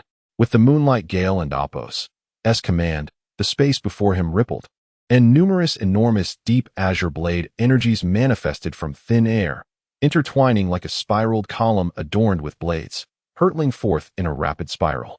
Boom! Where the blood-red pillar and the blade energies collided, the space warped slightly, and in an instant, they crashed together with the ferocity of a meteor strike. Upon clashing with the blood-purple pillar, the blade energies erupted in a thunderous explosion, while the blood-red pillar merely dimmed slightly. After obliterating the blade energies, the blood-red pillar surged forward with an unstoppable force, piercing through the Moonlight Gale's defenses and finally entering his body. Just as the blood-red pillar found its mark, the Taishui's massive form materialized before the Moonlight Gale, 5 sharp blood-red spikes launching from its clawed paw, viciously aimed at the latter's chest. Secret sword, residual light. At the moment the colossal paw was about to rend the Moonlight Gale's body, the peculiar long sword in his grasp trembled violently, and a minuscule, almost thumb-sized, profound blade energy shot forth instantaneously. Crack! The blade energy hurtled toward the Taishui's head, but the astute creature slightly lowered its head, causing the blade energy to strike the blood-red spike atop its head, severing it cleanly in half. The fracture of the spike inflicted excruciating pain upon the Taishui, which unleashed a furious roar, its claw infused with unmatched ferocity, crashing heavily against the Moonlight Gale's chest. Bang! Under the Taishui's furious assault, Chen Yaohong transformed into a strange wisp of smoke, vanishing into thin air. Lin Fan, still lurking nearby, let out a quiet sigh. The Taishui is indeed ferocious, but it seems its objective has been achieved. Wei Yu and the others, witnessing this spectacle, exchanged bewildered glances, their underlying fear resurfacing. They now faced a Taishui capable of delivering a strike akin to that of a formidable expert. Gazing at the now invisible Chen Yaohong, who had been severely wounded, the Taishui let out a violent roar filled with murderous intent due to the fracture of its spike. Under the roar infused with chaotic energy, the mountains trembled as if shaken by an earthquake. Some towering peaks outside the cave were even shattered at their summits. The Taishui's immense head turned skyward, its blood-red eyes glaring with murderous intent, unleashing a roar that caused the surrounding space to tremble. What is happening? The energy within the Taishui seems disordered. It appears that the recent series of battles has caused its energy to leak, suggesting it has only just emerged. Wei Yu and the others perceived this as a glimmer of hope. Their previously somber spirits lifted. Yushan bellowed, "Now's our chance. Everyone charge." All right. Outside the cave's array, Chen Yaohong and Huangjin also sensed the anomaly within. Initially intending to wait quietly until the Taishui eradicated the White Dragon Pavilion members before entering to clean up the aftermath. However, the malevolent blood energy continually oozing from the array was instantly recognized by those from the blood-devouring sect as emanating from the Taishui. Why is the Taishui leaking so much energy? Has something changed within? Huangjin questioned, gazing at the equally furrowed brow of Chen Yaohong. Chen Yaohong replied, "Damn it. Has something gone awry? Fine. I will open the array, and we shall enter together to uncover the truth." With that, Chen Yaohong formed hand seals. Dark energy flowing from his 8 major points to his divine gate, muttering incantations under his breath. After a while, he let out a soft grunt, and a black vortex gate opened. "Let Anapos, Esco." Huang Zhun waved his hand, and behind him, 20 armored soldiers entered the vortex one after another. Terrifyingly, these soldiers were all decayed corpses, emitting a foul stench, with repulsive maggots writhing over their bodies, many falling to the ground as they moved. This is the corpse-controlling technique of the blood-devouring sect. In the Dragon Tooth Mountains, within the cave where the Taishui emerged, the group spared no effort in unleashing their life-s skills against the Taishui. Arrows, fist energies, palm winds, sword blades, all poured onto the Taishui without restraint. The convergence of countless energies rendered the air within the cave tumultuous, and the Taishui, struck by this barrage, had several blood crystals on its back flickering with unusual light. Its once impervious skin began to show signs of damage under the relentless assault. Wei Yu exclaimed with excitement. The ancient texts state that when the blood crystals on the Taishui's back flicker, it is a sign of its weakness. It seems our attacks are beginning to take effect. Yu Shan and the others rejoiced at this sight, declaring, "Then let us strike it fiercely once more." Yu Shan paid no heed to his injured leg and arm, concentrating all his energy on the offensive. However, this optimistic state was short-lived. Ming Nin noticed a shift in Tai Sui's gaze, which transformed from vacant to menacing, as the blood crystal on its back radiated a blinding light. "Caution, retreat." But the other 2 figures among the remaining puppets had no time to react before the force unleashed by Tai Sui sent them crashing against the stone wall, causing their blood to surge, and they spat out a mouthful of crimson fluid. "Damn it. Look, it seems to be changing." The Tai Sui, originally resembling a colossal lion, now shed its blood light to reveal a different form. It was more apt to call the current Tai Sui a giant serpent, massive, entirely black, adorned with vivid, intricate patterns that appeared rather peculiar. On either side of the serpent's body were 8 wings, darkly tinted with blood, and atop its head sprouted a blood-red spiral horn that glimmered ominously, clearly laced with venom. The faintly colorful patterns on its head vaguely formed a crown-like shape. Its triangular pupils did not reflect animalistic instincts, but rather exuded a cunning shrewdness akin to that of a human. "What is happening?" Ming Nin exclaimed in disbelief. Wei Yu swallowed hard, responding, "Legend has it that Tai Sui was once a lion, but when the blood crystal glows and spiritual energy wanes, it undergoes a transformation. Ancient texts refer to this as offending Tai Sui." Ha ha. I never expected that the younger generation of the White Dragon Pavilion was not entirely useless. There are still survivors. A mocking laughter erupted from behind, and the group turned to see Chen Yaohong, Huang Zhun, and a host of corpse soldiers. Chen Yaohong spoke first. "It's quite remarkable that Tai Sui couldn't annihilate you all." "Wait, wasn't it just Chen Yaohong who was grappling with Tai Sui? How is he here now? Seemingly unscathed? Most importantly, he appears to be an enemy now. Once I subdue Tai Sui, I shall pay my respects to you every Qingming festival." Chen Yaohong laughed. Roar. Before he could finish, the now transformed Tai Sui unleashed a thunderous roar, its killing intent palpable, its cold gaze fixed on Chen Yaohong, as its forked tongue flicked out, poised to strike. Huang Zhun, perplexed, remarked, "Why does it seem like Tai Sui wants to attack you?" "I don't know. This never happened before. Let us observe." Within the cave, 3 formidable auras filled the space, causing the surrounding environment to tremble slightly. Fragile stones shattered under the violent pressure. Wei Yu Yushan and the others trembled under the weight of the oppressive force, as if burdened by 1,000-pound stone, their breaths growing heavy. Yet, this stalemate was soon shattered. Unnoticed by those preoccupied with the clash, as Lin Fan, concealed as a stone, suddenly revealed his true form. Huh, old thief. Lin Fan swiftly moved behind Huang Zhun, channeling the lightning spiritual energy he had accumulated into the Kusanagi sword. The blade, now imbued with lightning, gained significant power. Caught off guard, Huang Zhun was pierced by the Kusanagi sword into his abdomen. What? How? The onlookers gasped in shock, and Chun Yaohong was equally alarmed. There had only been 5 of them entering the formation, yet Lin Fan had been lurking in the shadows all along. Damn it! Huang Zhun, grievously wounded, bled profusely from the wound. With this unforeseen turn of events, the poised Tai Sui lunged toward the unsuspecting Chun Yaohong. Its 8 wings flared as its massive body blocked Chun Yaohong's path. The serpent's tail whipped violently, distorting space with its terrifying force. Sensing the danger, Chun Yaohong's expression changed. He dared not confront it head-on and swiftly turned his body to evade. Damn it! Huang Zhun, attack! Activate the corpse soldiers! Chun Yaohong muttered angrily while dodging Tai Sui's relentless onslaught, shouting at Huang Zhun. Hey, I'm busy too, Huang Zhun retorted, injured and scrambling to fend off Lin Fan's relentless pursuit. Cover me for a moment. Huang Zhun, his face grave, formed hand seals, and a chilling aura erupted from him, enveloping the cave in frost. Snowflakes began to fall, and a tempest roared within the cave, forming sharp ice blades that spiraled into a swirling vortex, expanding rapidly to over 10 meters wide. Amidst the howling wind, the sharp ice blades shot forth, manifesting a white tornado, cloaked in deadly ice shards, before Lin Fan. Such a formidable ice storm, conjured by his own power, was not something even the majority of elders from the White Dragon Pavilion could easily summon. Lin Fan felt beads of cold sweat forming on his brow. Lin Fan, move. Wei Yu warned urgently. As Lin Fan glanced at the retreating Chun Yaohong and the relentless Tai Sui, Huang Zhun waved his sleeves, commanding the corpse soldiers to swarm Tai Sui. The massive ice storm, whistling with sharp winds, surged toward Tai Sui.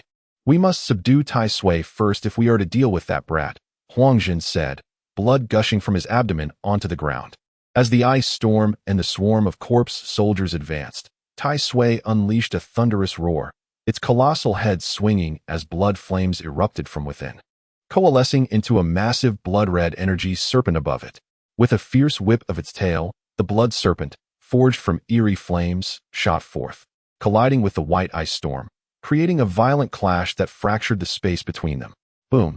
The 2 terrifying energies, one black and one white, clashed violently, resulting in a cataclysmic explosion that reverberated through the cave, audible even from a distance. As the explosion occurred, a ripple of energy spread outward, sending Chun Yaohong, Huang Zhun, and Tai Sui hurtling backward. Damn it, what bad luck! Why has Tai Sui gone berserk? Chun Yaohong, his face glistening with sweat, fumed at Huang Zhun. Thousand Birds' sharp spear. Seizing the opportunity amidst the chaos between Chun Yaohong and Tai Sui, Lin Fan attempted a stealthy strike with the Thousand Birds' sharp spear. However, having learned from past mistakes, the 2 were not easily fooled, and Lin Fan's attack failed. Oh no, I missed. Lin Fan quipped, disheartened. Huang Zhun, feeling the searing pain from his wound, glared fiercely at Lin Fan, his icy gaze causing Lin Fan to shudder. Yet before Lin Fan could address Huang Zhun, Tai Sui charged at them once more. Seeing his comrades ensnared by Tai Sui, Lin Fan rushed to Wei Yu and the others, urging, hurry, we must leave. If they free themselves, we'll be in grave danger. Wei Yu was on the verge of inquiring about the unfolding events, yet the urgency of the situation halted his questions. However, Ming Nan, exhibiting remarkable decisiveness, noticed that a previously sealed stone cave had inexplicably gained an entrance upon Chun Yaohong's arrival, and he instantly leaped forward. Naturally, Yushan followed closely behind. Help me! Help me! Lin Fan was just about to hastily exit this realm of chaos when he heard the faint pleas from the 2 individuals previously injured by Tai Sui's malevolent energy. Observing that they still possessed a flicker of life, Lin Fan's steps towards the cave's opening hesitated momentarily. Help me! Lin Fan inwardly berated himself for his timidity and lack of resolve. Helplessly shaking his head, he recognized his own benevolence. However, as he grasped the hand of one person, Huang Zhun unleashed a powerful punch aimed directly at Lin Fan. Realizing the imminent danger, a bead of cold sweat trickled down Lin Fan and Appo's forehead. Damn it! How could it be so swift? He glanced towards Tai Sui, or Chun Yaohong. employing some unknown supernatural ability, akin to a sealing spell, caused Tai Sui's vast triangular pupils to constrict sharply, and the inky scales covering its body suddenly tightened in an eerie manner. A faint, peculiar black oil-like substance seeped from beneath the scales, rapidly enveloping its colossal form. At the same time, Chen Yaohong's figure abruptly materialized at the waist of that immense body. His fist clenched tightly, infused with a fierce, tempestuous energy, akin to thunder striking down with tremendous force. In that moment, the expansive black sleeves of his robe appeared to harden as if forged from steel. Bang! Chen Yaohong and Appo's fist struck heavily against Tai Sui and Appo's body. Yet his expression darkened significantly. For, in his perception, Tai Sui's form had suddenly transformed, becoming as slippery as an eel. The punch landed, but ultimately, it merely grazed the oily membrane enveloping its surface, causing Chen Yaohong to be flung away. "You insolent brat, once I capture you, I will ensure that you wish for death." Huangjun bellowed angrily. Lin Fan's pupils contracted sharply. A flicker of golden light flashed in his eyes. Unbeknownst to him, he perceived something with remarkable clarity and shouted, "Be careful." Ming Nan and the others were momentarily taken aback, sensing the seriousness of Lin Fan's demeanor, and instinctively turned around. Just as they did, a terrifying wave of energy surged toward them. Startled, they leaped aside in a hurry. Bam! However, Ming Nan was unable to evade the powerful blow, and he coughed up blood, sent sprawling backwards. Lin Fan was alarmed, fixating on the entrance of the cave from which a menacing aura emanated. As a horde of corpse soldiers emerged slowly, Ming Nan lay on the ground, bleeding profusely, seemingly with a broken spine, struggling to rise. Wei Yu and Yushan stared in shock at the scene before them, rendered speechless. "Even if I do not personally intervene with my blood-devouring sect's corpse manipulation technique, do you juniors think you have any chance of survival?" Huangjun said ominously, a dark smile creeping across his face. As Lin Fan observed that Tai Sui was gradually being ensnared by Chen Yaohong's secret technique and surrounded by corpse soldiers, it became evident that he had underestimated the duo. Huangjun's expression was grim, his icy gaze sweeping over the group. "I initially hoped for you to be sacrificed to Tai Sui, but I did not anticipate you would employ such unorthodox methods against him." His eyes then fell upon Lin Fan, and he sneered, "Yet the outcome remains unchanged. Especially you. Boy, you've truly provoked my ire." A chill ran down Lin Fan's spine under Huangjun's scrutinizing gaze, and he instinctively retreated a few steps. Huangjun chuckled darkly. "Once I end your life, I shall make you an exceptional corpse soldier." His demeanor had transformed from amiable to that of a psychopathic killer, striking fear into the hearts of the onlookers. The group turned pale, their hearts racing with terror, not only because of Huangjun's terrifying presence, but also due to the once unassuming Chen Yaohong, whose expression now mirrored that of a predator, exuding immense pressure that left them breathless. Chen Yaohong had contained Tai Sui with a cage of dark, blood-like spiritual energy, rendering the giant being immobile. As he approached the group, Chen Yaohong's gaze locked onto Ming Nan, and he scoffed. "I initially thought you would be the most troublesome, yet you were the first to be rendered incapacitated. It seems fate favors our success." His attention shifted to Lin Fan, curiosity glinting in his eyes. "But I am intrigued. Where were you concealed earlier, managing to ambush him while we were distracted?" Lin Fan, of course, refrained from revealing the truth, merely retorting with a cold smirk. "Given your current state, it was prudent for me to remain vigilant, especially since I noticed you the moment you activated the formation." Chen Yaohong furrowed his brow. Although they had concealed themselves in darkness immediately after opening the formation, Lin Fan's presence had been undetected upon entering the cave. How could they fathom the prowess of Lin Fan and Appo's dual pupils? With a sinister chuckle, Chen Yaohong shook his finger. "Playing coy, are we? No matter. I find it amusing. You will soon learn to be more forthcoming." Lin Fan and Appo's expression darkened. The two before him were both at the initial and mid stages of the concentration realm. Either could easily dispatch them. Today was fraught with peril, surrounded by a throng of corpse soldiers, and with several of Wei Yu's group already injured. The heavily wounded among them were beyond saving, and their current predicament suggested they might struggle to protect themselves. Chen Yaohong and Appo's gaze swept over the group, landing primarily on Wei Yu, Yushan, and Ming Nan, his malice palpable. The group, having been locked onto by Huangjun's aura, fell silent, their faces drained of color. Under the fierce glare from Chen Yaohong, they were further terrified. Suddenly, Qin Yaohong's tone softened as he extended his hand. As long as you clarify how Tai Sui turned against me and remain honest, I will not make things difficult for you. Now tell me. Lin Fan inwardly cursed. It would be a miracle if I believed you. Yet Ming Nan pointed at Lin Fan, exclaiming, "It's him. That little brat."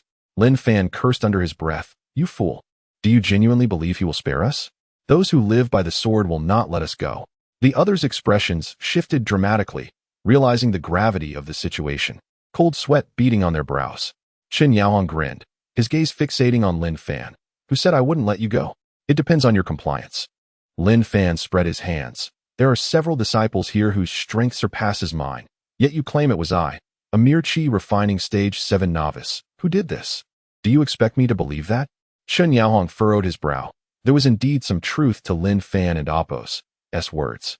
To suggest that a Qi refining stage individual could have incapacitated a being of concentration realm strength was difficult to accept. Ming Nan, desperate to survive, hurriedly proclaimed, "It's true. I swear. We were all engaged in a fierce battle with Tai Sui, and he was the only one who vanished, clearly orchestrating this. If I lie, may the heavens strike me down." Ming Nan, you. Wei Yu shot a scornful look at Ming Nan, anger flaring within him. Qin Yaohong chuckled darkly. "Is that so? Then I shall believe you." His malevolent gaze bore down on Lin Fan as he approached. Ming Nan's palms were slick with cold sweat as he awkwardly said, "Can I leave now? I promise I won't speak of this." Qin Yaohong waved his hand dismissively. "Go ahead." Ming Nan, elated, cupped his fists in gratitude. Thank you, thank you." Yet internally, he sneered, thinking, "I will rush to inform them and capture all of you. That would be a monumental achievement." With a push off the ground, he dashed toward the tunnel's exit. Suddenly, a beam of cold light flashed, and Huang Zhan, who had remained motionless, wielded his blade, striking at Ming Nan. Ming Nan was horrified, his spirit nearly leaving his body. But his keen perception allowed him to sense the impending danger. He twisted his waist and narrowly avoided the attack. However, the blade's speed was astonishing, leaving a deep gash on his shoulder. Ming Nan's face turned ashen as he glared at Qin Yaohong, roaring, "You!" Huang Zhan, who had been silent for a long time, let out a hearty laugh. "Fool. I promised to let you go, but he did not. If he wishes to kill you, what concern is it of mine? Do not blame others for your own foolishness." With that, Huang Zhan cackled sinisterly and swung his blade again. Ming Nan, pale as a sheet, sensed the blade's movement and hastily retreated. Lin Fan suddenly shouted, "Don't run. If you want to survive, we must fight them." Yushan cursed, "Fight? How can we fight? Both of these men are masters of the concentration realm."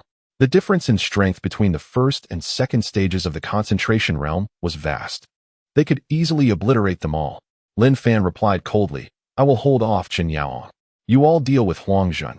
He is already injured. After you deal with him, come back to assist me." "What?" The group was taken aback, and even Qin Yaohong thought he had misheard. "What did you say?" Huang Zhan, having previously suffered at Lin Fan's hands, did not underestimate him now. He turned to Qin Yaohong and warned, "That kid is not simple. Be cautious. Remember to capture him alive. I want to have some fun with him." Qin Yaohong glanced at the sealed Tai Sui, flanked by corpse soldiers, and with Huang Zhan present. It seemed unlikely that anything unexpected would occur. Lin Fan let out a cold laugh, kicked the stone that shot forward with force, and shouted, "Fool." He then dashed into the forest. Qin Yaohong exploded with rage, bellowing, "You seek death." With a powerful punch, he shattered the stone with a resounding crack. However, a frown crossed his brow as he realized the extraordinary force contained within the stone could not possibly be compared to that of an ordinary Qi refinement stage practitioner.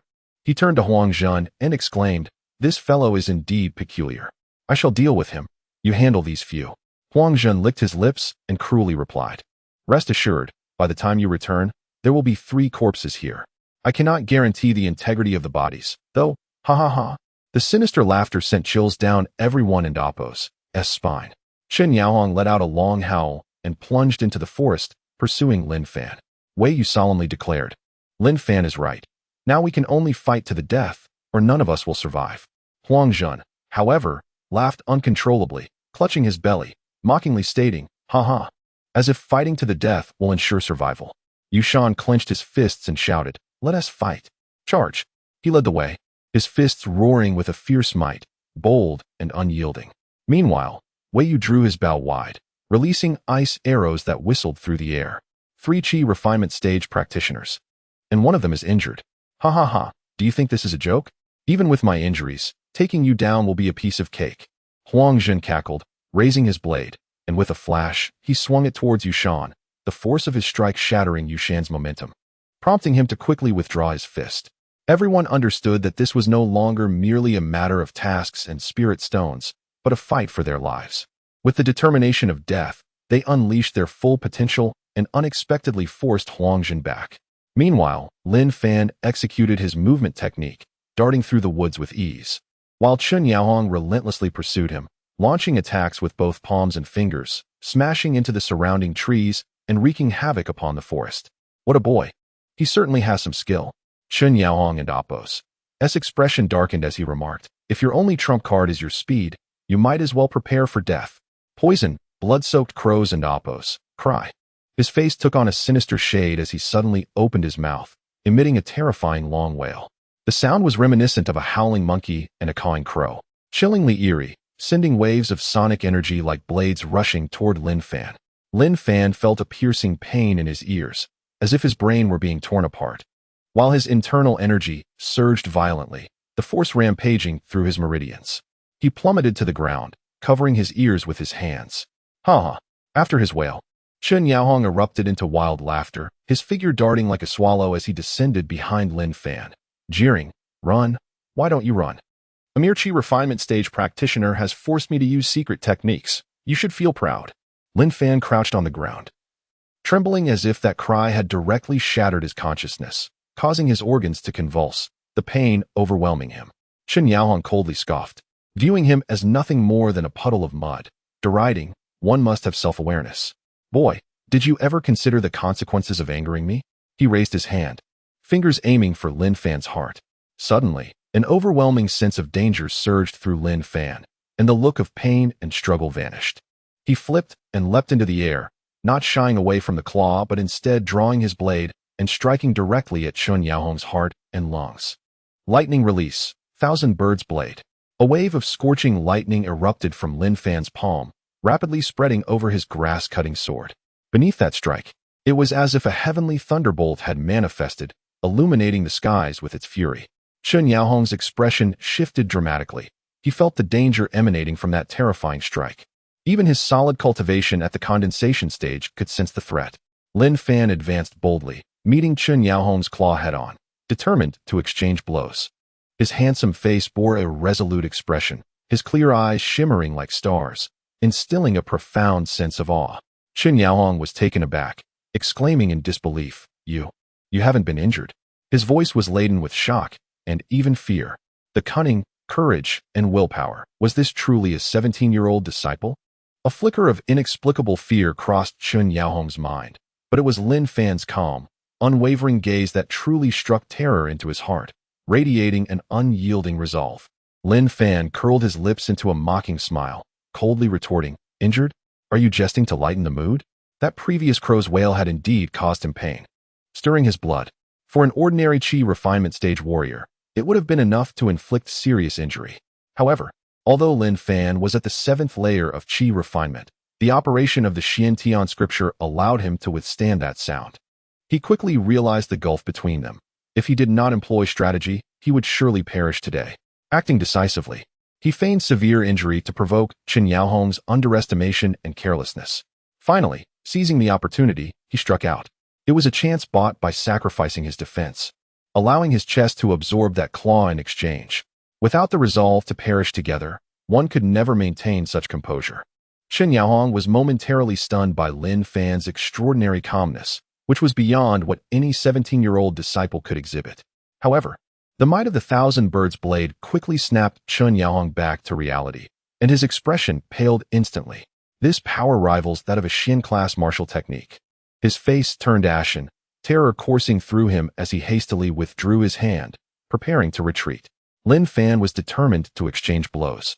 But Chun Yaohong dared not risk his life against a Xian-class martial technique. Chun Yaohong was bewildered. Who exactly was this boy? So formidable, yet possessing a Xian-class martial technique. Countless questions swirled in his mind, but there was little time to ponder as he readied himself for the next round of attack. Afraid? Lin Fan scoffed. causing Chun Yaohong's face to flush with anger as he barked, "Do not think I am powerless against you." With that, Chun Yaohong's eyes glinted with cold light, an odor of decaying flesh emanating from him as his spiritual power surged dramatically. Corpse transformation. Chun Yaohong bellowed, lunging fiercely towards Lin Fan. Seeing this, Lin Fan naturally retreated, barely evading the attack. "My corpse transformation is a secret of the blood-devouring sect. To die under this technique would be a privilege for you." But Lin Fan ignored him, leaving his vital points unguarded as he leaped backward. Chun Yaohong focused his energy, unleashing a palm strike that burst forth like a blazing sun, the terrifying force surging toward Lin Fan. Bang!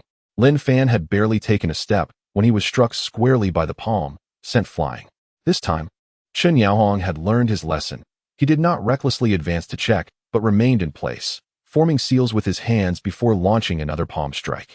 This was his most powerful technique, known as the Blood Fiend Palm, which combined with his secret technique, Crows and Appos, Cry, created a shockwave that trembled the air, evoking cries from gods and ghosts alike before erupting into a terrifying gale. Boom! The surrounding forest was obliterated, flattened as if swept away by a hurricane. Only then did Chun Yaohong confidently leap over to assess the situation, but a bizarre occurrence unfolded. Although Lin Fan had suffered such a heavy blow, he should have left behind a corpse. Yet, where Chun Yaohong had struck the ground, Lin Fan's body had mysteriously vanished. Could it be? Panic surged through Chun Yaohong as he realized, not good. Outside the cave, Lin Fan appeared unscathed, concealed within a nearby thicket. "Hee, you fell for my shadow clone technique, didn't you?" It turned out that the moment Lin Fan burst from the cave, he had immediately performed the shadow clone technique, distributing his spiritual power evenly among the clones, successfully diverting the most dangerous enemy and allowing him to eliminate them one by one. However, the drawbacks of the shadow clone technique were evident. When a clone was destroyed, Lin Fan felt as though all his bones were about to shatter. Yet, this pain was swiftly subdued by his spiritual energy, with the Xian Tian scripture nourishing his body from within. Lin Fan raced forward with all his might, unaware of the situation unfolding on the battlefield outside the cave. When he dashed over, he was met with a scene of utter carnage. The ground was strewn with bodies, grotesquely positioned, the remnants of the fallen soldiers.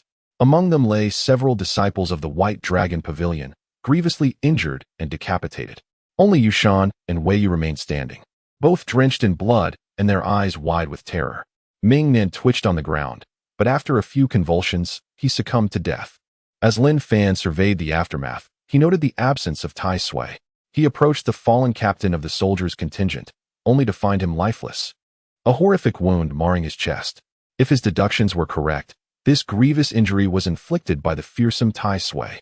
The slain soldiers bore numerous wounds, a sight too harrowing to endure. One lay prostrate on the ground, a monstrous handprint embedded in his back, a clear indication that his organs had been pulverized. Lin Fan's gaze darkened as he examined the handprint and muttered, "What formidable power!" Meanwhile, Wei Yu and Yushan collapsed onto the ground, gasping for breath, still in shock. Lin Fan glanced at them and commanded, "Calm yourselves and recount the events that transpired." It turned out that after Lin Fan lured Chun Yaohong away, everyone had fought with desperate fervor, managing to force Huang Zhun into retreat. Enraged, Huang Zhun retaliated with vicious attacks, but could not gain the upper hand. Upon realizing this, the group felt a surge of exhilaration, with Ming Nan bellowing, "Quickly, slay him, so we can escape this place." They understood that if Lin Fan fell to Chun Yaohong, their demise would be imminent. This reminder spurred them into a frenzy of attacks. Had they taken a more measured approach, trading time for victory, their chances of defeating Huang Zhun would have been significantly higher. However, fear of Chun Yaohong's potential return spurred them on, and as novice disciples, their lack of combat experience, combined with the sudden unsealing of Tai Sui, led to evident flaws in their strategy. Crimson spiritual energy suddenly coalesced around Tai Sui, unleashing a torrent of force that sent the remaining soldiers flying. The seals Chun Yaohong had previously placed were obliterated in an instant. Seizing the opportunity, Huang Zhun swiftly decapitated a severely injured disciple, blood gushing forth like a fountain, rendering the remaining members paralyzed with horror. Huang Zhun, in his arrogance, sought to eliminate the remaining disciples, but after dispatching several, he made the grave mistake of targeting Wei Yu. His strike was met with a thunderous roar from Tai Sui, causing Huang Zhun to falter his strike veering off course. Seizing the moment, Wei Yu drew back his bow and released an icy arrow that soared through the air. Everyone was momentarily stunned, but Wei Yu reveled in the opportunity, dealing a significant blow to Huang Zhen. The ensuing battle was brutal, with Huang Zhen sustaining severe injuries. Ultimately, with the combined efforts of the remaining disciples, he was slain, an arrow striking true at his forehead. In the midst of their triumph, Tai Sui emerged, cloaked in a shroud of blood, and struck down one disciple with a blow that shattered his innards. He continued his assault, mercilessly dispatching the remaining incapacitated disciples. The emotionless soldiers were similarly obliterated, their dismembered bodies littering the cavern, a foul stench permeating the air. Such a gruesome tableau would surely overwhelm those of weaker constitution. Tai Sui, possessing formidable power rivaling that of mid-stage experts, had vanished, and the potential for his limitless growth posed a grave threat. Moreover, the imminent return of Chun Yaohong loomed, a figure far beyond the capabilities of the remaining defeated soldiers. As Lin Fan contemplated their next course of action, the sounds of a fierce battle erupted outside the cave, the air itself vibrating with intensity. This nauseating spiritual energy belonged to Chun Yaohong. Lin Fan dashed towards the entrance with urgency. A thunderous boom echoed as the surrounding forest was decimated, laid to waste as if by a hurricane. Upon emerging from the cave, Lin Fan beheld Chun Yaohong, engulfed in flames, his hair and beard scorched to a charred black, his robes tattered, and his skin dripping with blood. An aura of malevolence coursed through his veins, producing anguished cries that pierced the air with their sharpness, an agonizing symphony of despair. Yet, Lin Fan could not discern who had inflicted such a grievous injury upon Chun Yaohong. Regardless, he resolved to eradicate this adversary once and for all. "Old thief, meet your end," he shouted, launching himself into the sky like an eagle soaring through the clouds, channeling the thunderous energy within him. His right arm enveloped in crackling lightning, a terrifying sight to behold. Chun Yaohong's expression shifted dramatically, fear etched across his face as he turned to flee. "You cannot escape," Lin Fan declared, unleashing a powerful strike that shattered the rock beside Chun Yaohong. Momentarily stunned, Lin Fan released his energy, returning to normal as he descended. He mused, mid-stage of the concentration realm, truly formidable. Had I not employed cunning to ambush him, coupled with his injuries, I would undoubtedly have met my demise today. Observing the direction in which Chun Yaohong fled, Lin Fan felt acutely aware of his own inadequacies. He realized he must strive harder to elevate his strength. In a world where martial prowess reigned supreme, he could not rely on luck alone. Soon after, Yushan and Wei Yu emerged from the cave, their expressions laden with concern. With only Lin Fan, Wei Yu, and Yushan remaining, they surveyed the field of corpses as though caught in a nightmare. Lin Fan spoke gravely. 5 disciples have perished. The sect will likely dispatch investigators. We cannot conceal the secrets of this place any longer. His face clouded with worry as he continued. This involves the Fengyan Empire. We 3 may be in grave peril. Wei Yu and Yushan exchanged anxious glances, both recognizing the gravity of the situation. Lin Fan's eyes glinted with cold resolve as he fixed his gaze on them, saying, 2 paths lie before me.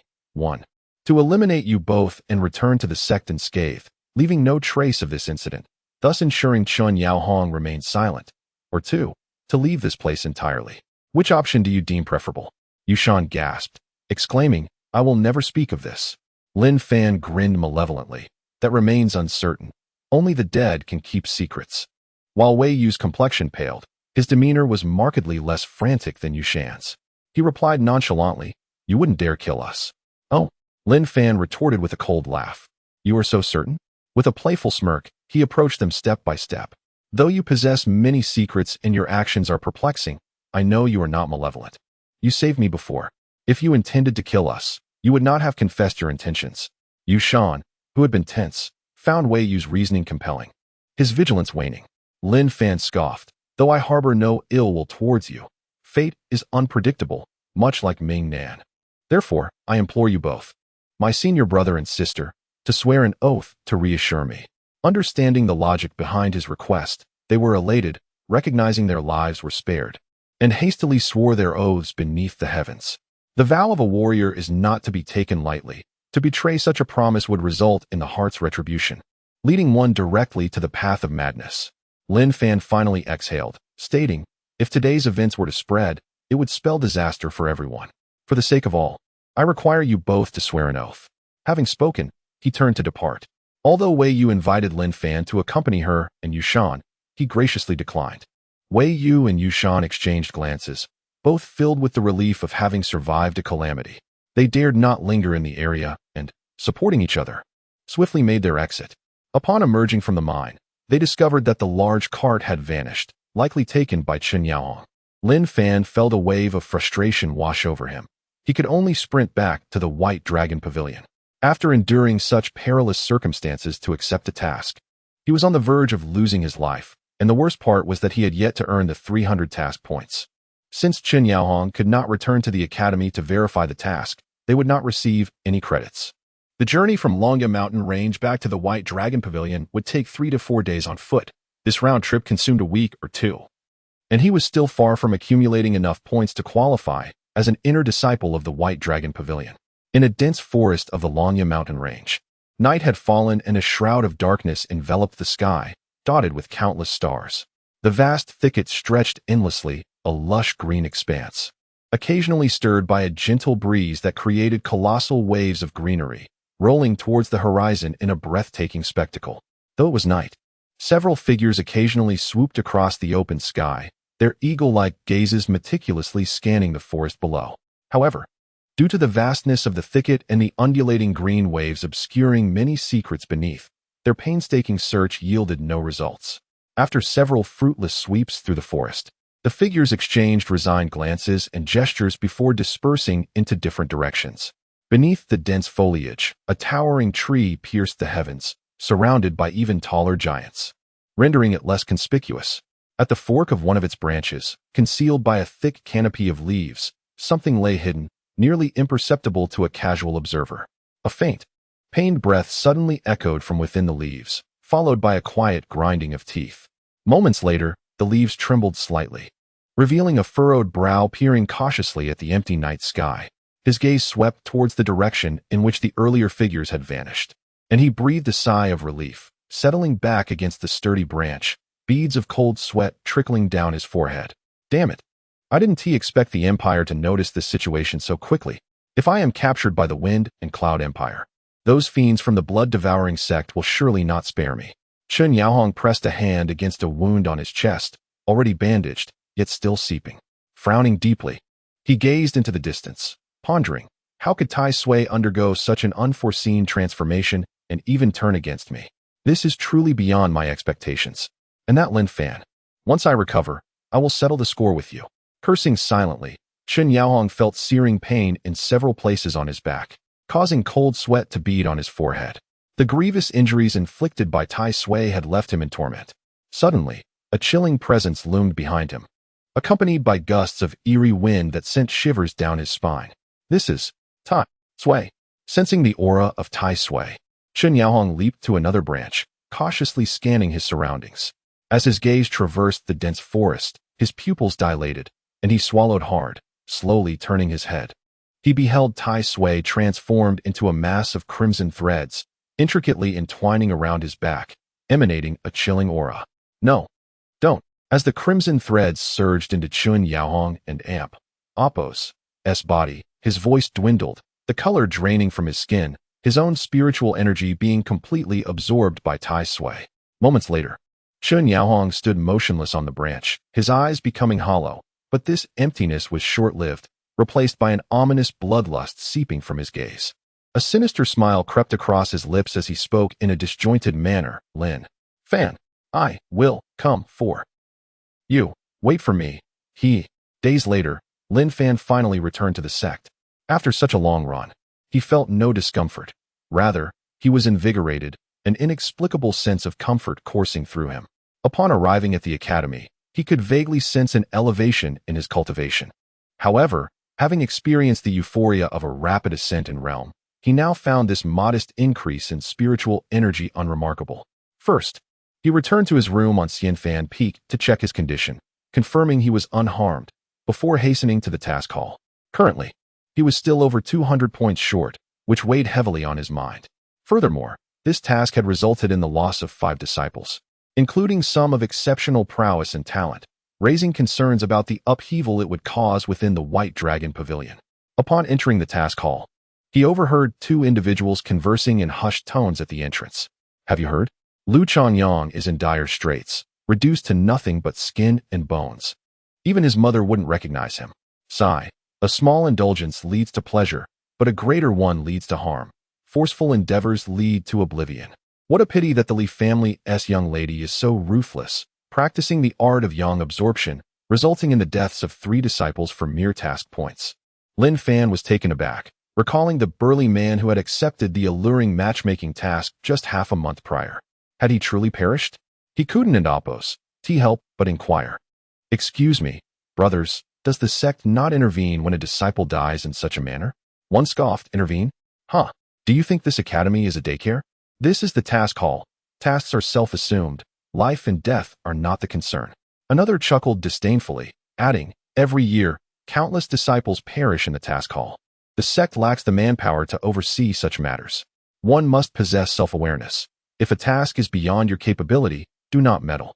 The first speaker remarked. The sect only intervenes in cases where a task is falsely advertised, leading disciples to recklessly endanger their lives. Hence, many task descriptions employ various linguistic tricks to obscure danger while ensuring authenticity. Lin Fan stood in stunned silence, reflecting on his own task. Seemingly innocuous, yet resulting in the loss of 5 lives.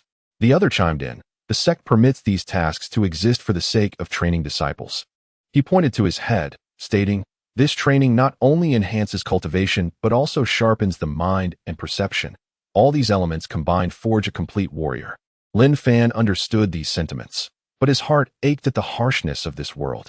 Youngsters, barely in their teens, were subjected to such terrifying trials. The White Dragon Pavilion had undoubtedly become one of the most formidable sects in the Wind and Cloud Empire, and the task hall was a significant contributor to that strength. Little did he know, many of the other top sects had trials far more ruthless and merciless than those of the task hall. With a sigh, the disciple clasped his fists and said, I must take my leave. Keep your wits about you and choose your tasks wisely. To speak candidly, if it were not for the impoverished disciples facing hardships, truly lacking in cultivation resources, who would venture into this task hall hoping for luck? The two shook their heads, sighed, and turned to leave. Lin Fan stood within the grand hall, gazing up at the jade plaques, which seemed to morph into gaping maws, poised to devour the lives of the disciples below. Often, one knows well that peril lurks ahead, yet still chooses to tread that treacherous path. This is neither folly nor ignorance, but rather an expression of helplessness, a sense of responsibility, and a resolute determination. Every disciple traversing the hall hails from a humble background, each burdened with their own share of struggles and pressures, whose depths few can truly comprehend. Lin Fan sighed, contemplating whether to continue searching for a task. He was not a delicate young master, but rather an inconspicuous individual striving to ascend the ranks of the world step by step. What others could achieve, he too could attain.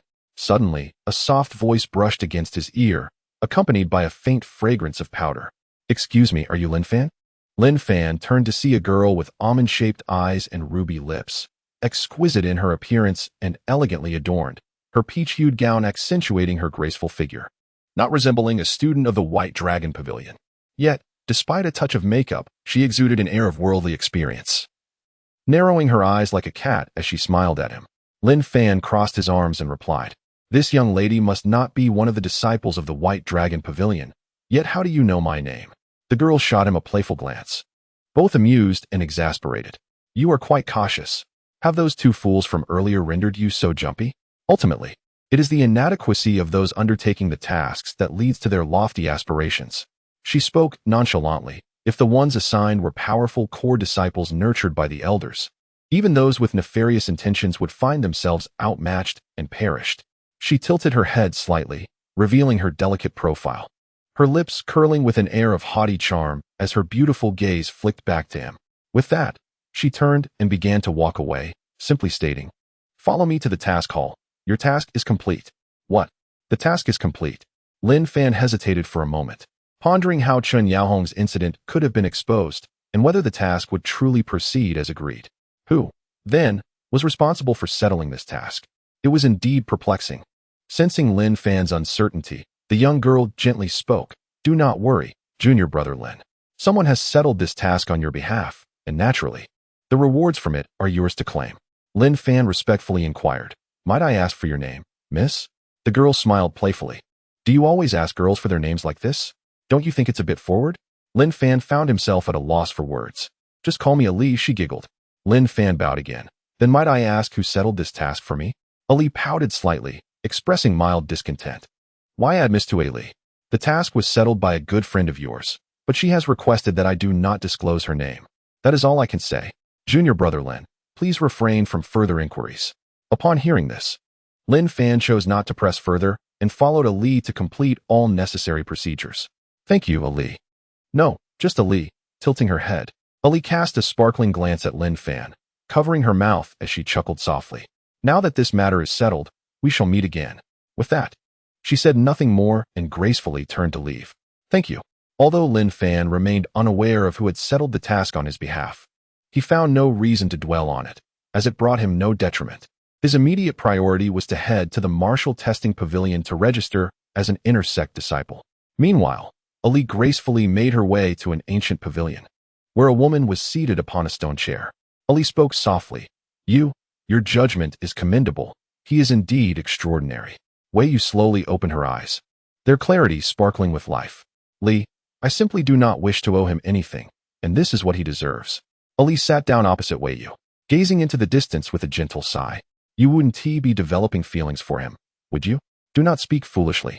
Although Wei Yu said nothing, her body betrayed her. A blush crept onto her cheeks, and her gaze nervously averted from their previous connection. Alas, he will soon become a prominent figure in the White Dragon Pavilion. On the other hand, Lin Fan hurried towards the martial testing pavilion. Previously, he held the modest status of a lowly herbalist, but this time he intended to reveal his true strength and register as an inner sect disciple. Lin Fan understood that transitioning from an outer sect disciple at the 3rd level of Qi refinement to an inner sect disciple at the 7th level was an astonishing leap that would undoubtedly astonish many within the White Dragon Pavilion.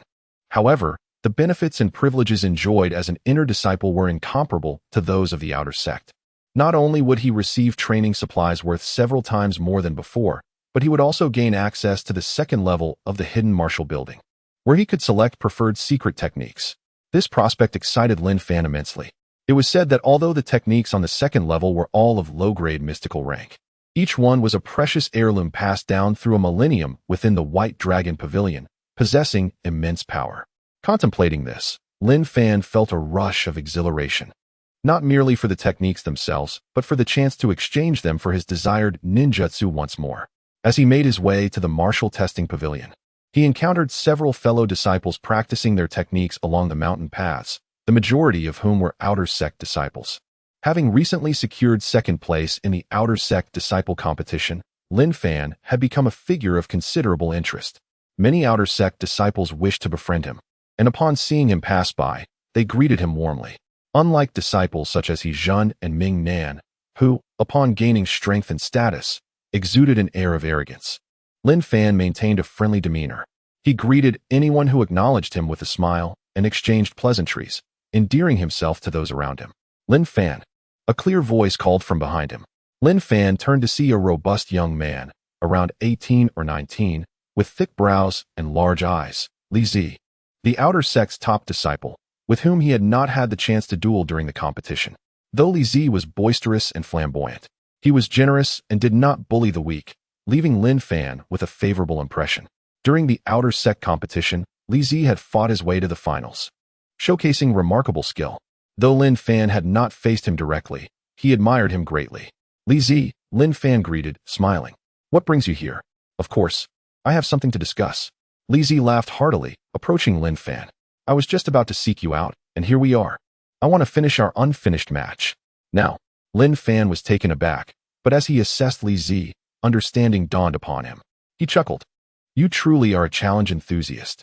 It seems you have reached the peak of the 6th level of Qi refinement in just half a month. Impressive. However, you remain no match for me." Half a month prior, Li Zi had only been at the peak of the 4th level of Qi refinement. Now, he had advanced 2 whole realms, which intrigued Lin Fan. If Li Zi were to learn that Lin Fan's strength had surged far beyond his own during his visit home, he would be more than astonished. He would be utterly shocked. Li Zi sensed the confidence radiating from Lin Fan and paused, scrutinizing him closely.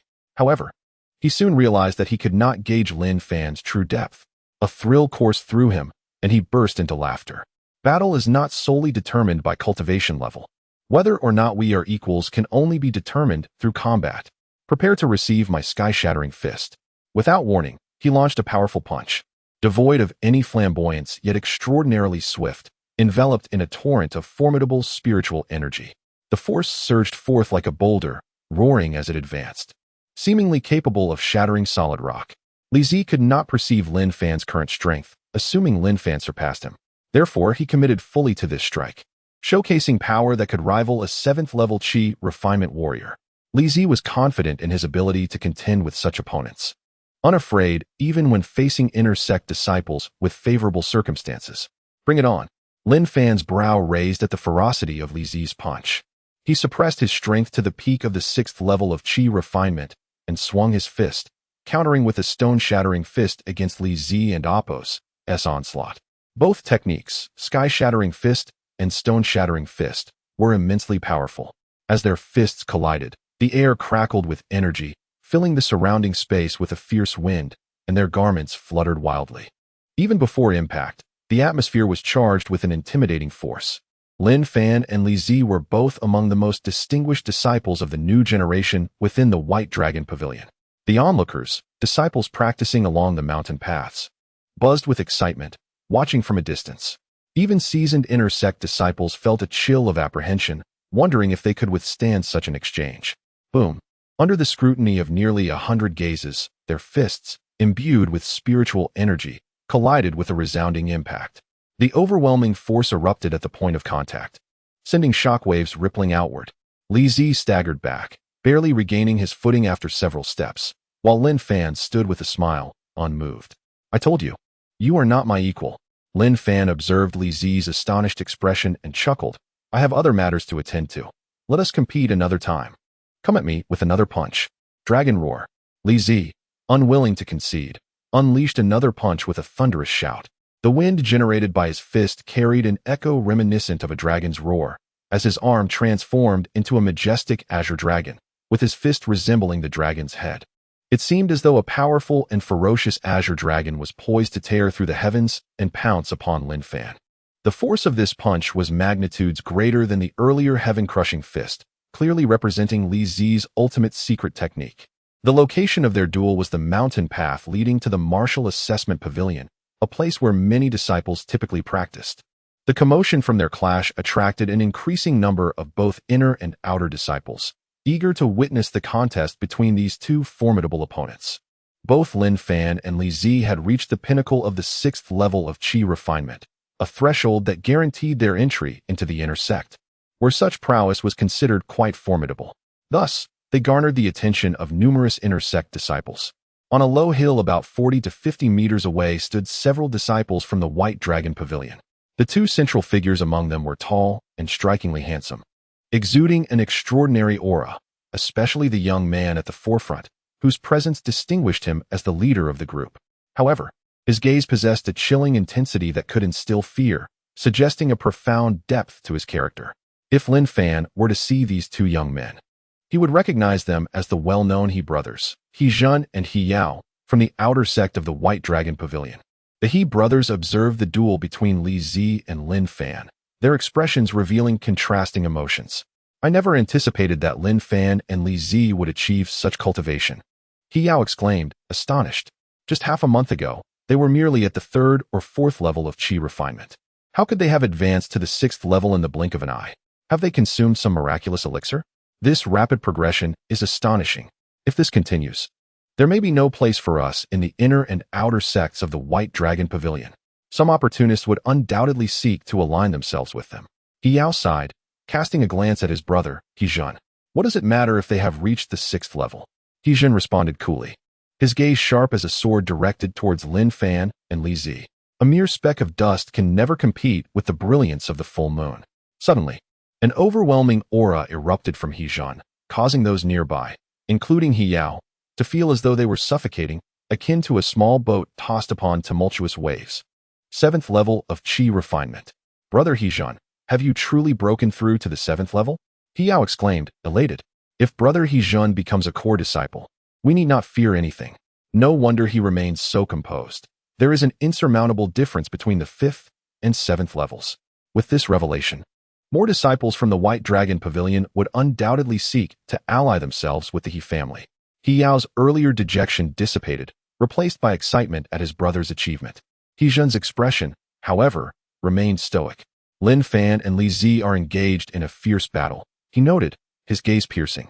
This young man possesses an extraordinary fortitude. It is peculiar that the blood fiend of the bloodthirsty sect failed to eliminate him. Could it be that he is concealing his true strength? Or has someone intervened on his behalf? Meanwhile, the sounds of the conflict, thuds and roars, echoed through the mountain path as Lin Fan and Li Zi exchanged blows with incredible speed. Having already engaged in dozens of exchanges, Li Zi, known as the challenge enthusiast of the White Dragon Pavilion, found exhilaration in the struggle, despite being at a disadvantage. Even with blood trickling from his mouth, he continued to fight with fervor. Lin Fan, on the other hand, restrained his own strength to match Li Zi's level, aware that he could easily end the battle with a single blow or severely injure him with lethal techniques. As Wu Tian had previously stated, a warrior gains invaluable combat experience through real battles, and Lin Fan was indeed benefiting immensely from this confrontation. Suddenly, after forcing Li Zi back with a punch, Lin Fan sensed something and glanced towards a low hill, locking eyes with He Jun, whose gaze was filled with intent. Though they were separated by a considerable distance, their eyes clashed with sparks of animosity, both corners of their mouths curling into expressions of derision. Is it He Jun and his companions? Those fools. Seeing Lin Fan momentarily distracted, Li Zi paused, following Lin Fan and Appos' gaze to the He brothers standing atop the hill. During the last outer sect competition, I defeated He Jun, and we definitely offended them. And you, Lin Fan, you knocked He Yao unconscious, did you not? Huh. Just wait. The He brothers will certainly seek revenge, Li Zi remarked, his expression gleeful rather than fearful. Are you not worried? Lin Fan inquired. Worried about what? Li Zi chuckled. Are we continuing our fight? Let it go. I cannot win against you anyway. This is rather dull. You seem to be holding back your true strength. Just how powerful are you? Lin Fan smiled but did not provide a direct answer, simply stating, I am slightly stronger than you. Are you heading to Lingwu Peak? Li Zi asked. Lin Fan nodded. Indeed, with this level of strength, it is time for a new identity. Remaining in the outer sect would only lead to them claiming I am a wolf in sheep's clothing. That's true, Li Zi agreed. I also intend to head to the Martial Assessment Pavilion for my test. Huh. Soon, there will be 2 more of us among the inner sect disciples. Come, let us go together. Well, all right. Lin Fan hesitated, but soon realized that his true strength would eventually be revealed to Li Zi. There was no need to avoid him. However, he wondered what Li Zi would think when he showcased his actual power during the assessment. Given Li Zi's nature, he would likely be shocked at first, then perhaps a bit disheartened, before igniting a fierce competitive spirit. The two walked side by side, chatting and laughing like close friends as they made their way towards Lingwu Peak. Would you like to join the group I am forming? This way. We need not fight alone. My interest is not particularly high, Lin Fan replied, shaking his head. If you wish, you may lead the formation of a team. As for me, while I may not join, I will lend a hand if you encounter difficulties in the future, as a friend. Are we friends? Li Zi pondered for a moment before chuckling. Very well. Your words suffice. As they spoke, the two ascended Lingwu Peak and arrived at the measurement hall, where Elder Wu Tian awaited them.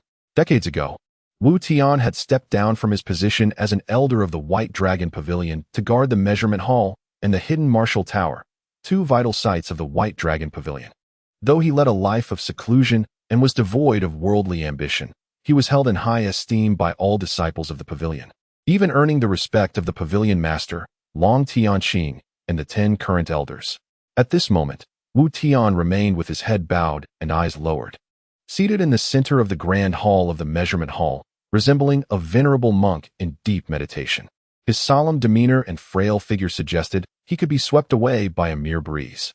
However, both Lin Fan and Li Zi understood that this seemingly frail elder concealed immense power. Should anyone dare to disturb the measurement hall or covet the secrets of the hidden martial tower, he would erupt with volcanic fury, unleashing his astonishing strength. Elder Wu, Master. The two entered the measurement hall and respectfully bowed to the elder. Wu Tian slowly opened his clouded eyes and cast a gaze over them. Upon seeing Lin Fan, his expression subtly shifted, and he nodded. Well done, young man. Your strength has reached such heights with incredible speed. In recent years, the White Dragon Pavilion has finally produced some promising talents, and revitalization seems within reach. That is due to Master S's exceptional guidance. Lin Fan reciprocated the compliment. Wu Tian paused for a moment before bursting into hearty laughter, but he refrained from speaking further upon noticing Li Zi beside him. Elder Wu, we have come to assess our martial arts levels and claim our respective belongings. Li Zi stated their purpose. Wu Tian nodded. Proceed to the Starstone for your assessment. You are no longer novice disciples. You know what to do. I'll go first. Li Zi stepped forward eagerly and placed his palm upon the Starstone, channeling his spiritual energy into it without reservation. Moments later, one star after another on the Starstone illuminated, radiating brilliant light, until 6 stars shone forth, equally resplendent. Peak of the 6th layer of Qi refinement. Quite commendable, Wu Tian remarked, casually sipping from his wine gourd. Go report to the inner sect. You are now an inner disciple. All your entitlements are contained within this Qinkuan bag. Peruse it at your leisure. Li Zi accepted the Qinkuan bag, infused it with a trace of spiritual energy, and peered inside. He discovered several sets of inner disciple attire, thousands of spirit coins, a semi-spiritual dagger, as well as various elixirs such as gathering yuan pills, healing pills, blood-stopping pills, and explosive yuan pills, far surpassing what he had received as an outer disciple. Elated, he stored the Qinkuan bag and patted Lin Fan on the shoulder. It's your turn now. Hurry and test yourself. Then we can head to the 2nd level of the hidden martial tower to transcribe the martial arts secrets together.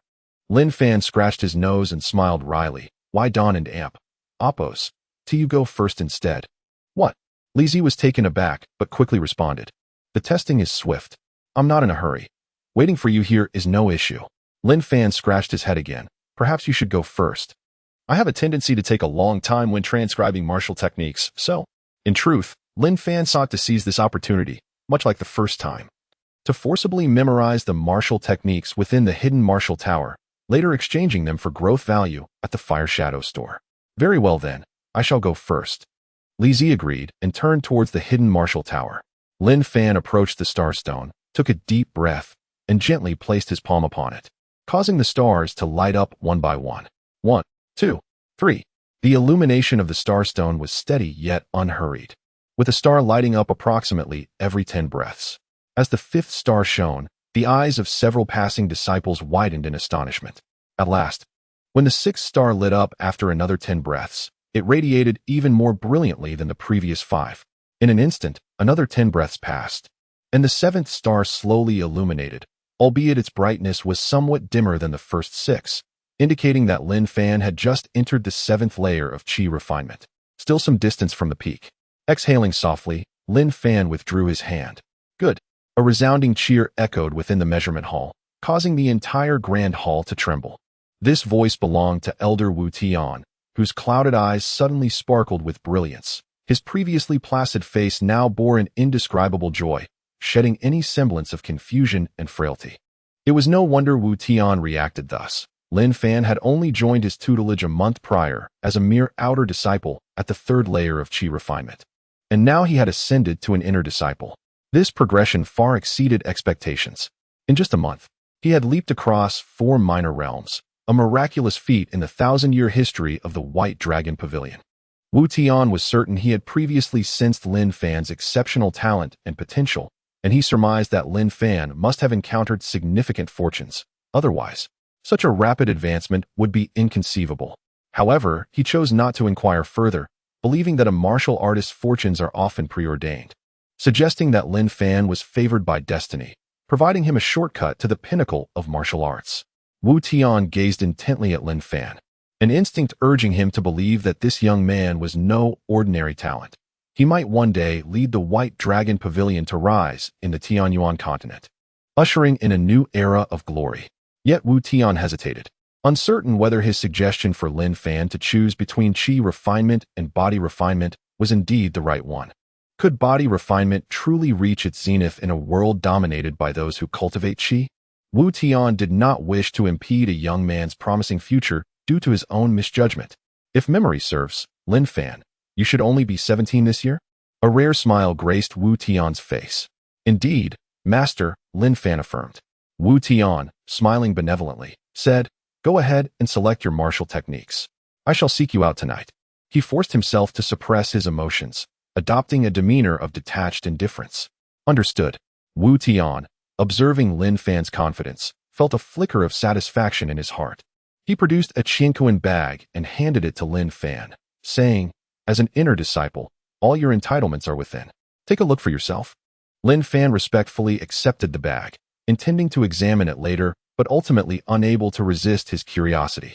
He infused a trace of spiritual energy and glanced inside.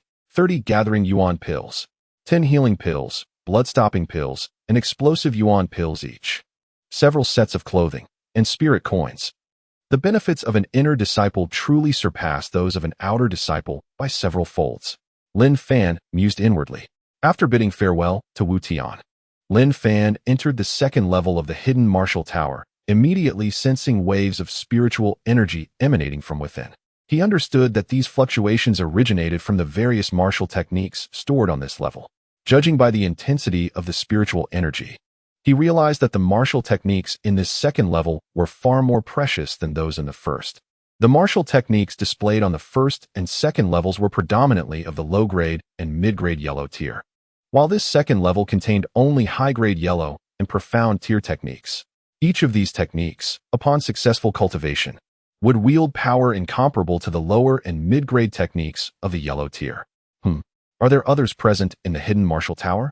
As Lin Fan took a few cautious steps, he suddenly sensed the presence of another martial artist. From the aura, he deduced that this individual was likely also at the 7th layer of Qi refinement, possibly another inner disciple. The Tianyuan Pavilion boasts a spacious interior, with bookshelves lining the east, south, west, and north sides, each filled with ancient and yellowed tomes of esoteric techniques. In the central area, several desks and chairs are arranged for disciples to transcribe these arcane texts. At this moment, a disciple from the White Dragon Pavilion, with his back to Lin Fan, is bent over a desk, fervently copying a particular set of secret arts. Lin Fan finds the figure somewhat familiar. The disciple seems to sense another's presence and turns around, their eyes meeting in surprise. The individual is none other than Han Yan, who previously accompanied Lin Fan to hunt beasts at Longhu Ridge. Upon seeing Lin Fan, Han Yan's expression shifts to one of disbelief, exclaiming, "How can it be you? Why not?" Lin Fan replies, "I never expected my junior brother to progress so rapidly. Now, you have actually become an inner disciple?" Han Yan is taken aback upon sensing the aura of a 7th layer Qi refinement practitioner emanating from Lin Fan. Astonished as he murmurs, "But how can this be? You were clearly." Lin Fan responds, "I acquired a small opportunity not long ago." Han Yan, not particularly skilled in socializing, does not engage Lin Fan further. Lin Fan, too, has pressing matters to attend to, so after exchanging a few pleasantries, he strides to a nearby bookshelf to peruse the esoteric techniques. Regarding the arcane arts, Lin Fan has already obtained the Xiantian Classic, which is profound and enigmatic, leaving him with the feeling that it may take a lifetime to fully comprehend. Therefore, he finds the arcane arts sufficient for his needs. In terms of secret techniques, he has learned the rock-shattering fist and the thunderous fist, both lower-tier techniques from the White Dragon Pavilion. However, due to his access to the shop's shadow ninja techniques, he lacks no lethal moves. What he currently seeks are techniques related to defense and agility. Moreover, possessing the Sharingan grants him a memory far superior to that of an ordinary person. Although the techniques of the second tier are more obscure, memorizing 3 or 4 of them should pose no challenge. Furthermore, the elder of the Tianyuan Pavilion is none other than his master, Wu Tian. Naturally, he can inquire about various matters. After a brief period of note-taking, Lin Fan sets down a defensive technique and prepares to descend the stairs when, unexpectedly, Wu Tian's voice reaches his ears. "Kid, although the rules of Tianyuan Pavilion dictate that you may only transcribe 1 set of arcane techniques to take with you, it does not state that you can only view 1. You may examine any techniques you desire and memorize them, which is beyond my jurisdiction." Ahem. I didn't say anything. Additionally, the elder advises, I suggest you focus more on agility techniques. Lin Fan cannot help but feel a surge of joy at this insider knowledge. With renewed enthusiasm, Lin Fan's eyes light up as he picks up the previously examined defensive technique, concentrating his mind, and begins to study it diligently, word by word. After all, he still intends to transcribe a copy to take with him. The reason for this is primarily to create an impression for the other disciples, as he prefers to keep his photographic memory a secret. Should it be known, it would only lead to complications. As the saying goes, a tall tree will be uprooted by the wind. Not all high-ranking members of the White Dragon Pavilion are as broad-minded and benevolent as Elder Wu. Some narrow-minded individuals might obstruct Lin Fan's access to the Kangwu Pavilion if they were to discover his unique ability, potentially limiting him to only a few techniques. Taking a deep breath to calm himself, Lin Fan finds tranquility, as if the entire world has descended into silence. Every word he reads becomes vividly imprinted in his mind, never to be forgotten. Dragon Scale Shield, a low-level defensive technique of the mysterious tier. This technique allows the practitioner to form a layer of spiritual scales around them, enhancing their defensive power at least twofold. This is excellent. Activating his Sharingan, Lin Fan meticulously reviews the Dragon Scale Shield technique before closing his eyes to mentally recount it, confirming that he remembers every word perfectly.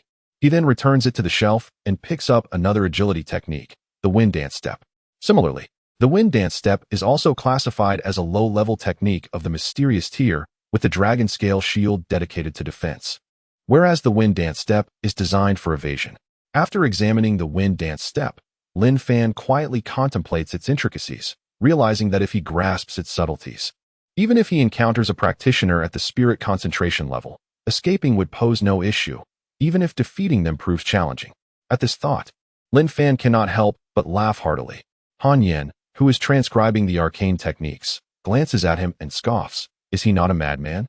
Little does Han Yen know that this madman is currently immersed in an extraordinarily profound martial arts realm, standing still as he mentally rehearses the two techniques he just studied.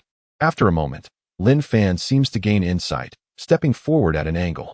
His figure flickers, and he unexpectedly shifts from the far west side of the second-floor hall to the far east side. In other words, he effortlessly traversed a distance of 10 zhang in the blink of an eye, a speed that would leave even some ninth-layer Qi refinement practitioners in the dust. Han Yen, who is still transcribing, occasionally glances at Lin Fan. Upon witnessing this strange agility, he is taken aback, thinking, is this the Wind Dance Step? How can his execution be so remarkably swift? Lin Fan had just been engrossed in practicing the Wind Dance Step when he suddenly found himself executing it instinctively. Realizing that Han Yen is nearby and has witnessed his move, he suppresses the urge to take another step, casting a glance at Han Yen, who appears astonished. Lin Fan's heart tightens for a moment, but then relaxes, thinking that if this display can intimidate him, it might actually be beneficial. At the very least, it will spare Lin Fan from dealing with similar trivial matters in the future. Lin Fan continues to peruse other techniques, having reviewed 5 or 6 in a short span. Subsequently, he retreats to a corner of the hall to begin transcribing the Dragon Scale Shield, putting on an act for appearances. In Lin Fan's view, when it comes to learning martial techniques, it is better to focus on mastery rather than quantity. With the Dragon Scale Shield and the Wind Dance Step now in his repertoire, complemented by his previous studies, he feels well equipped for offense, defense, and evasion, ensuring his position in any confrontation with a practitioner at the spirit concentration level. After Han Yen finishes transcribing the techniques he selected, he returns them to the shelf and glances at Lin Fan before turning to descend the stairs. Lin Fan, sensing Han Yen's departure, glances at his retreating figure, a faint smile tugging at the corners of his mouth. Shortly after Han Yen leaves, Lin Fan completes his transcription of the Dragon Scale Shield technique, places it back on the shelf, and turns to exit. At that moment, Li Zi has also just finished transcribing and is preparing to leave. Lin Fan, did you see a burly fellow just now? Li Zi approaches him, excitement evident on his face as he whispers, I never expected that guy has become He Xing's lackey. Lin Fan, unfazed, replies, so what? He has his cunning plans, and I have my own ways to navigate around them. Li Zi sighs. Now that we have overshadowed He Xing in the outer door competition, many disciples are abandoning me to curry favor with him. If it weren't for his grandfather being Elder He, Lin Fan chuckles, this serves as motivation for you. Work hard to advance to a core disciple status as soon as possible, and it will be. He grins. Li Zi beams back, you make a valid point. I, Li Zi, would never easily concede defeat. Even if I am temporarily surpassed, and trampled underfoot. I, Li Zi, will undoubtedly fight back on my own. Lin Fan remarked. If you're afraid of being trampled, then stick with me. I will protect you. Should anyone dare to bully you, I shall seek justice on your behalf. Not a chance. Li Zi resolutely shook his head. I will remember how he Xing has trampled on me, and ensure he pays back 10-fold or 100-fold in the future. If I follow you, sheltered under your wing, I fear I may soon lose my ambition. Are you trying to lead me astray? Haha, just a jest. Li Zi continued. While I won't follow you, I am willing to fight alongside you. By the way, what martial arts secrets did you transcribe on the second floor? Show me. That's a secret for now. Uft. There's no need to be so stingy. As the two conversed, they descended from the second floor of the Kangwu Tower and returned to the front of the measurement hall. Have you both made your selections? Wu Tian, upon seeing the two return, displayed a rare smile on his weathered, dry face. Yes, Lin Fan and Li Zi nodded in unison. You two are the finest of the younger generation in my White Dragon Pavilion. Remember to devote yourselves to rigorous training upon your return, with the aim of elevating our White Dragon Pavilion, Wu Tian said, casting a deep glance at Lin Fan, and continued solemnly, Yi Luo, I'm not speaking to you as your teacher at this moment. You are a once-in-a-millennium talent for our White Dragon Pavilion, and your potential in martial arts is boundless. This humble pavilion may not be able to contain you in the future. My only request is that no matter how high your strength and status rise, you must remember that you are a disciple who emerged from the White Dragon Pavilion. If our pavilion faces adversity in the future, I hope you will extend your hand to assist us. Upon hearing this, Lin Fan clasped his fists and bowed deeply, saying, Master, you honor me too much. I shall remember your teachings. After exiting the Kangwu Pavilion and leaving the measurement hall, Lin Fan and Li Zi parted ways at the foot of Lingwu Peak. The defensive technique, Dragon Scale Shield, the movement technique, Phoenix Dance Step, and the sword technique, Cold Moon Slash. These three are all top-tier secret arts among the low-level profound techniques, possessing immense power. This time, the harvest was quite bountiful. Haha, excellent, excellent. Just as Lin Fan reveled in his triumph, a notification sound from the dormant fire shadow shop rang out. Congratulations, host. You have completed the task of becoming an inner disciple. The growth value of 20,000 points has been credited. At last, the task is complete, Lin Fan thought, feeling a surge of excitement at the prospect of unlocking the 3-Tomo Sharingan. 30,000 growth points for the 3-Tomo Sharingan. Ding. Congratulations, host. You have acquired the 3-Tomo Sharingan. Lin Fan suddenly felt a surge of spiritual energy swelling within him, flowing into his eyes. The process was significantly more painful than when he awakened the 2-Tomo. Now, Lin Fan's eyes glowed a deep crimson, with 3 clearly visible tomos swirling around his pupils, emitting a cold light intermittently. He realized that he could now gradually glimpse his own future. Haha, the 3-Tomo. Truly magnificent. Lin Fan slowly lifted his gaze from the foot of the mountain towards the peak, which pierced the clouds, and was astonished to see it clearly. This vision was undoubtedly extraordinary. Upon awakening the 3-Tomo Sharingan, Lin Fan could now perform some simple illusions. Though not on par with Tsukuyami, it would certainly have some effect on others. He retracted the Sharingan, humming a tune as he made his way to the Dragon Spirit Pool. Along the way, Lin Fan encountered the siblings Wenbai and Wenju, both of whom had also reached the 5th layer of Qi refinement, soon to join the ranks of inner disciples. They inquired about Lin Fan's whereabouts over the past few weeks, aware that some matters were better left unsaid. Lin Fan explained that he had been on a distant task and shared the news of his becoming an inner disciple. Wenbai exclaimed in surprise, You are truly a ruthless wolf. How fierce. Wenju elbowed Wenbai, giving him a look to silence him. Ha ha ha, by Gu, Zhu Erjia. I believe we will soon meet again among the inner disciples. Hee hee, now I must head to my master's place. Next time, I will treat you both to a meal. All right. As Lin Fan neared the waters of the Dragon Spirit Pool, a powerful gust of wind suddenly surged towards him. This wind was familiar, carrying Wu Tian's aura. He knew Wu Tian was testing him. Immediately, he executed the golden phoenix shadow from the Phoenix Dance Step, darting forward with astonishing speed. However, just as they were about to collide, he slipped away like an eel, evading Wu Tian's grasp. Eh? Wu Tian's voice sounded astonished, clearly taken aback by Lin Fan's unexpected maneuver. But he quickly composed himself, letting out a cold snort as he appeared atop a large rock, raising his hand to strike down. From between his 5 fingers, a sharp whistling sound pierced the air, and the force of his palm swept through the surroundings. Lin Fan was taken aback. The power of that palm extended for 10 feet in every direction, sending sand and stones flying, and all the grasses flattened against the earth. With no way to evade, Lin Fan could only brace himself and unleash his own roaring palm to counter. Bang! As the two waves of energy collided, Wu Tian remained unscathed, not even ruffling his robe, while Lin Fan was sent hurtling backward, immense pressure hitting his chest, and he could no longer hold back. Blood slowly trickling from the corner of his mouth. Haha, excellent, excellent. You have managed to withstand a strike from me, Lin Fan. You have indeed not disappointed me.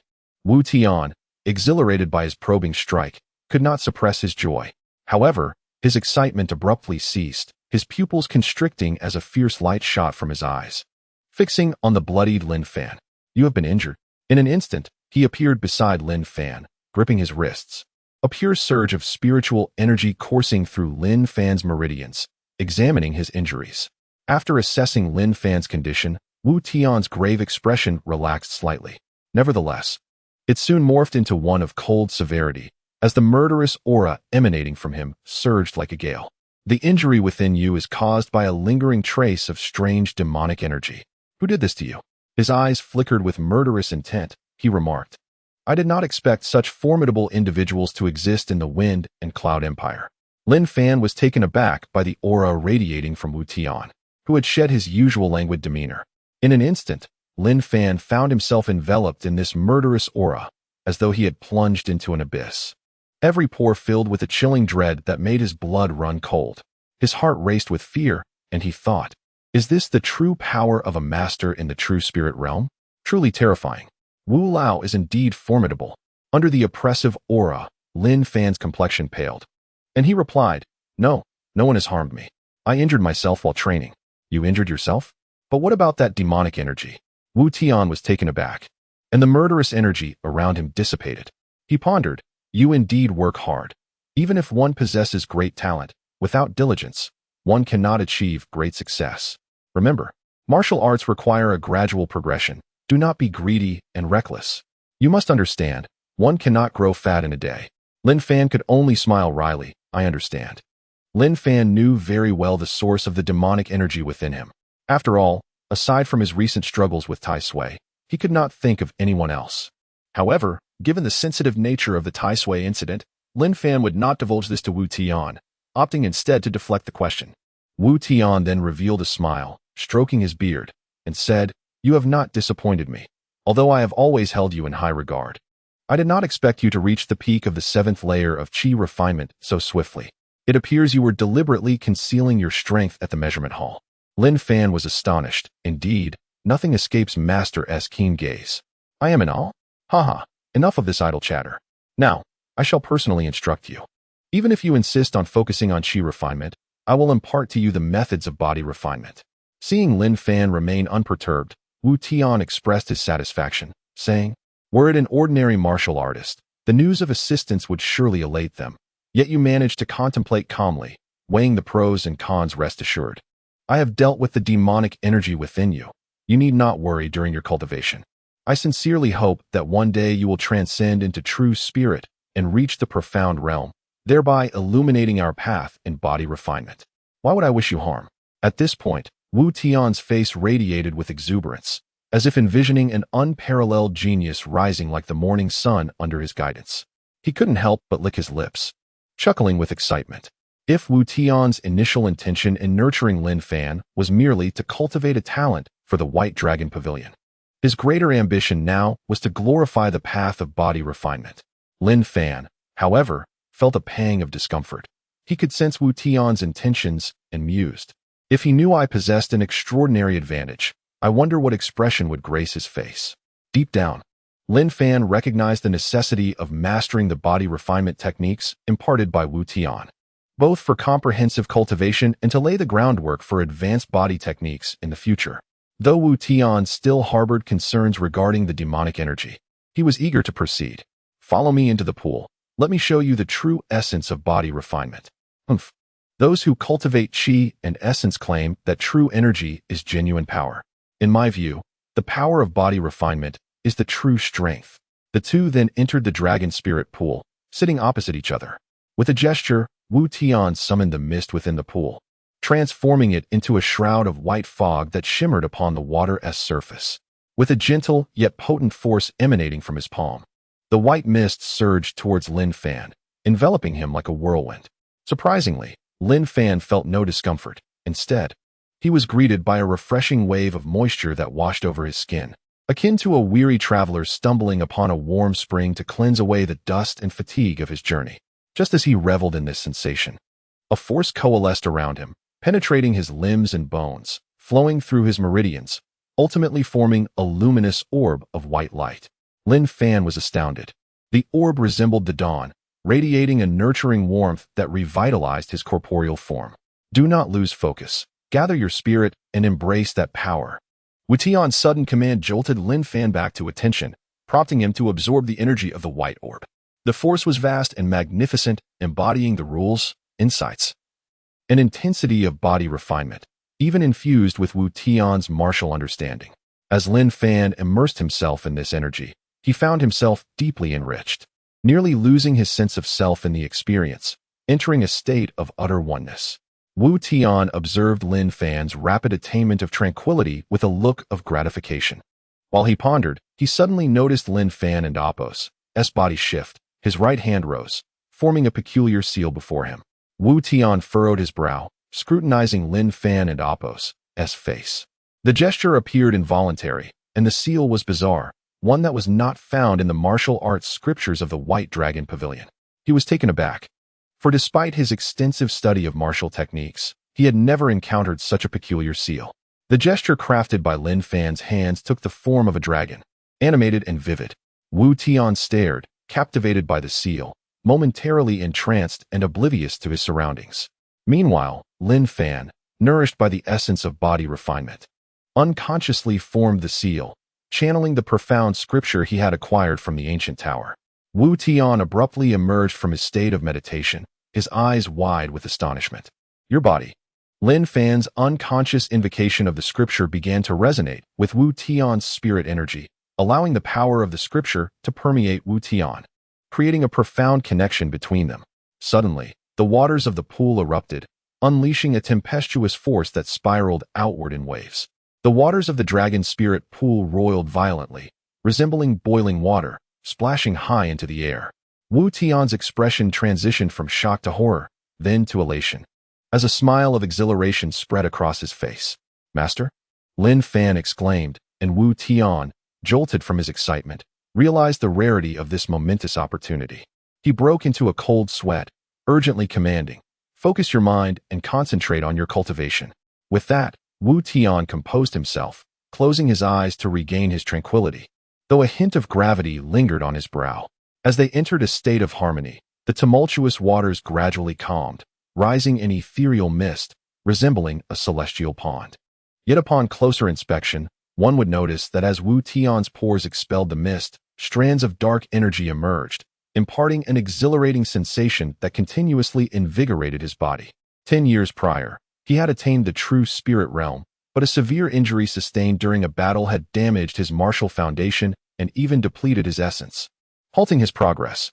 Over the years, he had tried countless remedies to heal his wounds, but to no avail. It is said that prolonged injury breeds understanding. Wu Tian was well aware of his condition and had nearly resigned himself to despair. However, he was elated to discover that the resonance with Lin Fan and Apos' internal energy had stirred his old afflictions. This realization brought him immense joy, and in his excitement, he nearly faltered, only to be brought back to focus by Lin Fan's call. For martial artists, beyond talent and diligence, the most vital element is opportunity. Wu Tian understood he had encountered a once-in-a-lifetime chance and immediately adjusted his mindset, entering that extraordinary state. Under the influence of the scripture's energy, his old ailments began to mend. Days blended into one another as the two sat in silent communion, and before they knew it, 6 days had passed. One day, Lin Fan abruptly opened his eyes, a fierce golden light flashing within. At that moment, he exhaled a breath of stagnant energy, opening his mouth wide to unleash a resounding roar towards the heavens. Boom, boom. Lin Fan's roar, akin to that of a tiger or dragon, shattered the layers of spirit energy above the dragon spirit pool, reverberating through the mountains. Wu Tian, too, emerged from his meditative state, startled by the surge of Lin Fan's aura. Yet his face beamed with joy and astonishment as he gazed at Lin Fan's formidable display. His emotions a tangle of excitement and complexity. In just 6 days, Lin Fan was on the verge of breaking through to the 8th layer of qi refinement. Remarkable. Wu Tian continued, I have concealed a set of body refinement techniques within the true spirit. I trust you have grasped them. Indeed.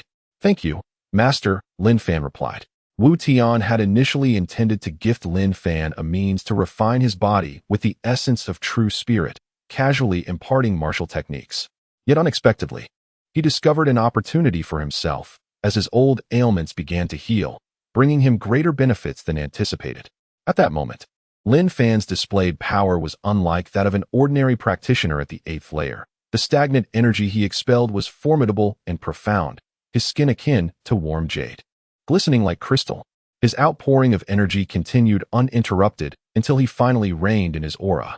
The waves of spirit energy ignited by his release erupted in the air, transforming into a torrential rain that fell gracefully, rippling the surface of the cold pool, yet not a single droplet touched him.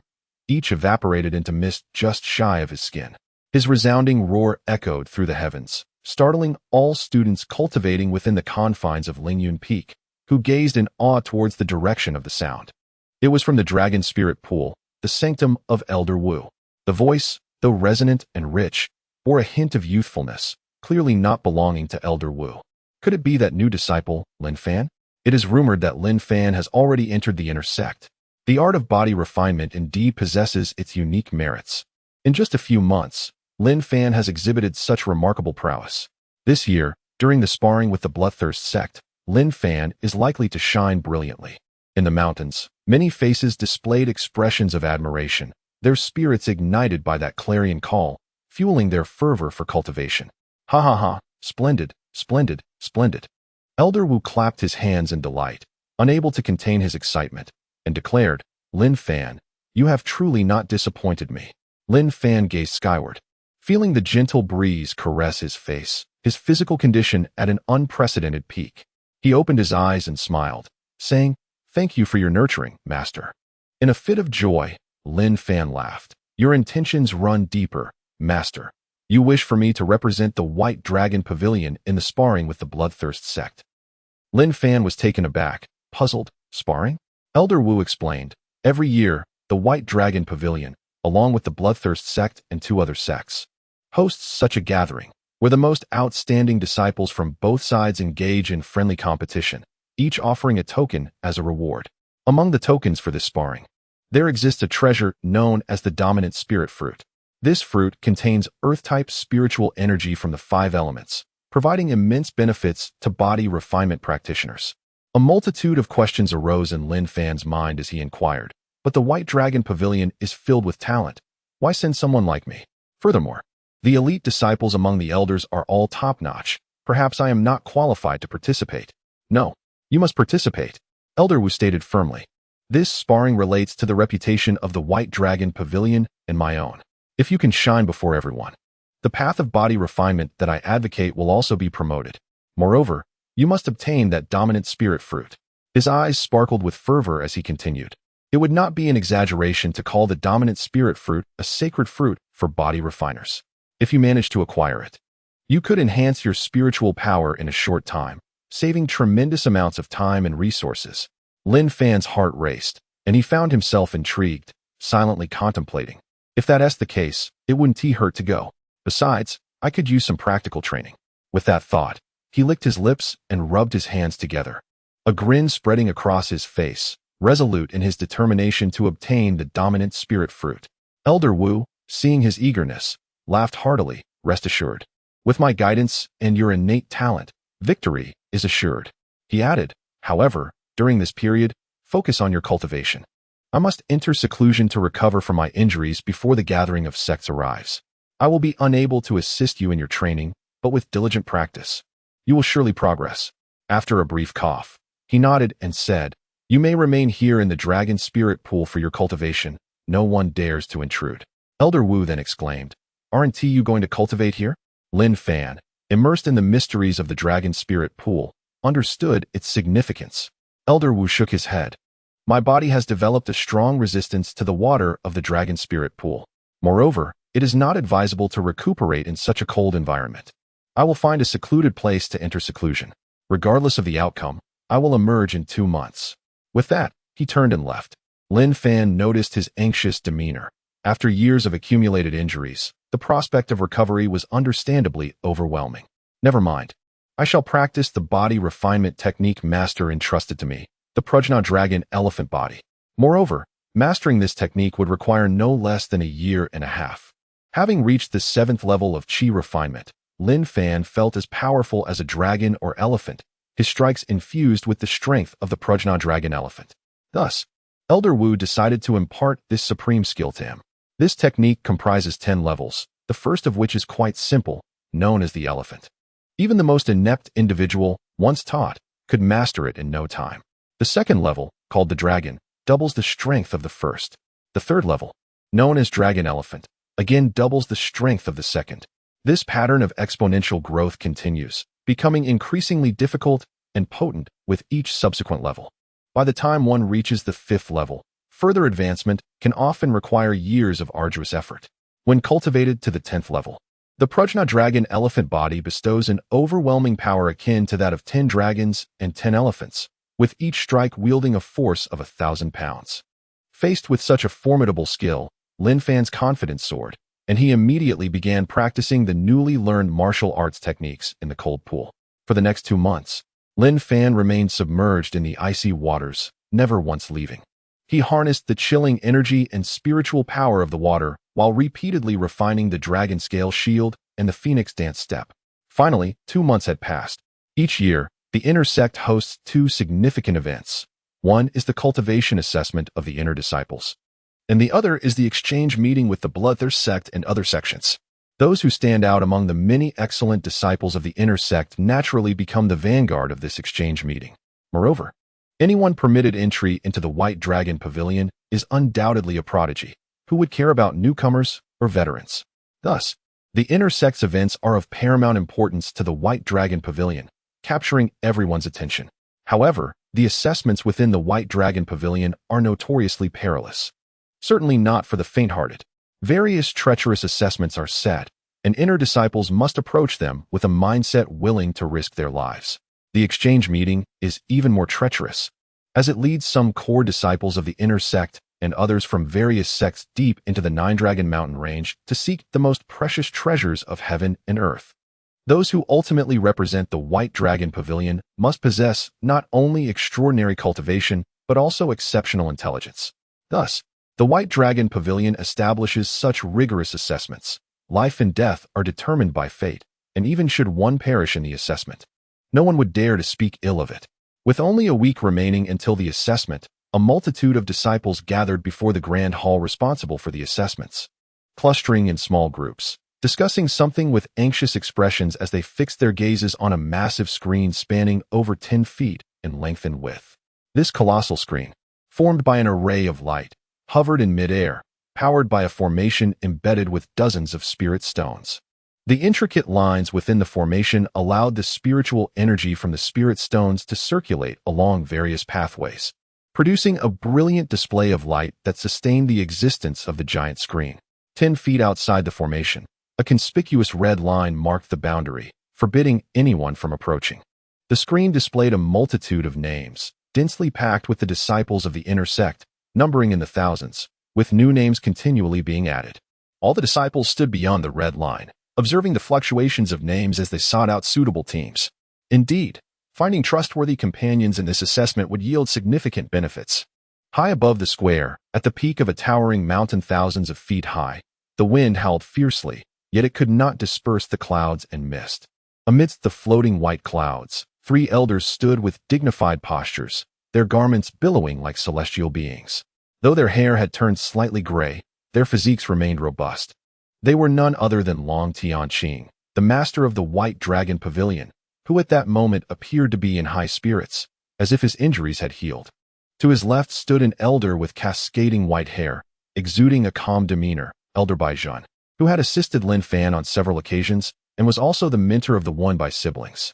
The third elder, with graying hair and a bronze complexion, bore a serious expression. This was the alchemist of the White Dragon Pavilion, Tianyuan.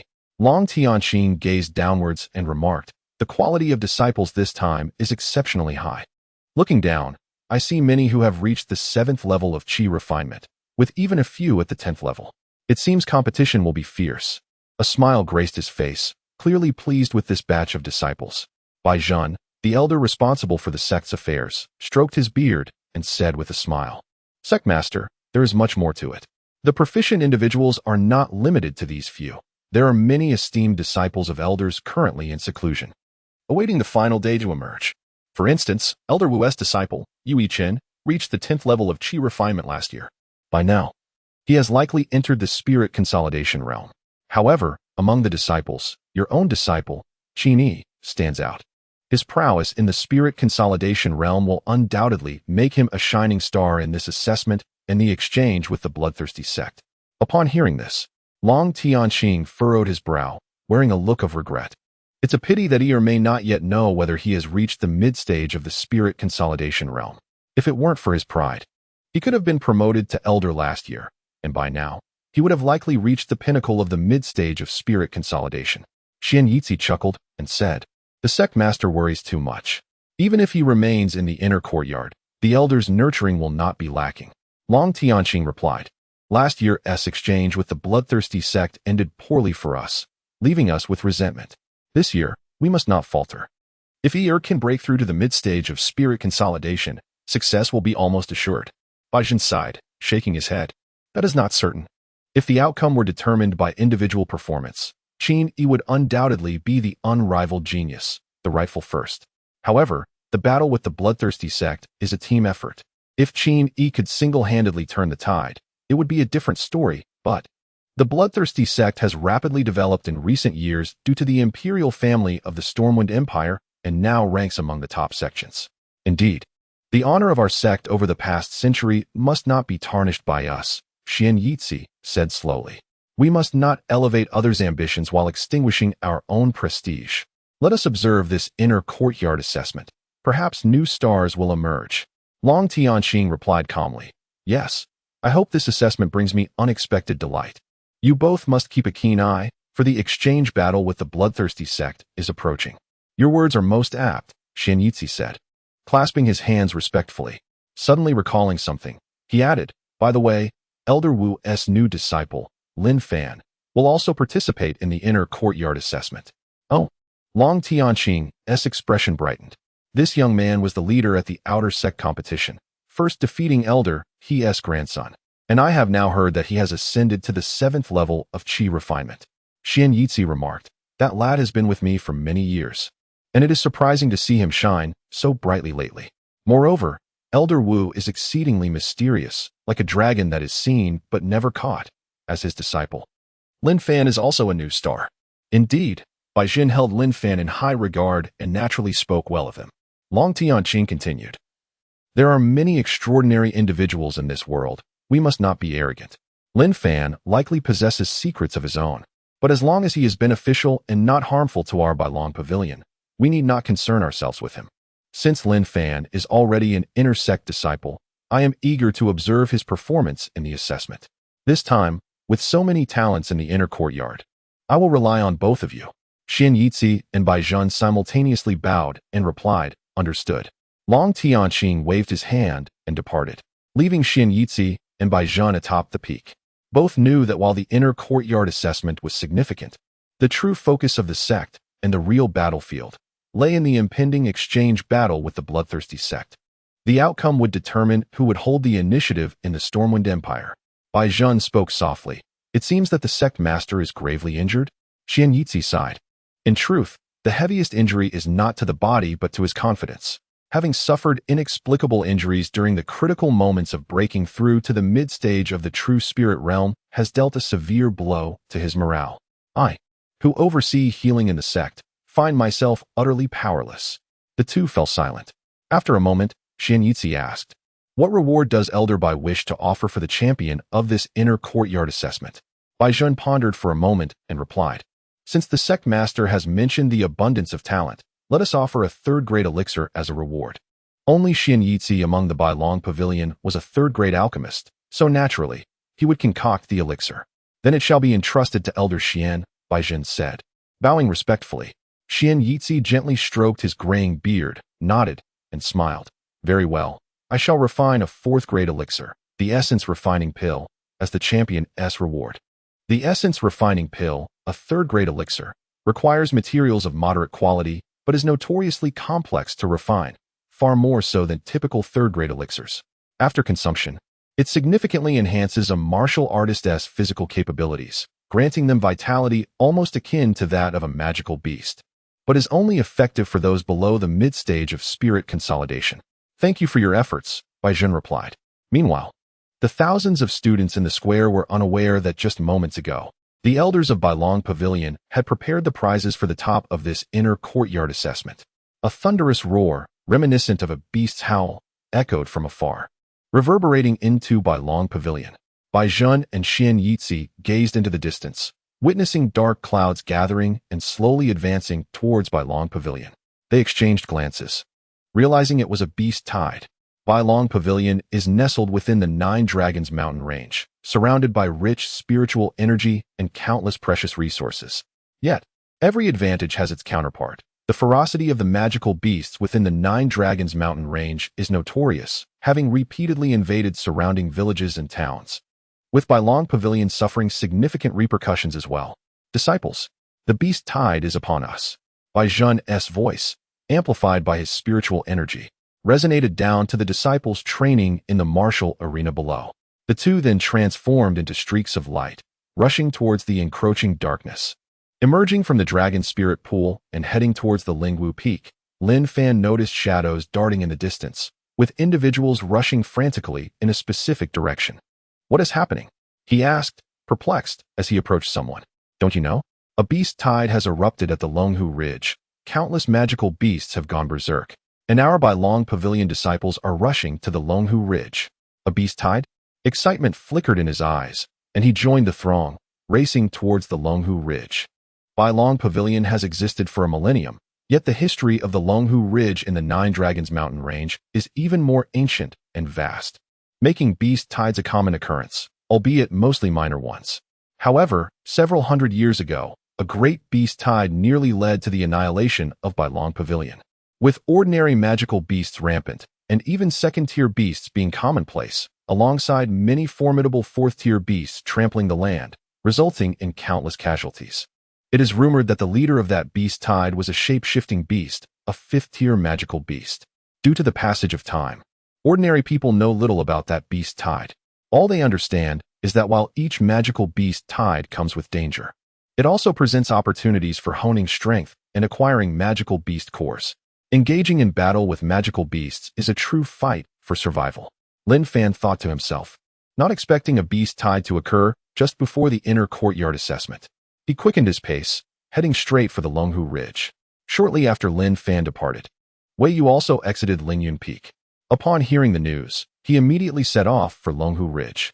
At Longhu Ridge, the air was thick with demonic energy. As members of Bailong Pavilion, from elders to disciples, converged towards this location. At the entrance of Longhu Ridge, powerful figures surrounded it, with magical beasts roaring furiously at the edges, while Bailong Pavilion disciples engaged in fierce combat, amidst a storm of blood and chaos. At that moment, atop a massive rock, Elder He Zhongjuan stood, his robes billowing. Elder He, the strength of this batch of disciples is formidable. Even the outer sect disciples can stand on their own, and outer sect elders standing beside, He Zhongjuan complimented. A mere beast tide is hardly a cause for concern. Let it serve as a festive occasion for the internal examination of my White Dragon sect. He Zhongjuan scoffed, completely dismissing the beast tide. Elder He. At this moment, an increasing throng of people gathered, each bowing slightly in deference to He Zhongjuan. Just then, a figure darted past He Zhongjuan, heading straight for the magical beasts. A flash of cold light accompanied by a thunderous crash marked the swift demise of a 2nd-tier magical beast. With the 1,000-bird's sharp spear, Lin Fan thrust forth with unparalleled precision, causing the head of a charging bull beast to explode upon impact, rendering it lifeless. Swiftly, Lin Fan's grass-cutting sword deftly extracted the magical core from the beast, which he carefully stowed away. These cores were exceedingly precious and could be traded for numerous valuable items. Upon witnessing Lin Fan's actions from atop a boulder, He Zhongjuan's expression darkened. This was the very individual who had humiliated him in front of everyone during their last encounter, audaciously questioning him and stripping him of his dignity. To his astonishment, after a brief absence, Lin Fan's cultivation had evidently advanced significantly. His growth rate was commendable. Yet how dare this insignificant disciple offend me? He Zhongjuan's heart turned cold, not forgetting the grievances of that day. Stop! He Zhongjuan bellowed at Lin Fan, causing Lin Fan to shudder and cease his actions. Turning to face He Zhongjuan, Lin Fan inquired, "What is the matter, Elder He? How dare you, you wretched creature? Instead of slaying magical beasts, you shamelessly poach their cores, showing utter selfishness. Do you not regard me, your elder, at all?" He Zhongjuan's voice rang out sharply, a heavy accusation weighing upon Lin Fan. As an elder of the inner sect, He Zhongjuan could easily orchestrate Lin Fan's demise. "Elder, might you kindly specify which magical beast's core I have poached?" Lin Fan retorted with a smirk. Knowing full well that He Zhongjuan and his grandfather had nearly put him in peril during their last encounter, driven by their extreme pettiness. "You insolent brat, how dare you address an elder in such a manner?" barked Qian Kuang, an outer sect elder at He Zhongjuan's side, his voice laced with icy disdain. Qian Kuang, not lacking in strength, had risen through the ranks by currying favor with He Zhongjuan and seized the opportunity to demonstrate his authority. "I say you have poached the core, so you have indeed poached it. Is further clarification necessary?" He Zhongjuan sneered. Lin Fan had fortuitously arrived just as the beast tide surged, and amidst the ensuing chaos, he could see an opportunity to have Lin Fan executed on the spot, easily pinning a crime upon him. "Boy, open your eyes in your next life. How could you dare offend an elder of the inner sect?" He Zhongjuan coldly chuckled to himself, having made a decision in his heart. Such a shameless elder. Lin Fan cursed inwardly, realizing that the ludicrous accusations meant he had no chance to defend himself. If deemed guilty, he was guilty. "Heh," Lin Fan scoffed, revealing a look of disdain toward He Zhongjuan. The latter's expression darkened, brimming with icy malice. "Elder He, I am here on my master's orders. Surely, you would not seek trouble with my master, the esteemed Elder Wu Tian?" Upon hearing this, He Zhongjuan and Apos' heart trembled, inwardly cursing. "This brat dares to use Wu Tian to pressure me." He Zhongjuan's gaze fixed intently on Lin Fan, who maintained an unperturbed demeanor, devoid of fear. "Qian Kuang, apprehend him," He Zhongjuan commanded his companion. "Understood," Qian Kuang replied, stepping forward. "You fool!" Lin Fan derisively glanced at Qian Kuang and spat. "What did you say?" Qian Kuang, seething with rage, was incensed that a mere disciple would dare insult him before the crowd. Lin Fan coldly regarded Qian Kuang and warned, "Elder Qian, I advise you not to act impulsively and abuse the authority of your position, for such actions merit severe retribution. My master possesses a rather volatile temperament." Lin Fan's voice was unervingly calm, causing Qian Kuang's eyes to flicker with hesitation. Without waiting for a response, Lin Fan turned and swiftly severed the head of a serpent beast, the blade gleaming with lethal sharpness. Observing Lin Fan's audacity, Qian Kuang dared not make a rash move. Gradually, the beast tide grew increasingly ferocious, while disciples from the White Dragon sect began to arrive in greater numbers, their eyes shining brilliantly as they commenced their hunt amongst the magical beasts. Wei Yu also appeared, witnessing Lin Fan amidst the throng of beasts, his sword inevitably stained with their blood. "This fellow seems to have improved in strength," Wei Yu mused silently, before drawing his exquisite bow from his back and channeling his spiritual energy into an arrow that soared through the air, directly striking down a beast Lin Fan intended to confront. Turning around, Lin Fan caught Wei Yu's gaze and offered a tranquil smile, unperturbed. "Roar!" Suddenly, a furious roar echoed, accompanied by thunderous hooves that shook the earth, causing the ground to tremble. Many felt as though the very ground might collapse beneath them. Their expressions shifted in fear. A powerful beast approaches. Retreat quickly. Many began to withdraw, a wave of terrifying demonic energy rising into the sky, a suffocating black mist creeping closer, with trees wilting in its wake. How terrifying! The crowd frantically retreated. A beast of this caliber, sending disciples to confront it would be tantamount to courting death. Lin Fan too sensed the overwhelming demonic energy, his form instinctively moving back. He was not so naive as to believe he could withstand the beast tide alone, for the previous wave of energy had merely been a prelude. However, as Lin Fan attempted to retreat, An immense oppressive force descended upon him from behind, immobilizing him, leaving him unable to back away. "You scoundrel!" Lin Fan roared, his expression frigid as he glared at He Zhongjuan behind him. Knowing full well who was responsible for this predicament, only He Zhongjuan possessed the power to exert such pressure without lifting a finger. Unperturbed by Lin Fan's outburst, He Zhongjuan silently scoffed, thinking that if he were intimidated by a mere disciple, he would lose all face. Allowing Lin Fan to be killed by the beasts would absolve him of any responsibility. The formidable demonic energy drew nearer, the ground seeming on the verge of collapse. As the crowd beheld a mass of black mist approaching, surrounding the mist were various formidable magical beasts, each exuding a disquieting aura. "It's over. Elder, he is deliberately putting him in peril. He is doomed." The crowd retreated behind He Zhongjuan, while Lin Fan remained trapped, everyone comprehending that this was He Zhongjuan's doing, inwardly cursing Lin Fan for his lack of awareness. This was the fate of offending an elder. This demonic energy is so potent. It could very well be a third-tier or even fourth-tier beast. If I remain here, my demise is certain. Lin Fan and Appo's senses sharpened as he secretly activated the Xiantian scripture, bellowing furiously as his figure flickered, attempting to maneuver around He Zhongjuan to escape. He Zhongjuan, with a cold smile, declared, "As a disciple of my White Dragon sect, to flee in the face of danger is to disgrace our sect." As his words fell, He Zhongjuan unleashed his spiritual energy, forming a chain that instantaneously ensnared Lin Fan. Witnessing this, the crowd shuddered. It seemed He Zhongjuan was resolute in his intention to eliminate Lin Fan. The outcome was clear. A disciple daring to defy an elder met a certain fate. Yet, some harbored disdain in their hearts, recognizing that only someone as petty as He Zhongjuan would resort to such measures against a disciple. However, they dared not voice their thoughts, for in such a situation, who would dare provoke He Zhongjuan? Despicable! Lin Fan roared, his body crackling with lightning as he unleashed a surge of electricity against the chains. Yet his thousand birds flow could only cut a shallow gash, failing to yield any significant effect. How shameless, esteemed elder! At this moment, a chilling voice resounded, momentarily halting the crowd's attention.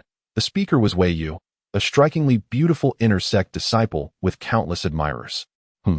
He Zhongjuan furrowed his brow and cast a glance at Wei Yu, letting out a cold snort. However, he dared not provoke Wei Yu, knowing the latter's connections to the royal family of the Fengyan Empire. With his aura surging, he unleashed his spiritual power, gripping the silver Xian Bao tightly in hand.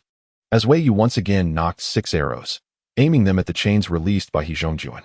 Despite the vast disparity in their cultivation levels, and knowing these arrows would be of no consequence, Wei Yu still let them fly. A trace of amusement flashed in Lin Fan's eyes. He had not anticipated that the only one to step forward to assist him would be Wei Yu. The treachery of human hearts was perilous, and he realized he had been too complacent. Indeed, he was still too young. Lin Fan sighed inwardly, having not foreseen the encounter with He Zhongjuan, nor the despicable depths to which he would sink. Furthermore, with He Zhongjuan as the strongest among them, his word was law, and no one dared to oppose him. Wei Yu was an exception, but the latter's resistance was futile. Roaring forth, a horde of fierce magical beasts approached with astonishing speed, a mass of black mist howling madly, devouring everything in its path, demonstrating immense power. Such formidable beasts must have reached the 4th tier, He Zhongjuan thought, sensing the terrifying aura. 4th-tier magical beasts were equivalent to experts in the essence-gathering stage, and given their inherently overpowering nature, ordinary practitioners just entering that stage were no match for them. As for Lin Fan, a glint of cold murderous intent flashed in He Zhongjuan's eyes. "He Zhongjuan, you are being reckless." A voice, like rolling thunder, boomed forth, heralding the arrival of its owner. He Zhongjuan's expression shifted as he fixed his gaze, and with a vicious flick of his wrist, he hurled Lin Fan's body towards the magical beasts. At that moment, a streak of light flashed into view, blotting out the sun. As Lin Fan was thrown toward the beasts, he descended like a meteor, heading straight for them. Sensing the overwhelming might of the newcomer, the magical beasts began to shriek frantically. The streak of light transformed into an incredibly sharp silver flash, cutting through the ranks of the beasts, and in an instant, blood erupted as they fell lifelessly to the ground. The terrifyingly powerful beasts proved to be no match for the assailant's single strike, hinting at the immense strength of the newcomer. Strong, powerful enough to be suffocating. For most, It was their first time witnessing such a powerful display. Their eyes alight with excitement, speculating about the identity of this formidable figure who none of the beasts dared to challenge. Could it be a master from the White Dragon Pavilion? The crowd's eyes burned with fervor, hoping that one day they too could attain such strength. Lin Fan, feeling the familiar aura of spiritual power, rejoiced inwardly. It was his master, Elder Wu Tianchong, who had emerged from seclusion to heal his injuries. He was saved. Wu Tian possessed the strength of the true spirit realm, but due to a past injury that had flared up, his cultivation had suffered. However, thanks to Lin Fan, he had managed to overcome that hidden ailment, restoring his strength to its peak, a true powerhouse of the true spirit realm. In an instant, Wu Tian appeared behind Lin Fan, waving his hand as an invisible force enveloped him, pulling him back. "Kid, I'm here," Wu Tian declared, tossing Lin Fan high above the horde of magical beasts. Just then, two more figures approached with an air of nonchalance. They were Elder Baizhen and Xianyitsi. "What is going on?" Baizhen alighted before He Zhongjuan, his tone displeased. "He Zhongjuan has captured a disciple of our sect and sent him to the beasts." Before He Zhongjuan could respond, Wei Yu interjected, his eyes filled with hatred. "Elder Bai, one of our disciples has been hunting magical beast cores from other disciples and attempted to flee. This scoundrel deserves punishment." He Zhongjuan would not admit to such accusations. "What a scoundrel! Today, I will see him dead." A cold, domineering voice resonated, accompanied by a fierce gust of wind that sent the crowd reeling backward. Unable to stand firm, He Zhongjuan's face paled as his aura erupted, yet a flash of light surged forward, crashing into him with overwhelming force. Boom! He Zhongjuan's body slammed against the rocks, shattering them, as he spewed blood, revealing the ferocity of the blow. The inner sect elder, He Zhongjuan, was sent flying, blood pouring from his mouth. The crowd regarded this scene as if it were a play, utterly incredulous. The figure that emerged was an elder known to all, Wu Tian, the highest-ranking elder of the White Dragon Pavilion. The crowd trembled, as sect disciples. If everyone were to gather at a certain place, it would undoubtedly be the martial arts pavilion. Thus no one could fail to recognize Elder Wu. Previously, Wu Tian had appeared lethargic and indifferent, yet his power was astonishing. Now, his eyes were filled with murderous intent as he slowly approached He Zhongjuan. His voice icy. "As an elder of the sect, you dare to break the law and attack a junior? If I do not slay you, how will the White Dragon Pavilion maintain its reputation?" He Zhongjuan's face turned ashen. He had never anticipated that Wu Tian would truly dare to kill him over a mere disciple. Baizhen hastily interjected, "Elder Wu, please temper your anger. Is this not a bit excessive? After all, Elder He is a senior member of the sect." "Excessive?" Wu Tian's gaze was frigid as he spoke slowly. "Let us not even mention He Zhongjuan's dereliction of duty. Lin Fan is my disciple, and furthermore, my injuries were healed thanks to him." "What? Elder Wu, you have returned to the true spirit realm," Baizhen exclaimed, elated. He understood well what it meant for the sect to have two masters of the true spirit realm. "Elder Wu, please, temper your wrath," Xianyitsi joined in, stepping forward to counsel Wu Tian. Baizhen and Xianyitsi were well aware of He Zhongjuan's character, but for the White Dragon Pavilion, He Zhongjuan still held value. If they were to execute him without due process, it would certainly lead to conflict among the higher-ups, resulting in unrest within the sect. Seeing the tension among them, the disciples dared not speak up, merely watching in silence. At this moment, Lin Fan stepped forward. "Master, Elder He may have acted impulsively. Let us spare him this time." Hearing this, Wei Yu in the crowd wore a puzzled expression. Earlier, He Zhongjuan had attempted to kill him, and Lin Fan should have been eager to see He Zhongjuan meet a grim fate. Why now was he speaking on behalf of He Zhongjuan? "Lin Fan, what are you saying?" Wu Tian questioned, perplexed. "Master, I implore you to forgive Elder He," Lin Fan reiterated. Upon hearing Lin Fan's words, Wu Tian's imposing demeanor softened slightly, and he commanded, "Elder He, why do you not rise and thank my disciple?" Seeing this, He Zhongjuan immediately bowed deeply to Lin Fan, offering his apologies. Lin Fan sneered disdainfully, leaning close to He Zhongjuan's ear, whispering, "Do not be too pleased. Your life, I shall personally take. You insolent wretch." He Zhongjuan forcibly suppressed his fury, managing to force a smile as he spoke to Lin Fan amiably. A few days prior, during their first encounter, He Xing discerned that Lin Fan was no ordinary outer disciple. Upon their subsequent meeting, he sensed a hint of menace emanating from Lin Fan. A threat that, while trivial in the grand scheme, nonetheless instilled a sense of caution within him. If circumstances permitted, He Xing would have preferred to extinguish Lin Fan in his infancy. However, he was acutely aware that Lin Fan had already attracted the attention of the higher echelons of the White Dragon Pavilion. Any attempt to act against him might invoke their displeasure, or worse, their wrath. Lin Fan, your actions today, in incapacitating my cousin He Yao, have incensed me greatly. He Xing proclaimed, halting a mere 10 paces before Lin Fan, his frigid gaze fixed upon him. His tone dripped with an icy malice, reminiscent of a voice echoing from the depths of hell, sending shivers down the spine. Yi Luo shrugged nonchalantly, replying, likewise, He Yao injured my companion Wenbo, and I too am quite displeased. At this, the fury on He Xing's countenance flickered and vanished, replaced by a cold retort. I can overlook your incapacitation of He Yao. However, should we meet in tomorrow's top 10 battle, I expect you to concede willingly. Do you believe that is feasible? Lin Fan replied, laced with mockery and disdain. If you wish to preserve your life, it becomes a possibility. Sensing the escalating tension, Wenbo erupted. He Xing, you scoundrel. If you dare to lay a hand on Lin Fan, I shall summon our master and report you to the pavilion master, who will surely punish you severely. He Xing paid him no heed, his unwavering gaze still locked on Lin Fan. He Xing, are you threatening me? If you perceive it as a threat, then so be it. You have been in the White Dragon Pavilion long enough to understand what sort of person I, He Xing, truly am.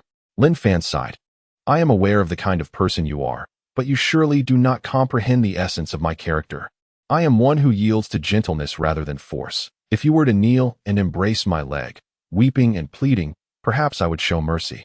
However, your current approach, As for tomorrow's battle, you would do well to pray that you do not cross paths with me. Otherwise, your fate shall mirror that of He Yao. Brother Wenbo, let us depart.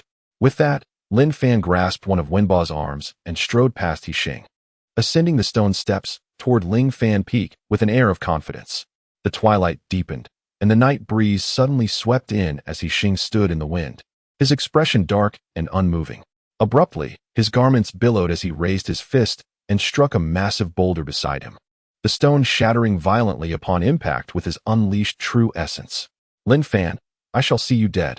He Xing roared, his fists tightening with a series of sharp cracks. He turned abruptly, gazing toward the direction Lin Fan and his companion had taken, a fierce glint of malice flashing in his eyes. Lin Fan, perish. In an unexpected turn, He Xing launched a sudden assault, his fist aimed viciously at Lin Fan's back. Sensing the palpable threat behind him, Lin Fan swiftly resolved to respond, meeting force with force as their powers collided with a thunderous impact. You dare to ambush me from behind. Shameless, Lin Fan exclaimed, filled with indignation. There is no need for further words. Seeing He Xing's unprovoked aggression, Lin Fan let out a cold snort, channeling his strength to push He Xing away. You are indeed formidable. He Xing broke into a grin, shaking his limbs as a series of crisp cracks echoed through his joints. However, Lin Fan, today I shall ascertain the true prowess of the first of the outer sect. Lin Fan's gaze turned icy. He had always adhered to the principle of non-aggression, practicing forbearance in his dealings with others. Yet, He Xing's underhanded tactics had nearly breached his threshold.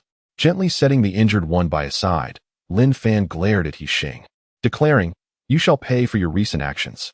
At these words, He Xing raised an eyebrow and burst into laughter. Ha ha ha. If it weren't for that old fool Bai Zhan's presence, do you think you would still be alive? With my grandfather backing me, even if I were to kill you now, Bai Zhan would not dare to lay a finger on me. With a roar, He Xing charged forward, his feet striking the ground with tremendous force, propelling him into the air. He executed a series of rapid kicks, each infused with a powerful surge of true essence capable of shattering boulders. Lin Fan, undeterred, countered with swift punches, engaging in a fierce exchange. The collision of their fists and feet produced a cacophony of explosive sounds, releasing waves of spiritual energy that stirred the withered branches and leaves from the ground. As they sparred, both were merely probing each other's strengths, refraining from employing secret techniques. Within 100 breaths, neither had gained the upper hand. You possess some skill, but can you withstand my sky-breaking palm? He Xing bellowed, his aura surging dramatically as spiritual energy coalesced between his fists. He unleashed a dual strike, akin to a radiant rainbow piercing the sky, hurtling toward Lin Fan's chest. Lin Fan initially intended to rely on the memories within his mind to discover a method to counter this technique. Yet after a flurry of rapid contemplation, he found himself devoid of any insights. Was this truly his trump card? Failing to find a flaw, Lin Fan hastily crossed his arms to shield his chest, bracing himself to absorb He Xing's strike. In the midst of his panic, after enduring a blow, an incredibly tangible force surged through the back of his hand, transmitting its impact throughout his entire body. Subsequently, he was propelled backward uncontrollably for several meters, leaving deep marks on the ground before he finally managed to steady himself. He Xing, twisting his wrist, arrogantly declared, "Not bad. You can withstand my thunderous palm. Among the outer sect disciples, you are indeed among the elite. However, you should regret provoking my wrath." As he spoke, He Xing's fury was palpable, his face reddening as he uttered the final words. Moreover, martial arts are categorized into 4 grand tiers: heaven, earth, profound, and yellow, each of which is further divided into 3 sublevels: low, medium, and high. The technique He Xing employed, thunderous palm, was classified as a high-level yellow tier martial art, making it one of the most formidable among the outer sect disciples. It was no wonder that Lin Fan could not locate this particular martial art within the records of the medium yellow tier, having never witnessed anyone else wield it, thus rendering him incapable of discovering a countermeasure. Lin Fan's eyes narrowed slightly before suddenly awakening his Sharingan, the 2 tomo vividly manifesting in his gaze. In his vision, He Xing's subsequent assault appeared to slow considerably. Observing this, he shouted, "Raging Wave Fist." Though He Xing's punch seemed languid, it was, in truth, swifter than a bolt of lightning, arriving ahead of its launch. As it neared Lin Fan, just 2 feet from his chest, the 4-fold invisible waves of energy accumulated at the tip of his fist erupted instantaneously, their force akin to that of a 1,000-pound hammer, striking Lin Fan's chest with tremendous ferocity. Though warriors possess bodies as resilient as granite, impervious to easy destruction, He Xing's punch, a formidable amalgamation of the quintessence of qi from the 5th layer, was equivalent to quadrupling the potency of a typical blow. Lin Fan, lacking true body-refining defensive techniques, found himself unable to withstand the impact. He let out a muffled groan and staggered backwards several paces, ultimately colliding forcefully with the stone wall. Barely managing to regain his footing, his chest surged with turbulent blood and energy, and through sheer force of will, he suppressed the urge to expel blood on the spot. Truly, as the foremost disciple of the outer sect, I have underestimated you. Lin Fan lifted his gaze to He Xing, astonishment flickering within his eyes. He Xing smugly remarked, "May Lin Fan perish in regret." However, as He Xing prepared to launch another attack, he glanced back at Lin Fan, who stood in serene stillness, the air around him subtly rippling, suggesting the flow of spiritual energy. He emanated an aura that was ineffably enigmatic. Fire escape, great fireball technique. Lin Fan swiftly formed seals, gathering spiritual energy within his abdomen, which he then expelled as a colossal fireball hurtling toward He Xing. This fireball, towering at the height of 3 individuals, seemed capable of enveloping several adults. The temperature radiating from it was extraordinarily high, yet He Xing dismissed this seemingly trivial technique, launching a thunderous palm strike to crush the fireball. Yet, as his hand reached into the fiery sphere, he realized he had been deceived. The great fireball was merely a diversion crafted by Lin Fan. Seizing the opportunity, Lin Fan unleashed a whirlwind kick aimed squarely at He Xing. As He Xing shattered the blazing fireball, a wave of panic washed over him. He hastily gathered his energy for defense, only to feel an icy chill creeping down his back as a tremendous force struck him from behind. What was happening? How had Lin Fan managed to appear at his rear? He Xing, you have fallen into my trap. Lin Fan had cunningly employed a technique of duplication to divert He Xing's attention, while the fireball was merely a smokescreen to obscure He Xing's vision. The true lethal strike lay behind him. Shattered stone fist.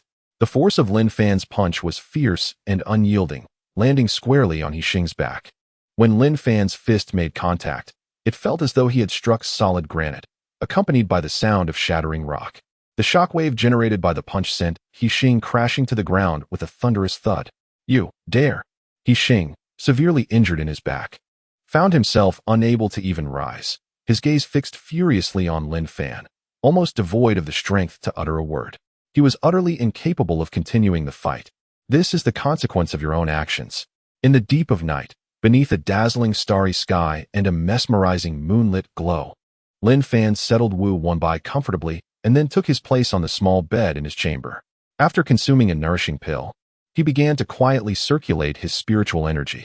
Reflecting on the battle with Xing, where he had utilized an array of martial techniques for the first time, he felt a profound enlightenment. As he repeatedly analyzed the experience, he increasingly recognized that although these techniques were merely low-tier secret arts, they appeared deceptively simple. Yet, when cultivated to their zenith, they revealed unparalleled intricacy and formidable power. In his mind, Lin Fan meticulously rehearsed the techniques of the shattered stone fist and the whirlwind leg countless times. With each iteration, he felt he grasped a deeper essence of the martial arts. Time seemed to dissolve around him until, suddenly, he opened his eyes and unleashed a gentle punch forward. Accompanied by a sound reminiscent of crashing waves, invisible ripples of energy swiftly coalesced at the tip of his fist before erupting outward in a sudden explosion. Boom! It resonated like thunder, the force of the released energy rendering the space within several feet of Lin Fan's fist as if it had shattered, sending violent tremors through the air, which was now tinged with the acrid scent of an explosion. What an astonishing punch! Lin Fan marveled inwardly. Yet he recalled his battle with Xing. Had it not been for Xing's careless underestimation, he would not have found the opportunity to win by exploiting his opponent's oversight. Should they cross paths again, he feared he might not be able to triumph a second time. It was imperative to elevate his strength swiftly. With this thought, Lin Fan quietly rose.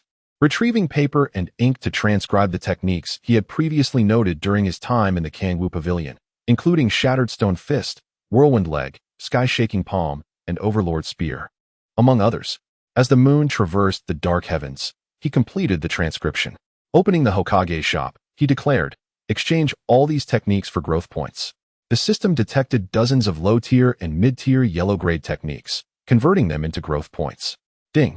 Congratulations, host. You have obtained 1,500 growth points. Is this all? Just 1,500 growth points? Alas, it seems there is no choice but to save them for now and ponder how to utilize them later. Gazing at the martial arts techniques he had painstakingly crafted, only to see them revert to blank sheets of paper, Lin Fan sighed in helplessness, murmuring to himself, "I truly find it hard to part with them." Initially, Lin Fan had intended to diligently cultivate these techniques. However, he soon realized that doing so might arouse the suspicions of the White Dragon Pavilion. Furthermore, mastering martial skills requires a focus on specialization. A haphazard collection of techniques, lacking depth, would prove to be of little value. After closing the shop, Lin Fan resumed his training. Curiously, each time he channeled his profound methods, he felt an overwhelming sense of vastness and emptiness within his body, as though he needed to absorb copious amounts of celestial energy to feel a sense of comfort and fulfillment. Relying solely on the absorption of energy from the heavens and the earth was excruciatingly slow for him. Thus, he resorted to consuming the nourishing essence pills to expedite the process. Ordinarily, a warrior of Lin Fan's caliber would require 3 to 4 days to consume a single nourishing essence pill. For excessive use could potentially harm or even collapse their dantian due to the surging potency of the elixir. Yet, Lin Fan's body seemed akin to an insatiable abyss. A single pill would vanish as if cast into the ocean, leaving no trace. It was only after consuming 4 or 5 that he could truly appreciate the exhilarating sensation of vital energy flowing into his being. Having recently undergone an assessment at the Martial Testing Hall, Lin Fan was officially recognized as an external disciple of the White Dragon Pavilion, receiving a total of 21 nourishing essence pills. While these elixirs would suffice for other disciples for 3 months, Lin Fan had already consumed more than half within just 2 nights. Nourishing essence pills. Oh, nourishing essence pills. How might one acquire more of you? Without this item, my future cultivation progress will surely be significantly affected. Should I shamelessly ask Zuanaizi for some? No, I can no longer work under that old man. He might be harboring resentment towards me. As dawn broke, Lin Fan concluded his cultivation, reaching into his Tianyuan bag only to find a few remaining cultivation pills, which elicited a bitter smile.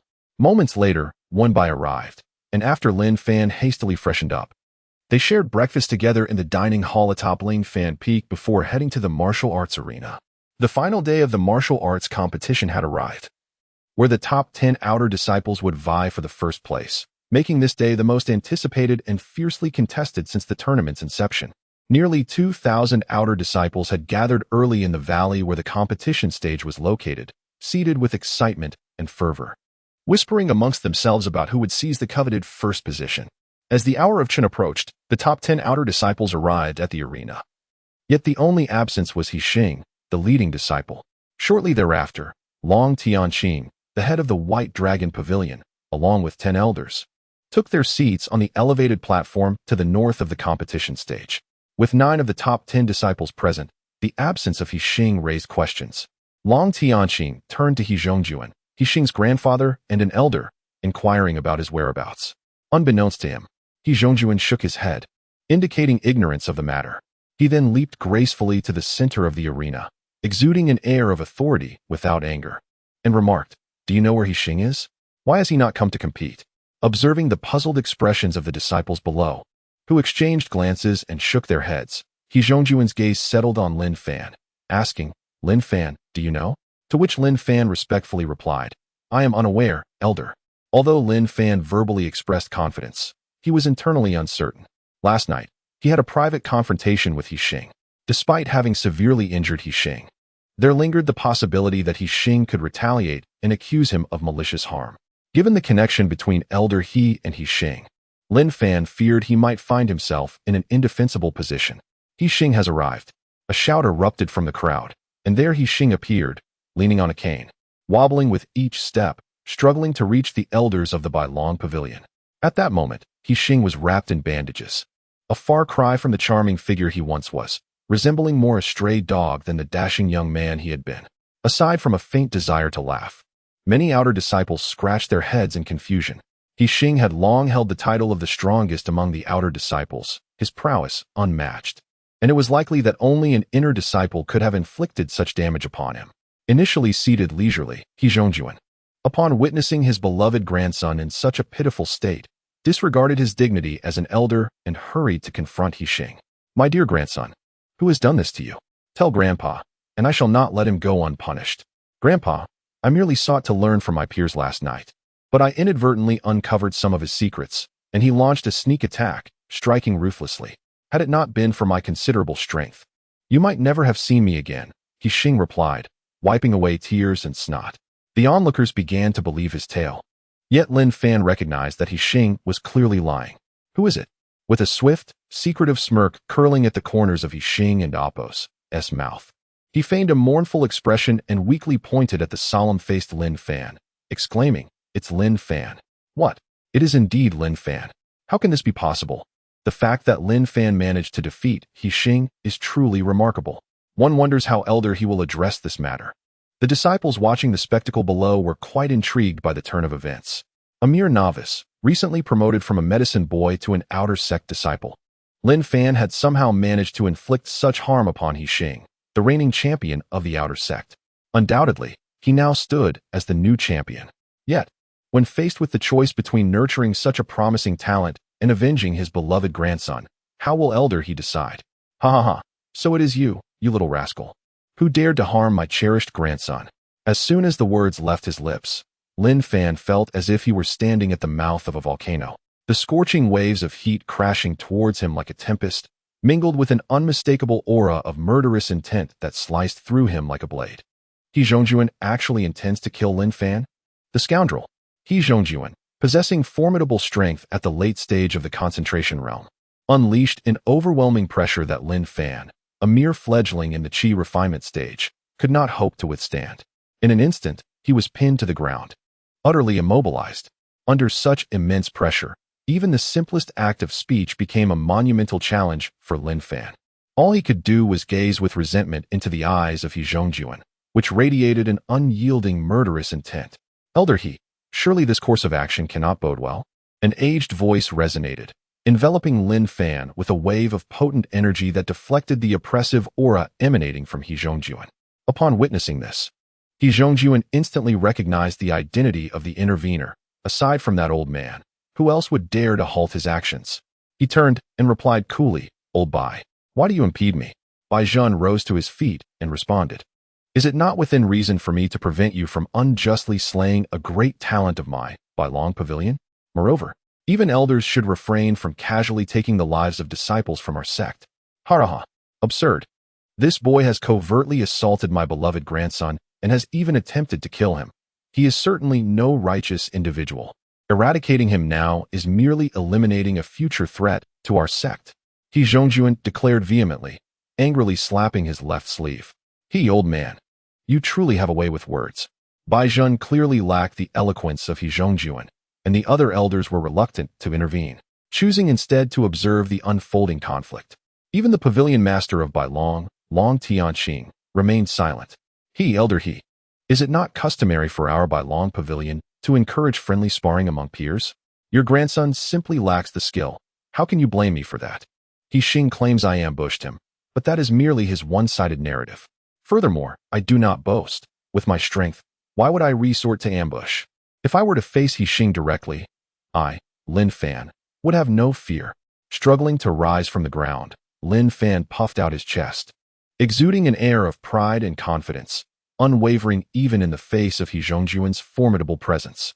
You little thief, no matter how cleverly you argue today, you shall not escape the punishment dictated by the sect's rules. He Zhongjuan's imposing presence did not wane. Rather, it intensified. With a muffled grunt, a beam of spiritual energy surged forth, aimed directly at Lin Fan. Old He, you truly have no shame. Bai Zhun could not remain idle. With a swift motion, he positioned himself in front of Yi Qing, and with a wave of his right hand, the beam of spiritual energy dissipated into nothingness. Old He, today, this young man is under my protection. Should you dare to strike again, do not blame me for being impolite. Humph. You, He Zhongjuan, who had always valued decorum and the distinctions of rank, was reluctant to engage Bai Zhun in front of the assembled disciples, fearing a loss of face. Moreover, from He Xing and Appo's words, he was aware that Lin Fan bore another transgression. Contemplating this, He Zhongjuan smiled and said, Old Bai, even if we were to overlook the matter of my grandson's injury, it seems there are other accusations that my grandson wishes to voice. With that, He Zhongjuan glanced at He Xing, nodding slightly to indicate him to speak. He Xing slowly stated, Lin Fan has been accused of stealing martial arts techniques from the repository of scrolls. Last night, when I battled him, I discovered that he employed over 3 distinct martial arts forms, alongside various other techniques. I ask you, how could a newcomer, freshly admitted as an outer disciple, possibly possess such an abundance of extraordinary skills? Upon hearing He Xing and Appo's revelation, the disciples below erupted into animated discussion. Indeed, Lin Fan and Appo's recent achievements were astonishing, as those he had faced in combat were bested by his keen perception of their flaws. While one might attribute such prowess to experience, it was remarkable that someone so newly initiated as an outer disciple could achieve such feats. It was unlikely that another individual could be found in the entire realm capable of such a thing. Gazing around, Lin Fan understood the gravity of the situation. Should he fail to navigate it adeptly, his life would be at stake. Lin Fan, do you admit to stealing the martial techniques from the Kangwu Pavilion? The long-silent pavilion master, Long Tianqing, spoke coldly. If this youth, whom he had held in high regard, were truly a thief, then Long Tianqing's decades of leadership would have been in vain. In response to the pavilion master, I must assert that I have not engaged in theft. I have only been an outer disciple for a mere 3 days, and my sole expertise lies in the whirlwind leg, Lin Fan replied.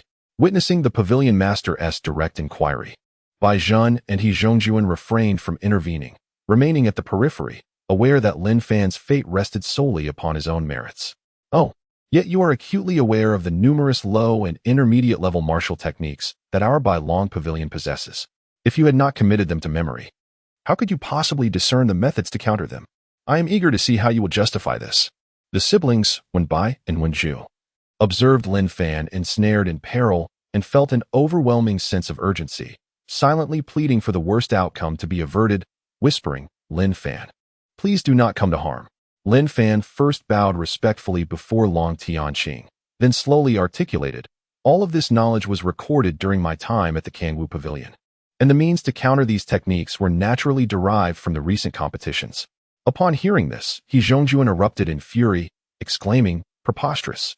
The duration of time an outer disciple has spent in the Kangwu Pavilion is exceedingly short. How could you possibly memorize so many techniques? Is my memory not sufficient?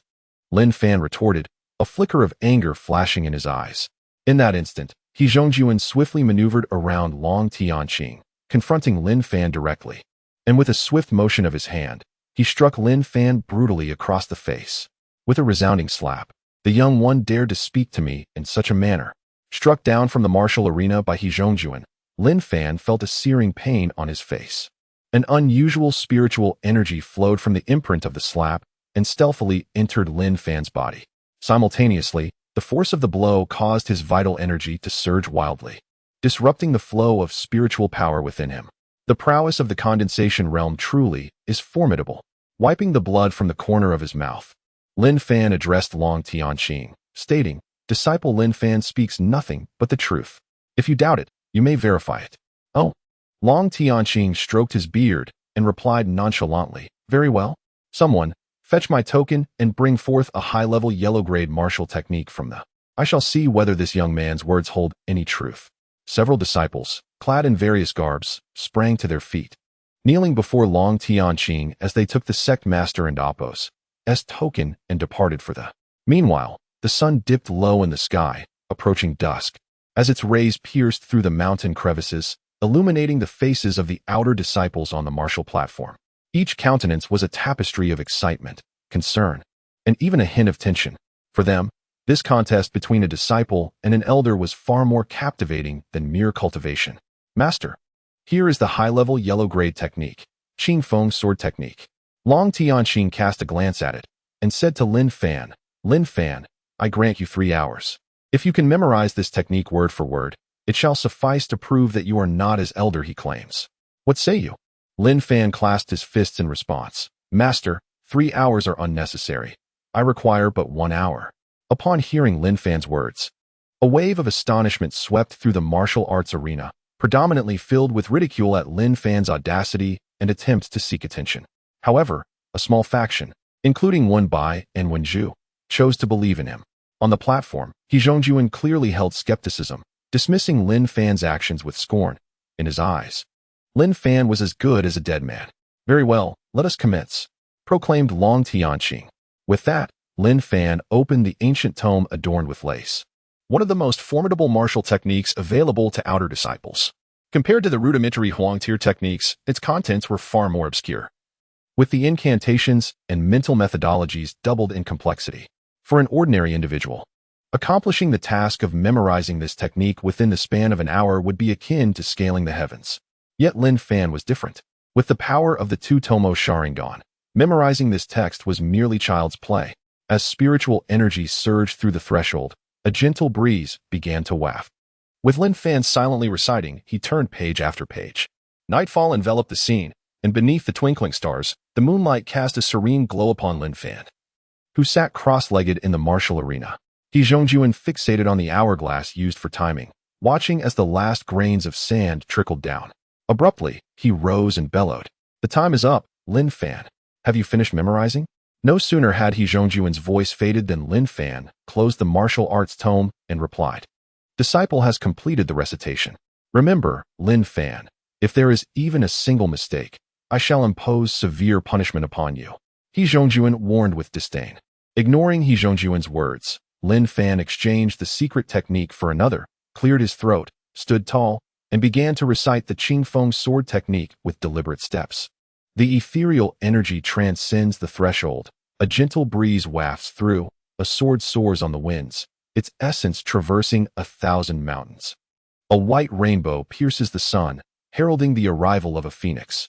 The metaphysical sword, unparalleled since ancient times.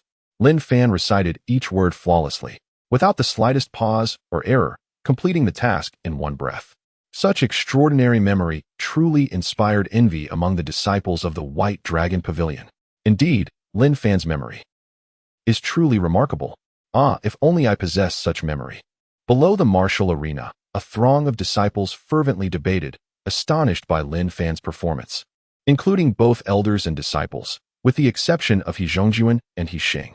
He Xing glared fiercely at Lin Fan, gritting his teeth and murmuring, "Lin Fan, I will not let you off easily." He Zhongjuan's expression was equally grim. His face was ashen with rage. Initially, he anticipated that Lin Fan would falter and he would promptly incapacitate him, but the scales of victory had already tilted in Lin Fan's favor. In the starry sky, A few meteors streaked across the heavens above the White Dragon Pavilion. The disputes ignited by Lin Fan in the martial arena were drawing to a close. The fatigue weighing on the disciples did not allow them to depart in peace. They were compelled to witness how the upper echelons of the White Dragon Pavilion would handle the situation. Lin Fan slowly opened his eyes, exhaled deeply to stabilize his breath, and addressed the pavilion master and the elders, saying, "I have completed my recitation." The disciple tasked with recording and observing Lin Fan's recitation calmly declared to the assembly, "Lin Fan has indeed recited everything without a single mistake." A sudden uproar erupted in the arena, shattering the tranquil silence of the night. Baizhan swiftly approached Lin Fan and addressed He Zhongjuan, inquiring, "What further words do you have, Elder He?" Meanwhile, He Xing, gritting his teeth, bellowed, "What difference does it make? He still cannot absolve himself of the suspicion of stealing from the library of martial arts. If he has indeed memorized those techniques, and the personnel of the library are unaware, then Lin Fan could easily deceive everyone." As He Xing spoke, his gaze was fixed intensely on Lin Fan. Had his glare been lethal, Lin Fan would have perished 1,000 times over. He Xing's actions incited astonishment and skepticism among the onlookers below. Amidst their confusion, a voice, ancient and resonant, pierced through the air as if transcending space itself, echoing like thunder across the heavens. The lower-ranked disciples of the outer sect, upon hearing this voice, felt as if they were struck by a dizzying thunderclap. Yet, Lin Fan's eyes slowly narrowed in contemplation. He wondered which elder of the Bai Long sect possessed such formidable cultivation. "Youngster, in saying this, I must admit my own negligence as an elder of the Library of Martial Arts." The thunderous voice reverberated through the arena, its lingering resonance akin to a celestial chant, stirring the hearts of all present. Shortly after this commanding proclamation, the various elders, who had been seated, abruptly sprang into action, their figures soaring into the air above the arena, with Baizhan leading the charge. Not long after, the distant sound of an elderly voice echoed. A sudden gust of wind swept across the horizon. In mere moments, after a few blinks, an old man descended gracefully upon the martial arts arena. Lin Fan's gaze slowly drifted toward the newcomer, a venerable figure clad in a flowing white robe, adorned with intricately embroidered dragons that seemed to come alive. The elder's visage was gaunt, almost skeletal, with deeply sunken eyes that appeared capable of piercing through the veil of reality. This old man stood suspended in the void, his indifferent gaze surveying the scene below. Whenever his sleeves fluttered in the breeze, the surrounding space emitted subtle waves of energy. "Elder Wu," the crowd intoned in unison, their voices laced with reverence. Indeed, the arrival was none other than Wu Tian, the most esteemed elder of the White Dragon Pavilion, who also held the esteemed position of managing elder within the hidden martial pavilion. Wu Tian glided effortlessly through the air, and in the blink of an eye, he stood before He Xing. The immense pressure radiating from him bore down upon He Xing like the weight of mountains, rendering him immobile. He Xing struggled to breathe, his chest rising and falling dramatically, beads of sweat cascading down his face, each drop hitting the ground with a palpable thud. The imposing presence of Wu Tian was even more daunting than that of the pavilion master, Long Tianqing. Upon witnessing Wu Tian's arrival, Long Tianqing greeted him with utmost respect, inquiring, "Elder Wu, what brings you here?" In response, Wu Tian let out a hearty laugh, his voice raspy with age. "Within the White Dragon Pavilion, there are those who have already begun to chastise me for neglecting my duties. If I do not make my presence known at this moment, it would be all too easy for others to find fault. At my age, I cannot afford to be the subject of idle gossip. How could it be? Who in the White Dragon Pavilion does not know the esteemed Elder Wu?" At this moment, He Zhongjuan, filled with sycophancy, awkwardly rubbed his hands and spoke. "Is that so?" Wu Tian's tone shifted abruptly, his imposing aura intensifying, causing He Xing before him to be propelled backward. After stabilizing himself, He Xing coughed up a mouthful of fresh blood from his chest and fainted. He Zhongjuan hurriedly bowed his head and pleaded for mercy. "Elder Wu, I beseech you to temper your wrath. This is all due to my wretched grandson. His foolish words have sullied your ears. The old man, humbly apologize to you, Elder Wu." Long Tianqing also approached, advocating on He Zhongjuan's behalf. "Elder Wu, I implore you to relent for my sake. Let this matter rest here." Wu Tian cast a disdainful glance at He Zhongjuan, gave a cold snort, and turned away, sweeping his sleeves as he sought a seat among the elders, settling down comfortably.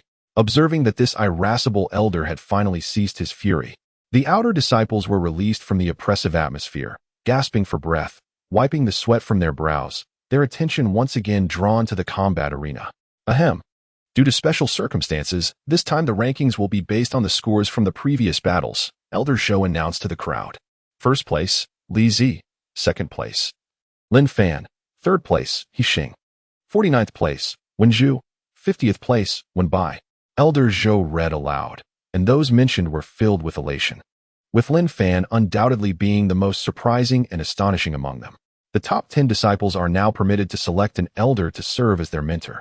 They are reminded that within a year, their cultivation must reach at least the 5th level of qi refinement. Failure to meet this requirement will result in disciplinary action according to the sect's regulations, causing them to lose the opportunity to become inner disciples and relegating them back to outer disciples. The 10 elders of the White Dragon Pavilion are all formidable figures at the spirit condensation realm, their extraordinary strength being an awe-inspiring presence that the outer disciples can only aspire to.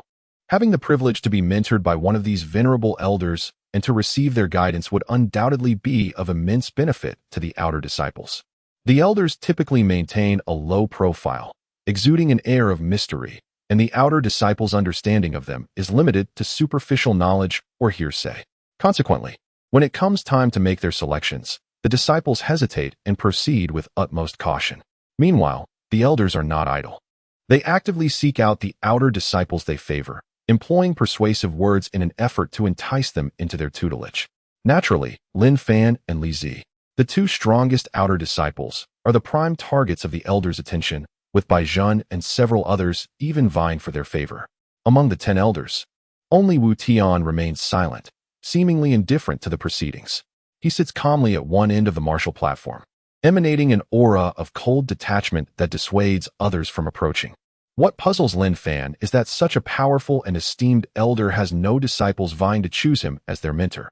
Even the top disciple, Li Zi, glances at Wu Tian with a hint of reverence in his eyes. After a brief moment, among the 10 outer disciples, all but Lin Fan made their choices, positioning themselves behind the elder they admired, signifying their desire to join under their tutelage. Among the 10 elders, He Zhongyuan and Bai Zhen garnered the most disciples, each receiving 3, their faces radiating delight. The remaining 3 outer disciples were divided among the other 3 elders. While those few elders who had not received any disciples could only smile wryly, their expressions tinged with regret. Lin Fan, have you not yet made your decision? Elder Zhou inquired, noticing Lin Fan's hesitation.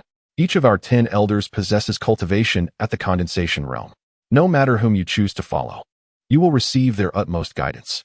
Should you wish for a brief introduction to them, I can gladly oblige. Elder Zhou continued, diligently introducing each elder. As he presented himself, one of the 10 elders, he exerted considerable effort, almost longing for Lin Fan to join his sect immediately. When it came to Elder Wu, he cast a meaningful glance at Lin Fan, his expression revealing a hint of peculiarity. Elder Wu is the most senior member of the White Dragon Pavilion, arguably the foremost figure among us. Do not be deceived by his frail appearance. His strength is on par with ours, though he is merely a guarding elder. Yet he is indeed the most esteemed figure beneath the sect leader. Lin Fan, the choice lies solely with you. Decide whom you wish to take as your master. Elder Zhou said, his fingers lightly stroking his beard, his gaze towards Lin Fan brimming with eagerness.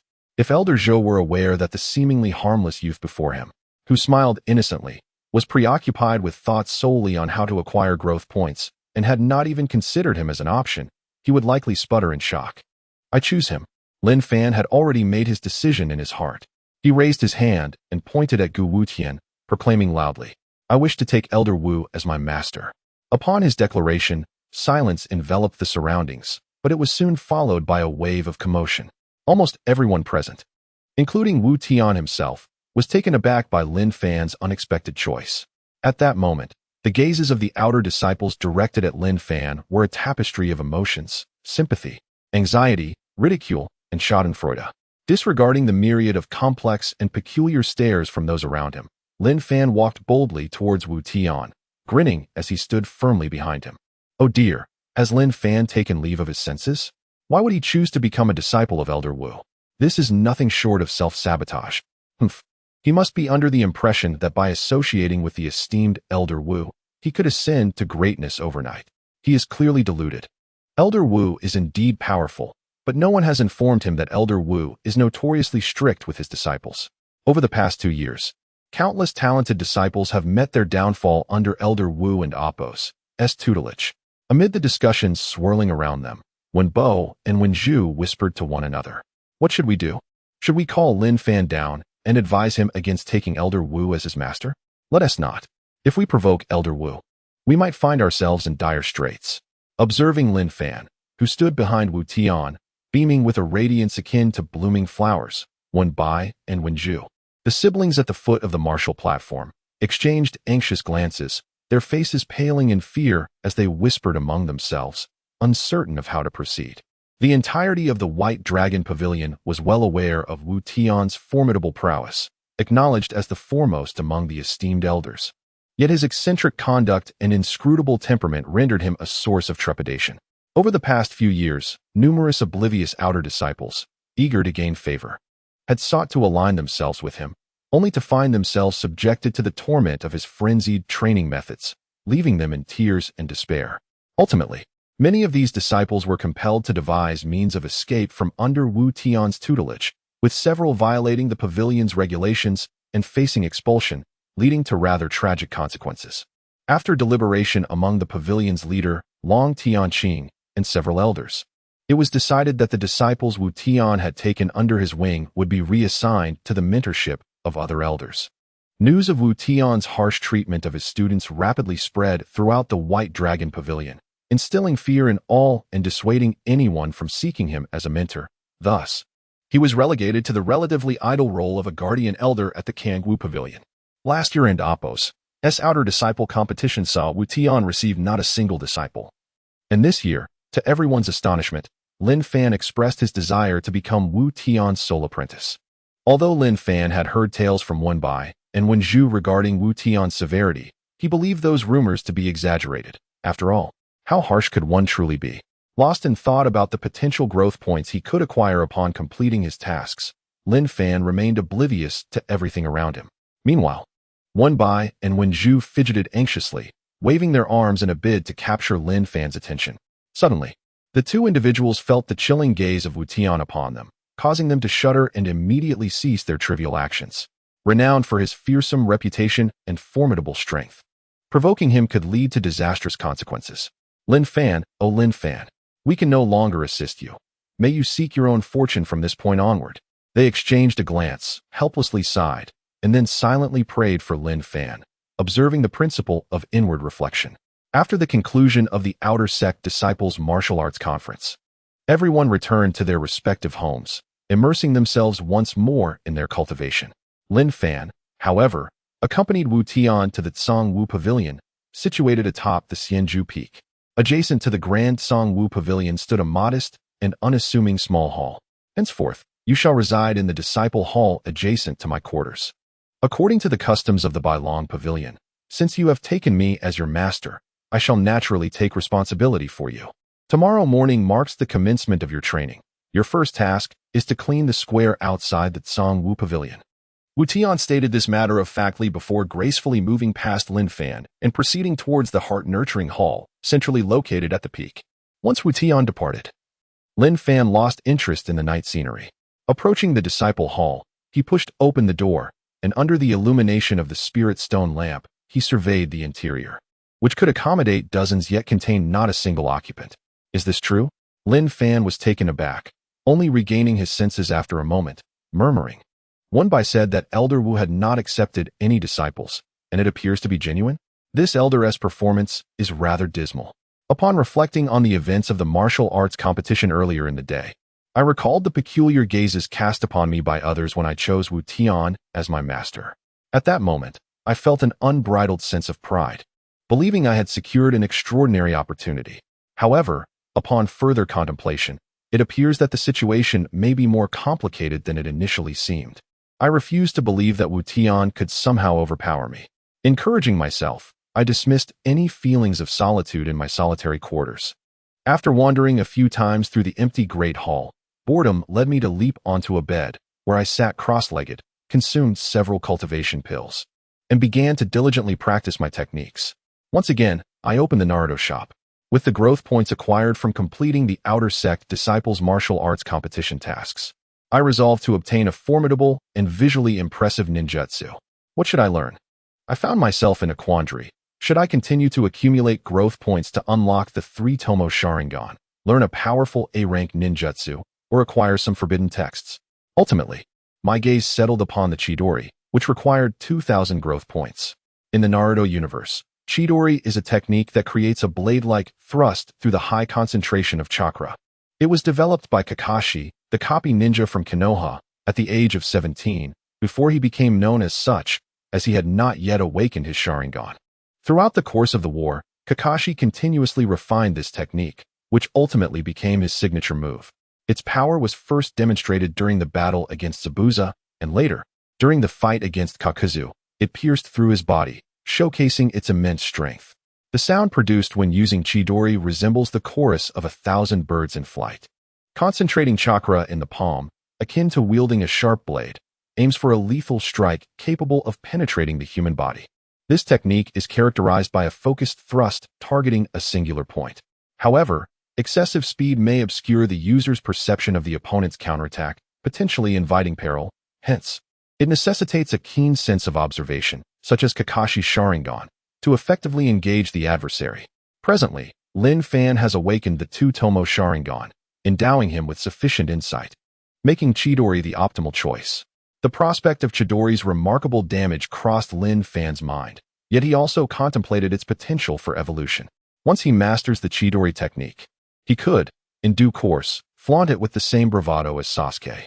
Upon completing the exchange, the hand seals and usage methods of Chidori were indelibly etched in Lin Fan's mind. The hand signs are rat, horse, monkey, horse, rabbit, Chidori.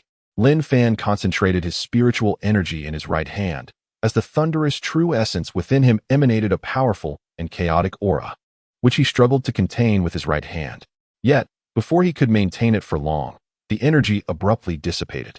Truly, advanced ninjutsu is formidable. I shall not be deterred.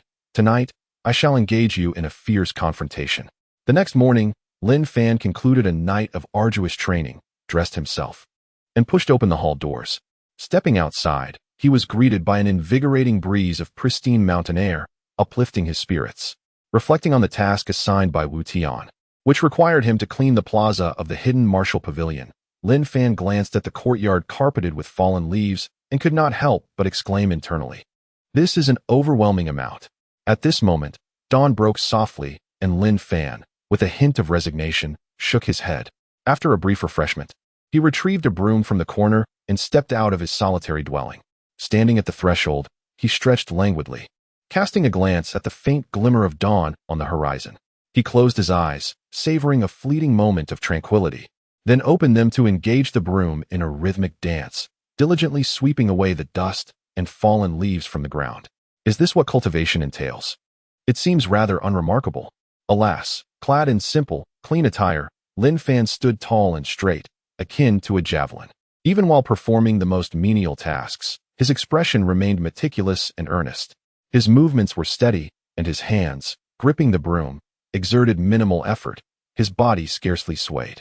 With a mere flick of his wrist, the broom glided effortlessly, as if it possessed a will of its own, miraculously stirring the dust and debris on the ground, as though it had sprouted legs. As Lin Fan continued to wield the broom, the sky gradually brightened. After a while of sweeping, the path he traversed became impeccably clean, devoid of any lingering dirt. Though sweeping required little exertion, the early morning without food or drink left Lin Fan drenched in a light sweat. This was not due to his strength, but rather the unique magnetic field of the immortal residence peak, where the oppressive aura of the was most palpable. While Lin Fan had not paid much heed to his cultivation practice at night, he had begun to discern some subtle clues during his overnight stay. In the Kangwu Pavilion, it is a common occurrence for disciples from the Bailong Pavilion to visit and borrow martial arts techniques.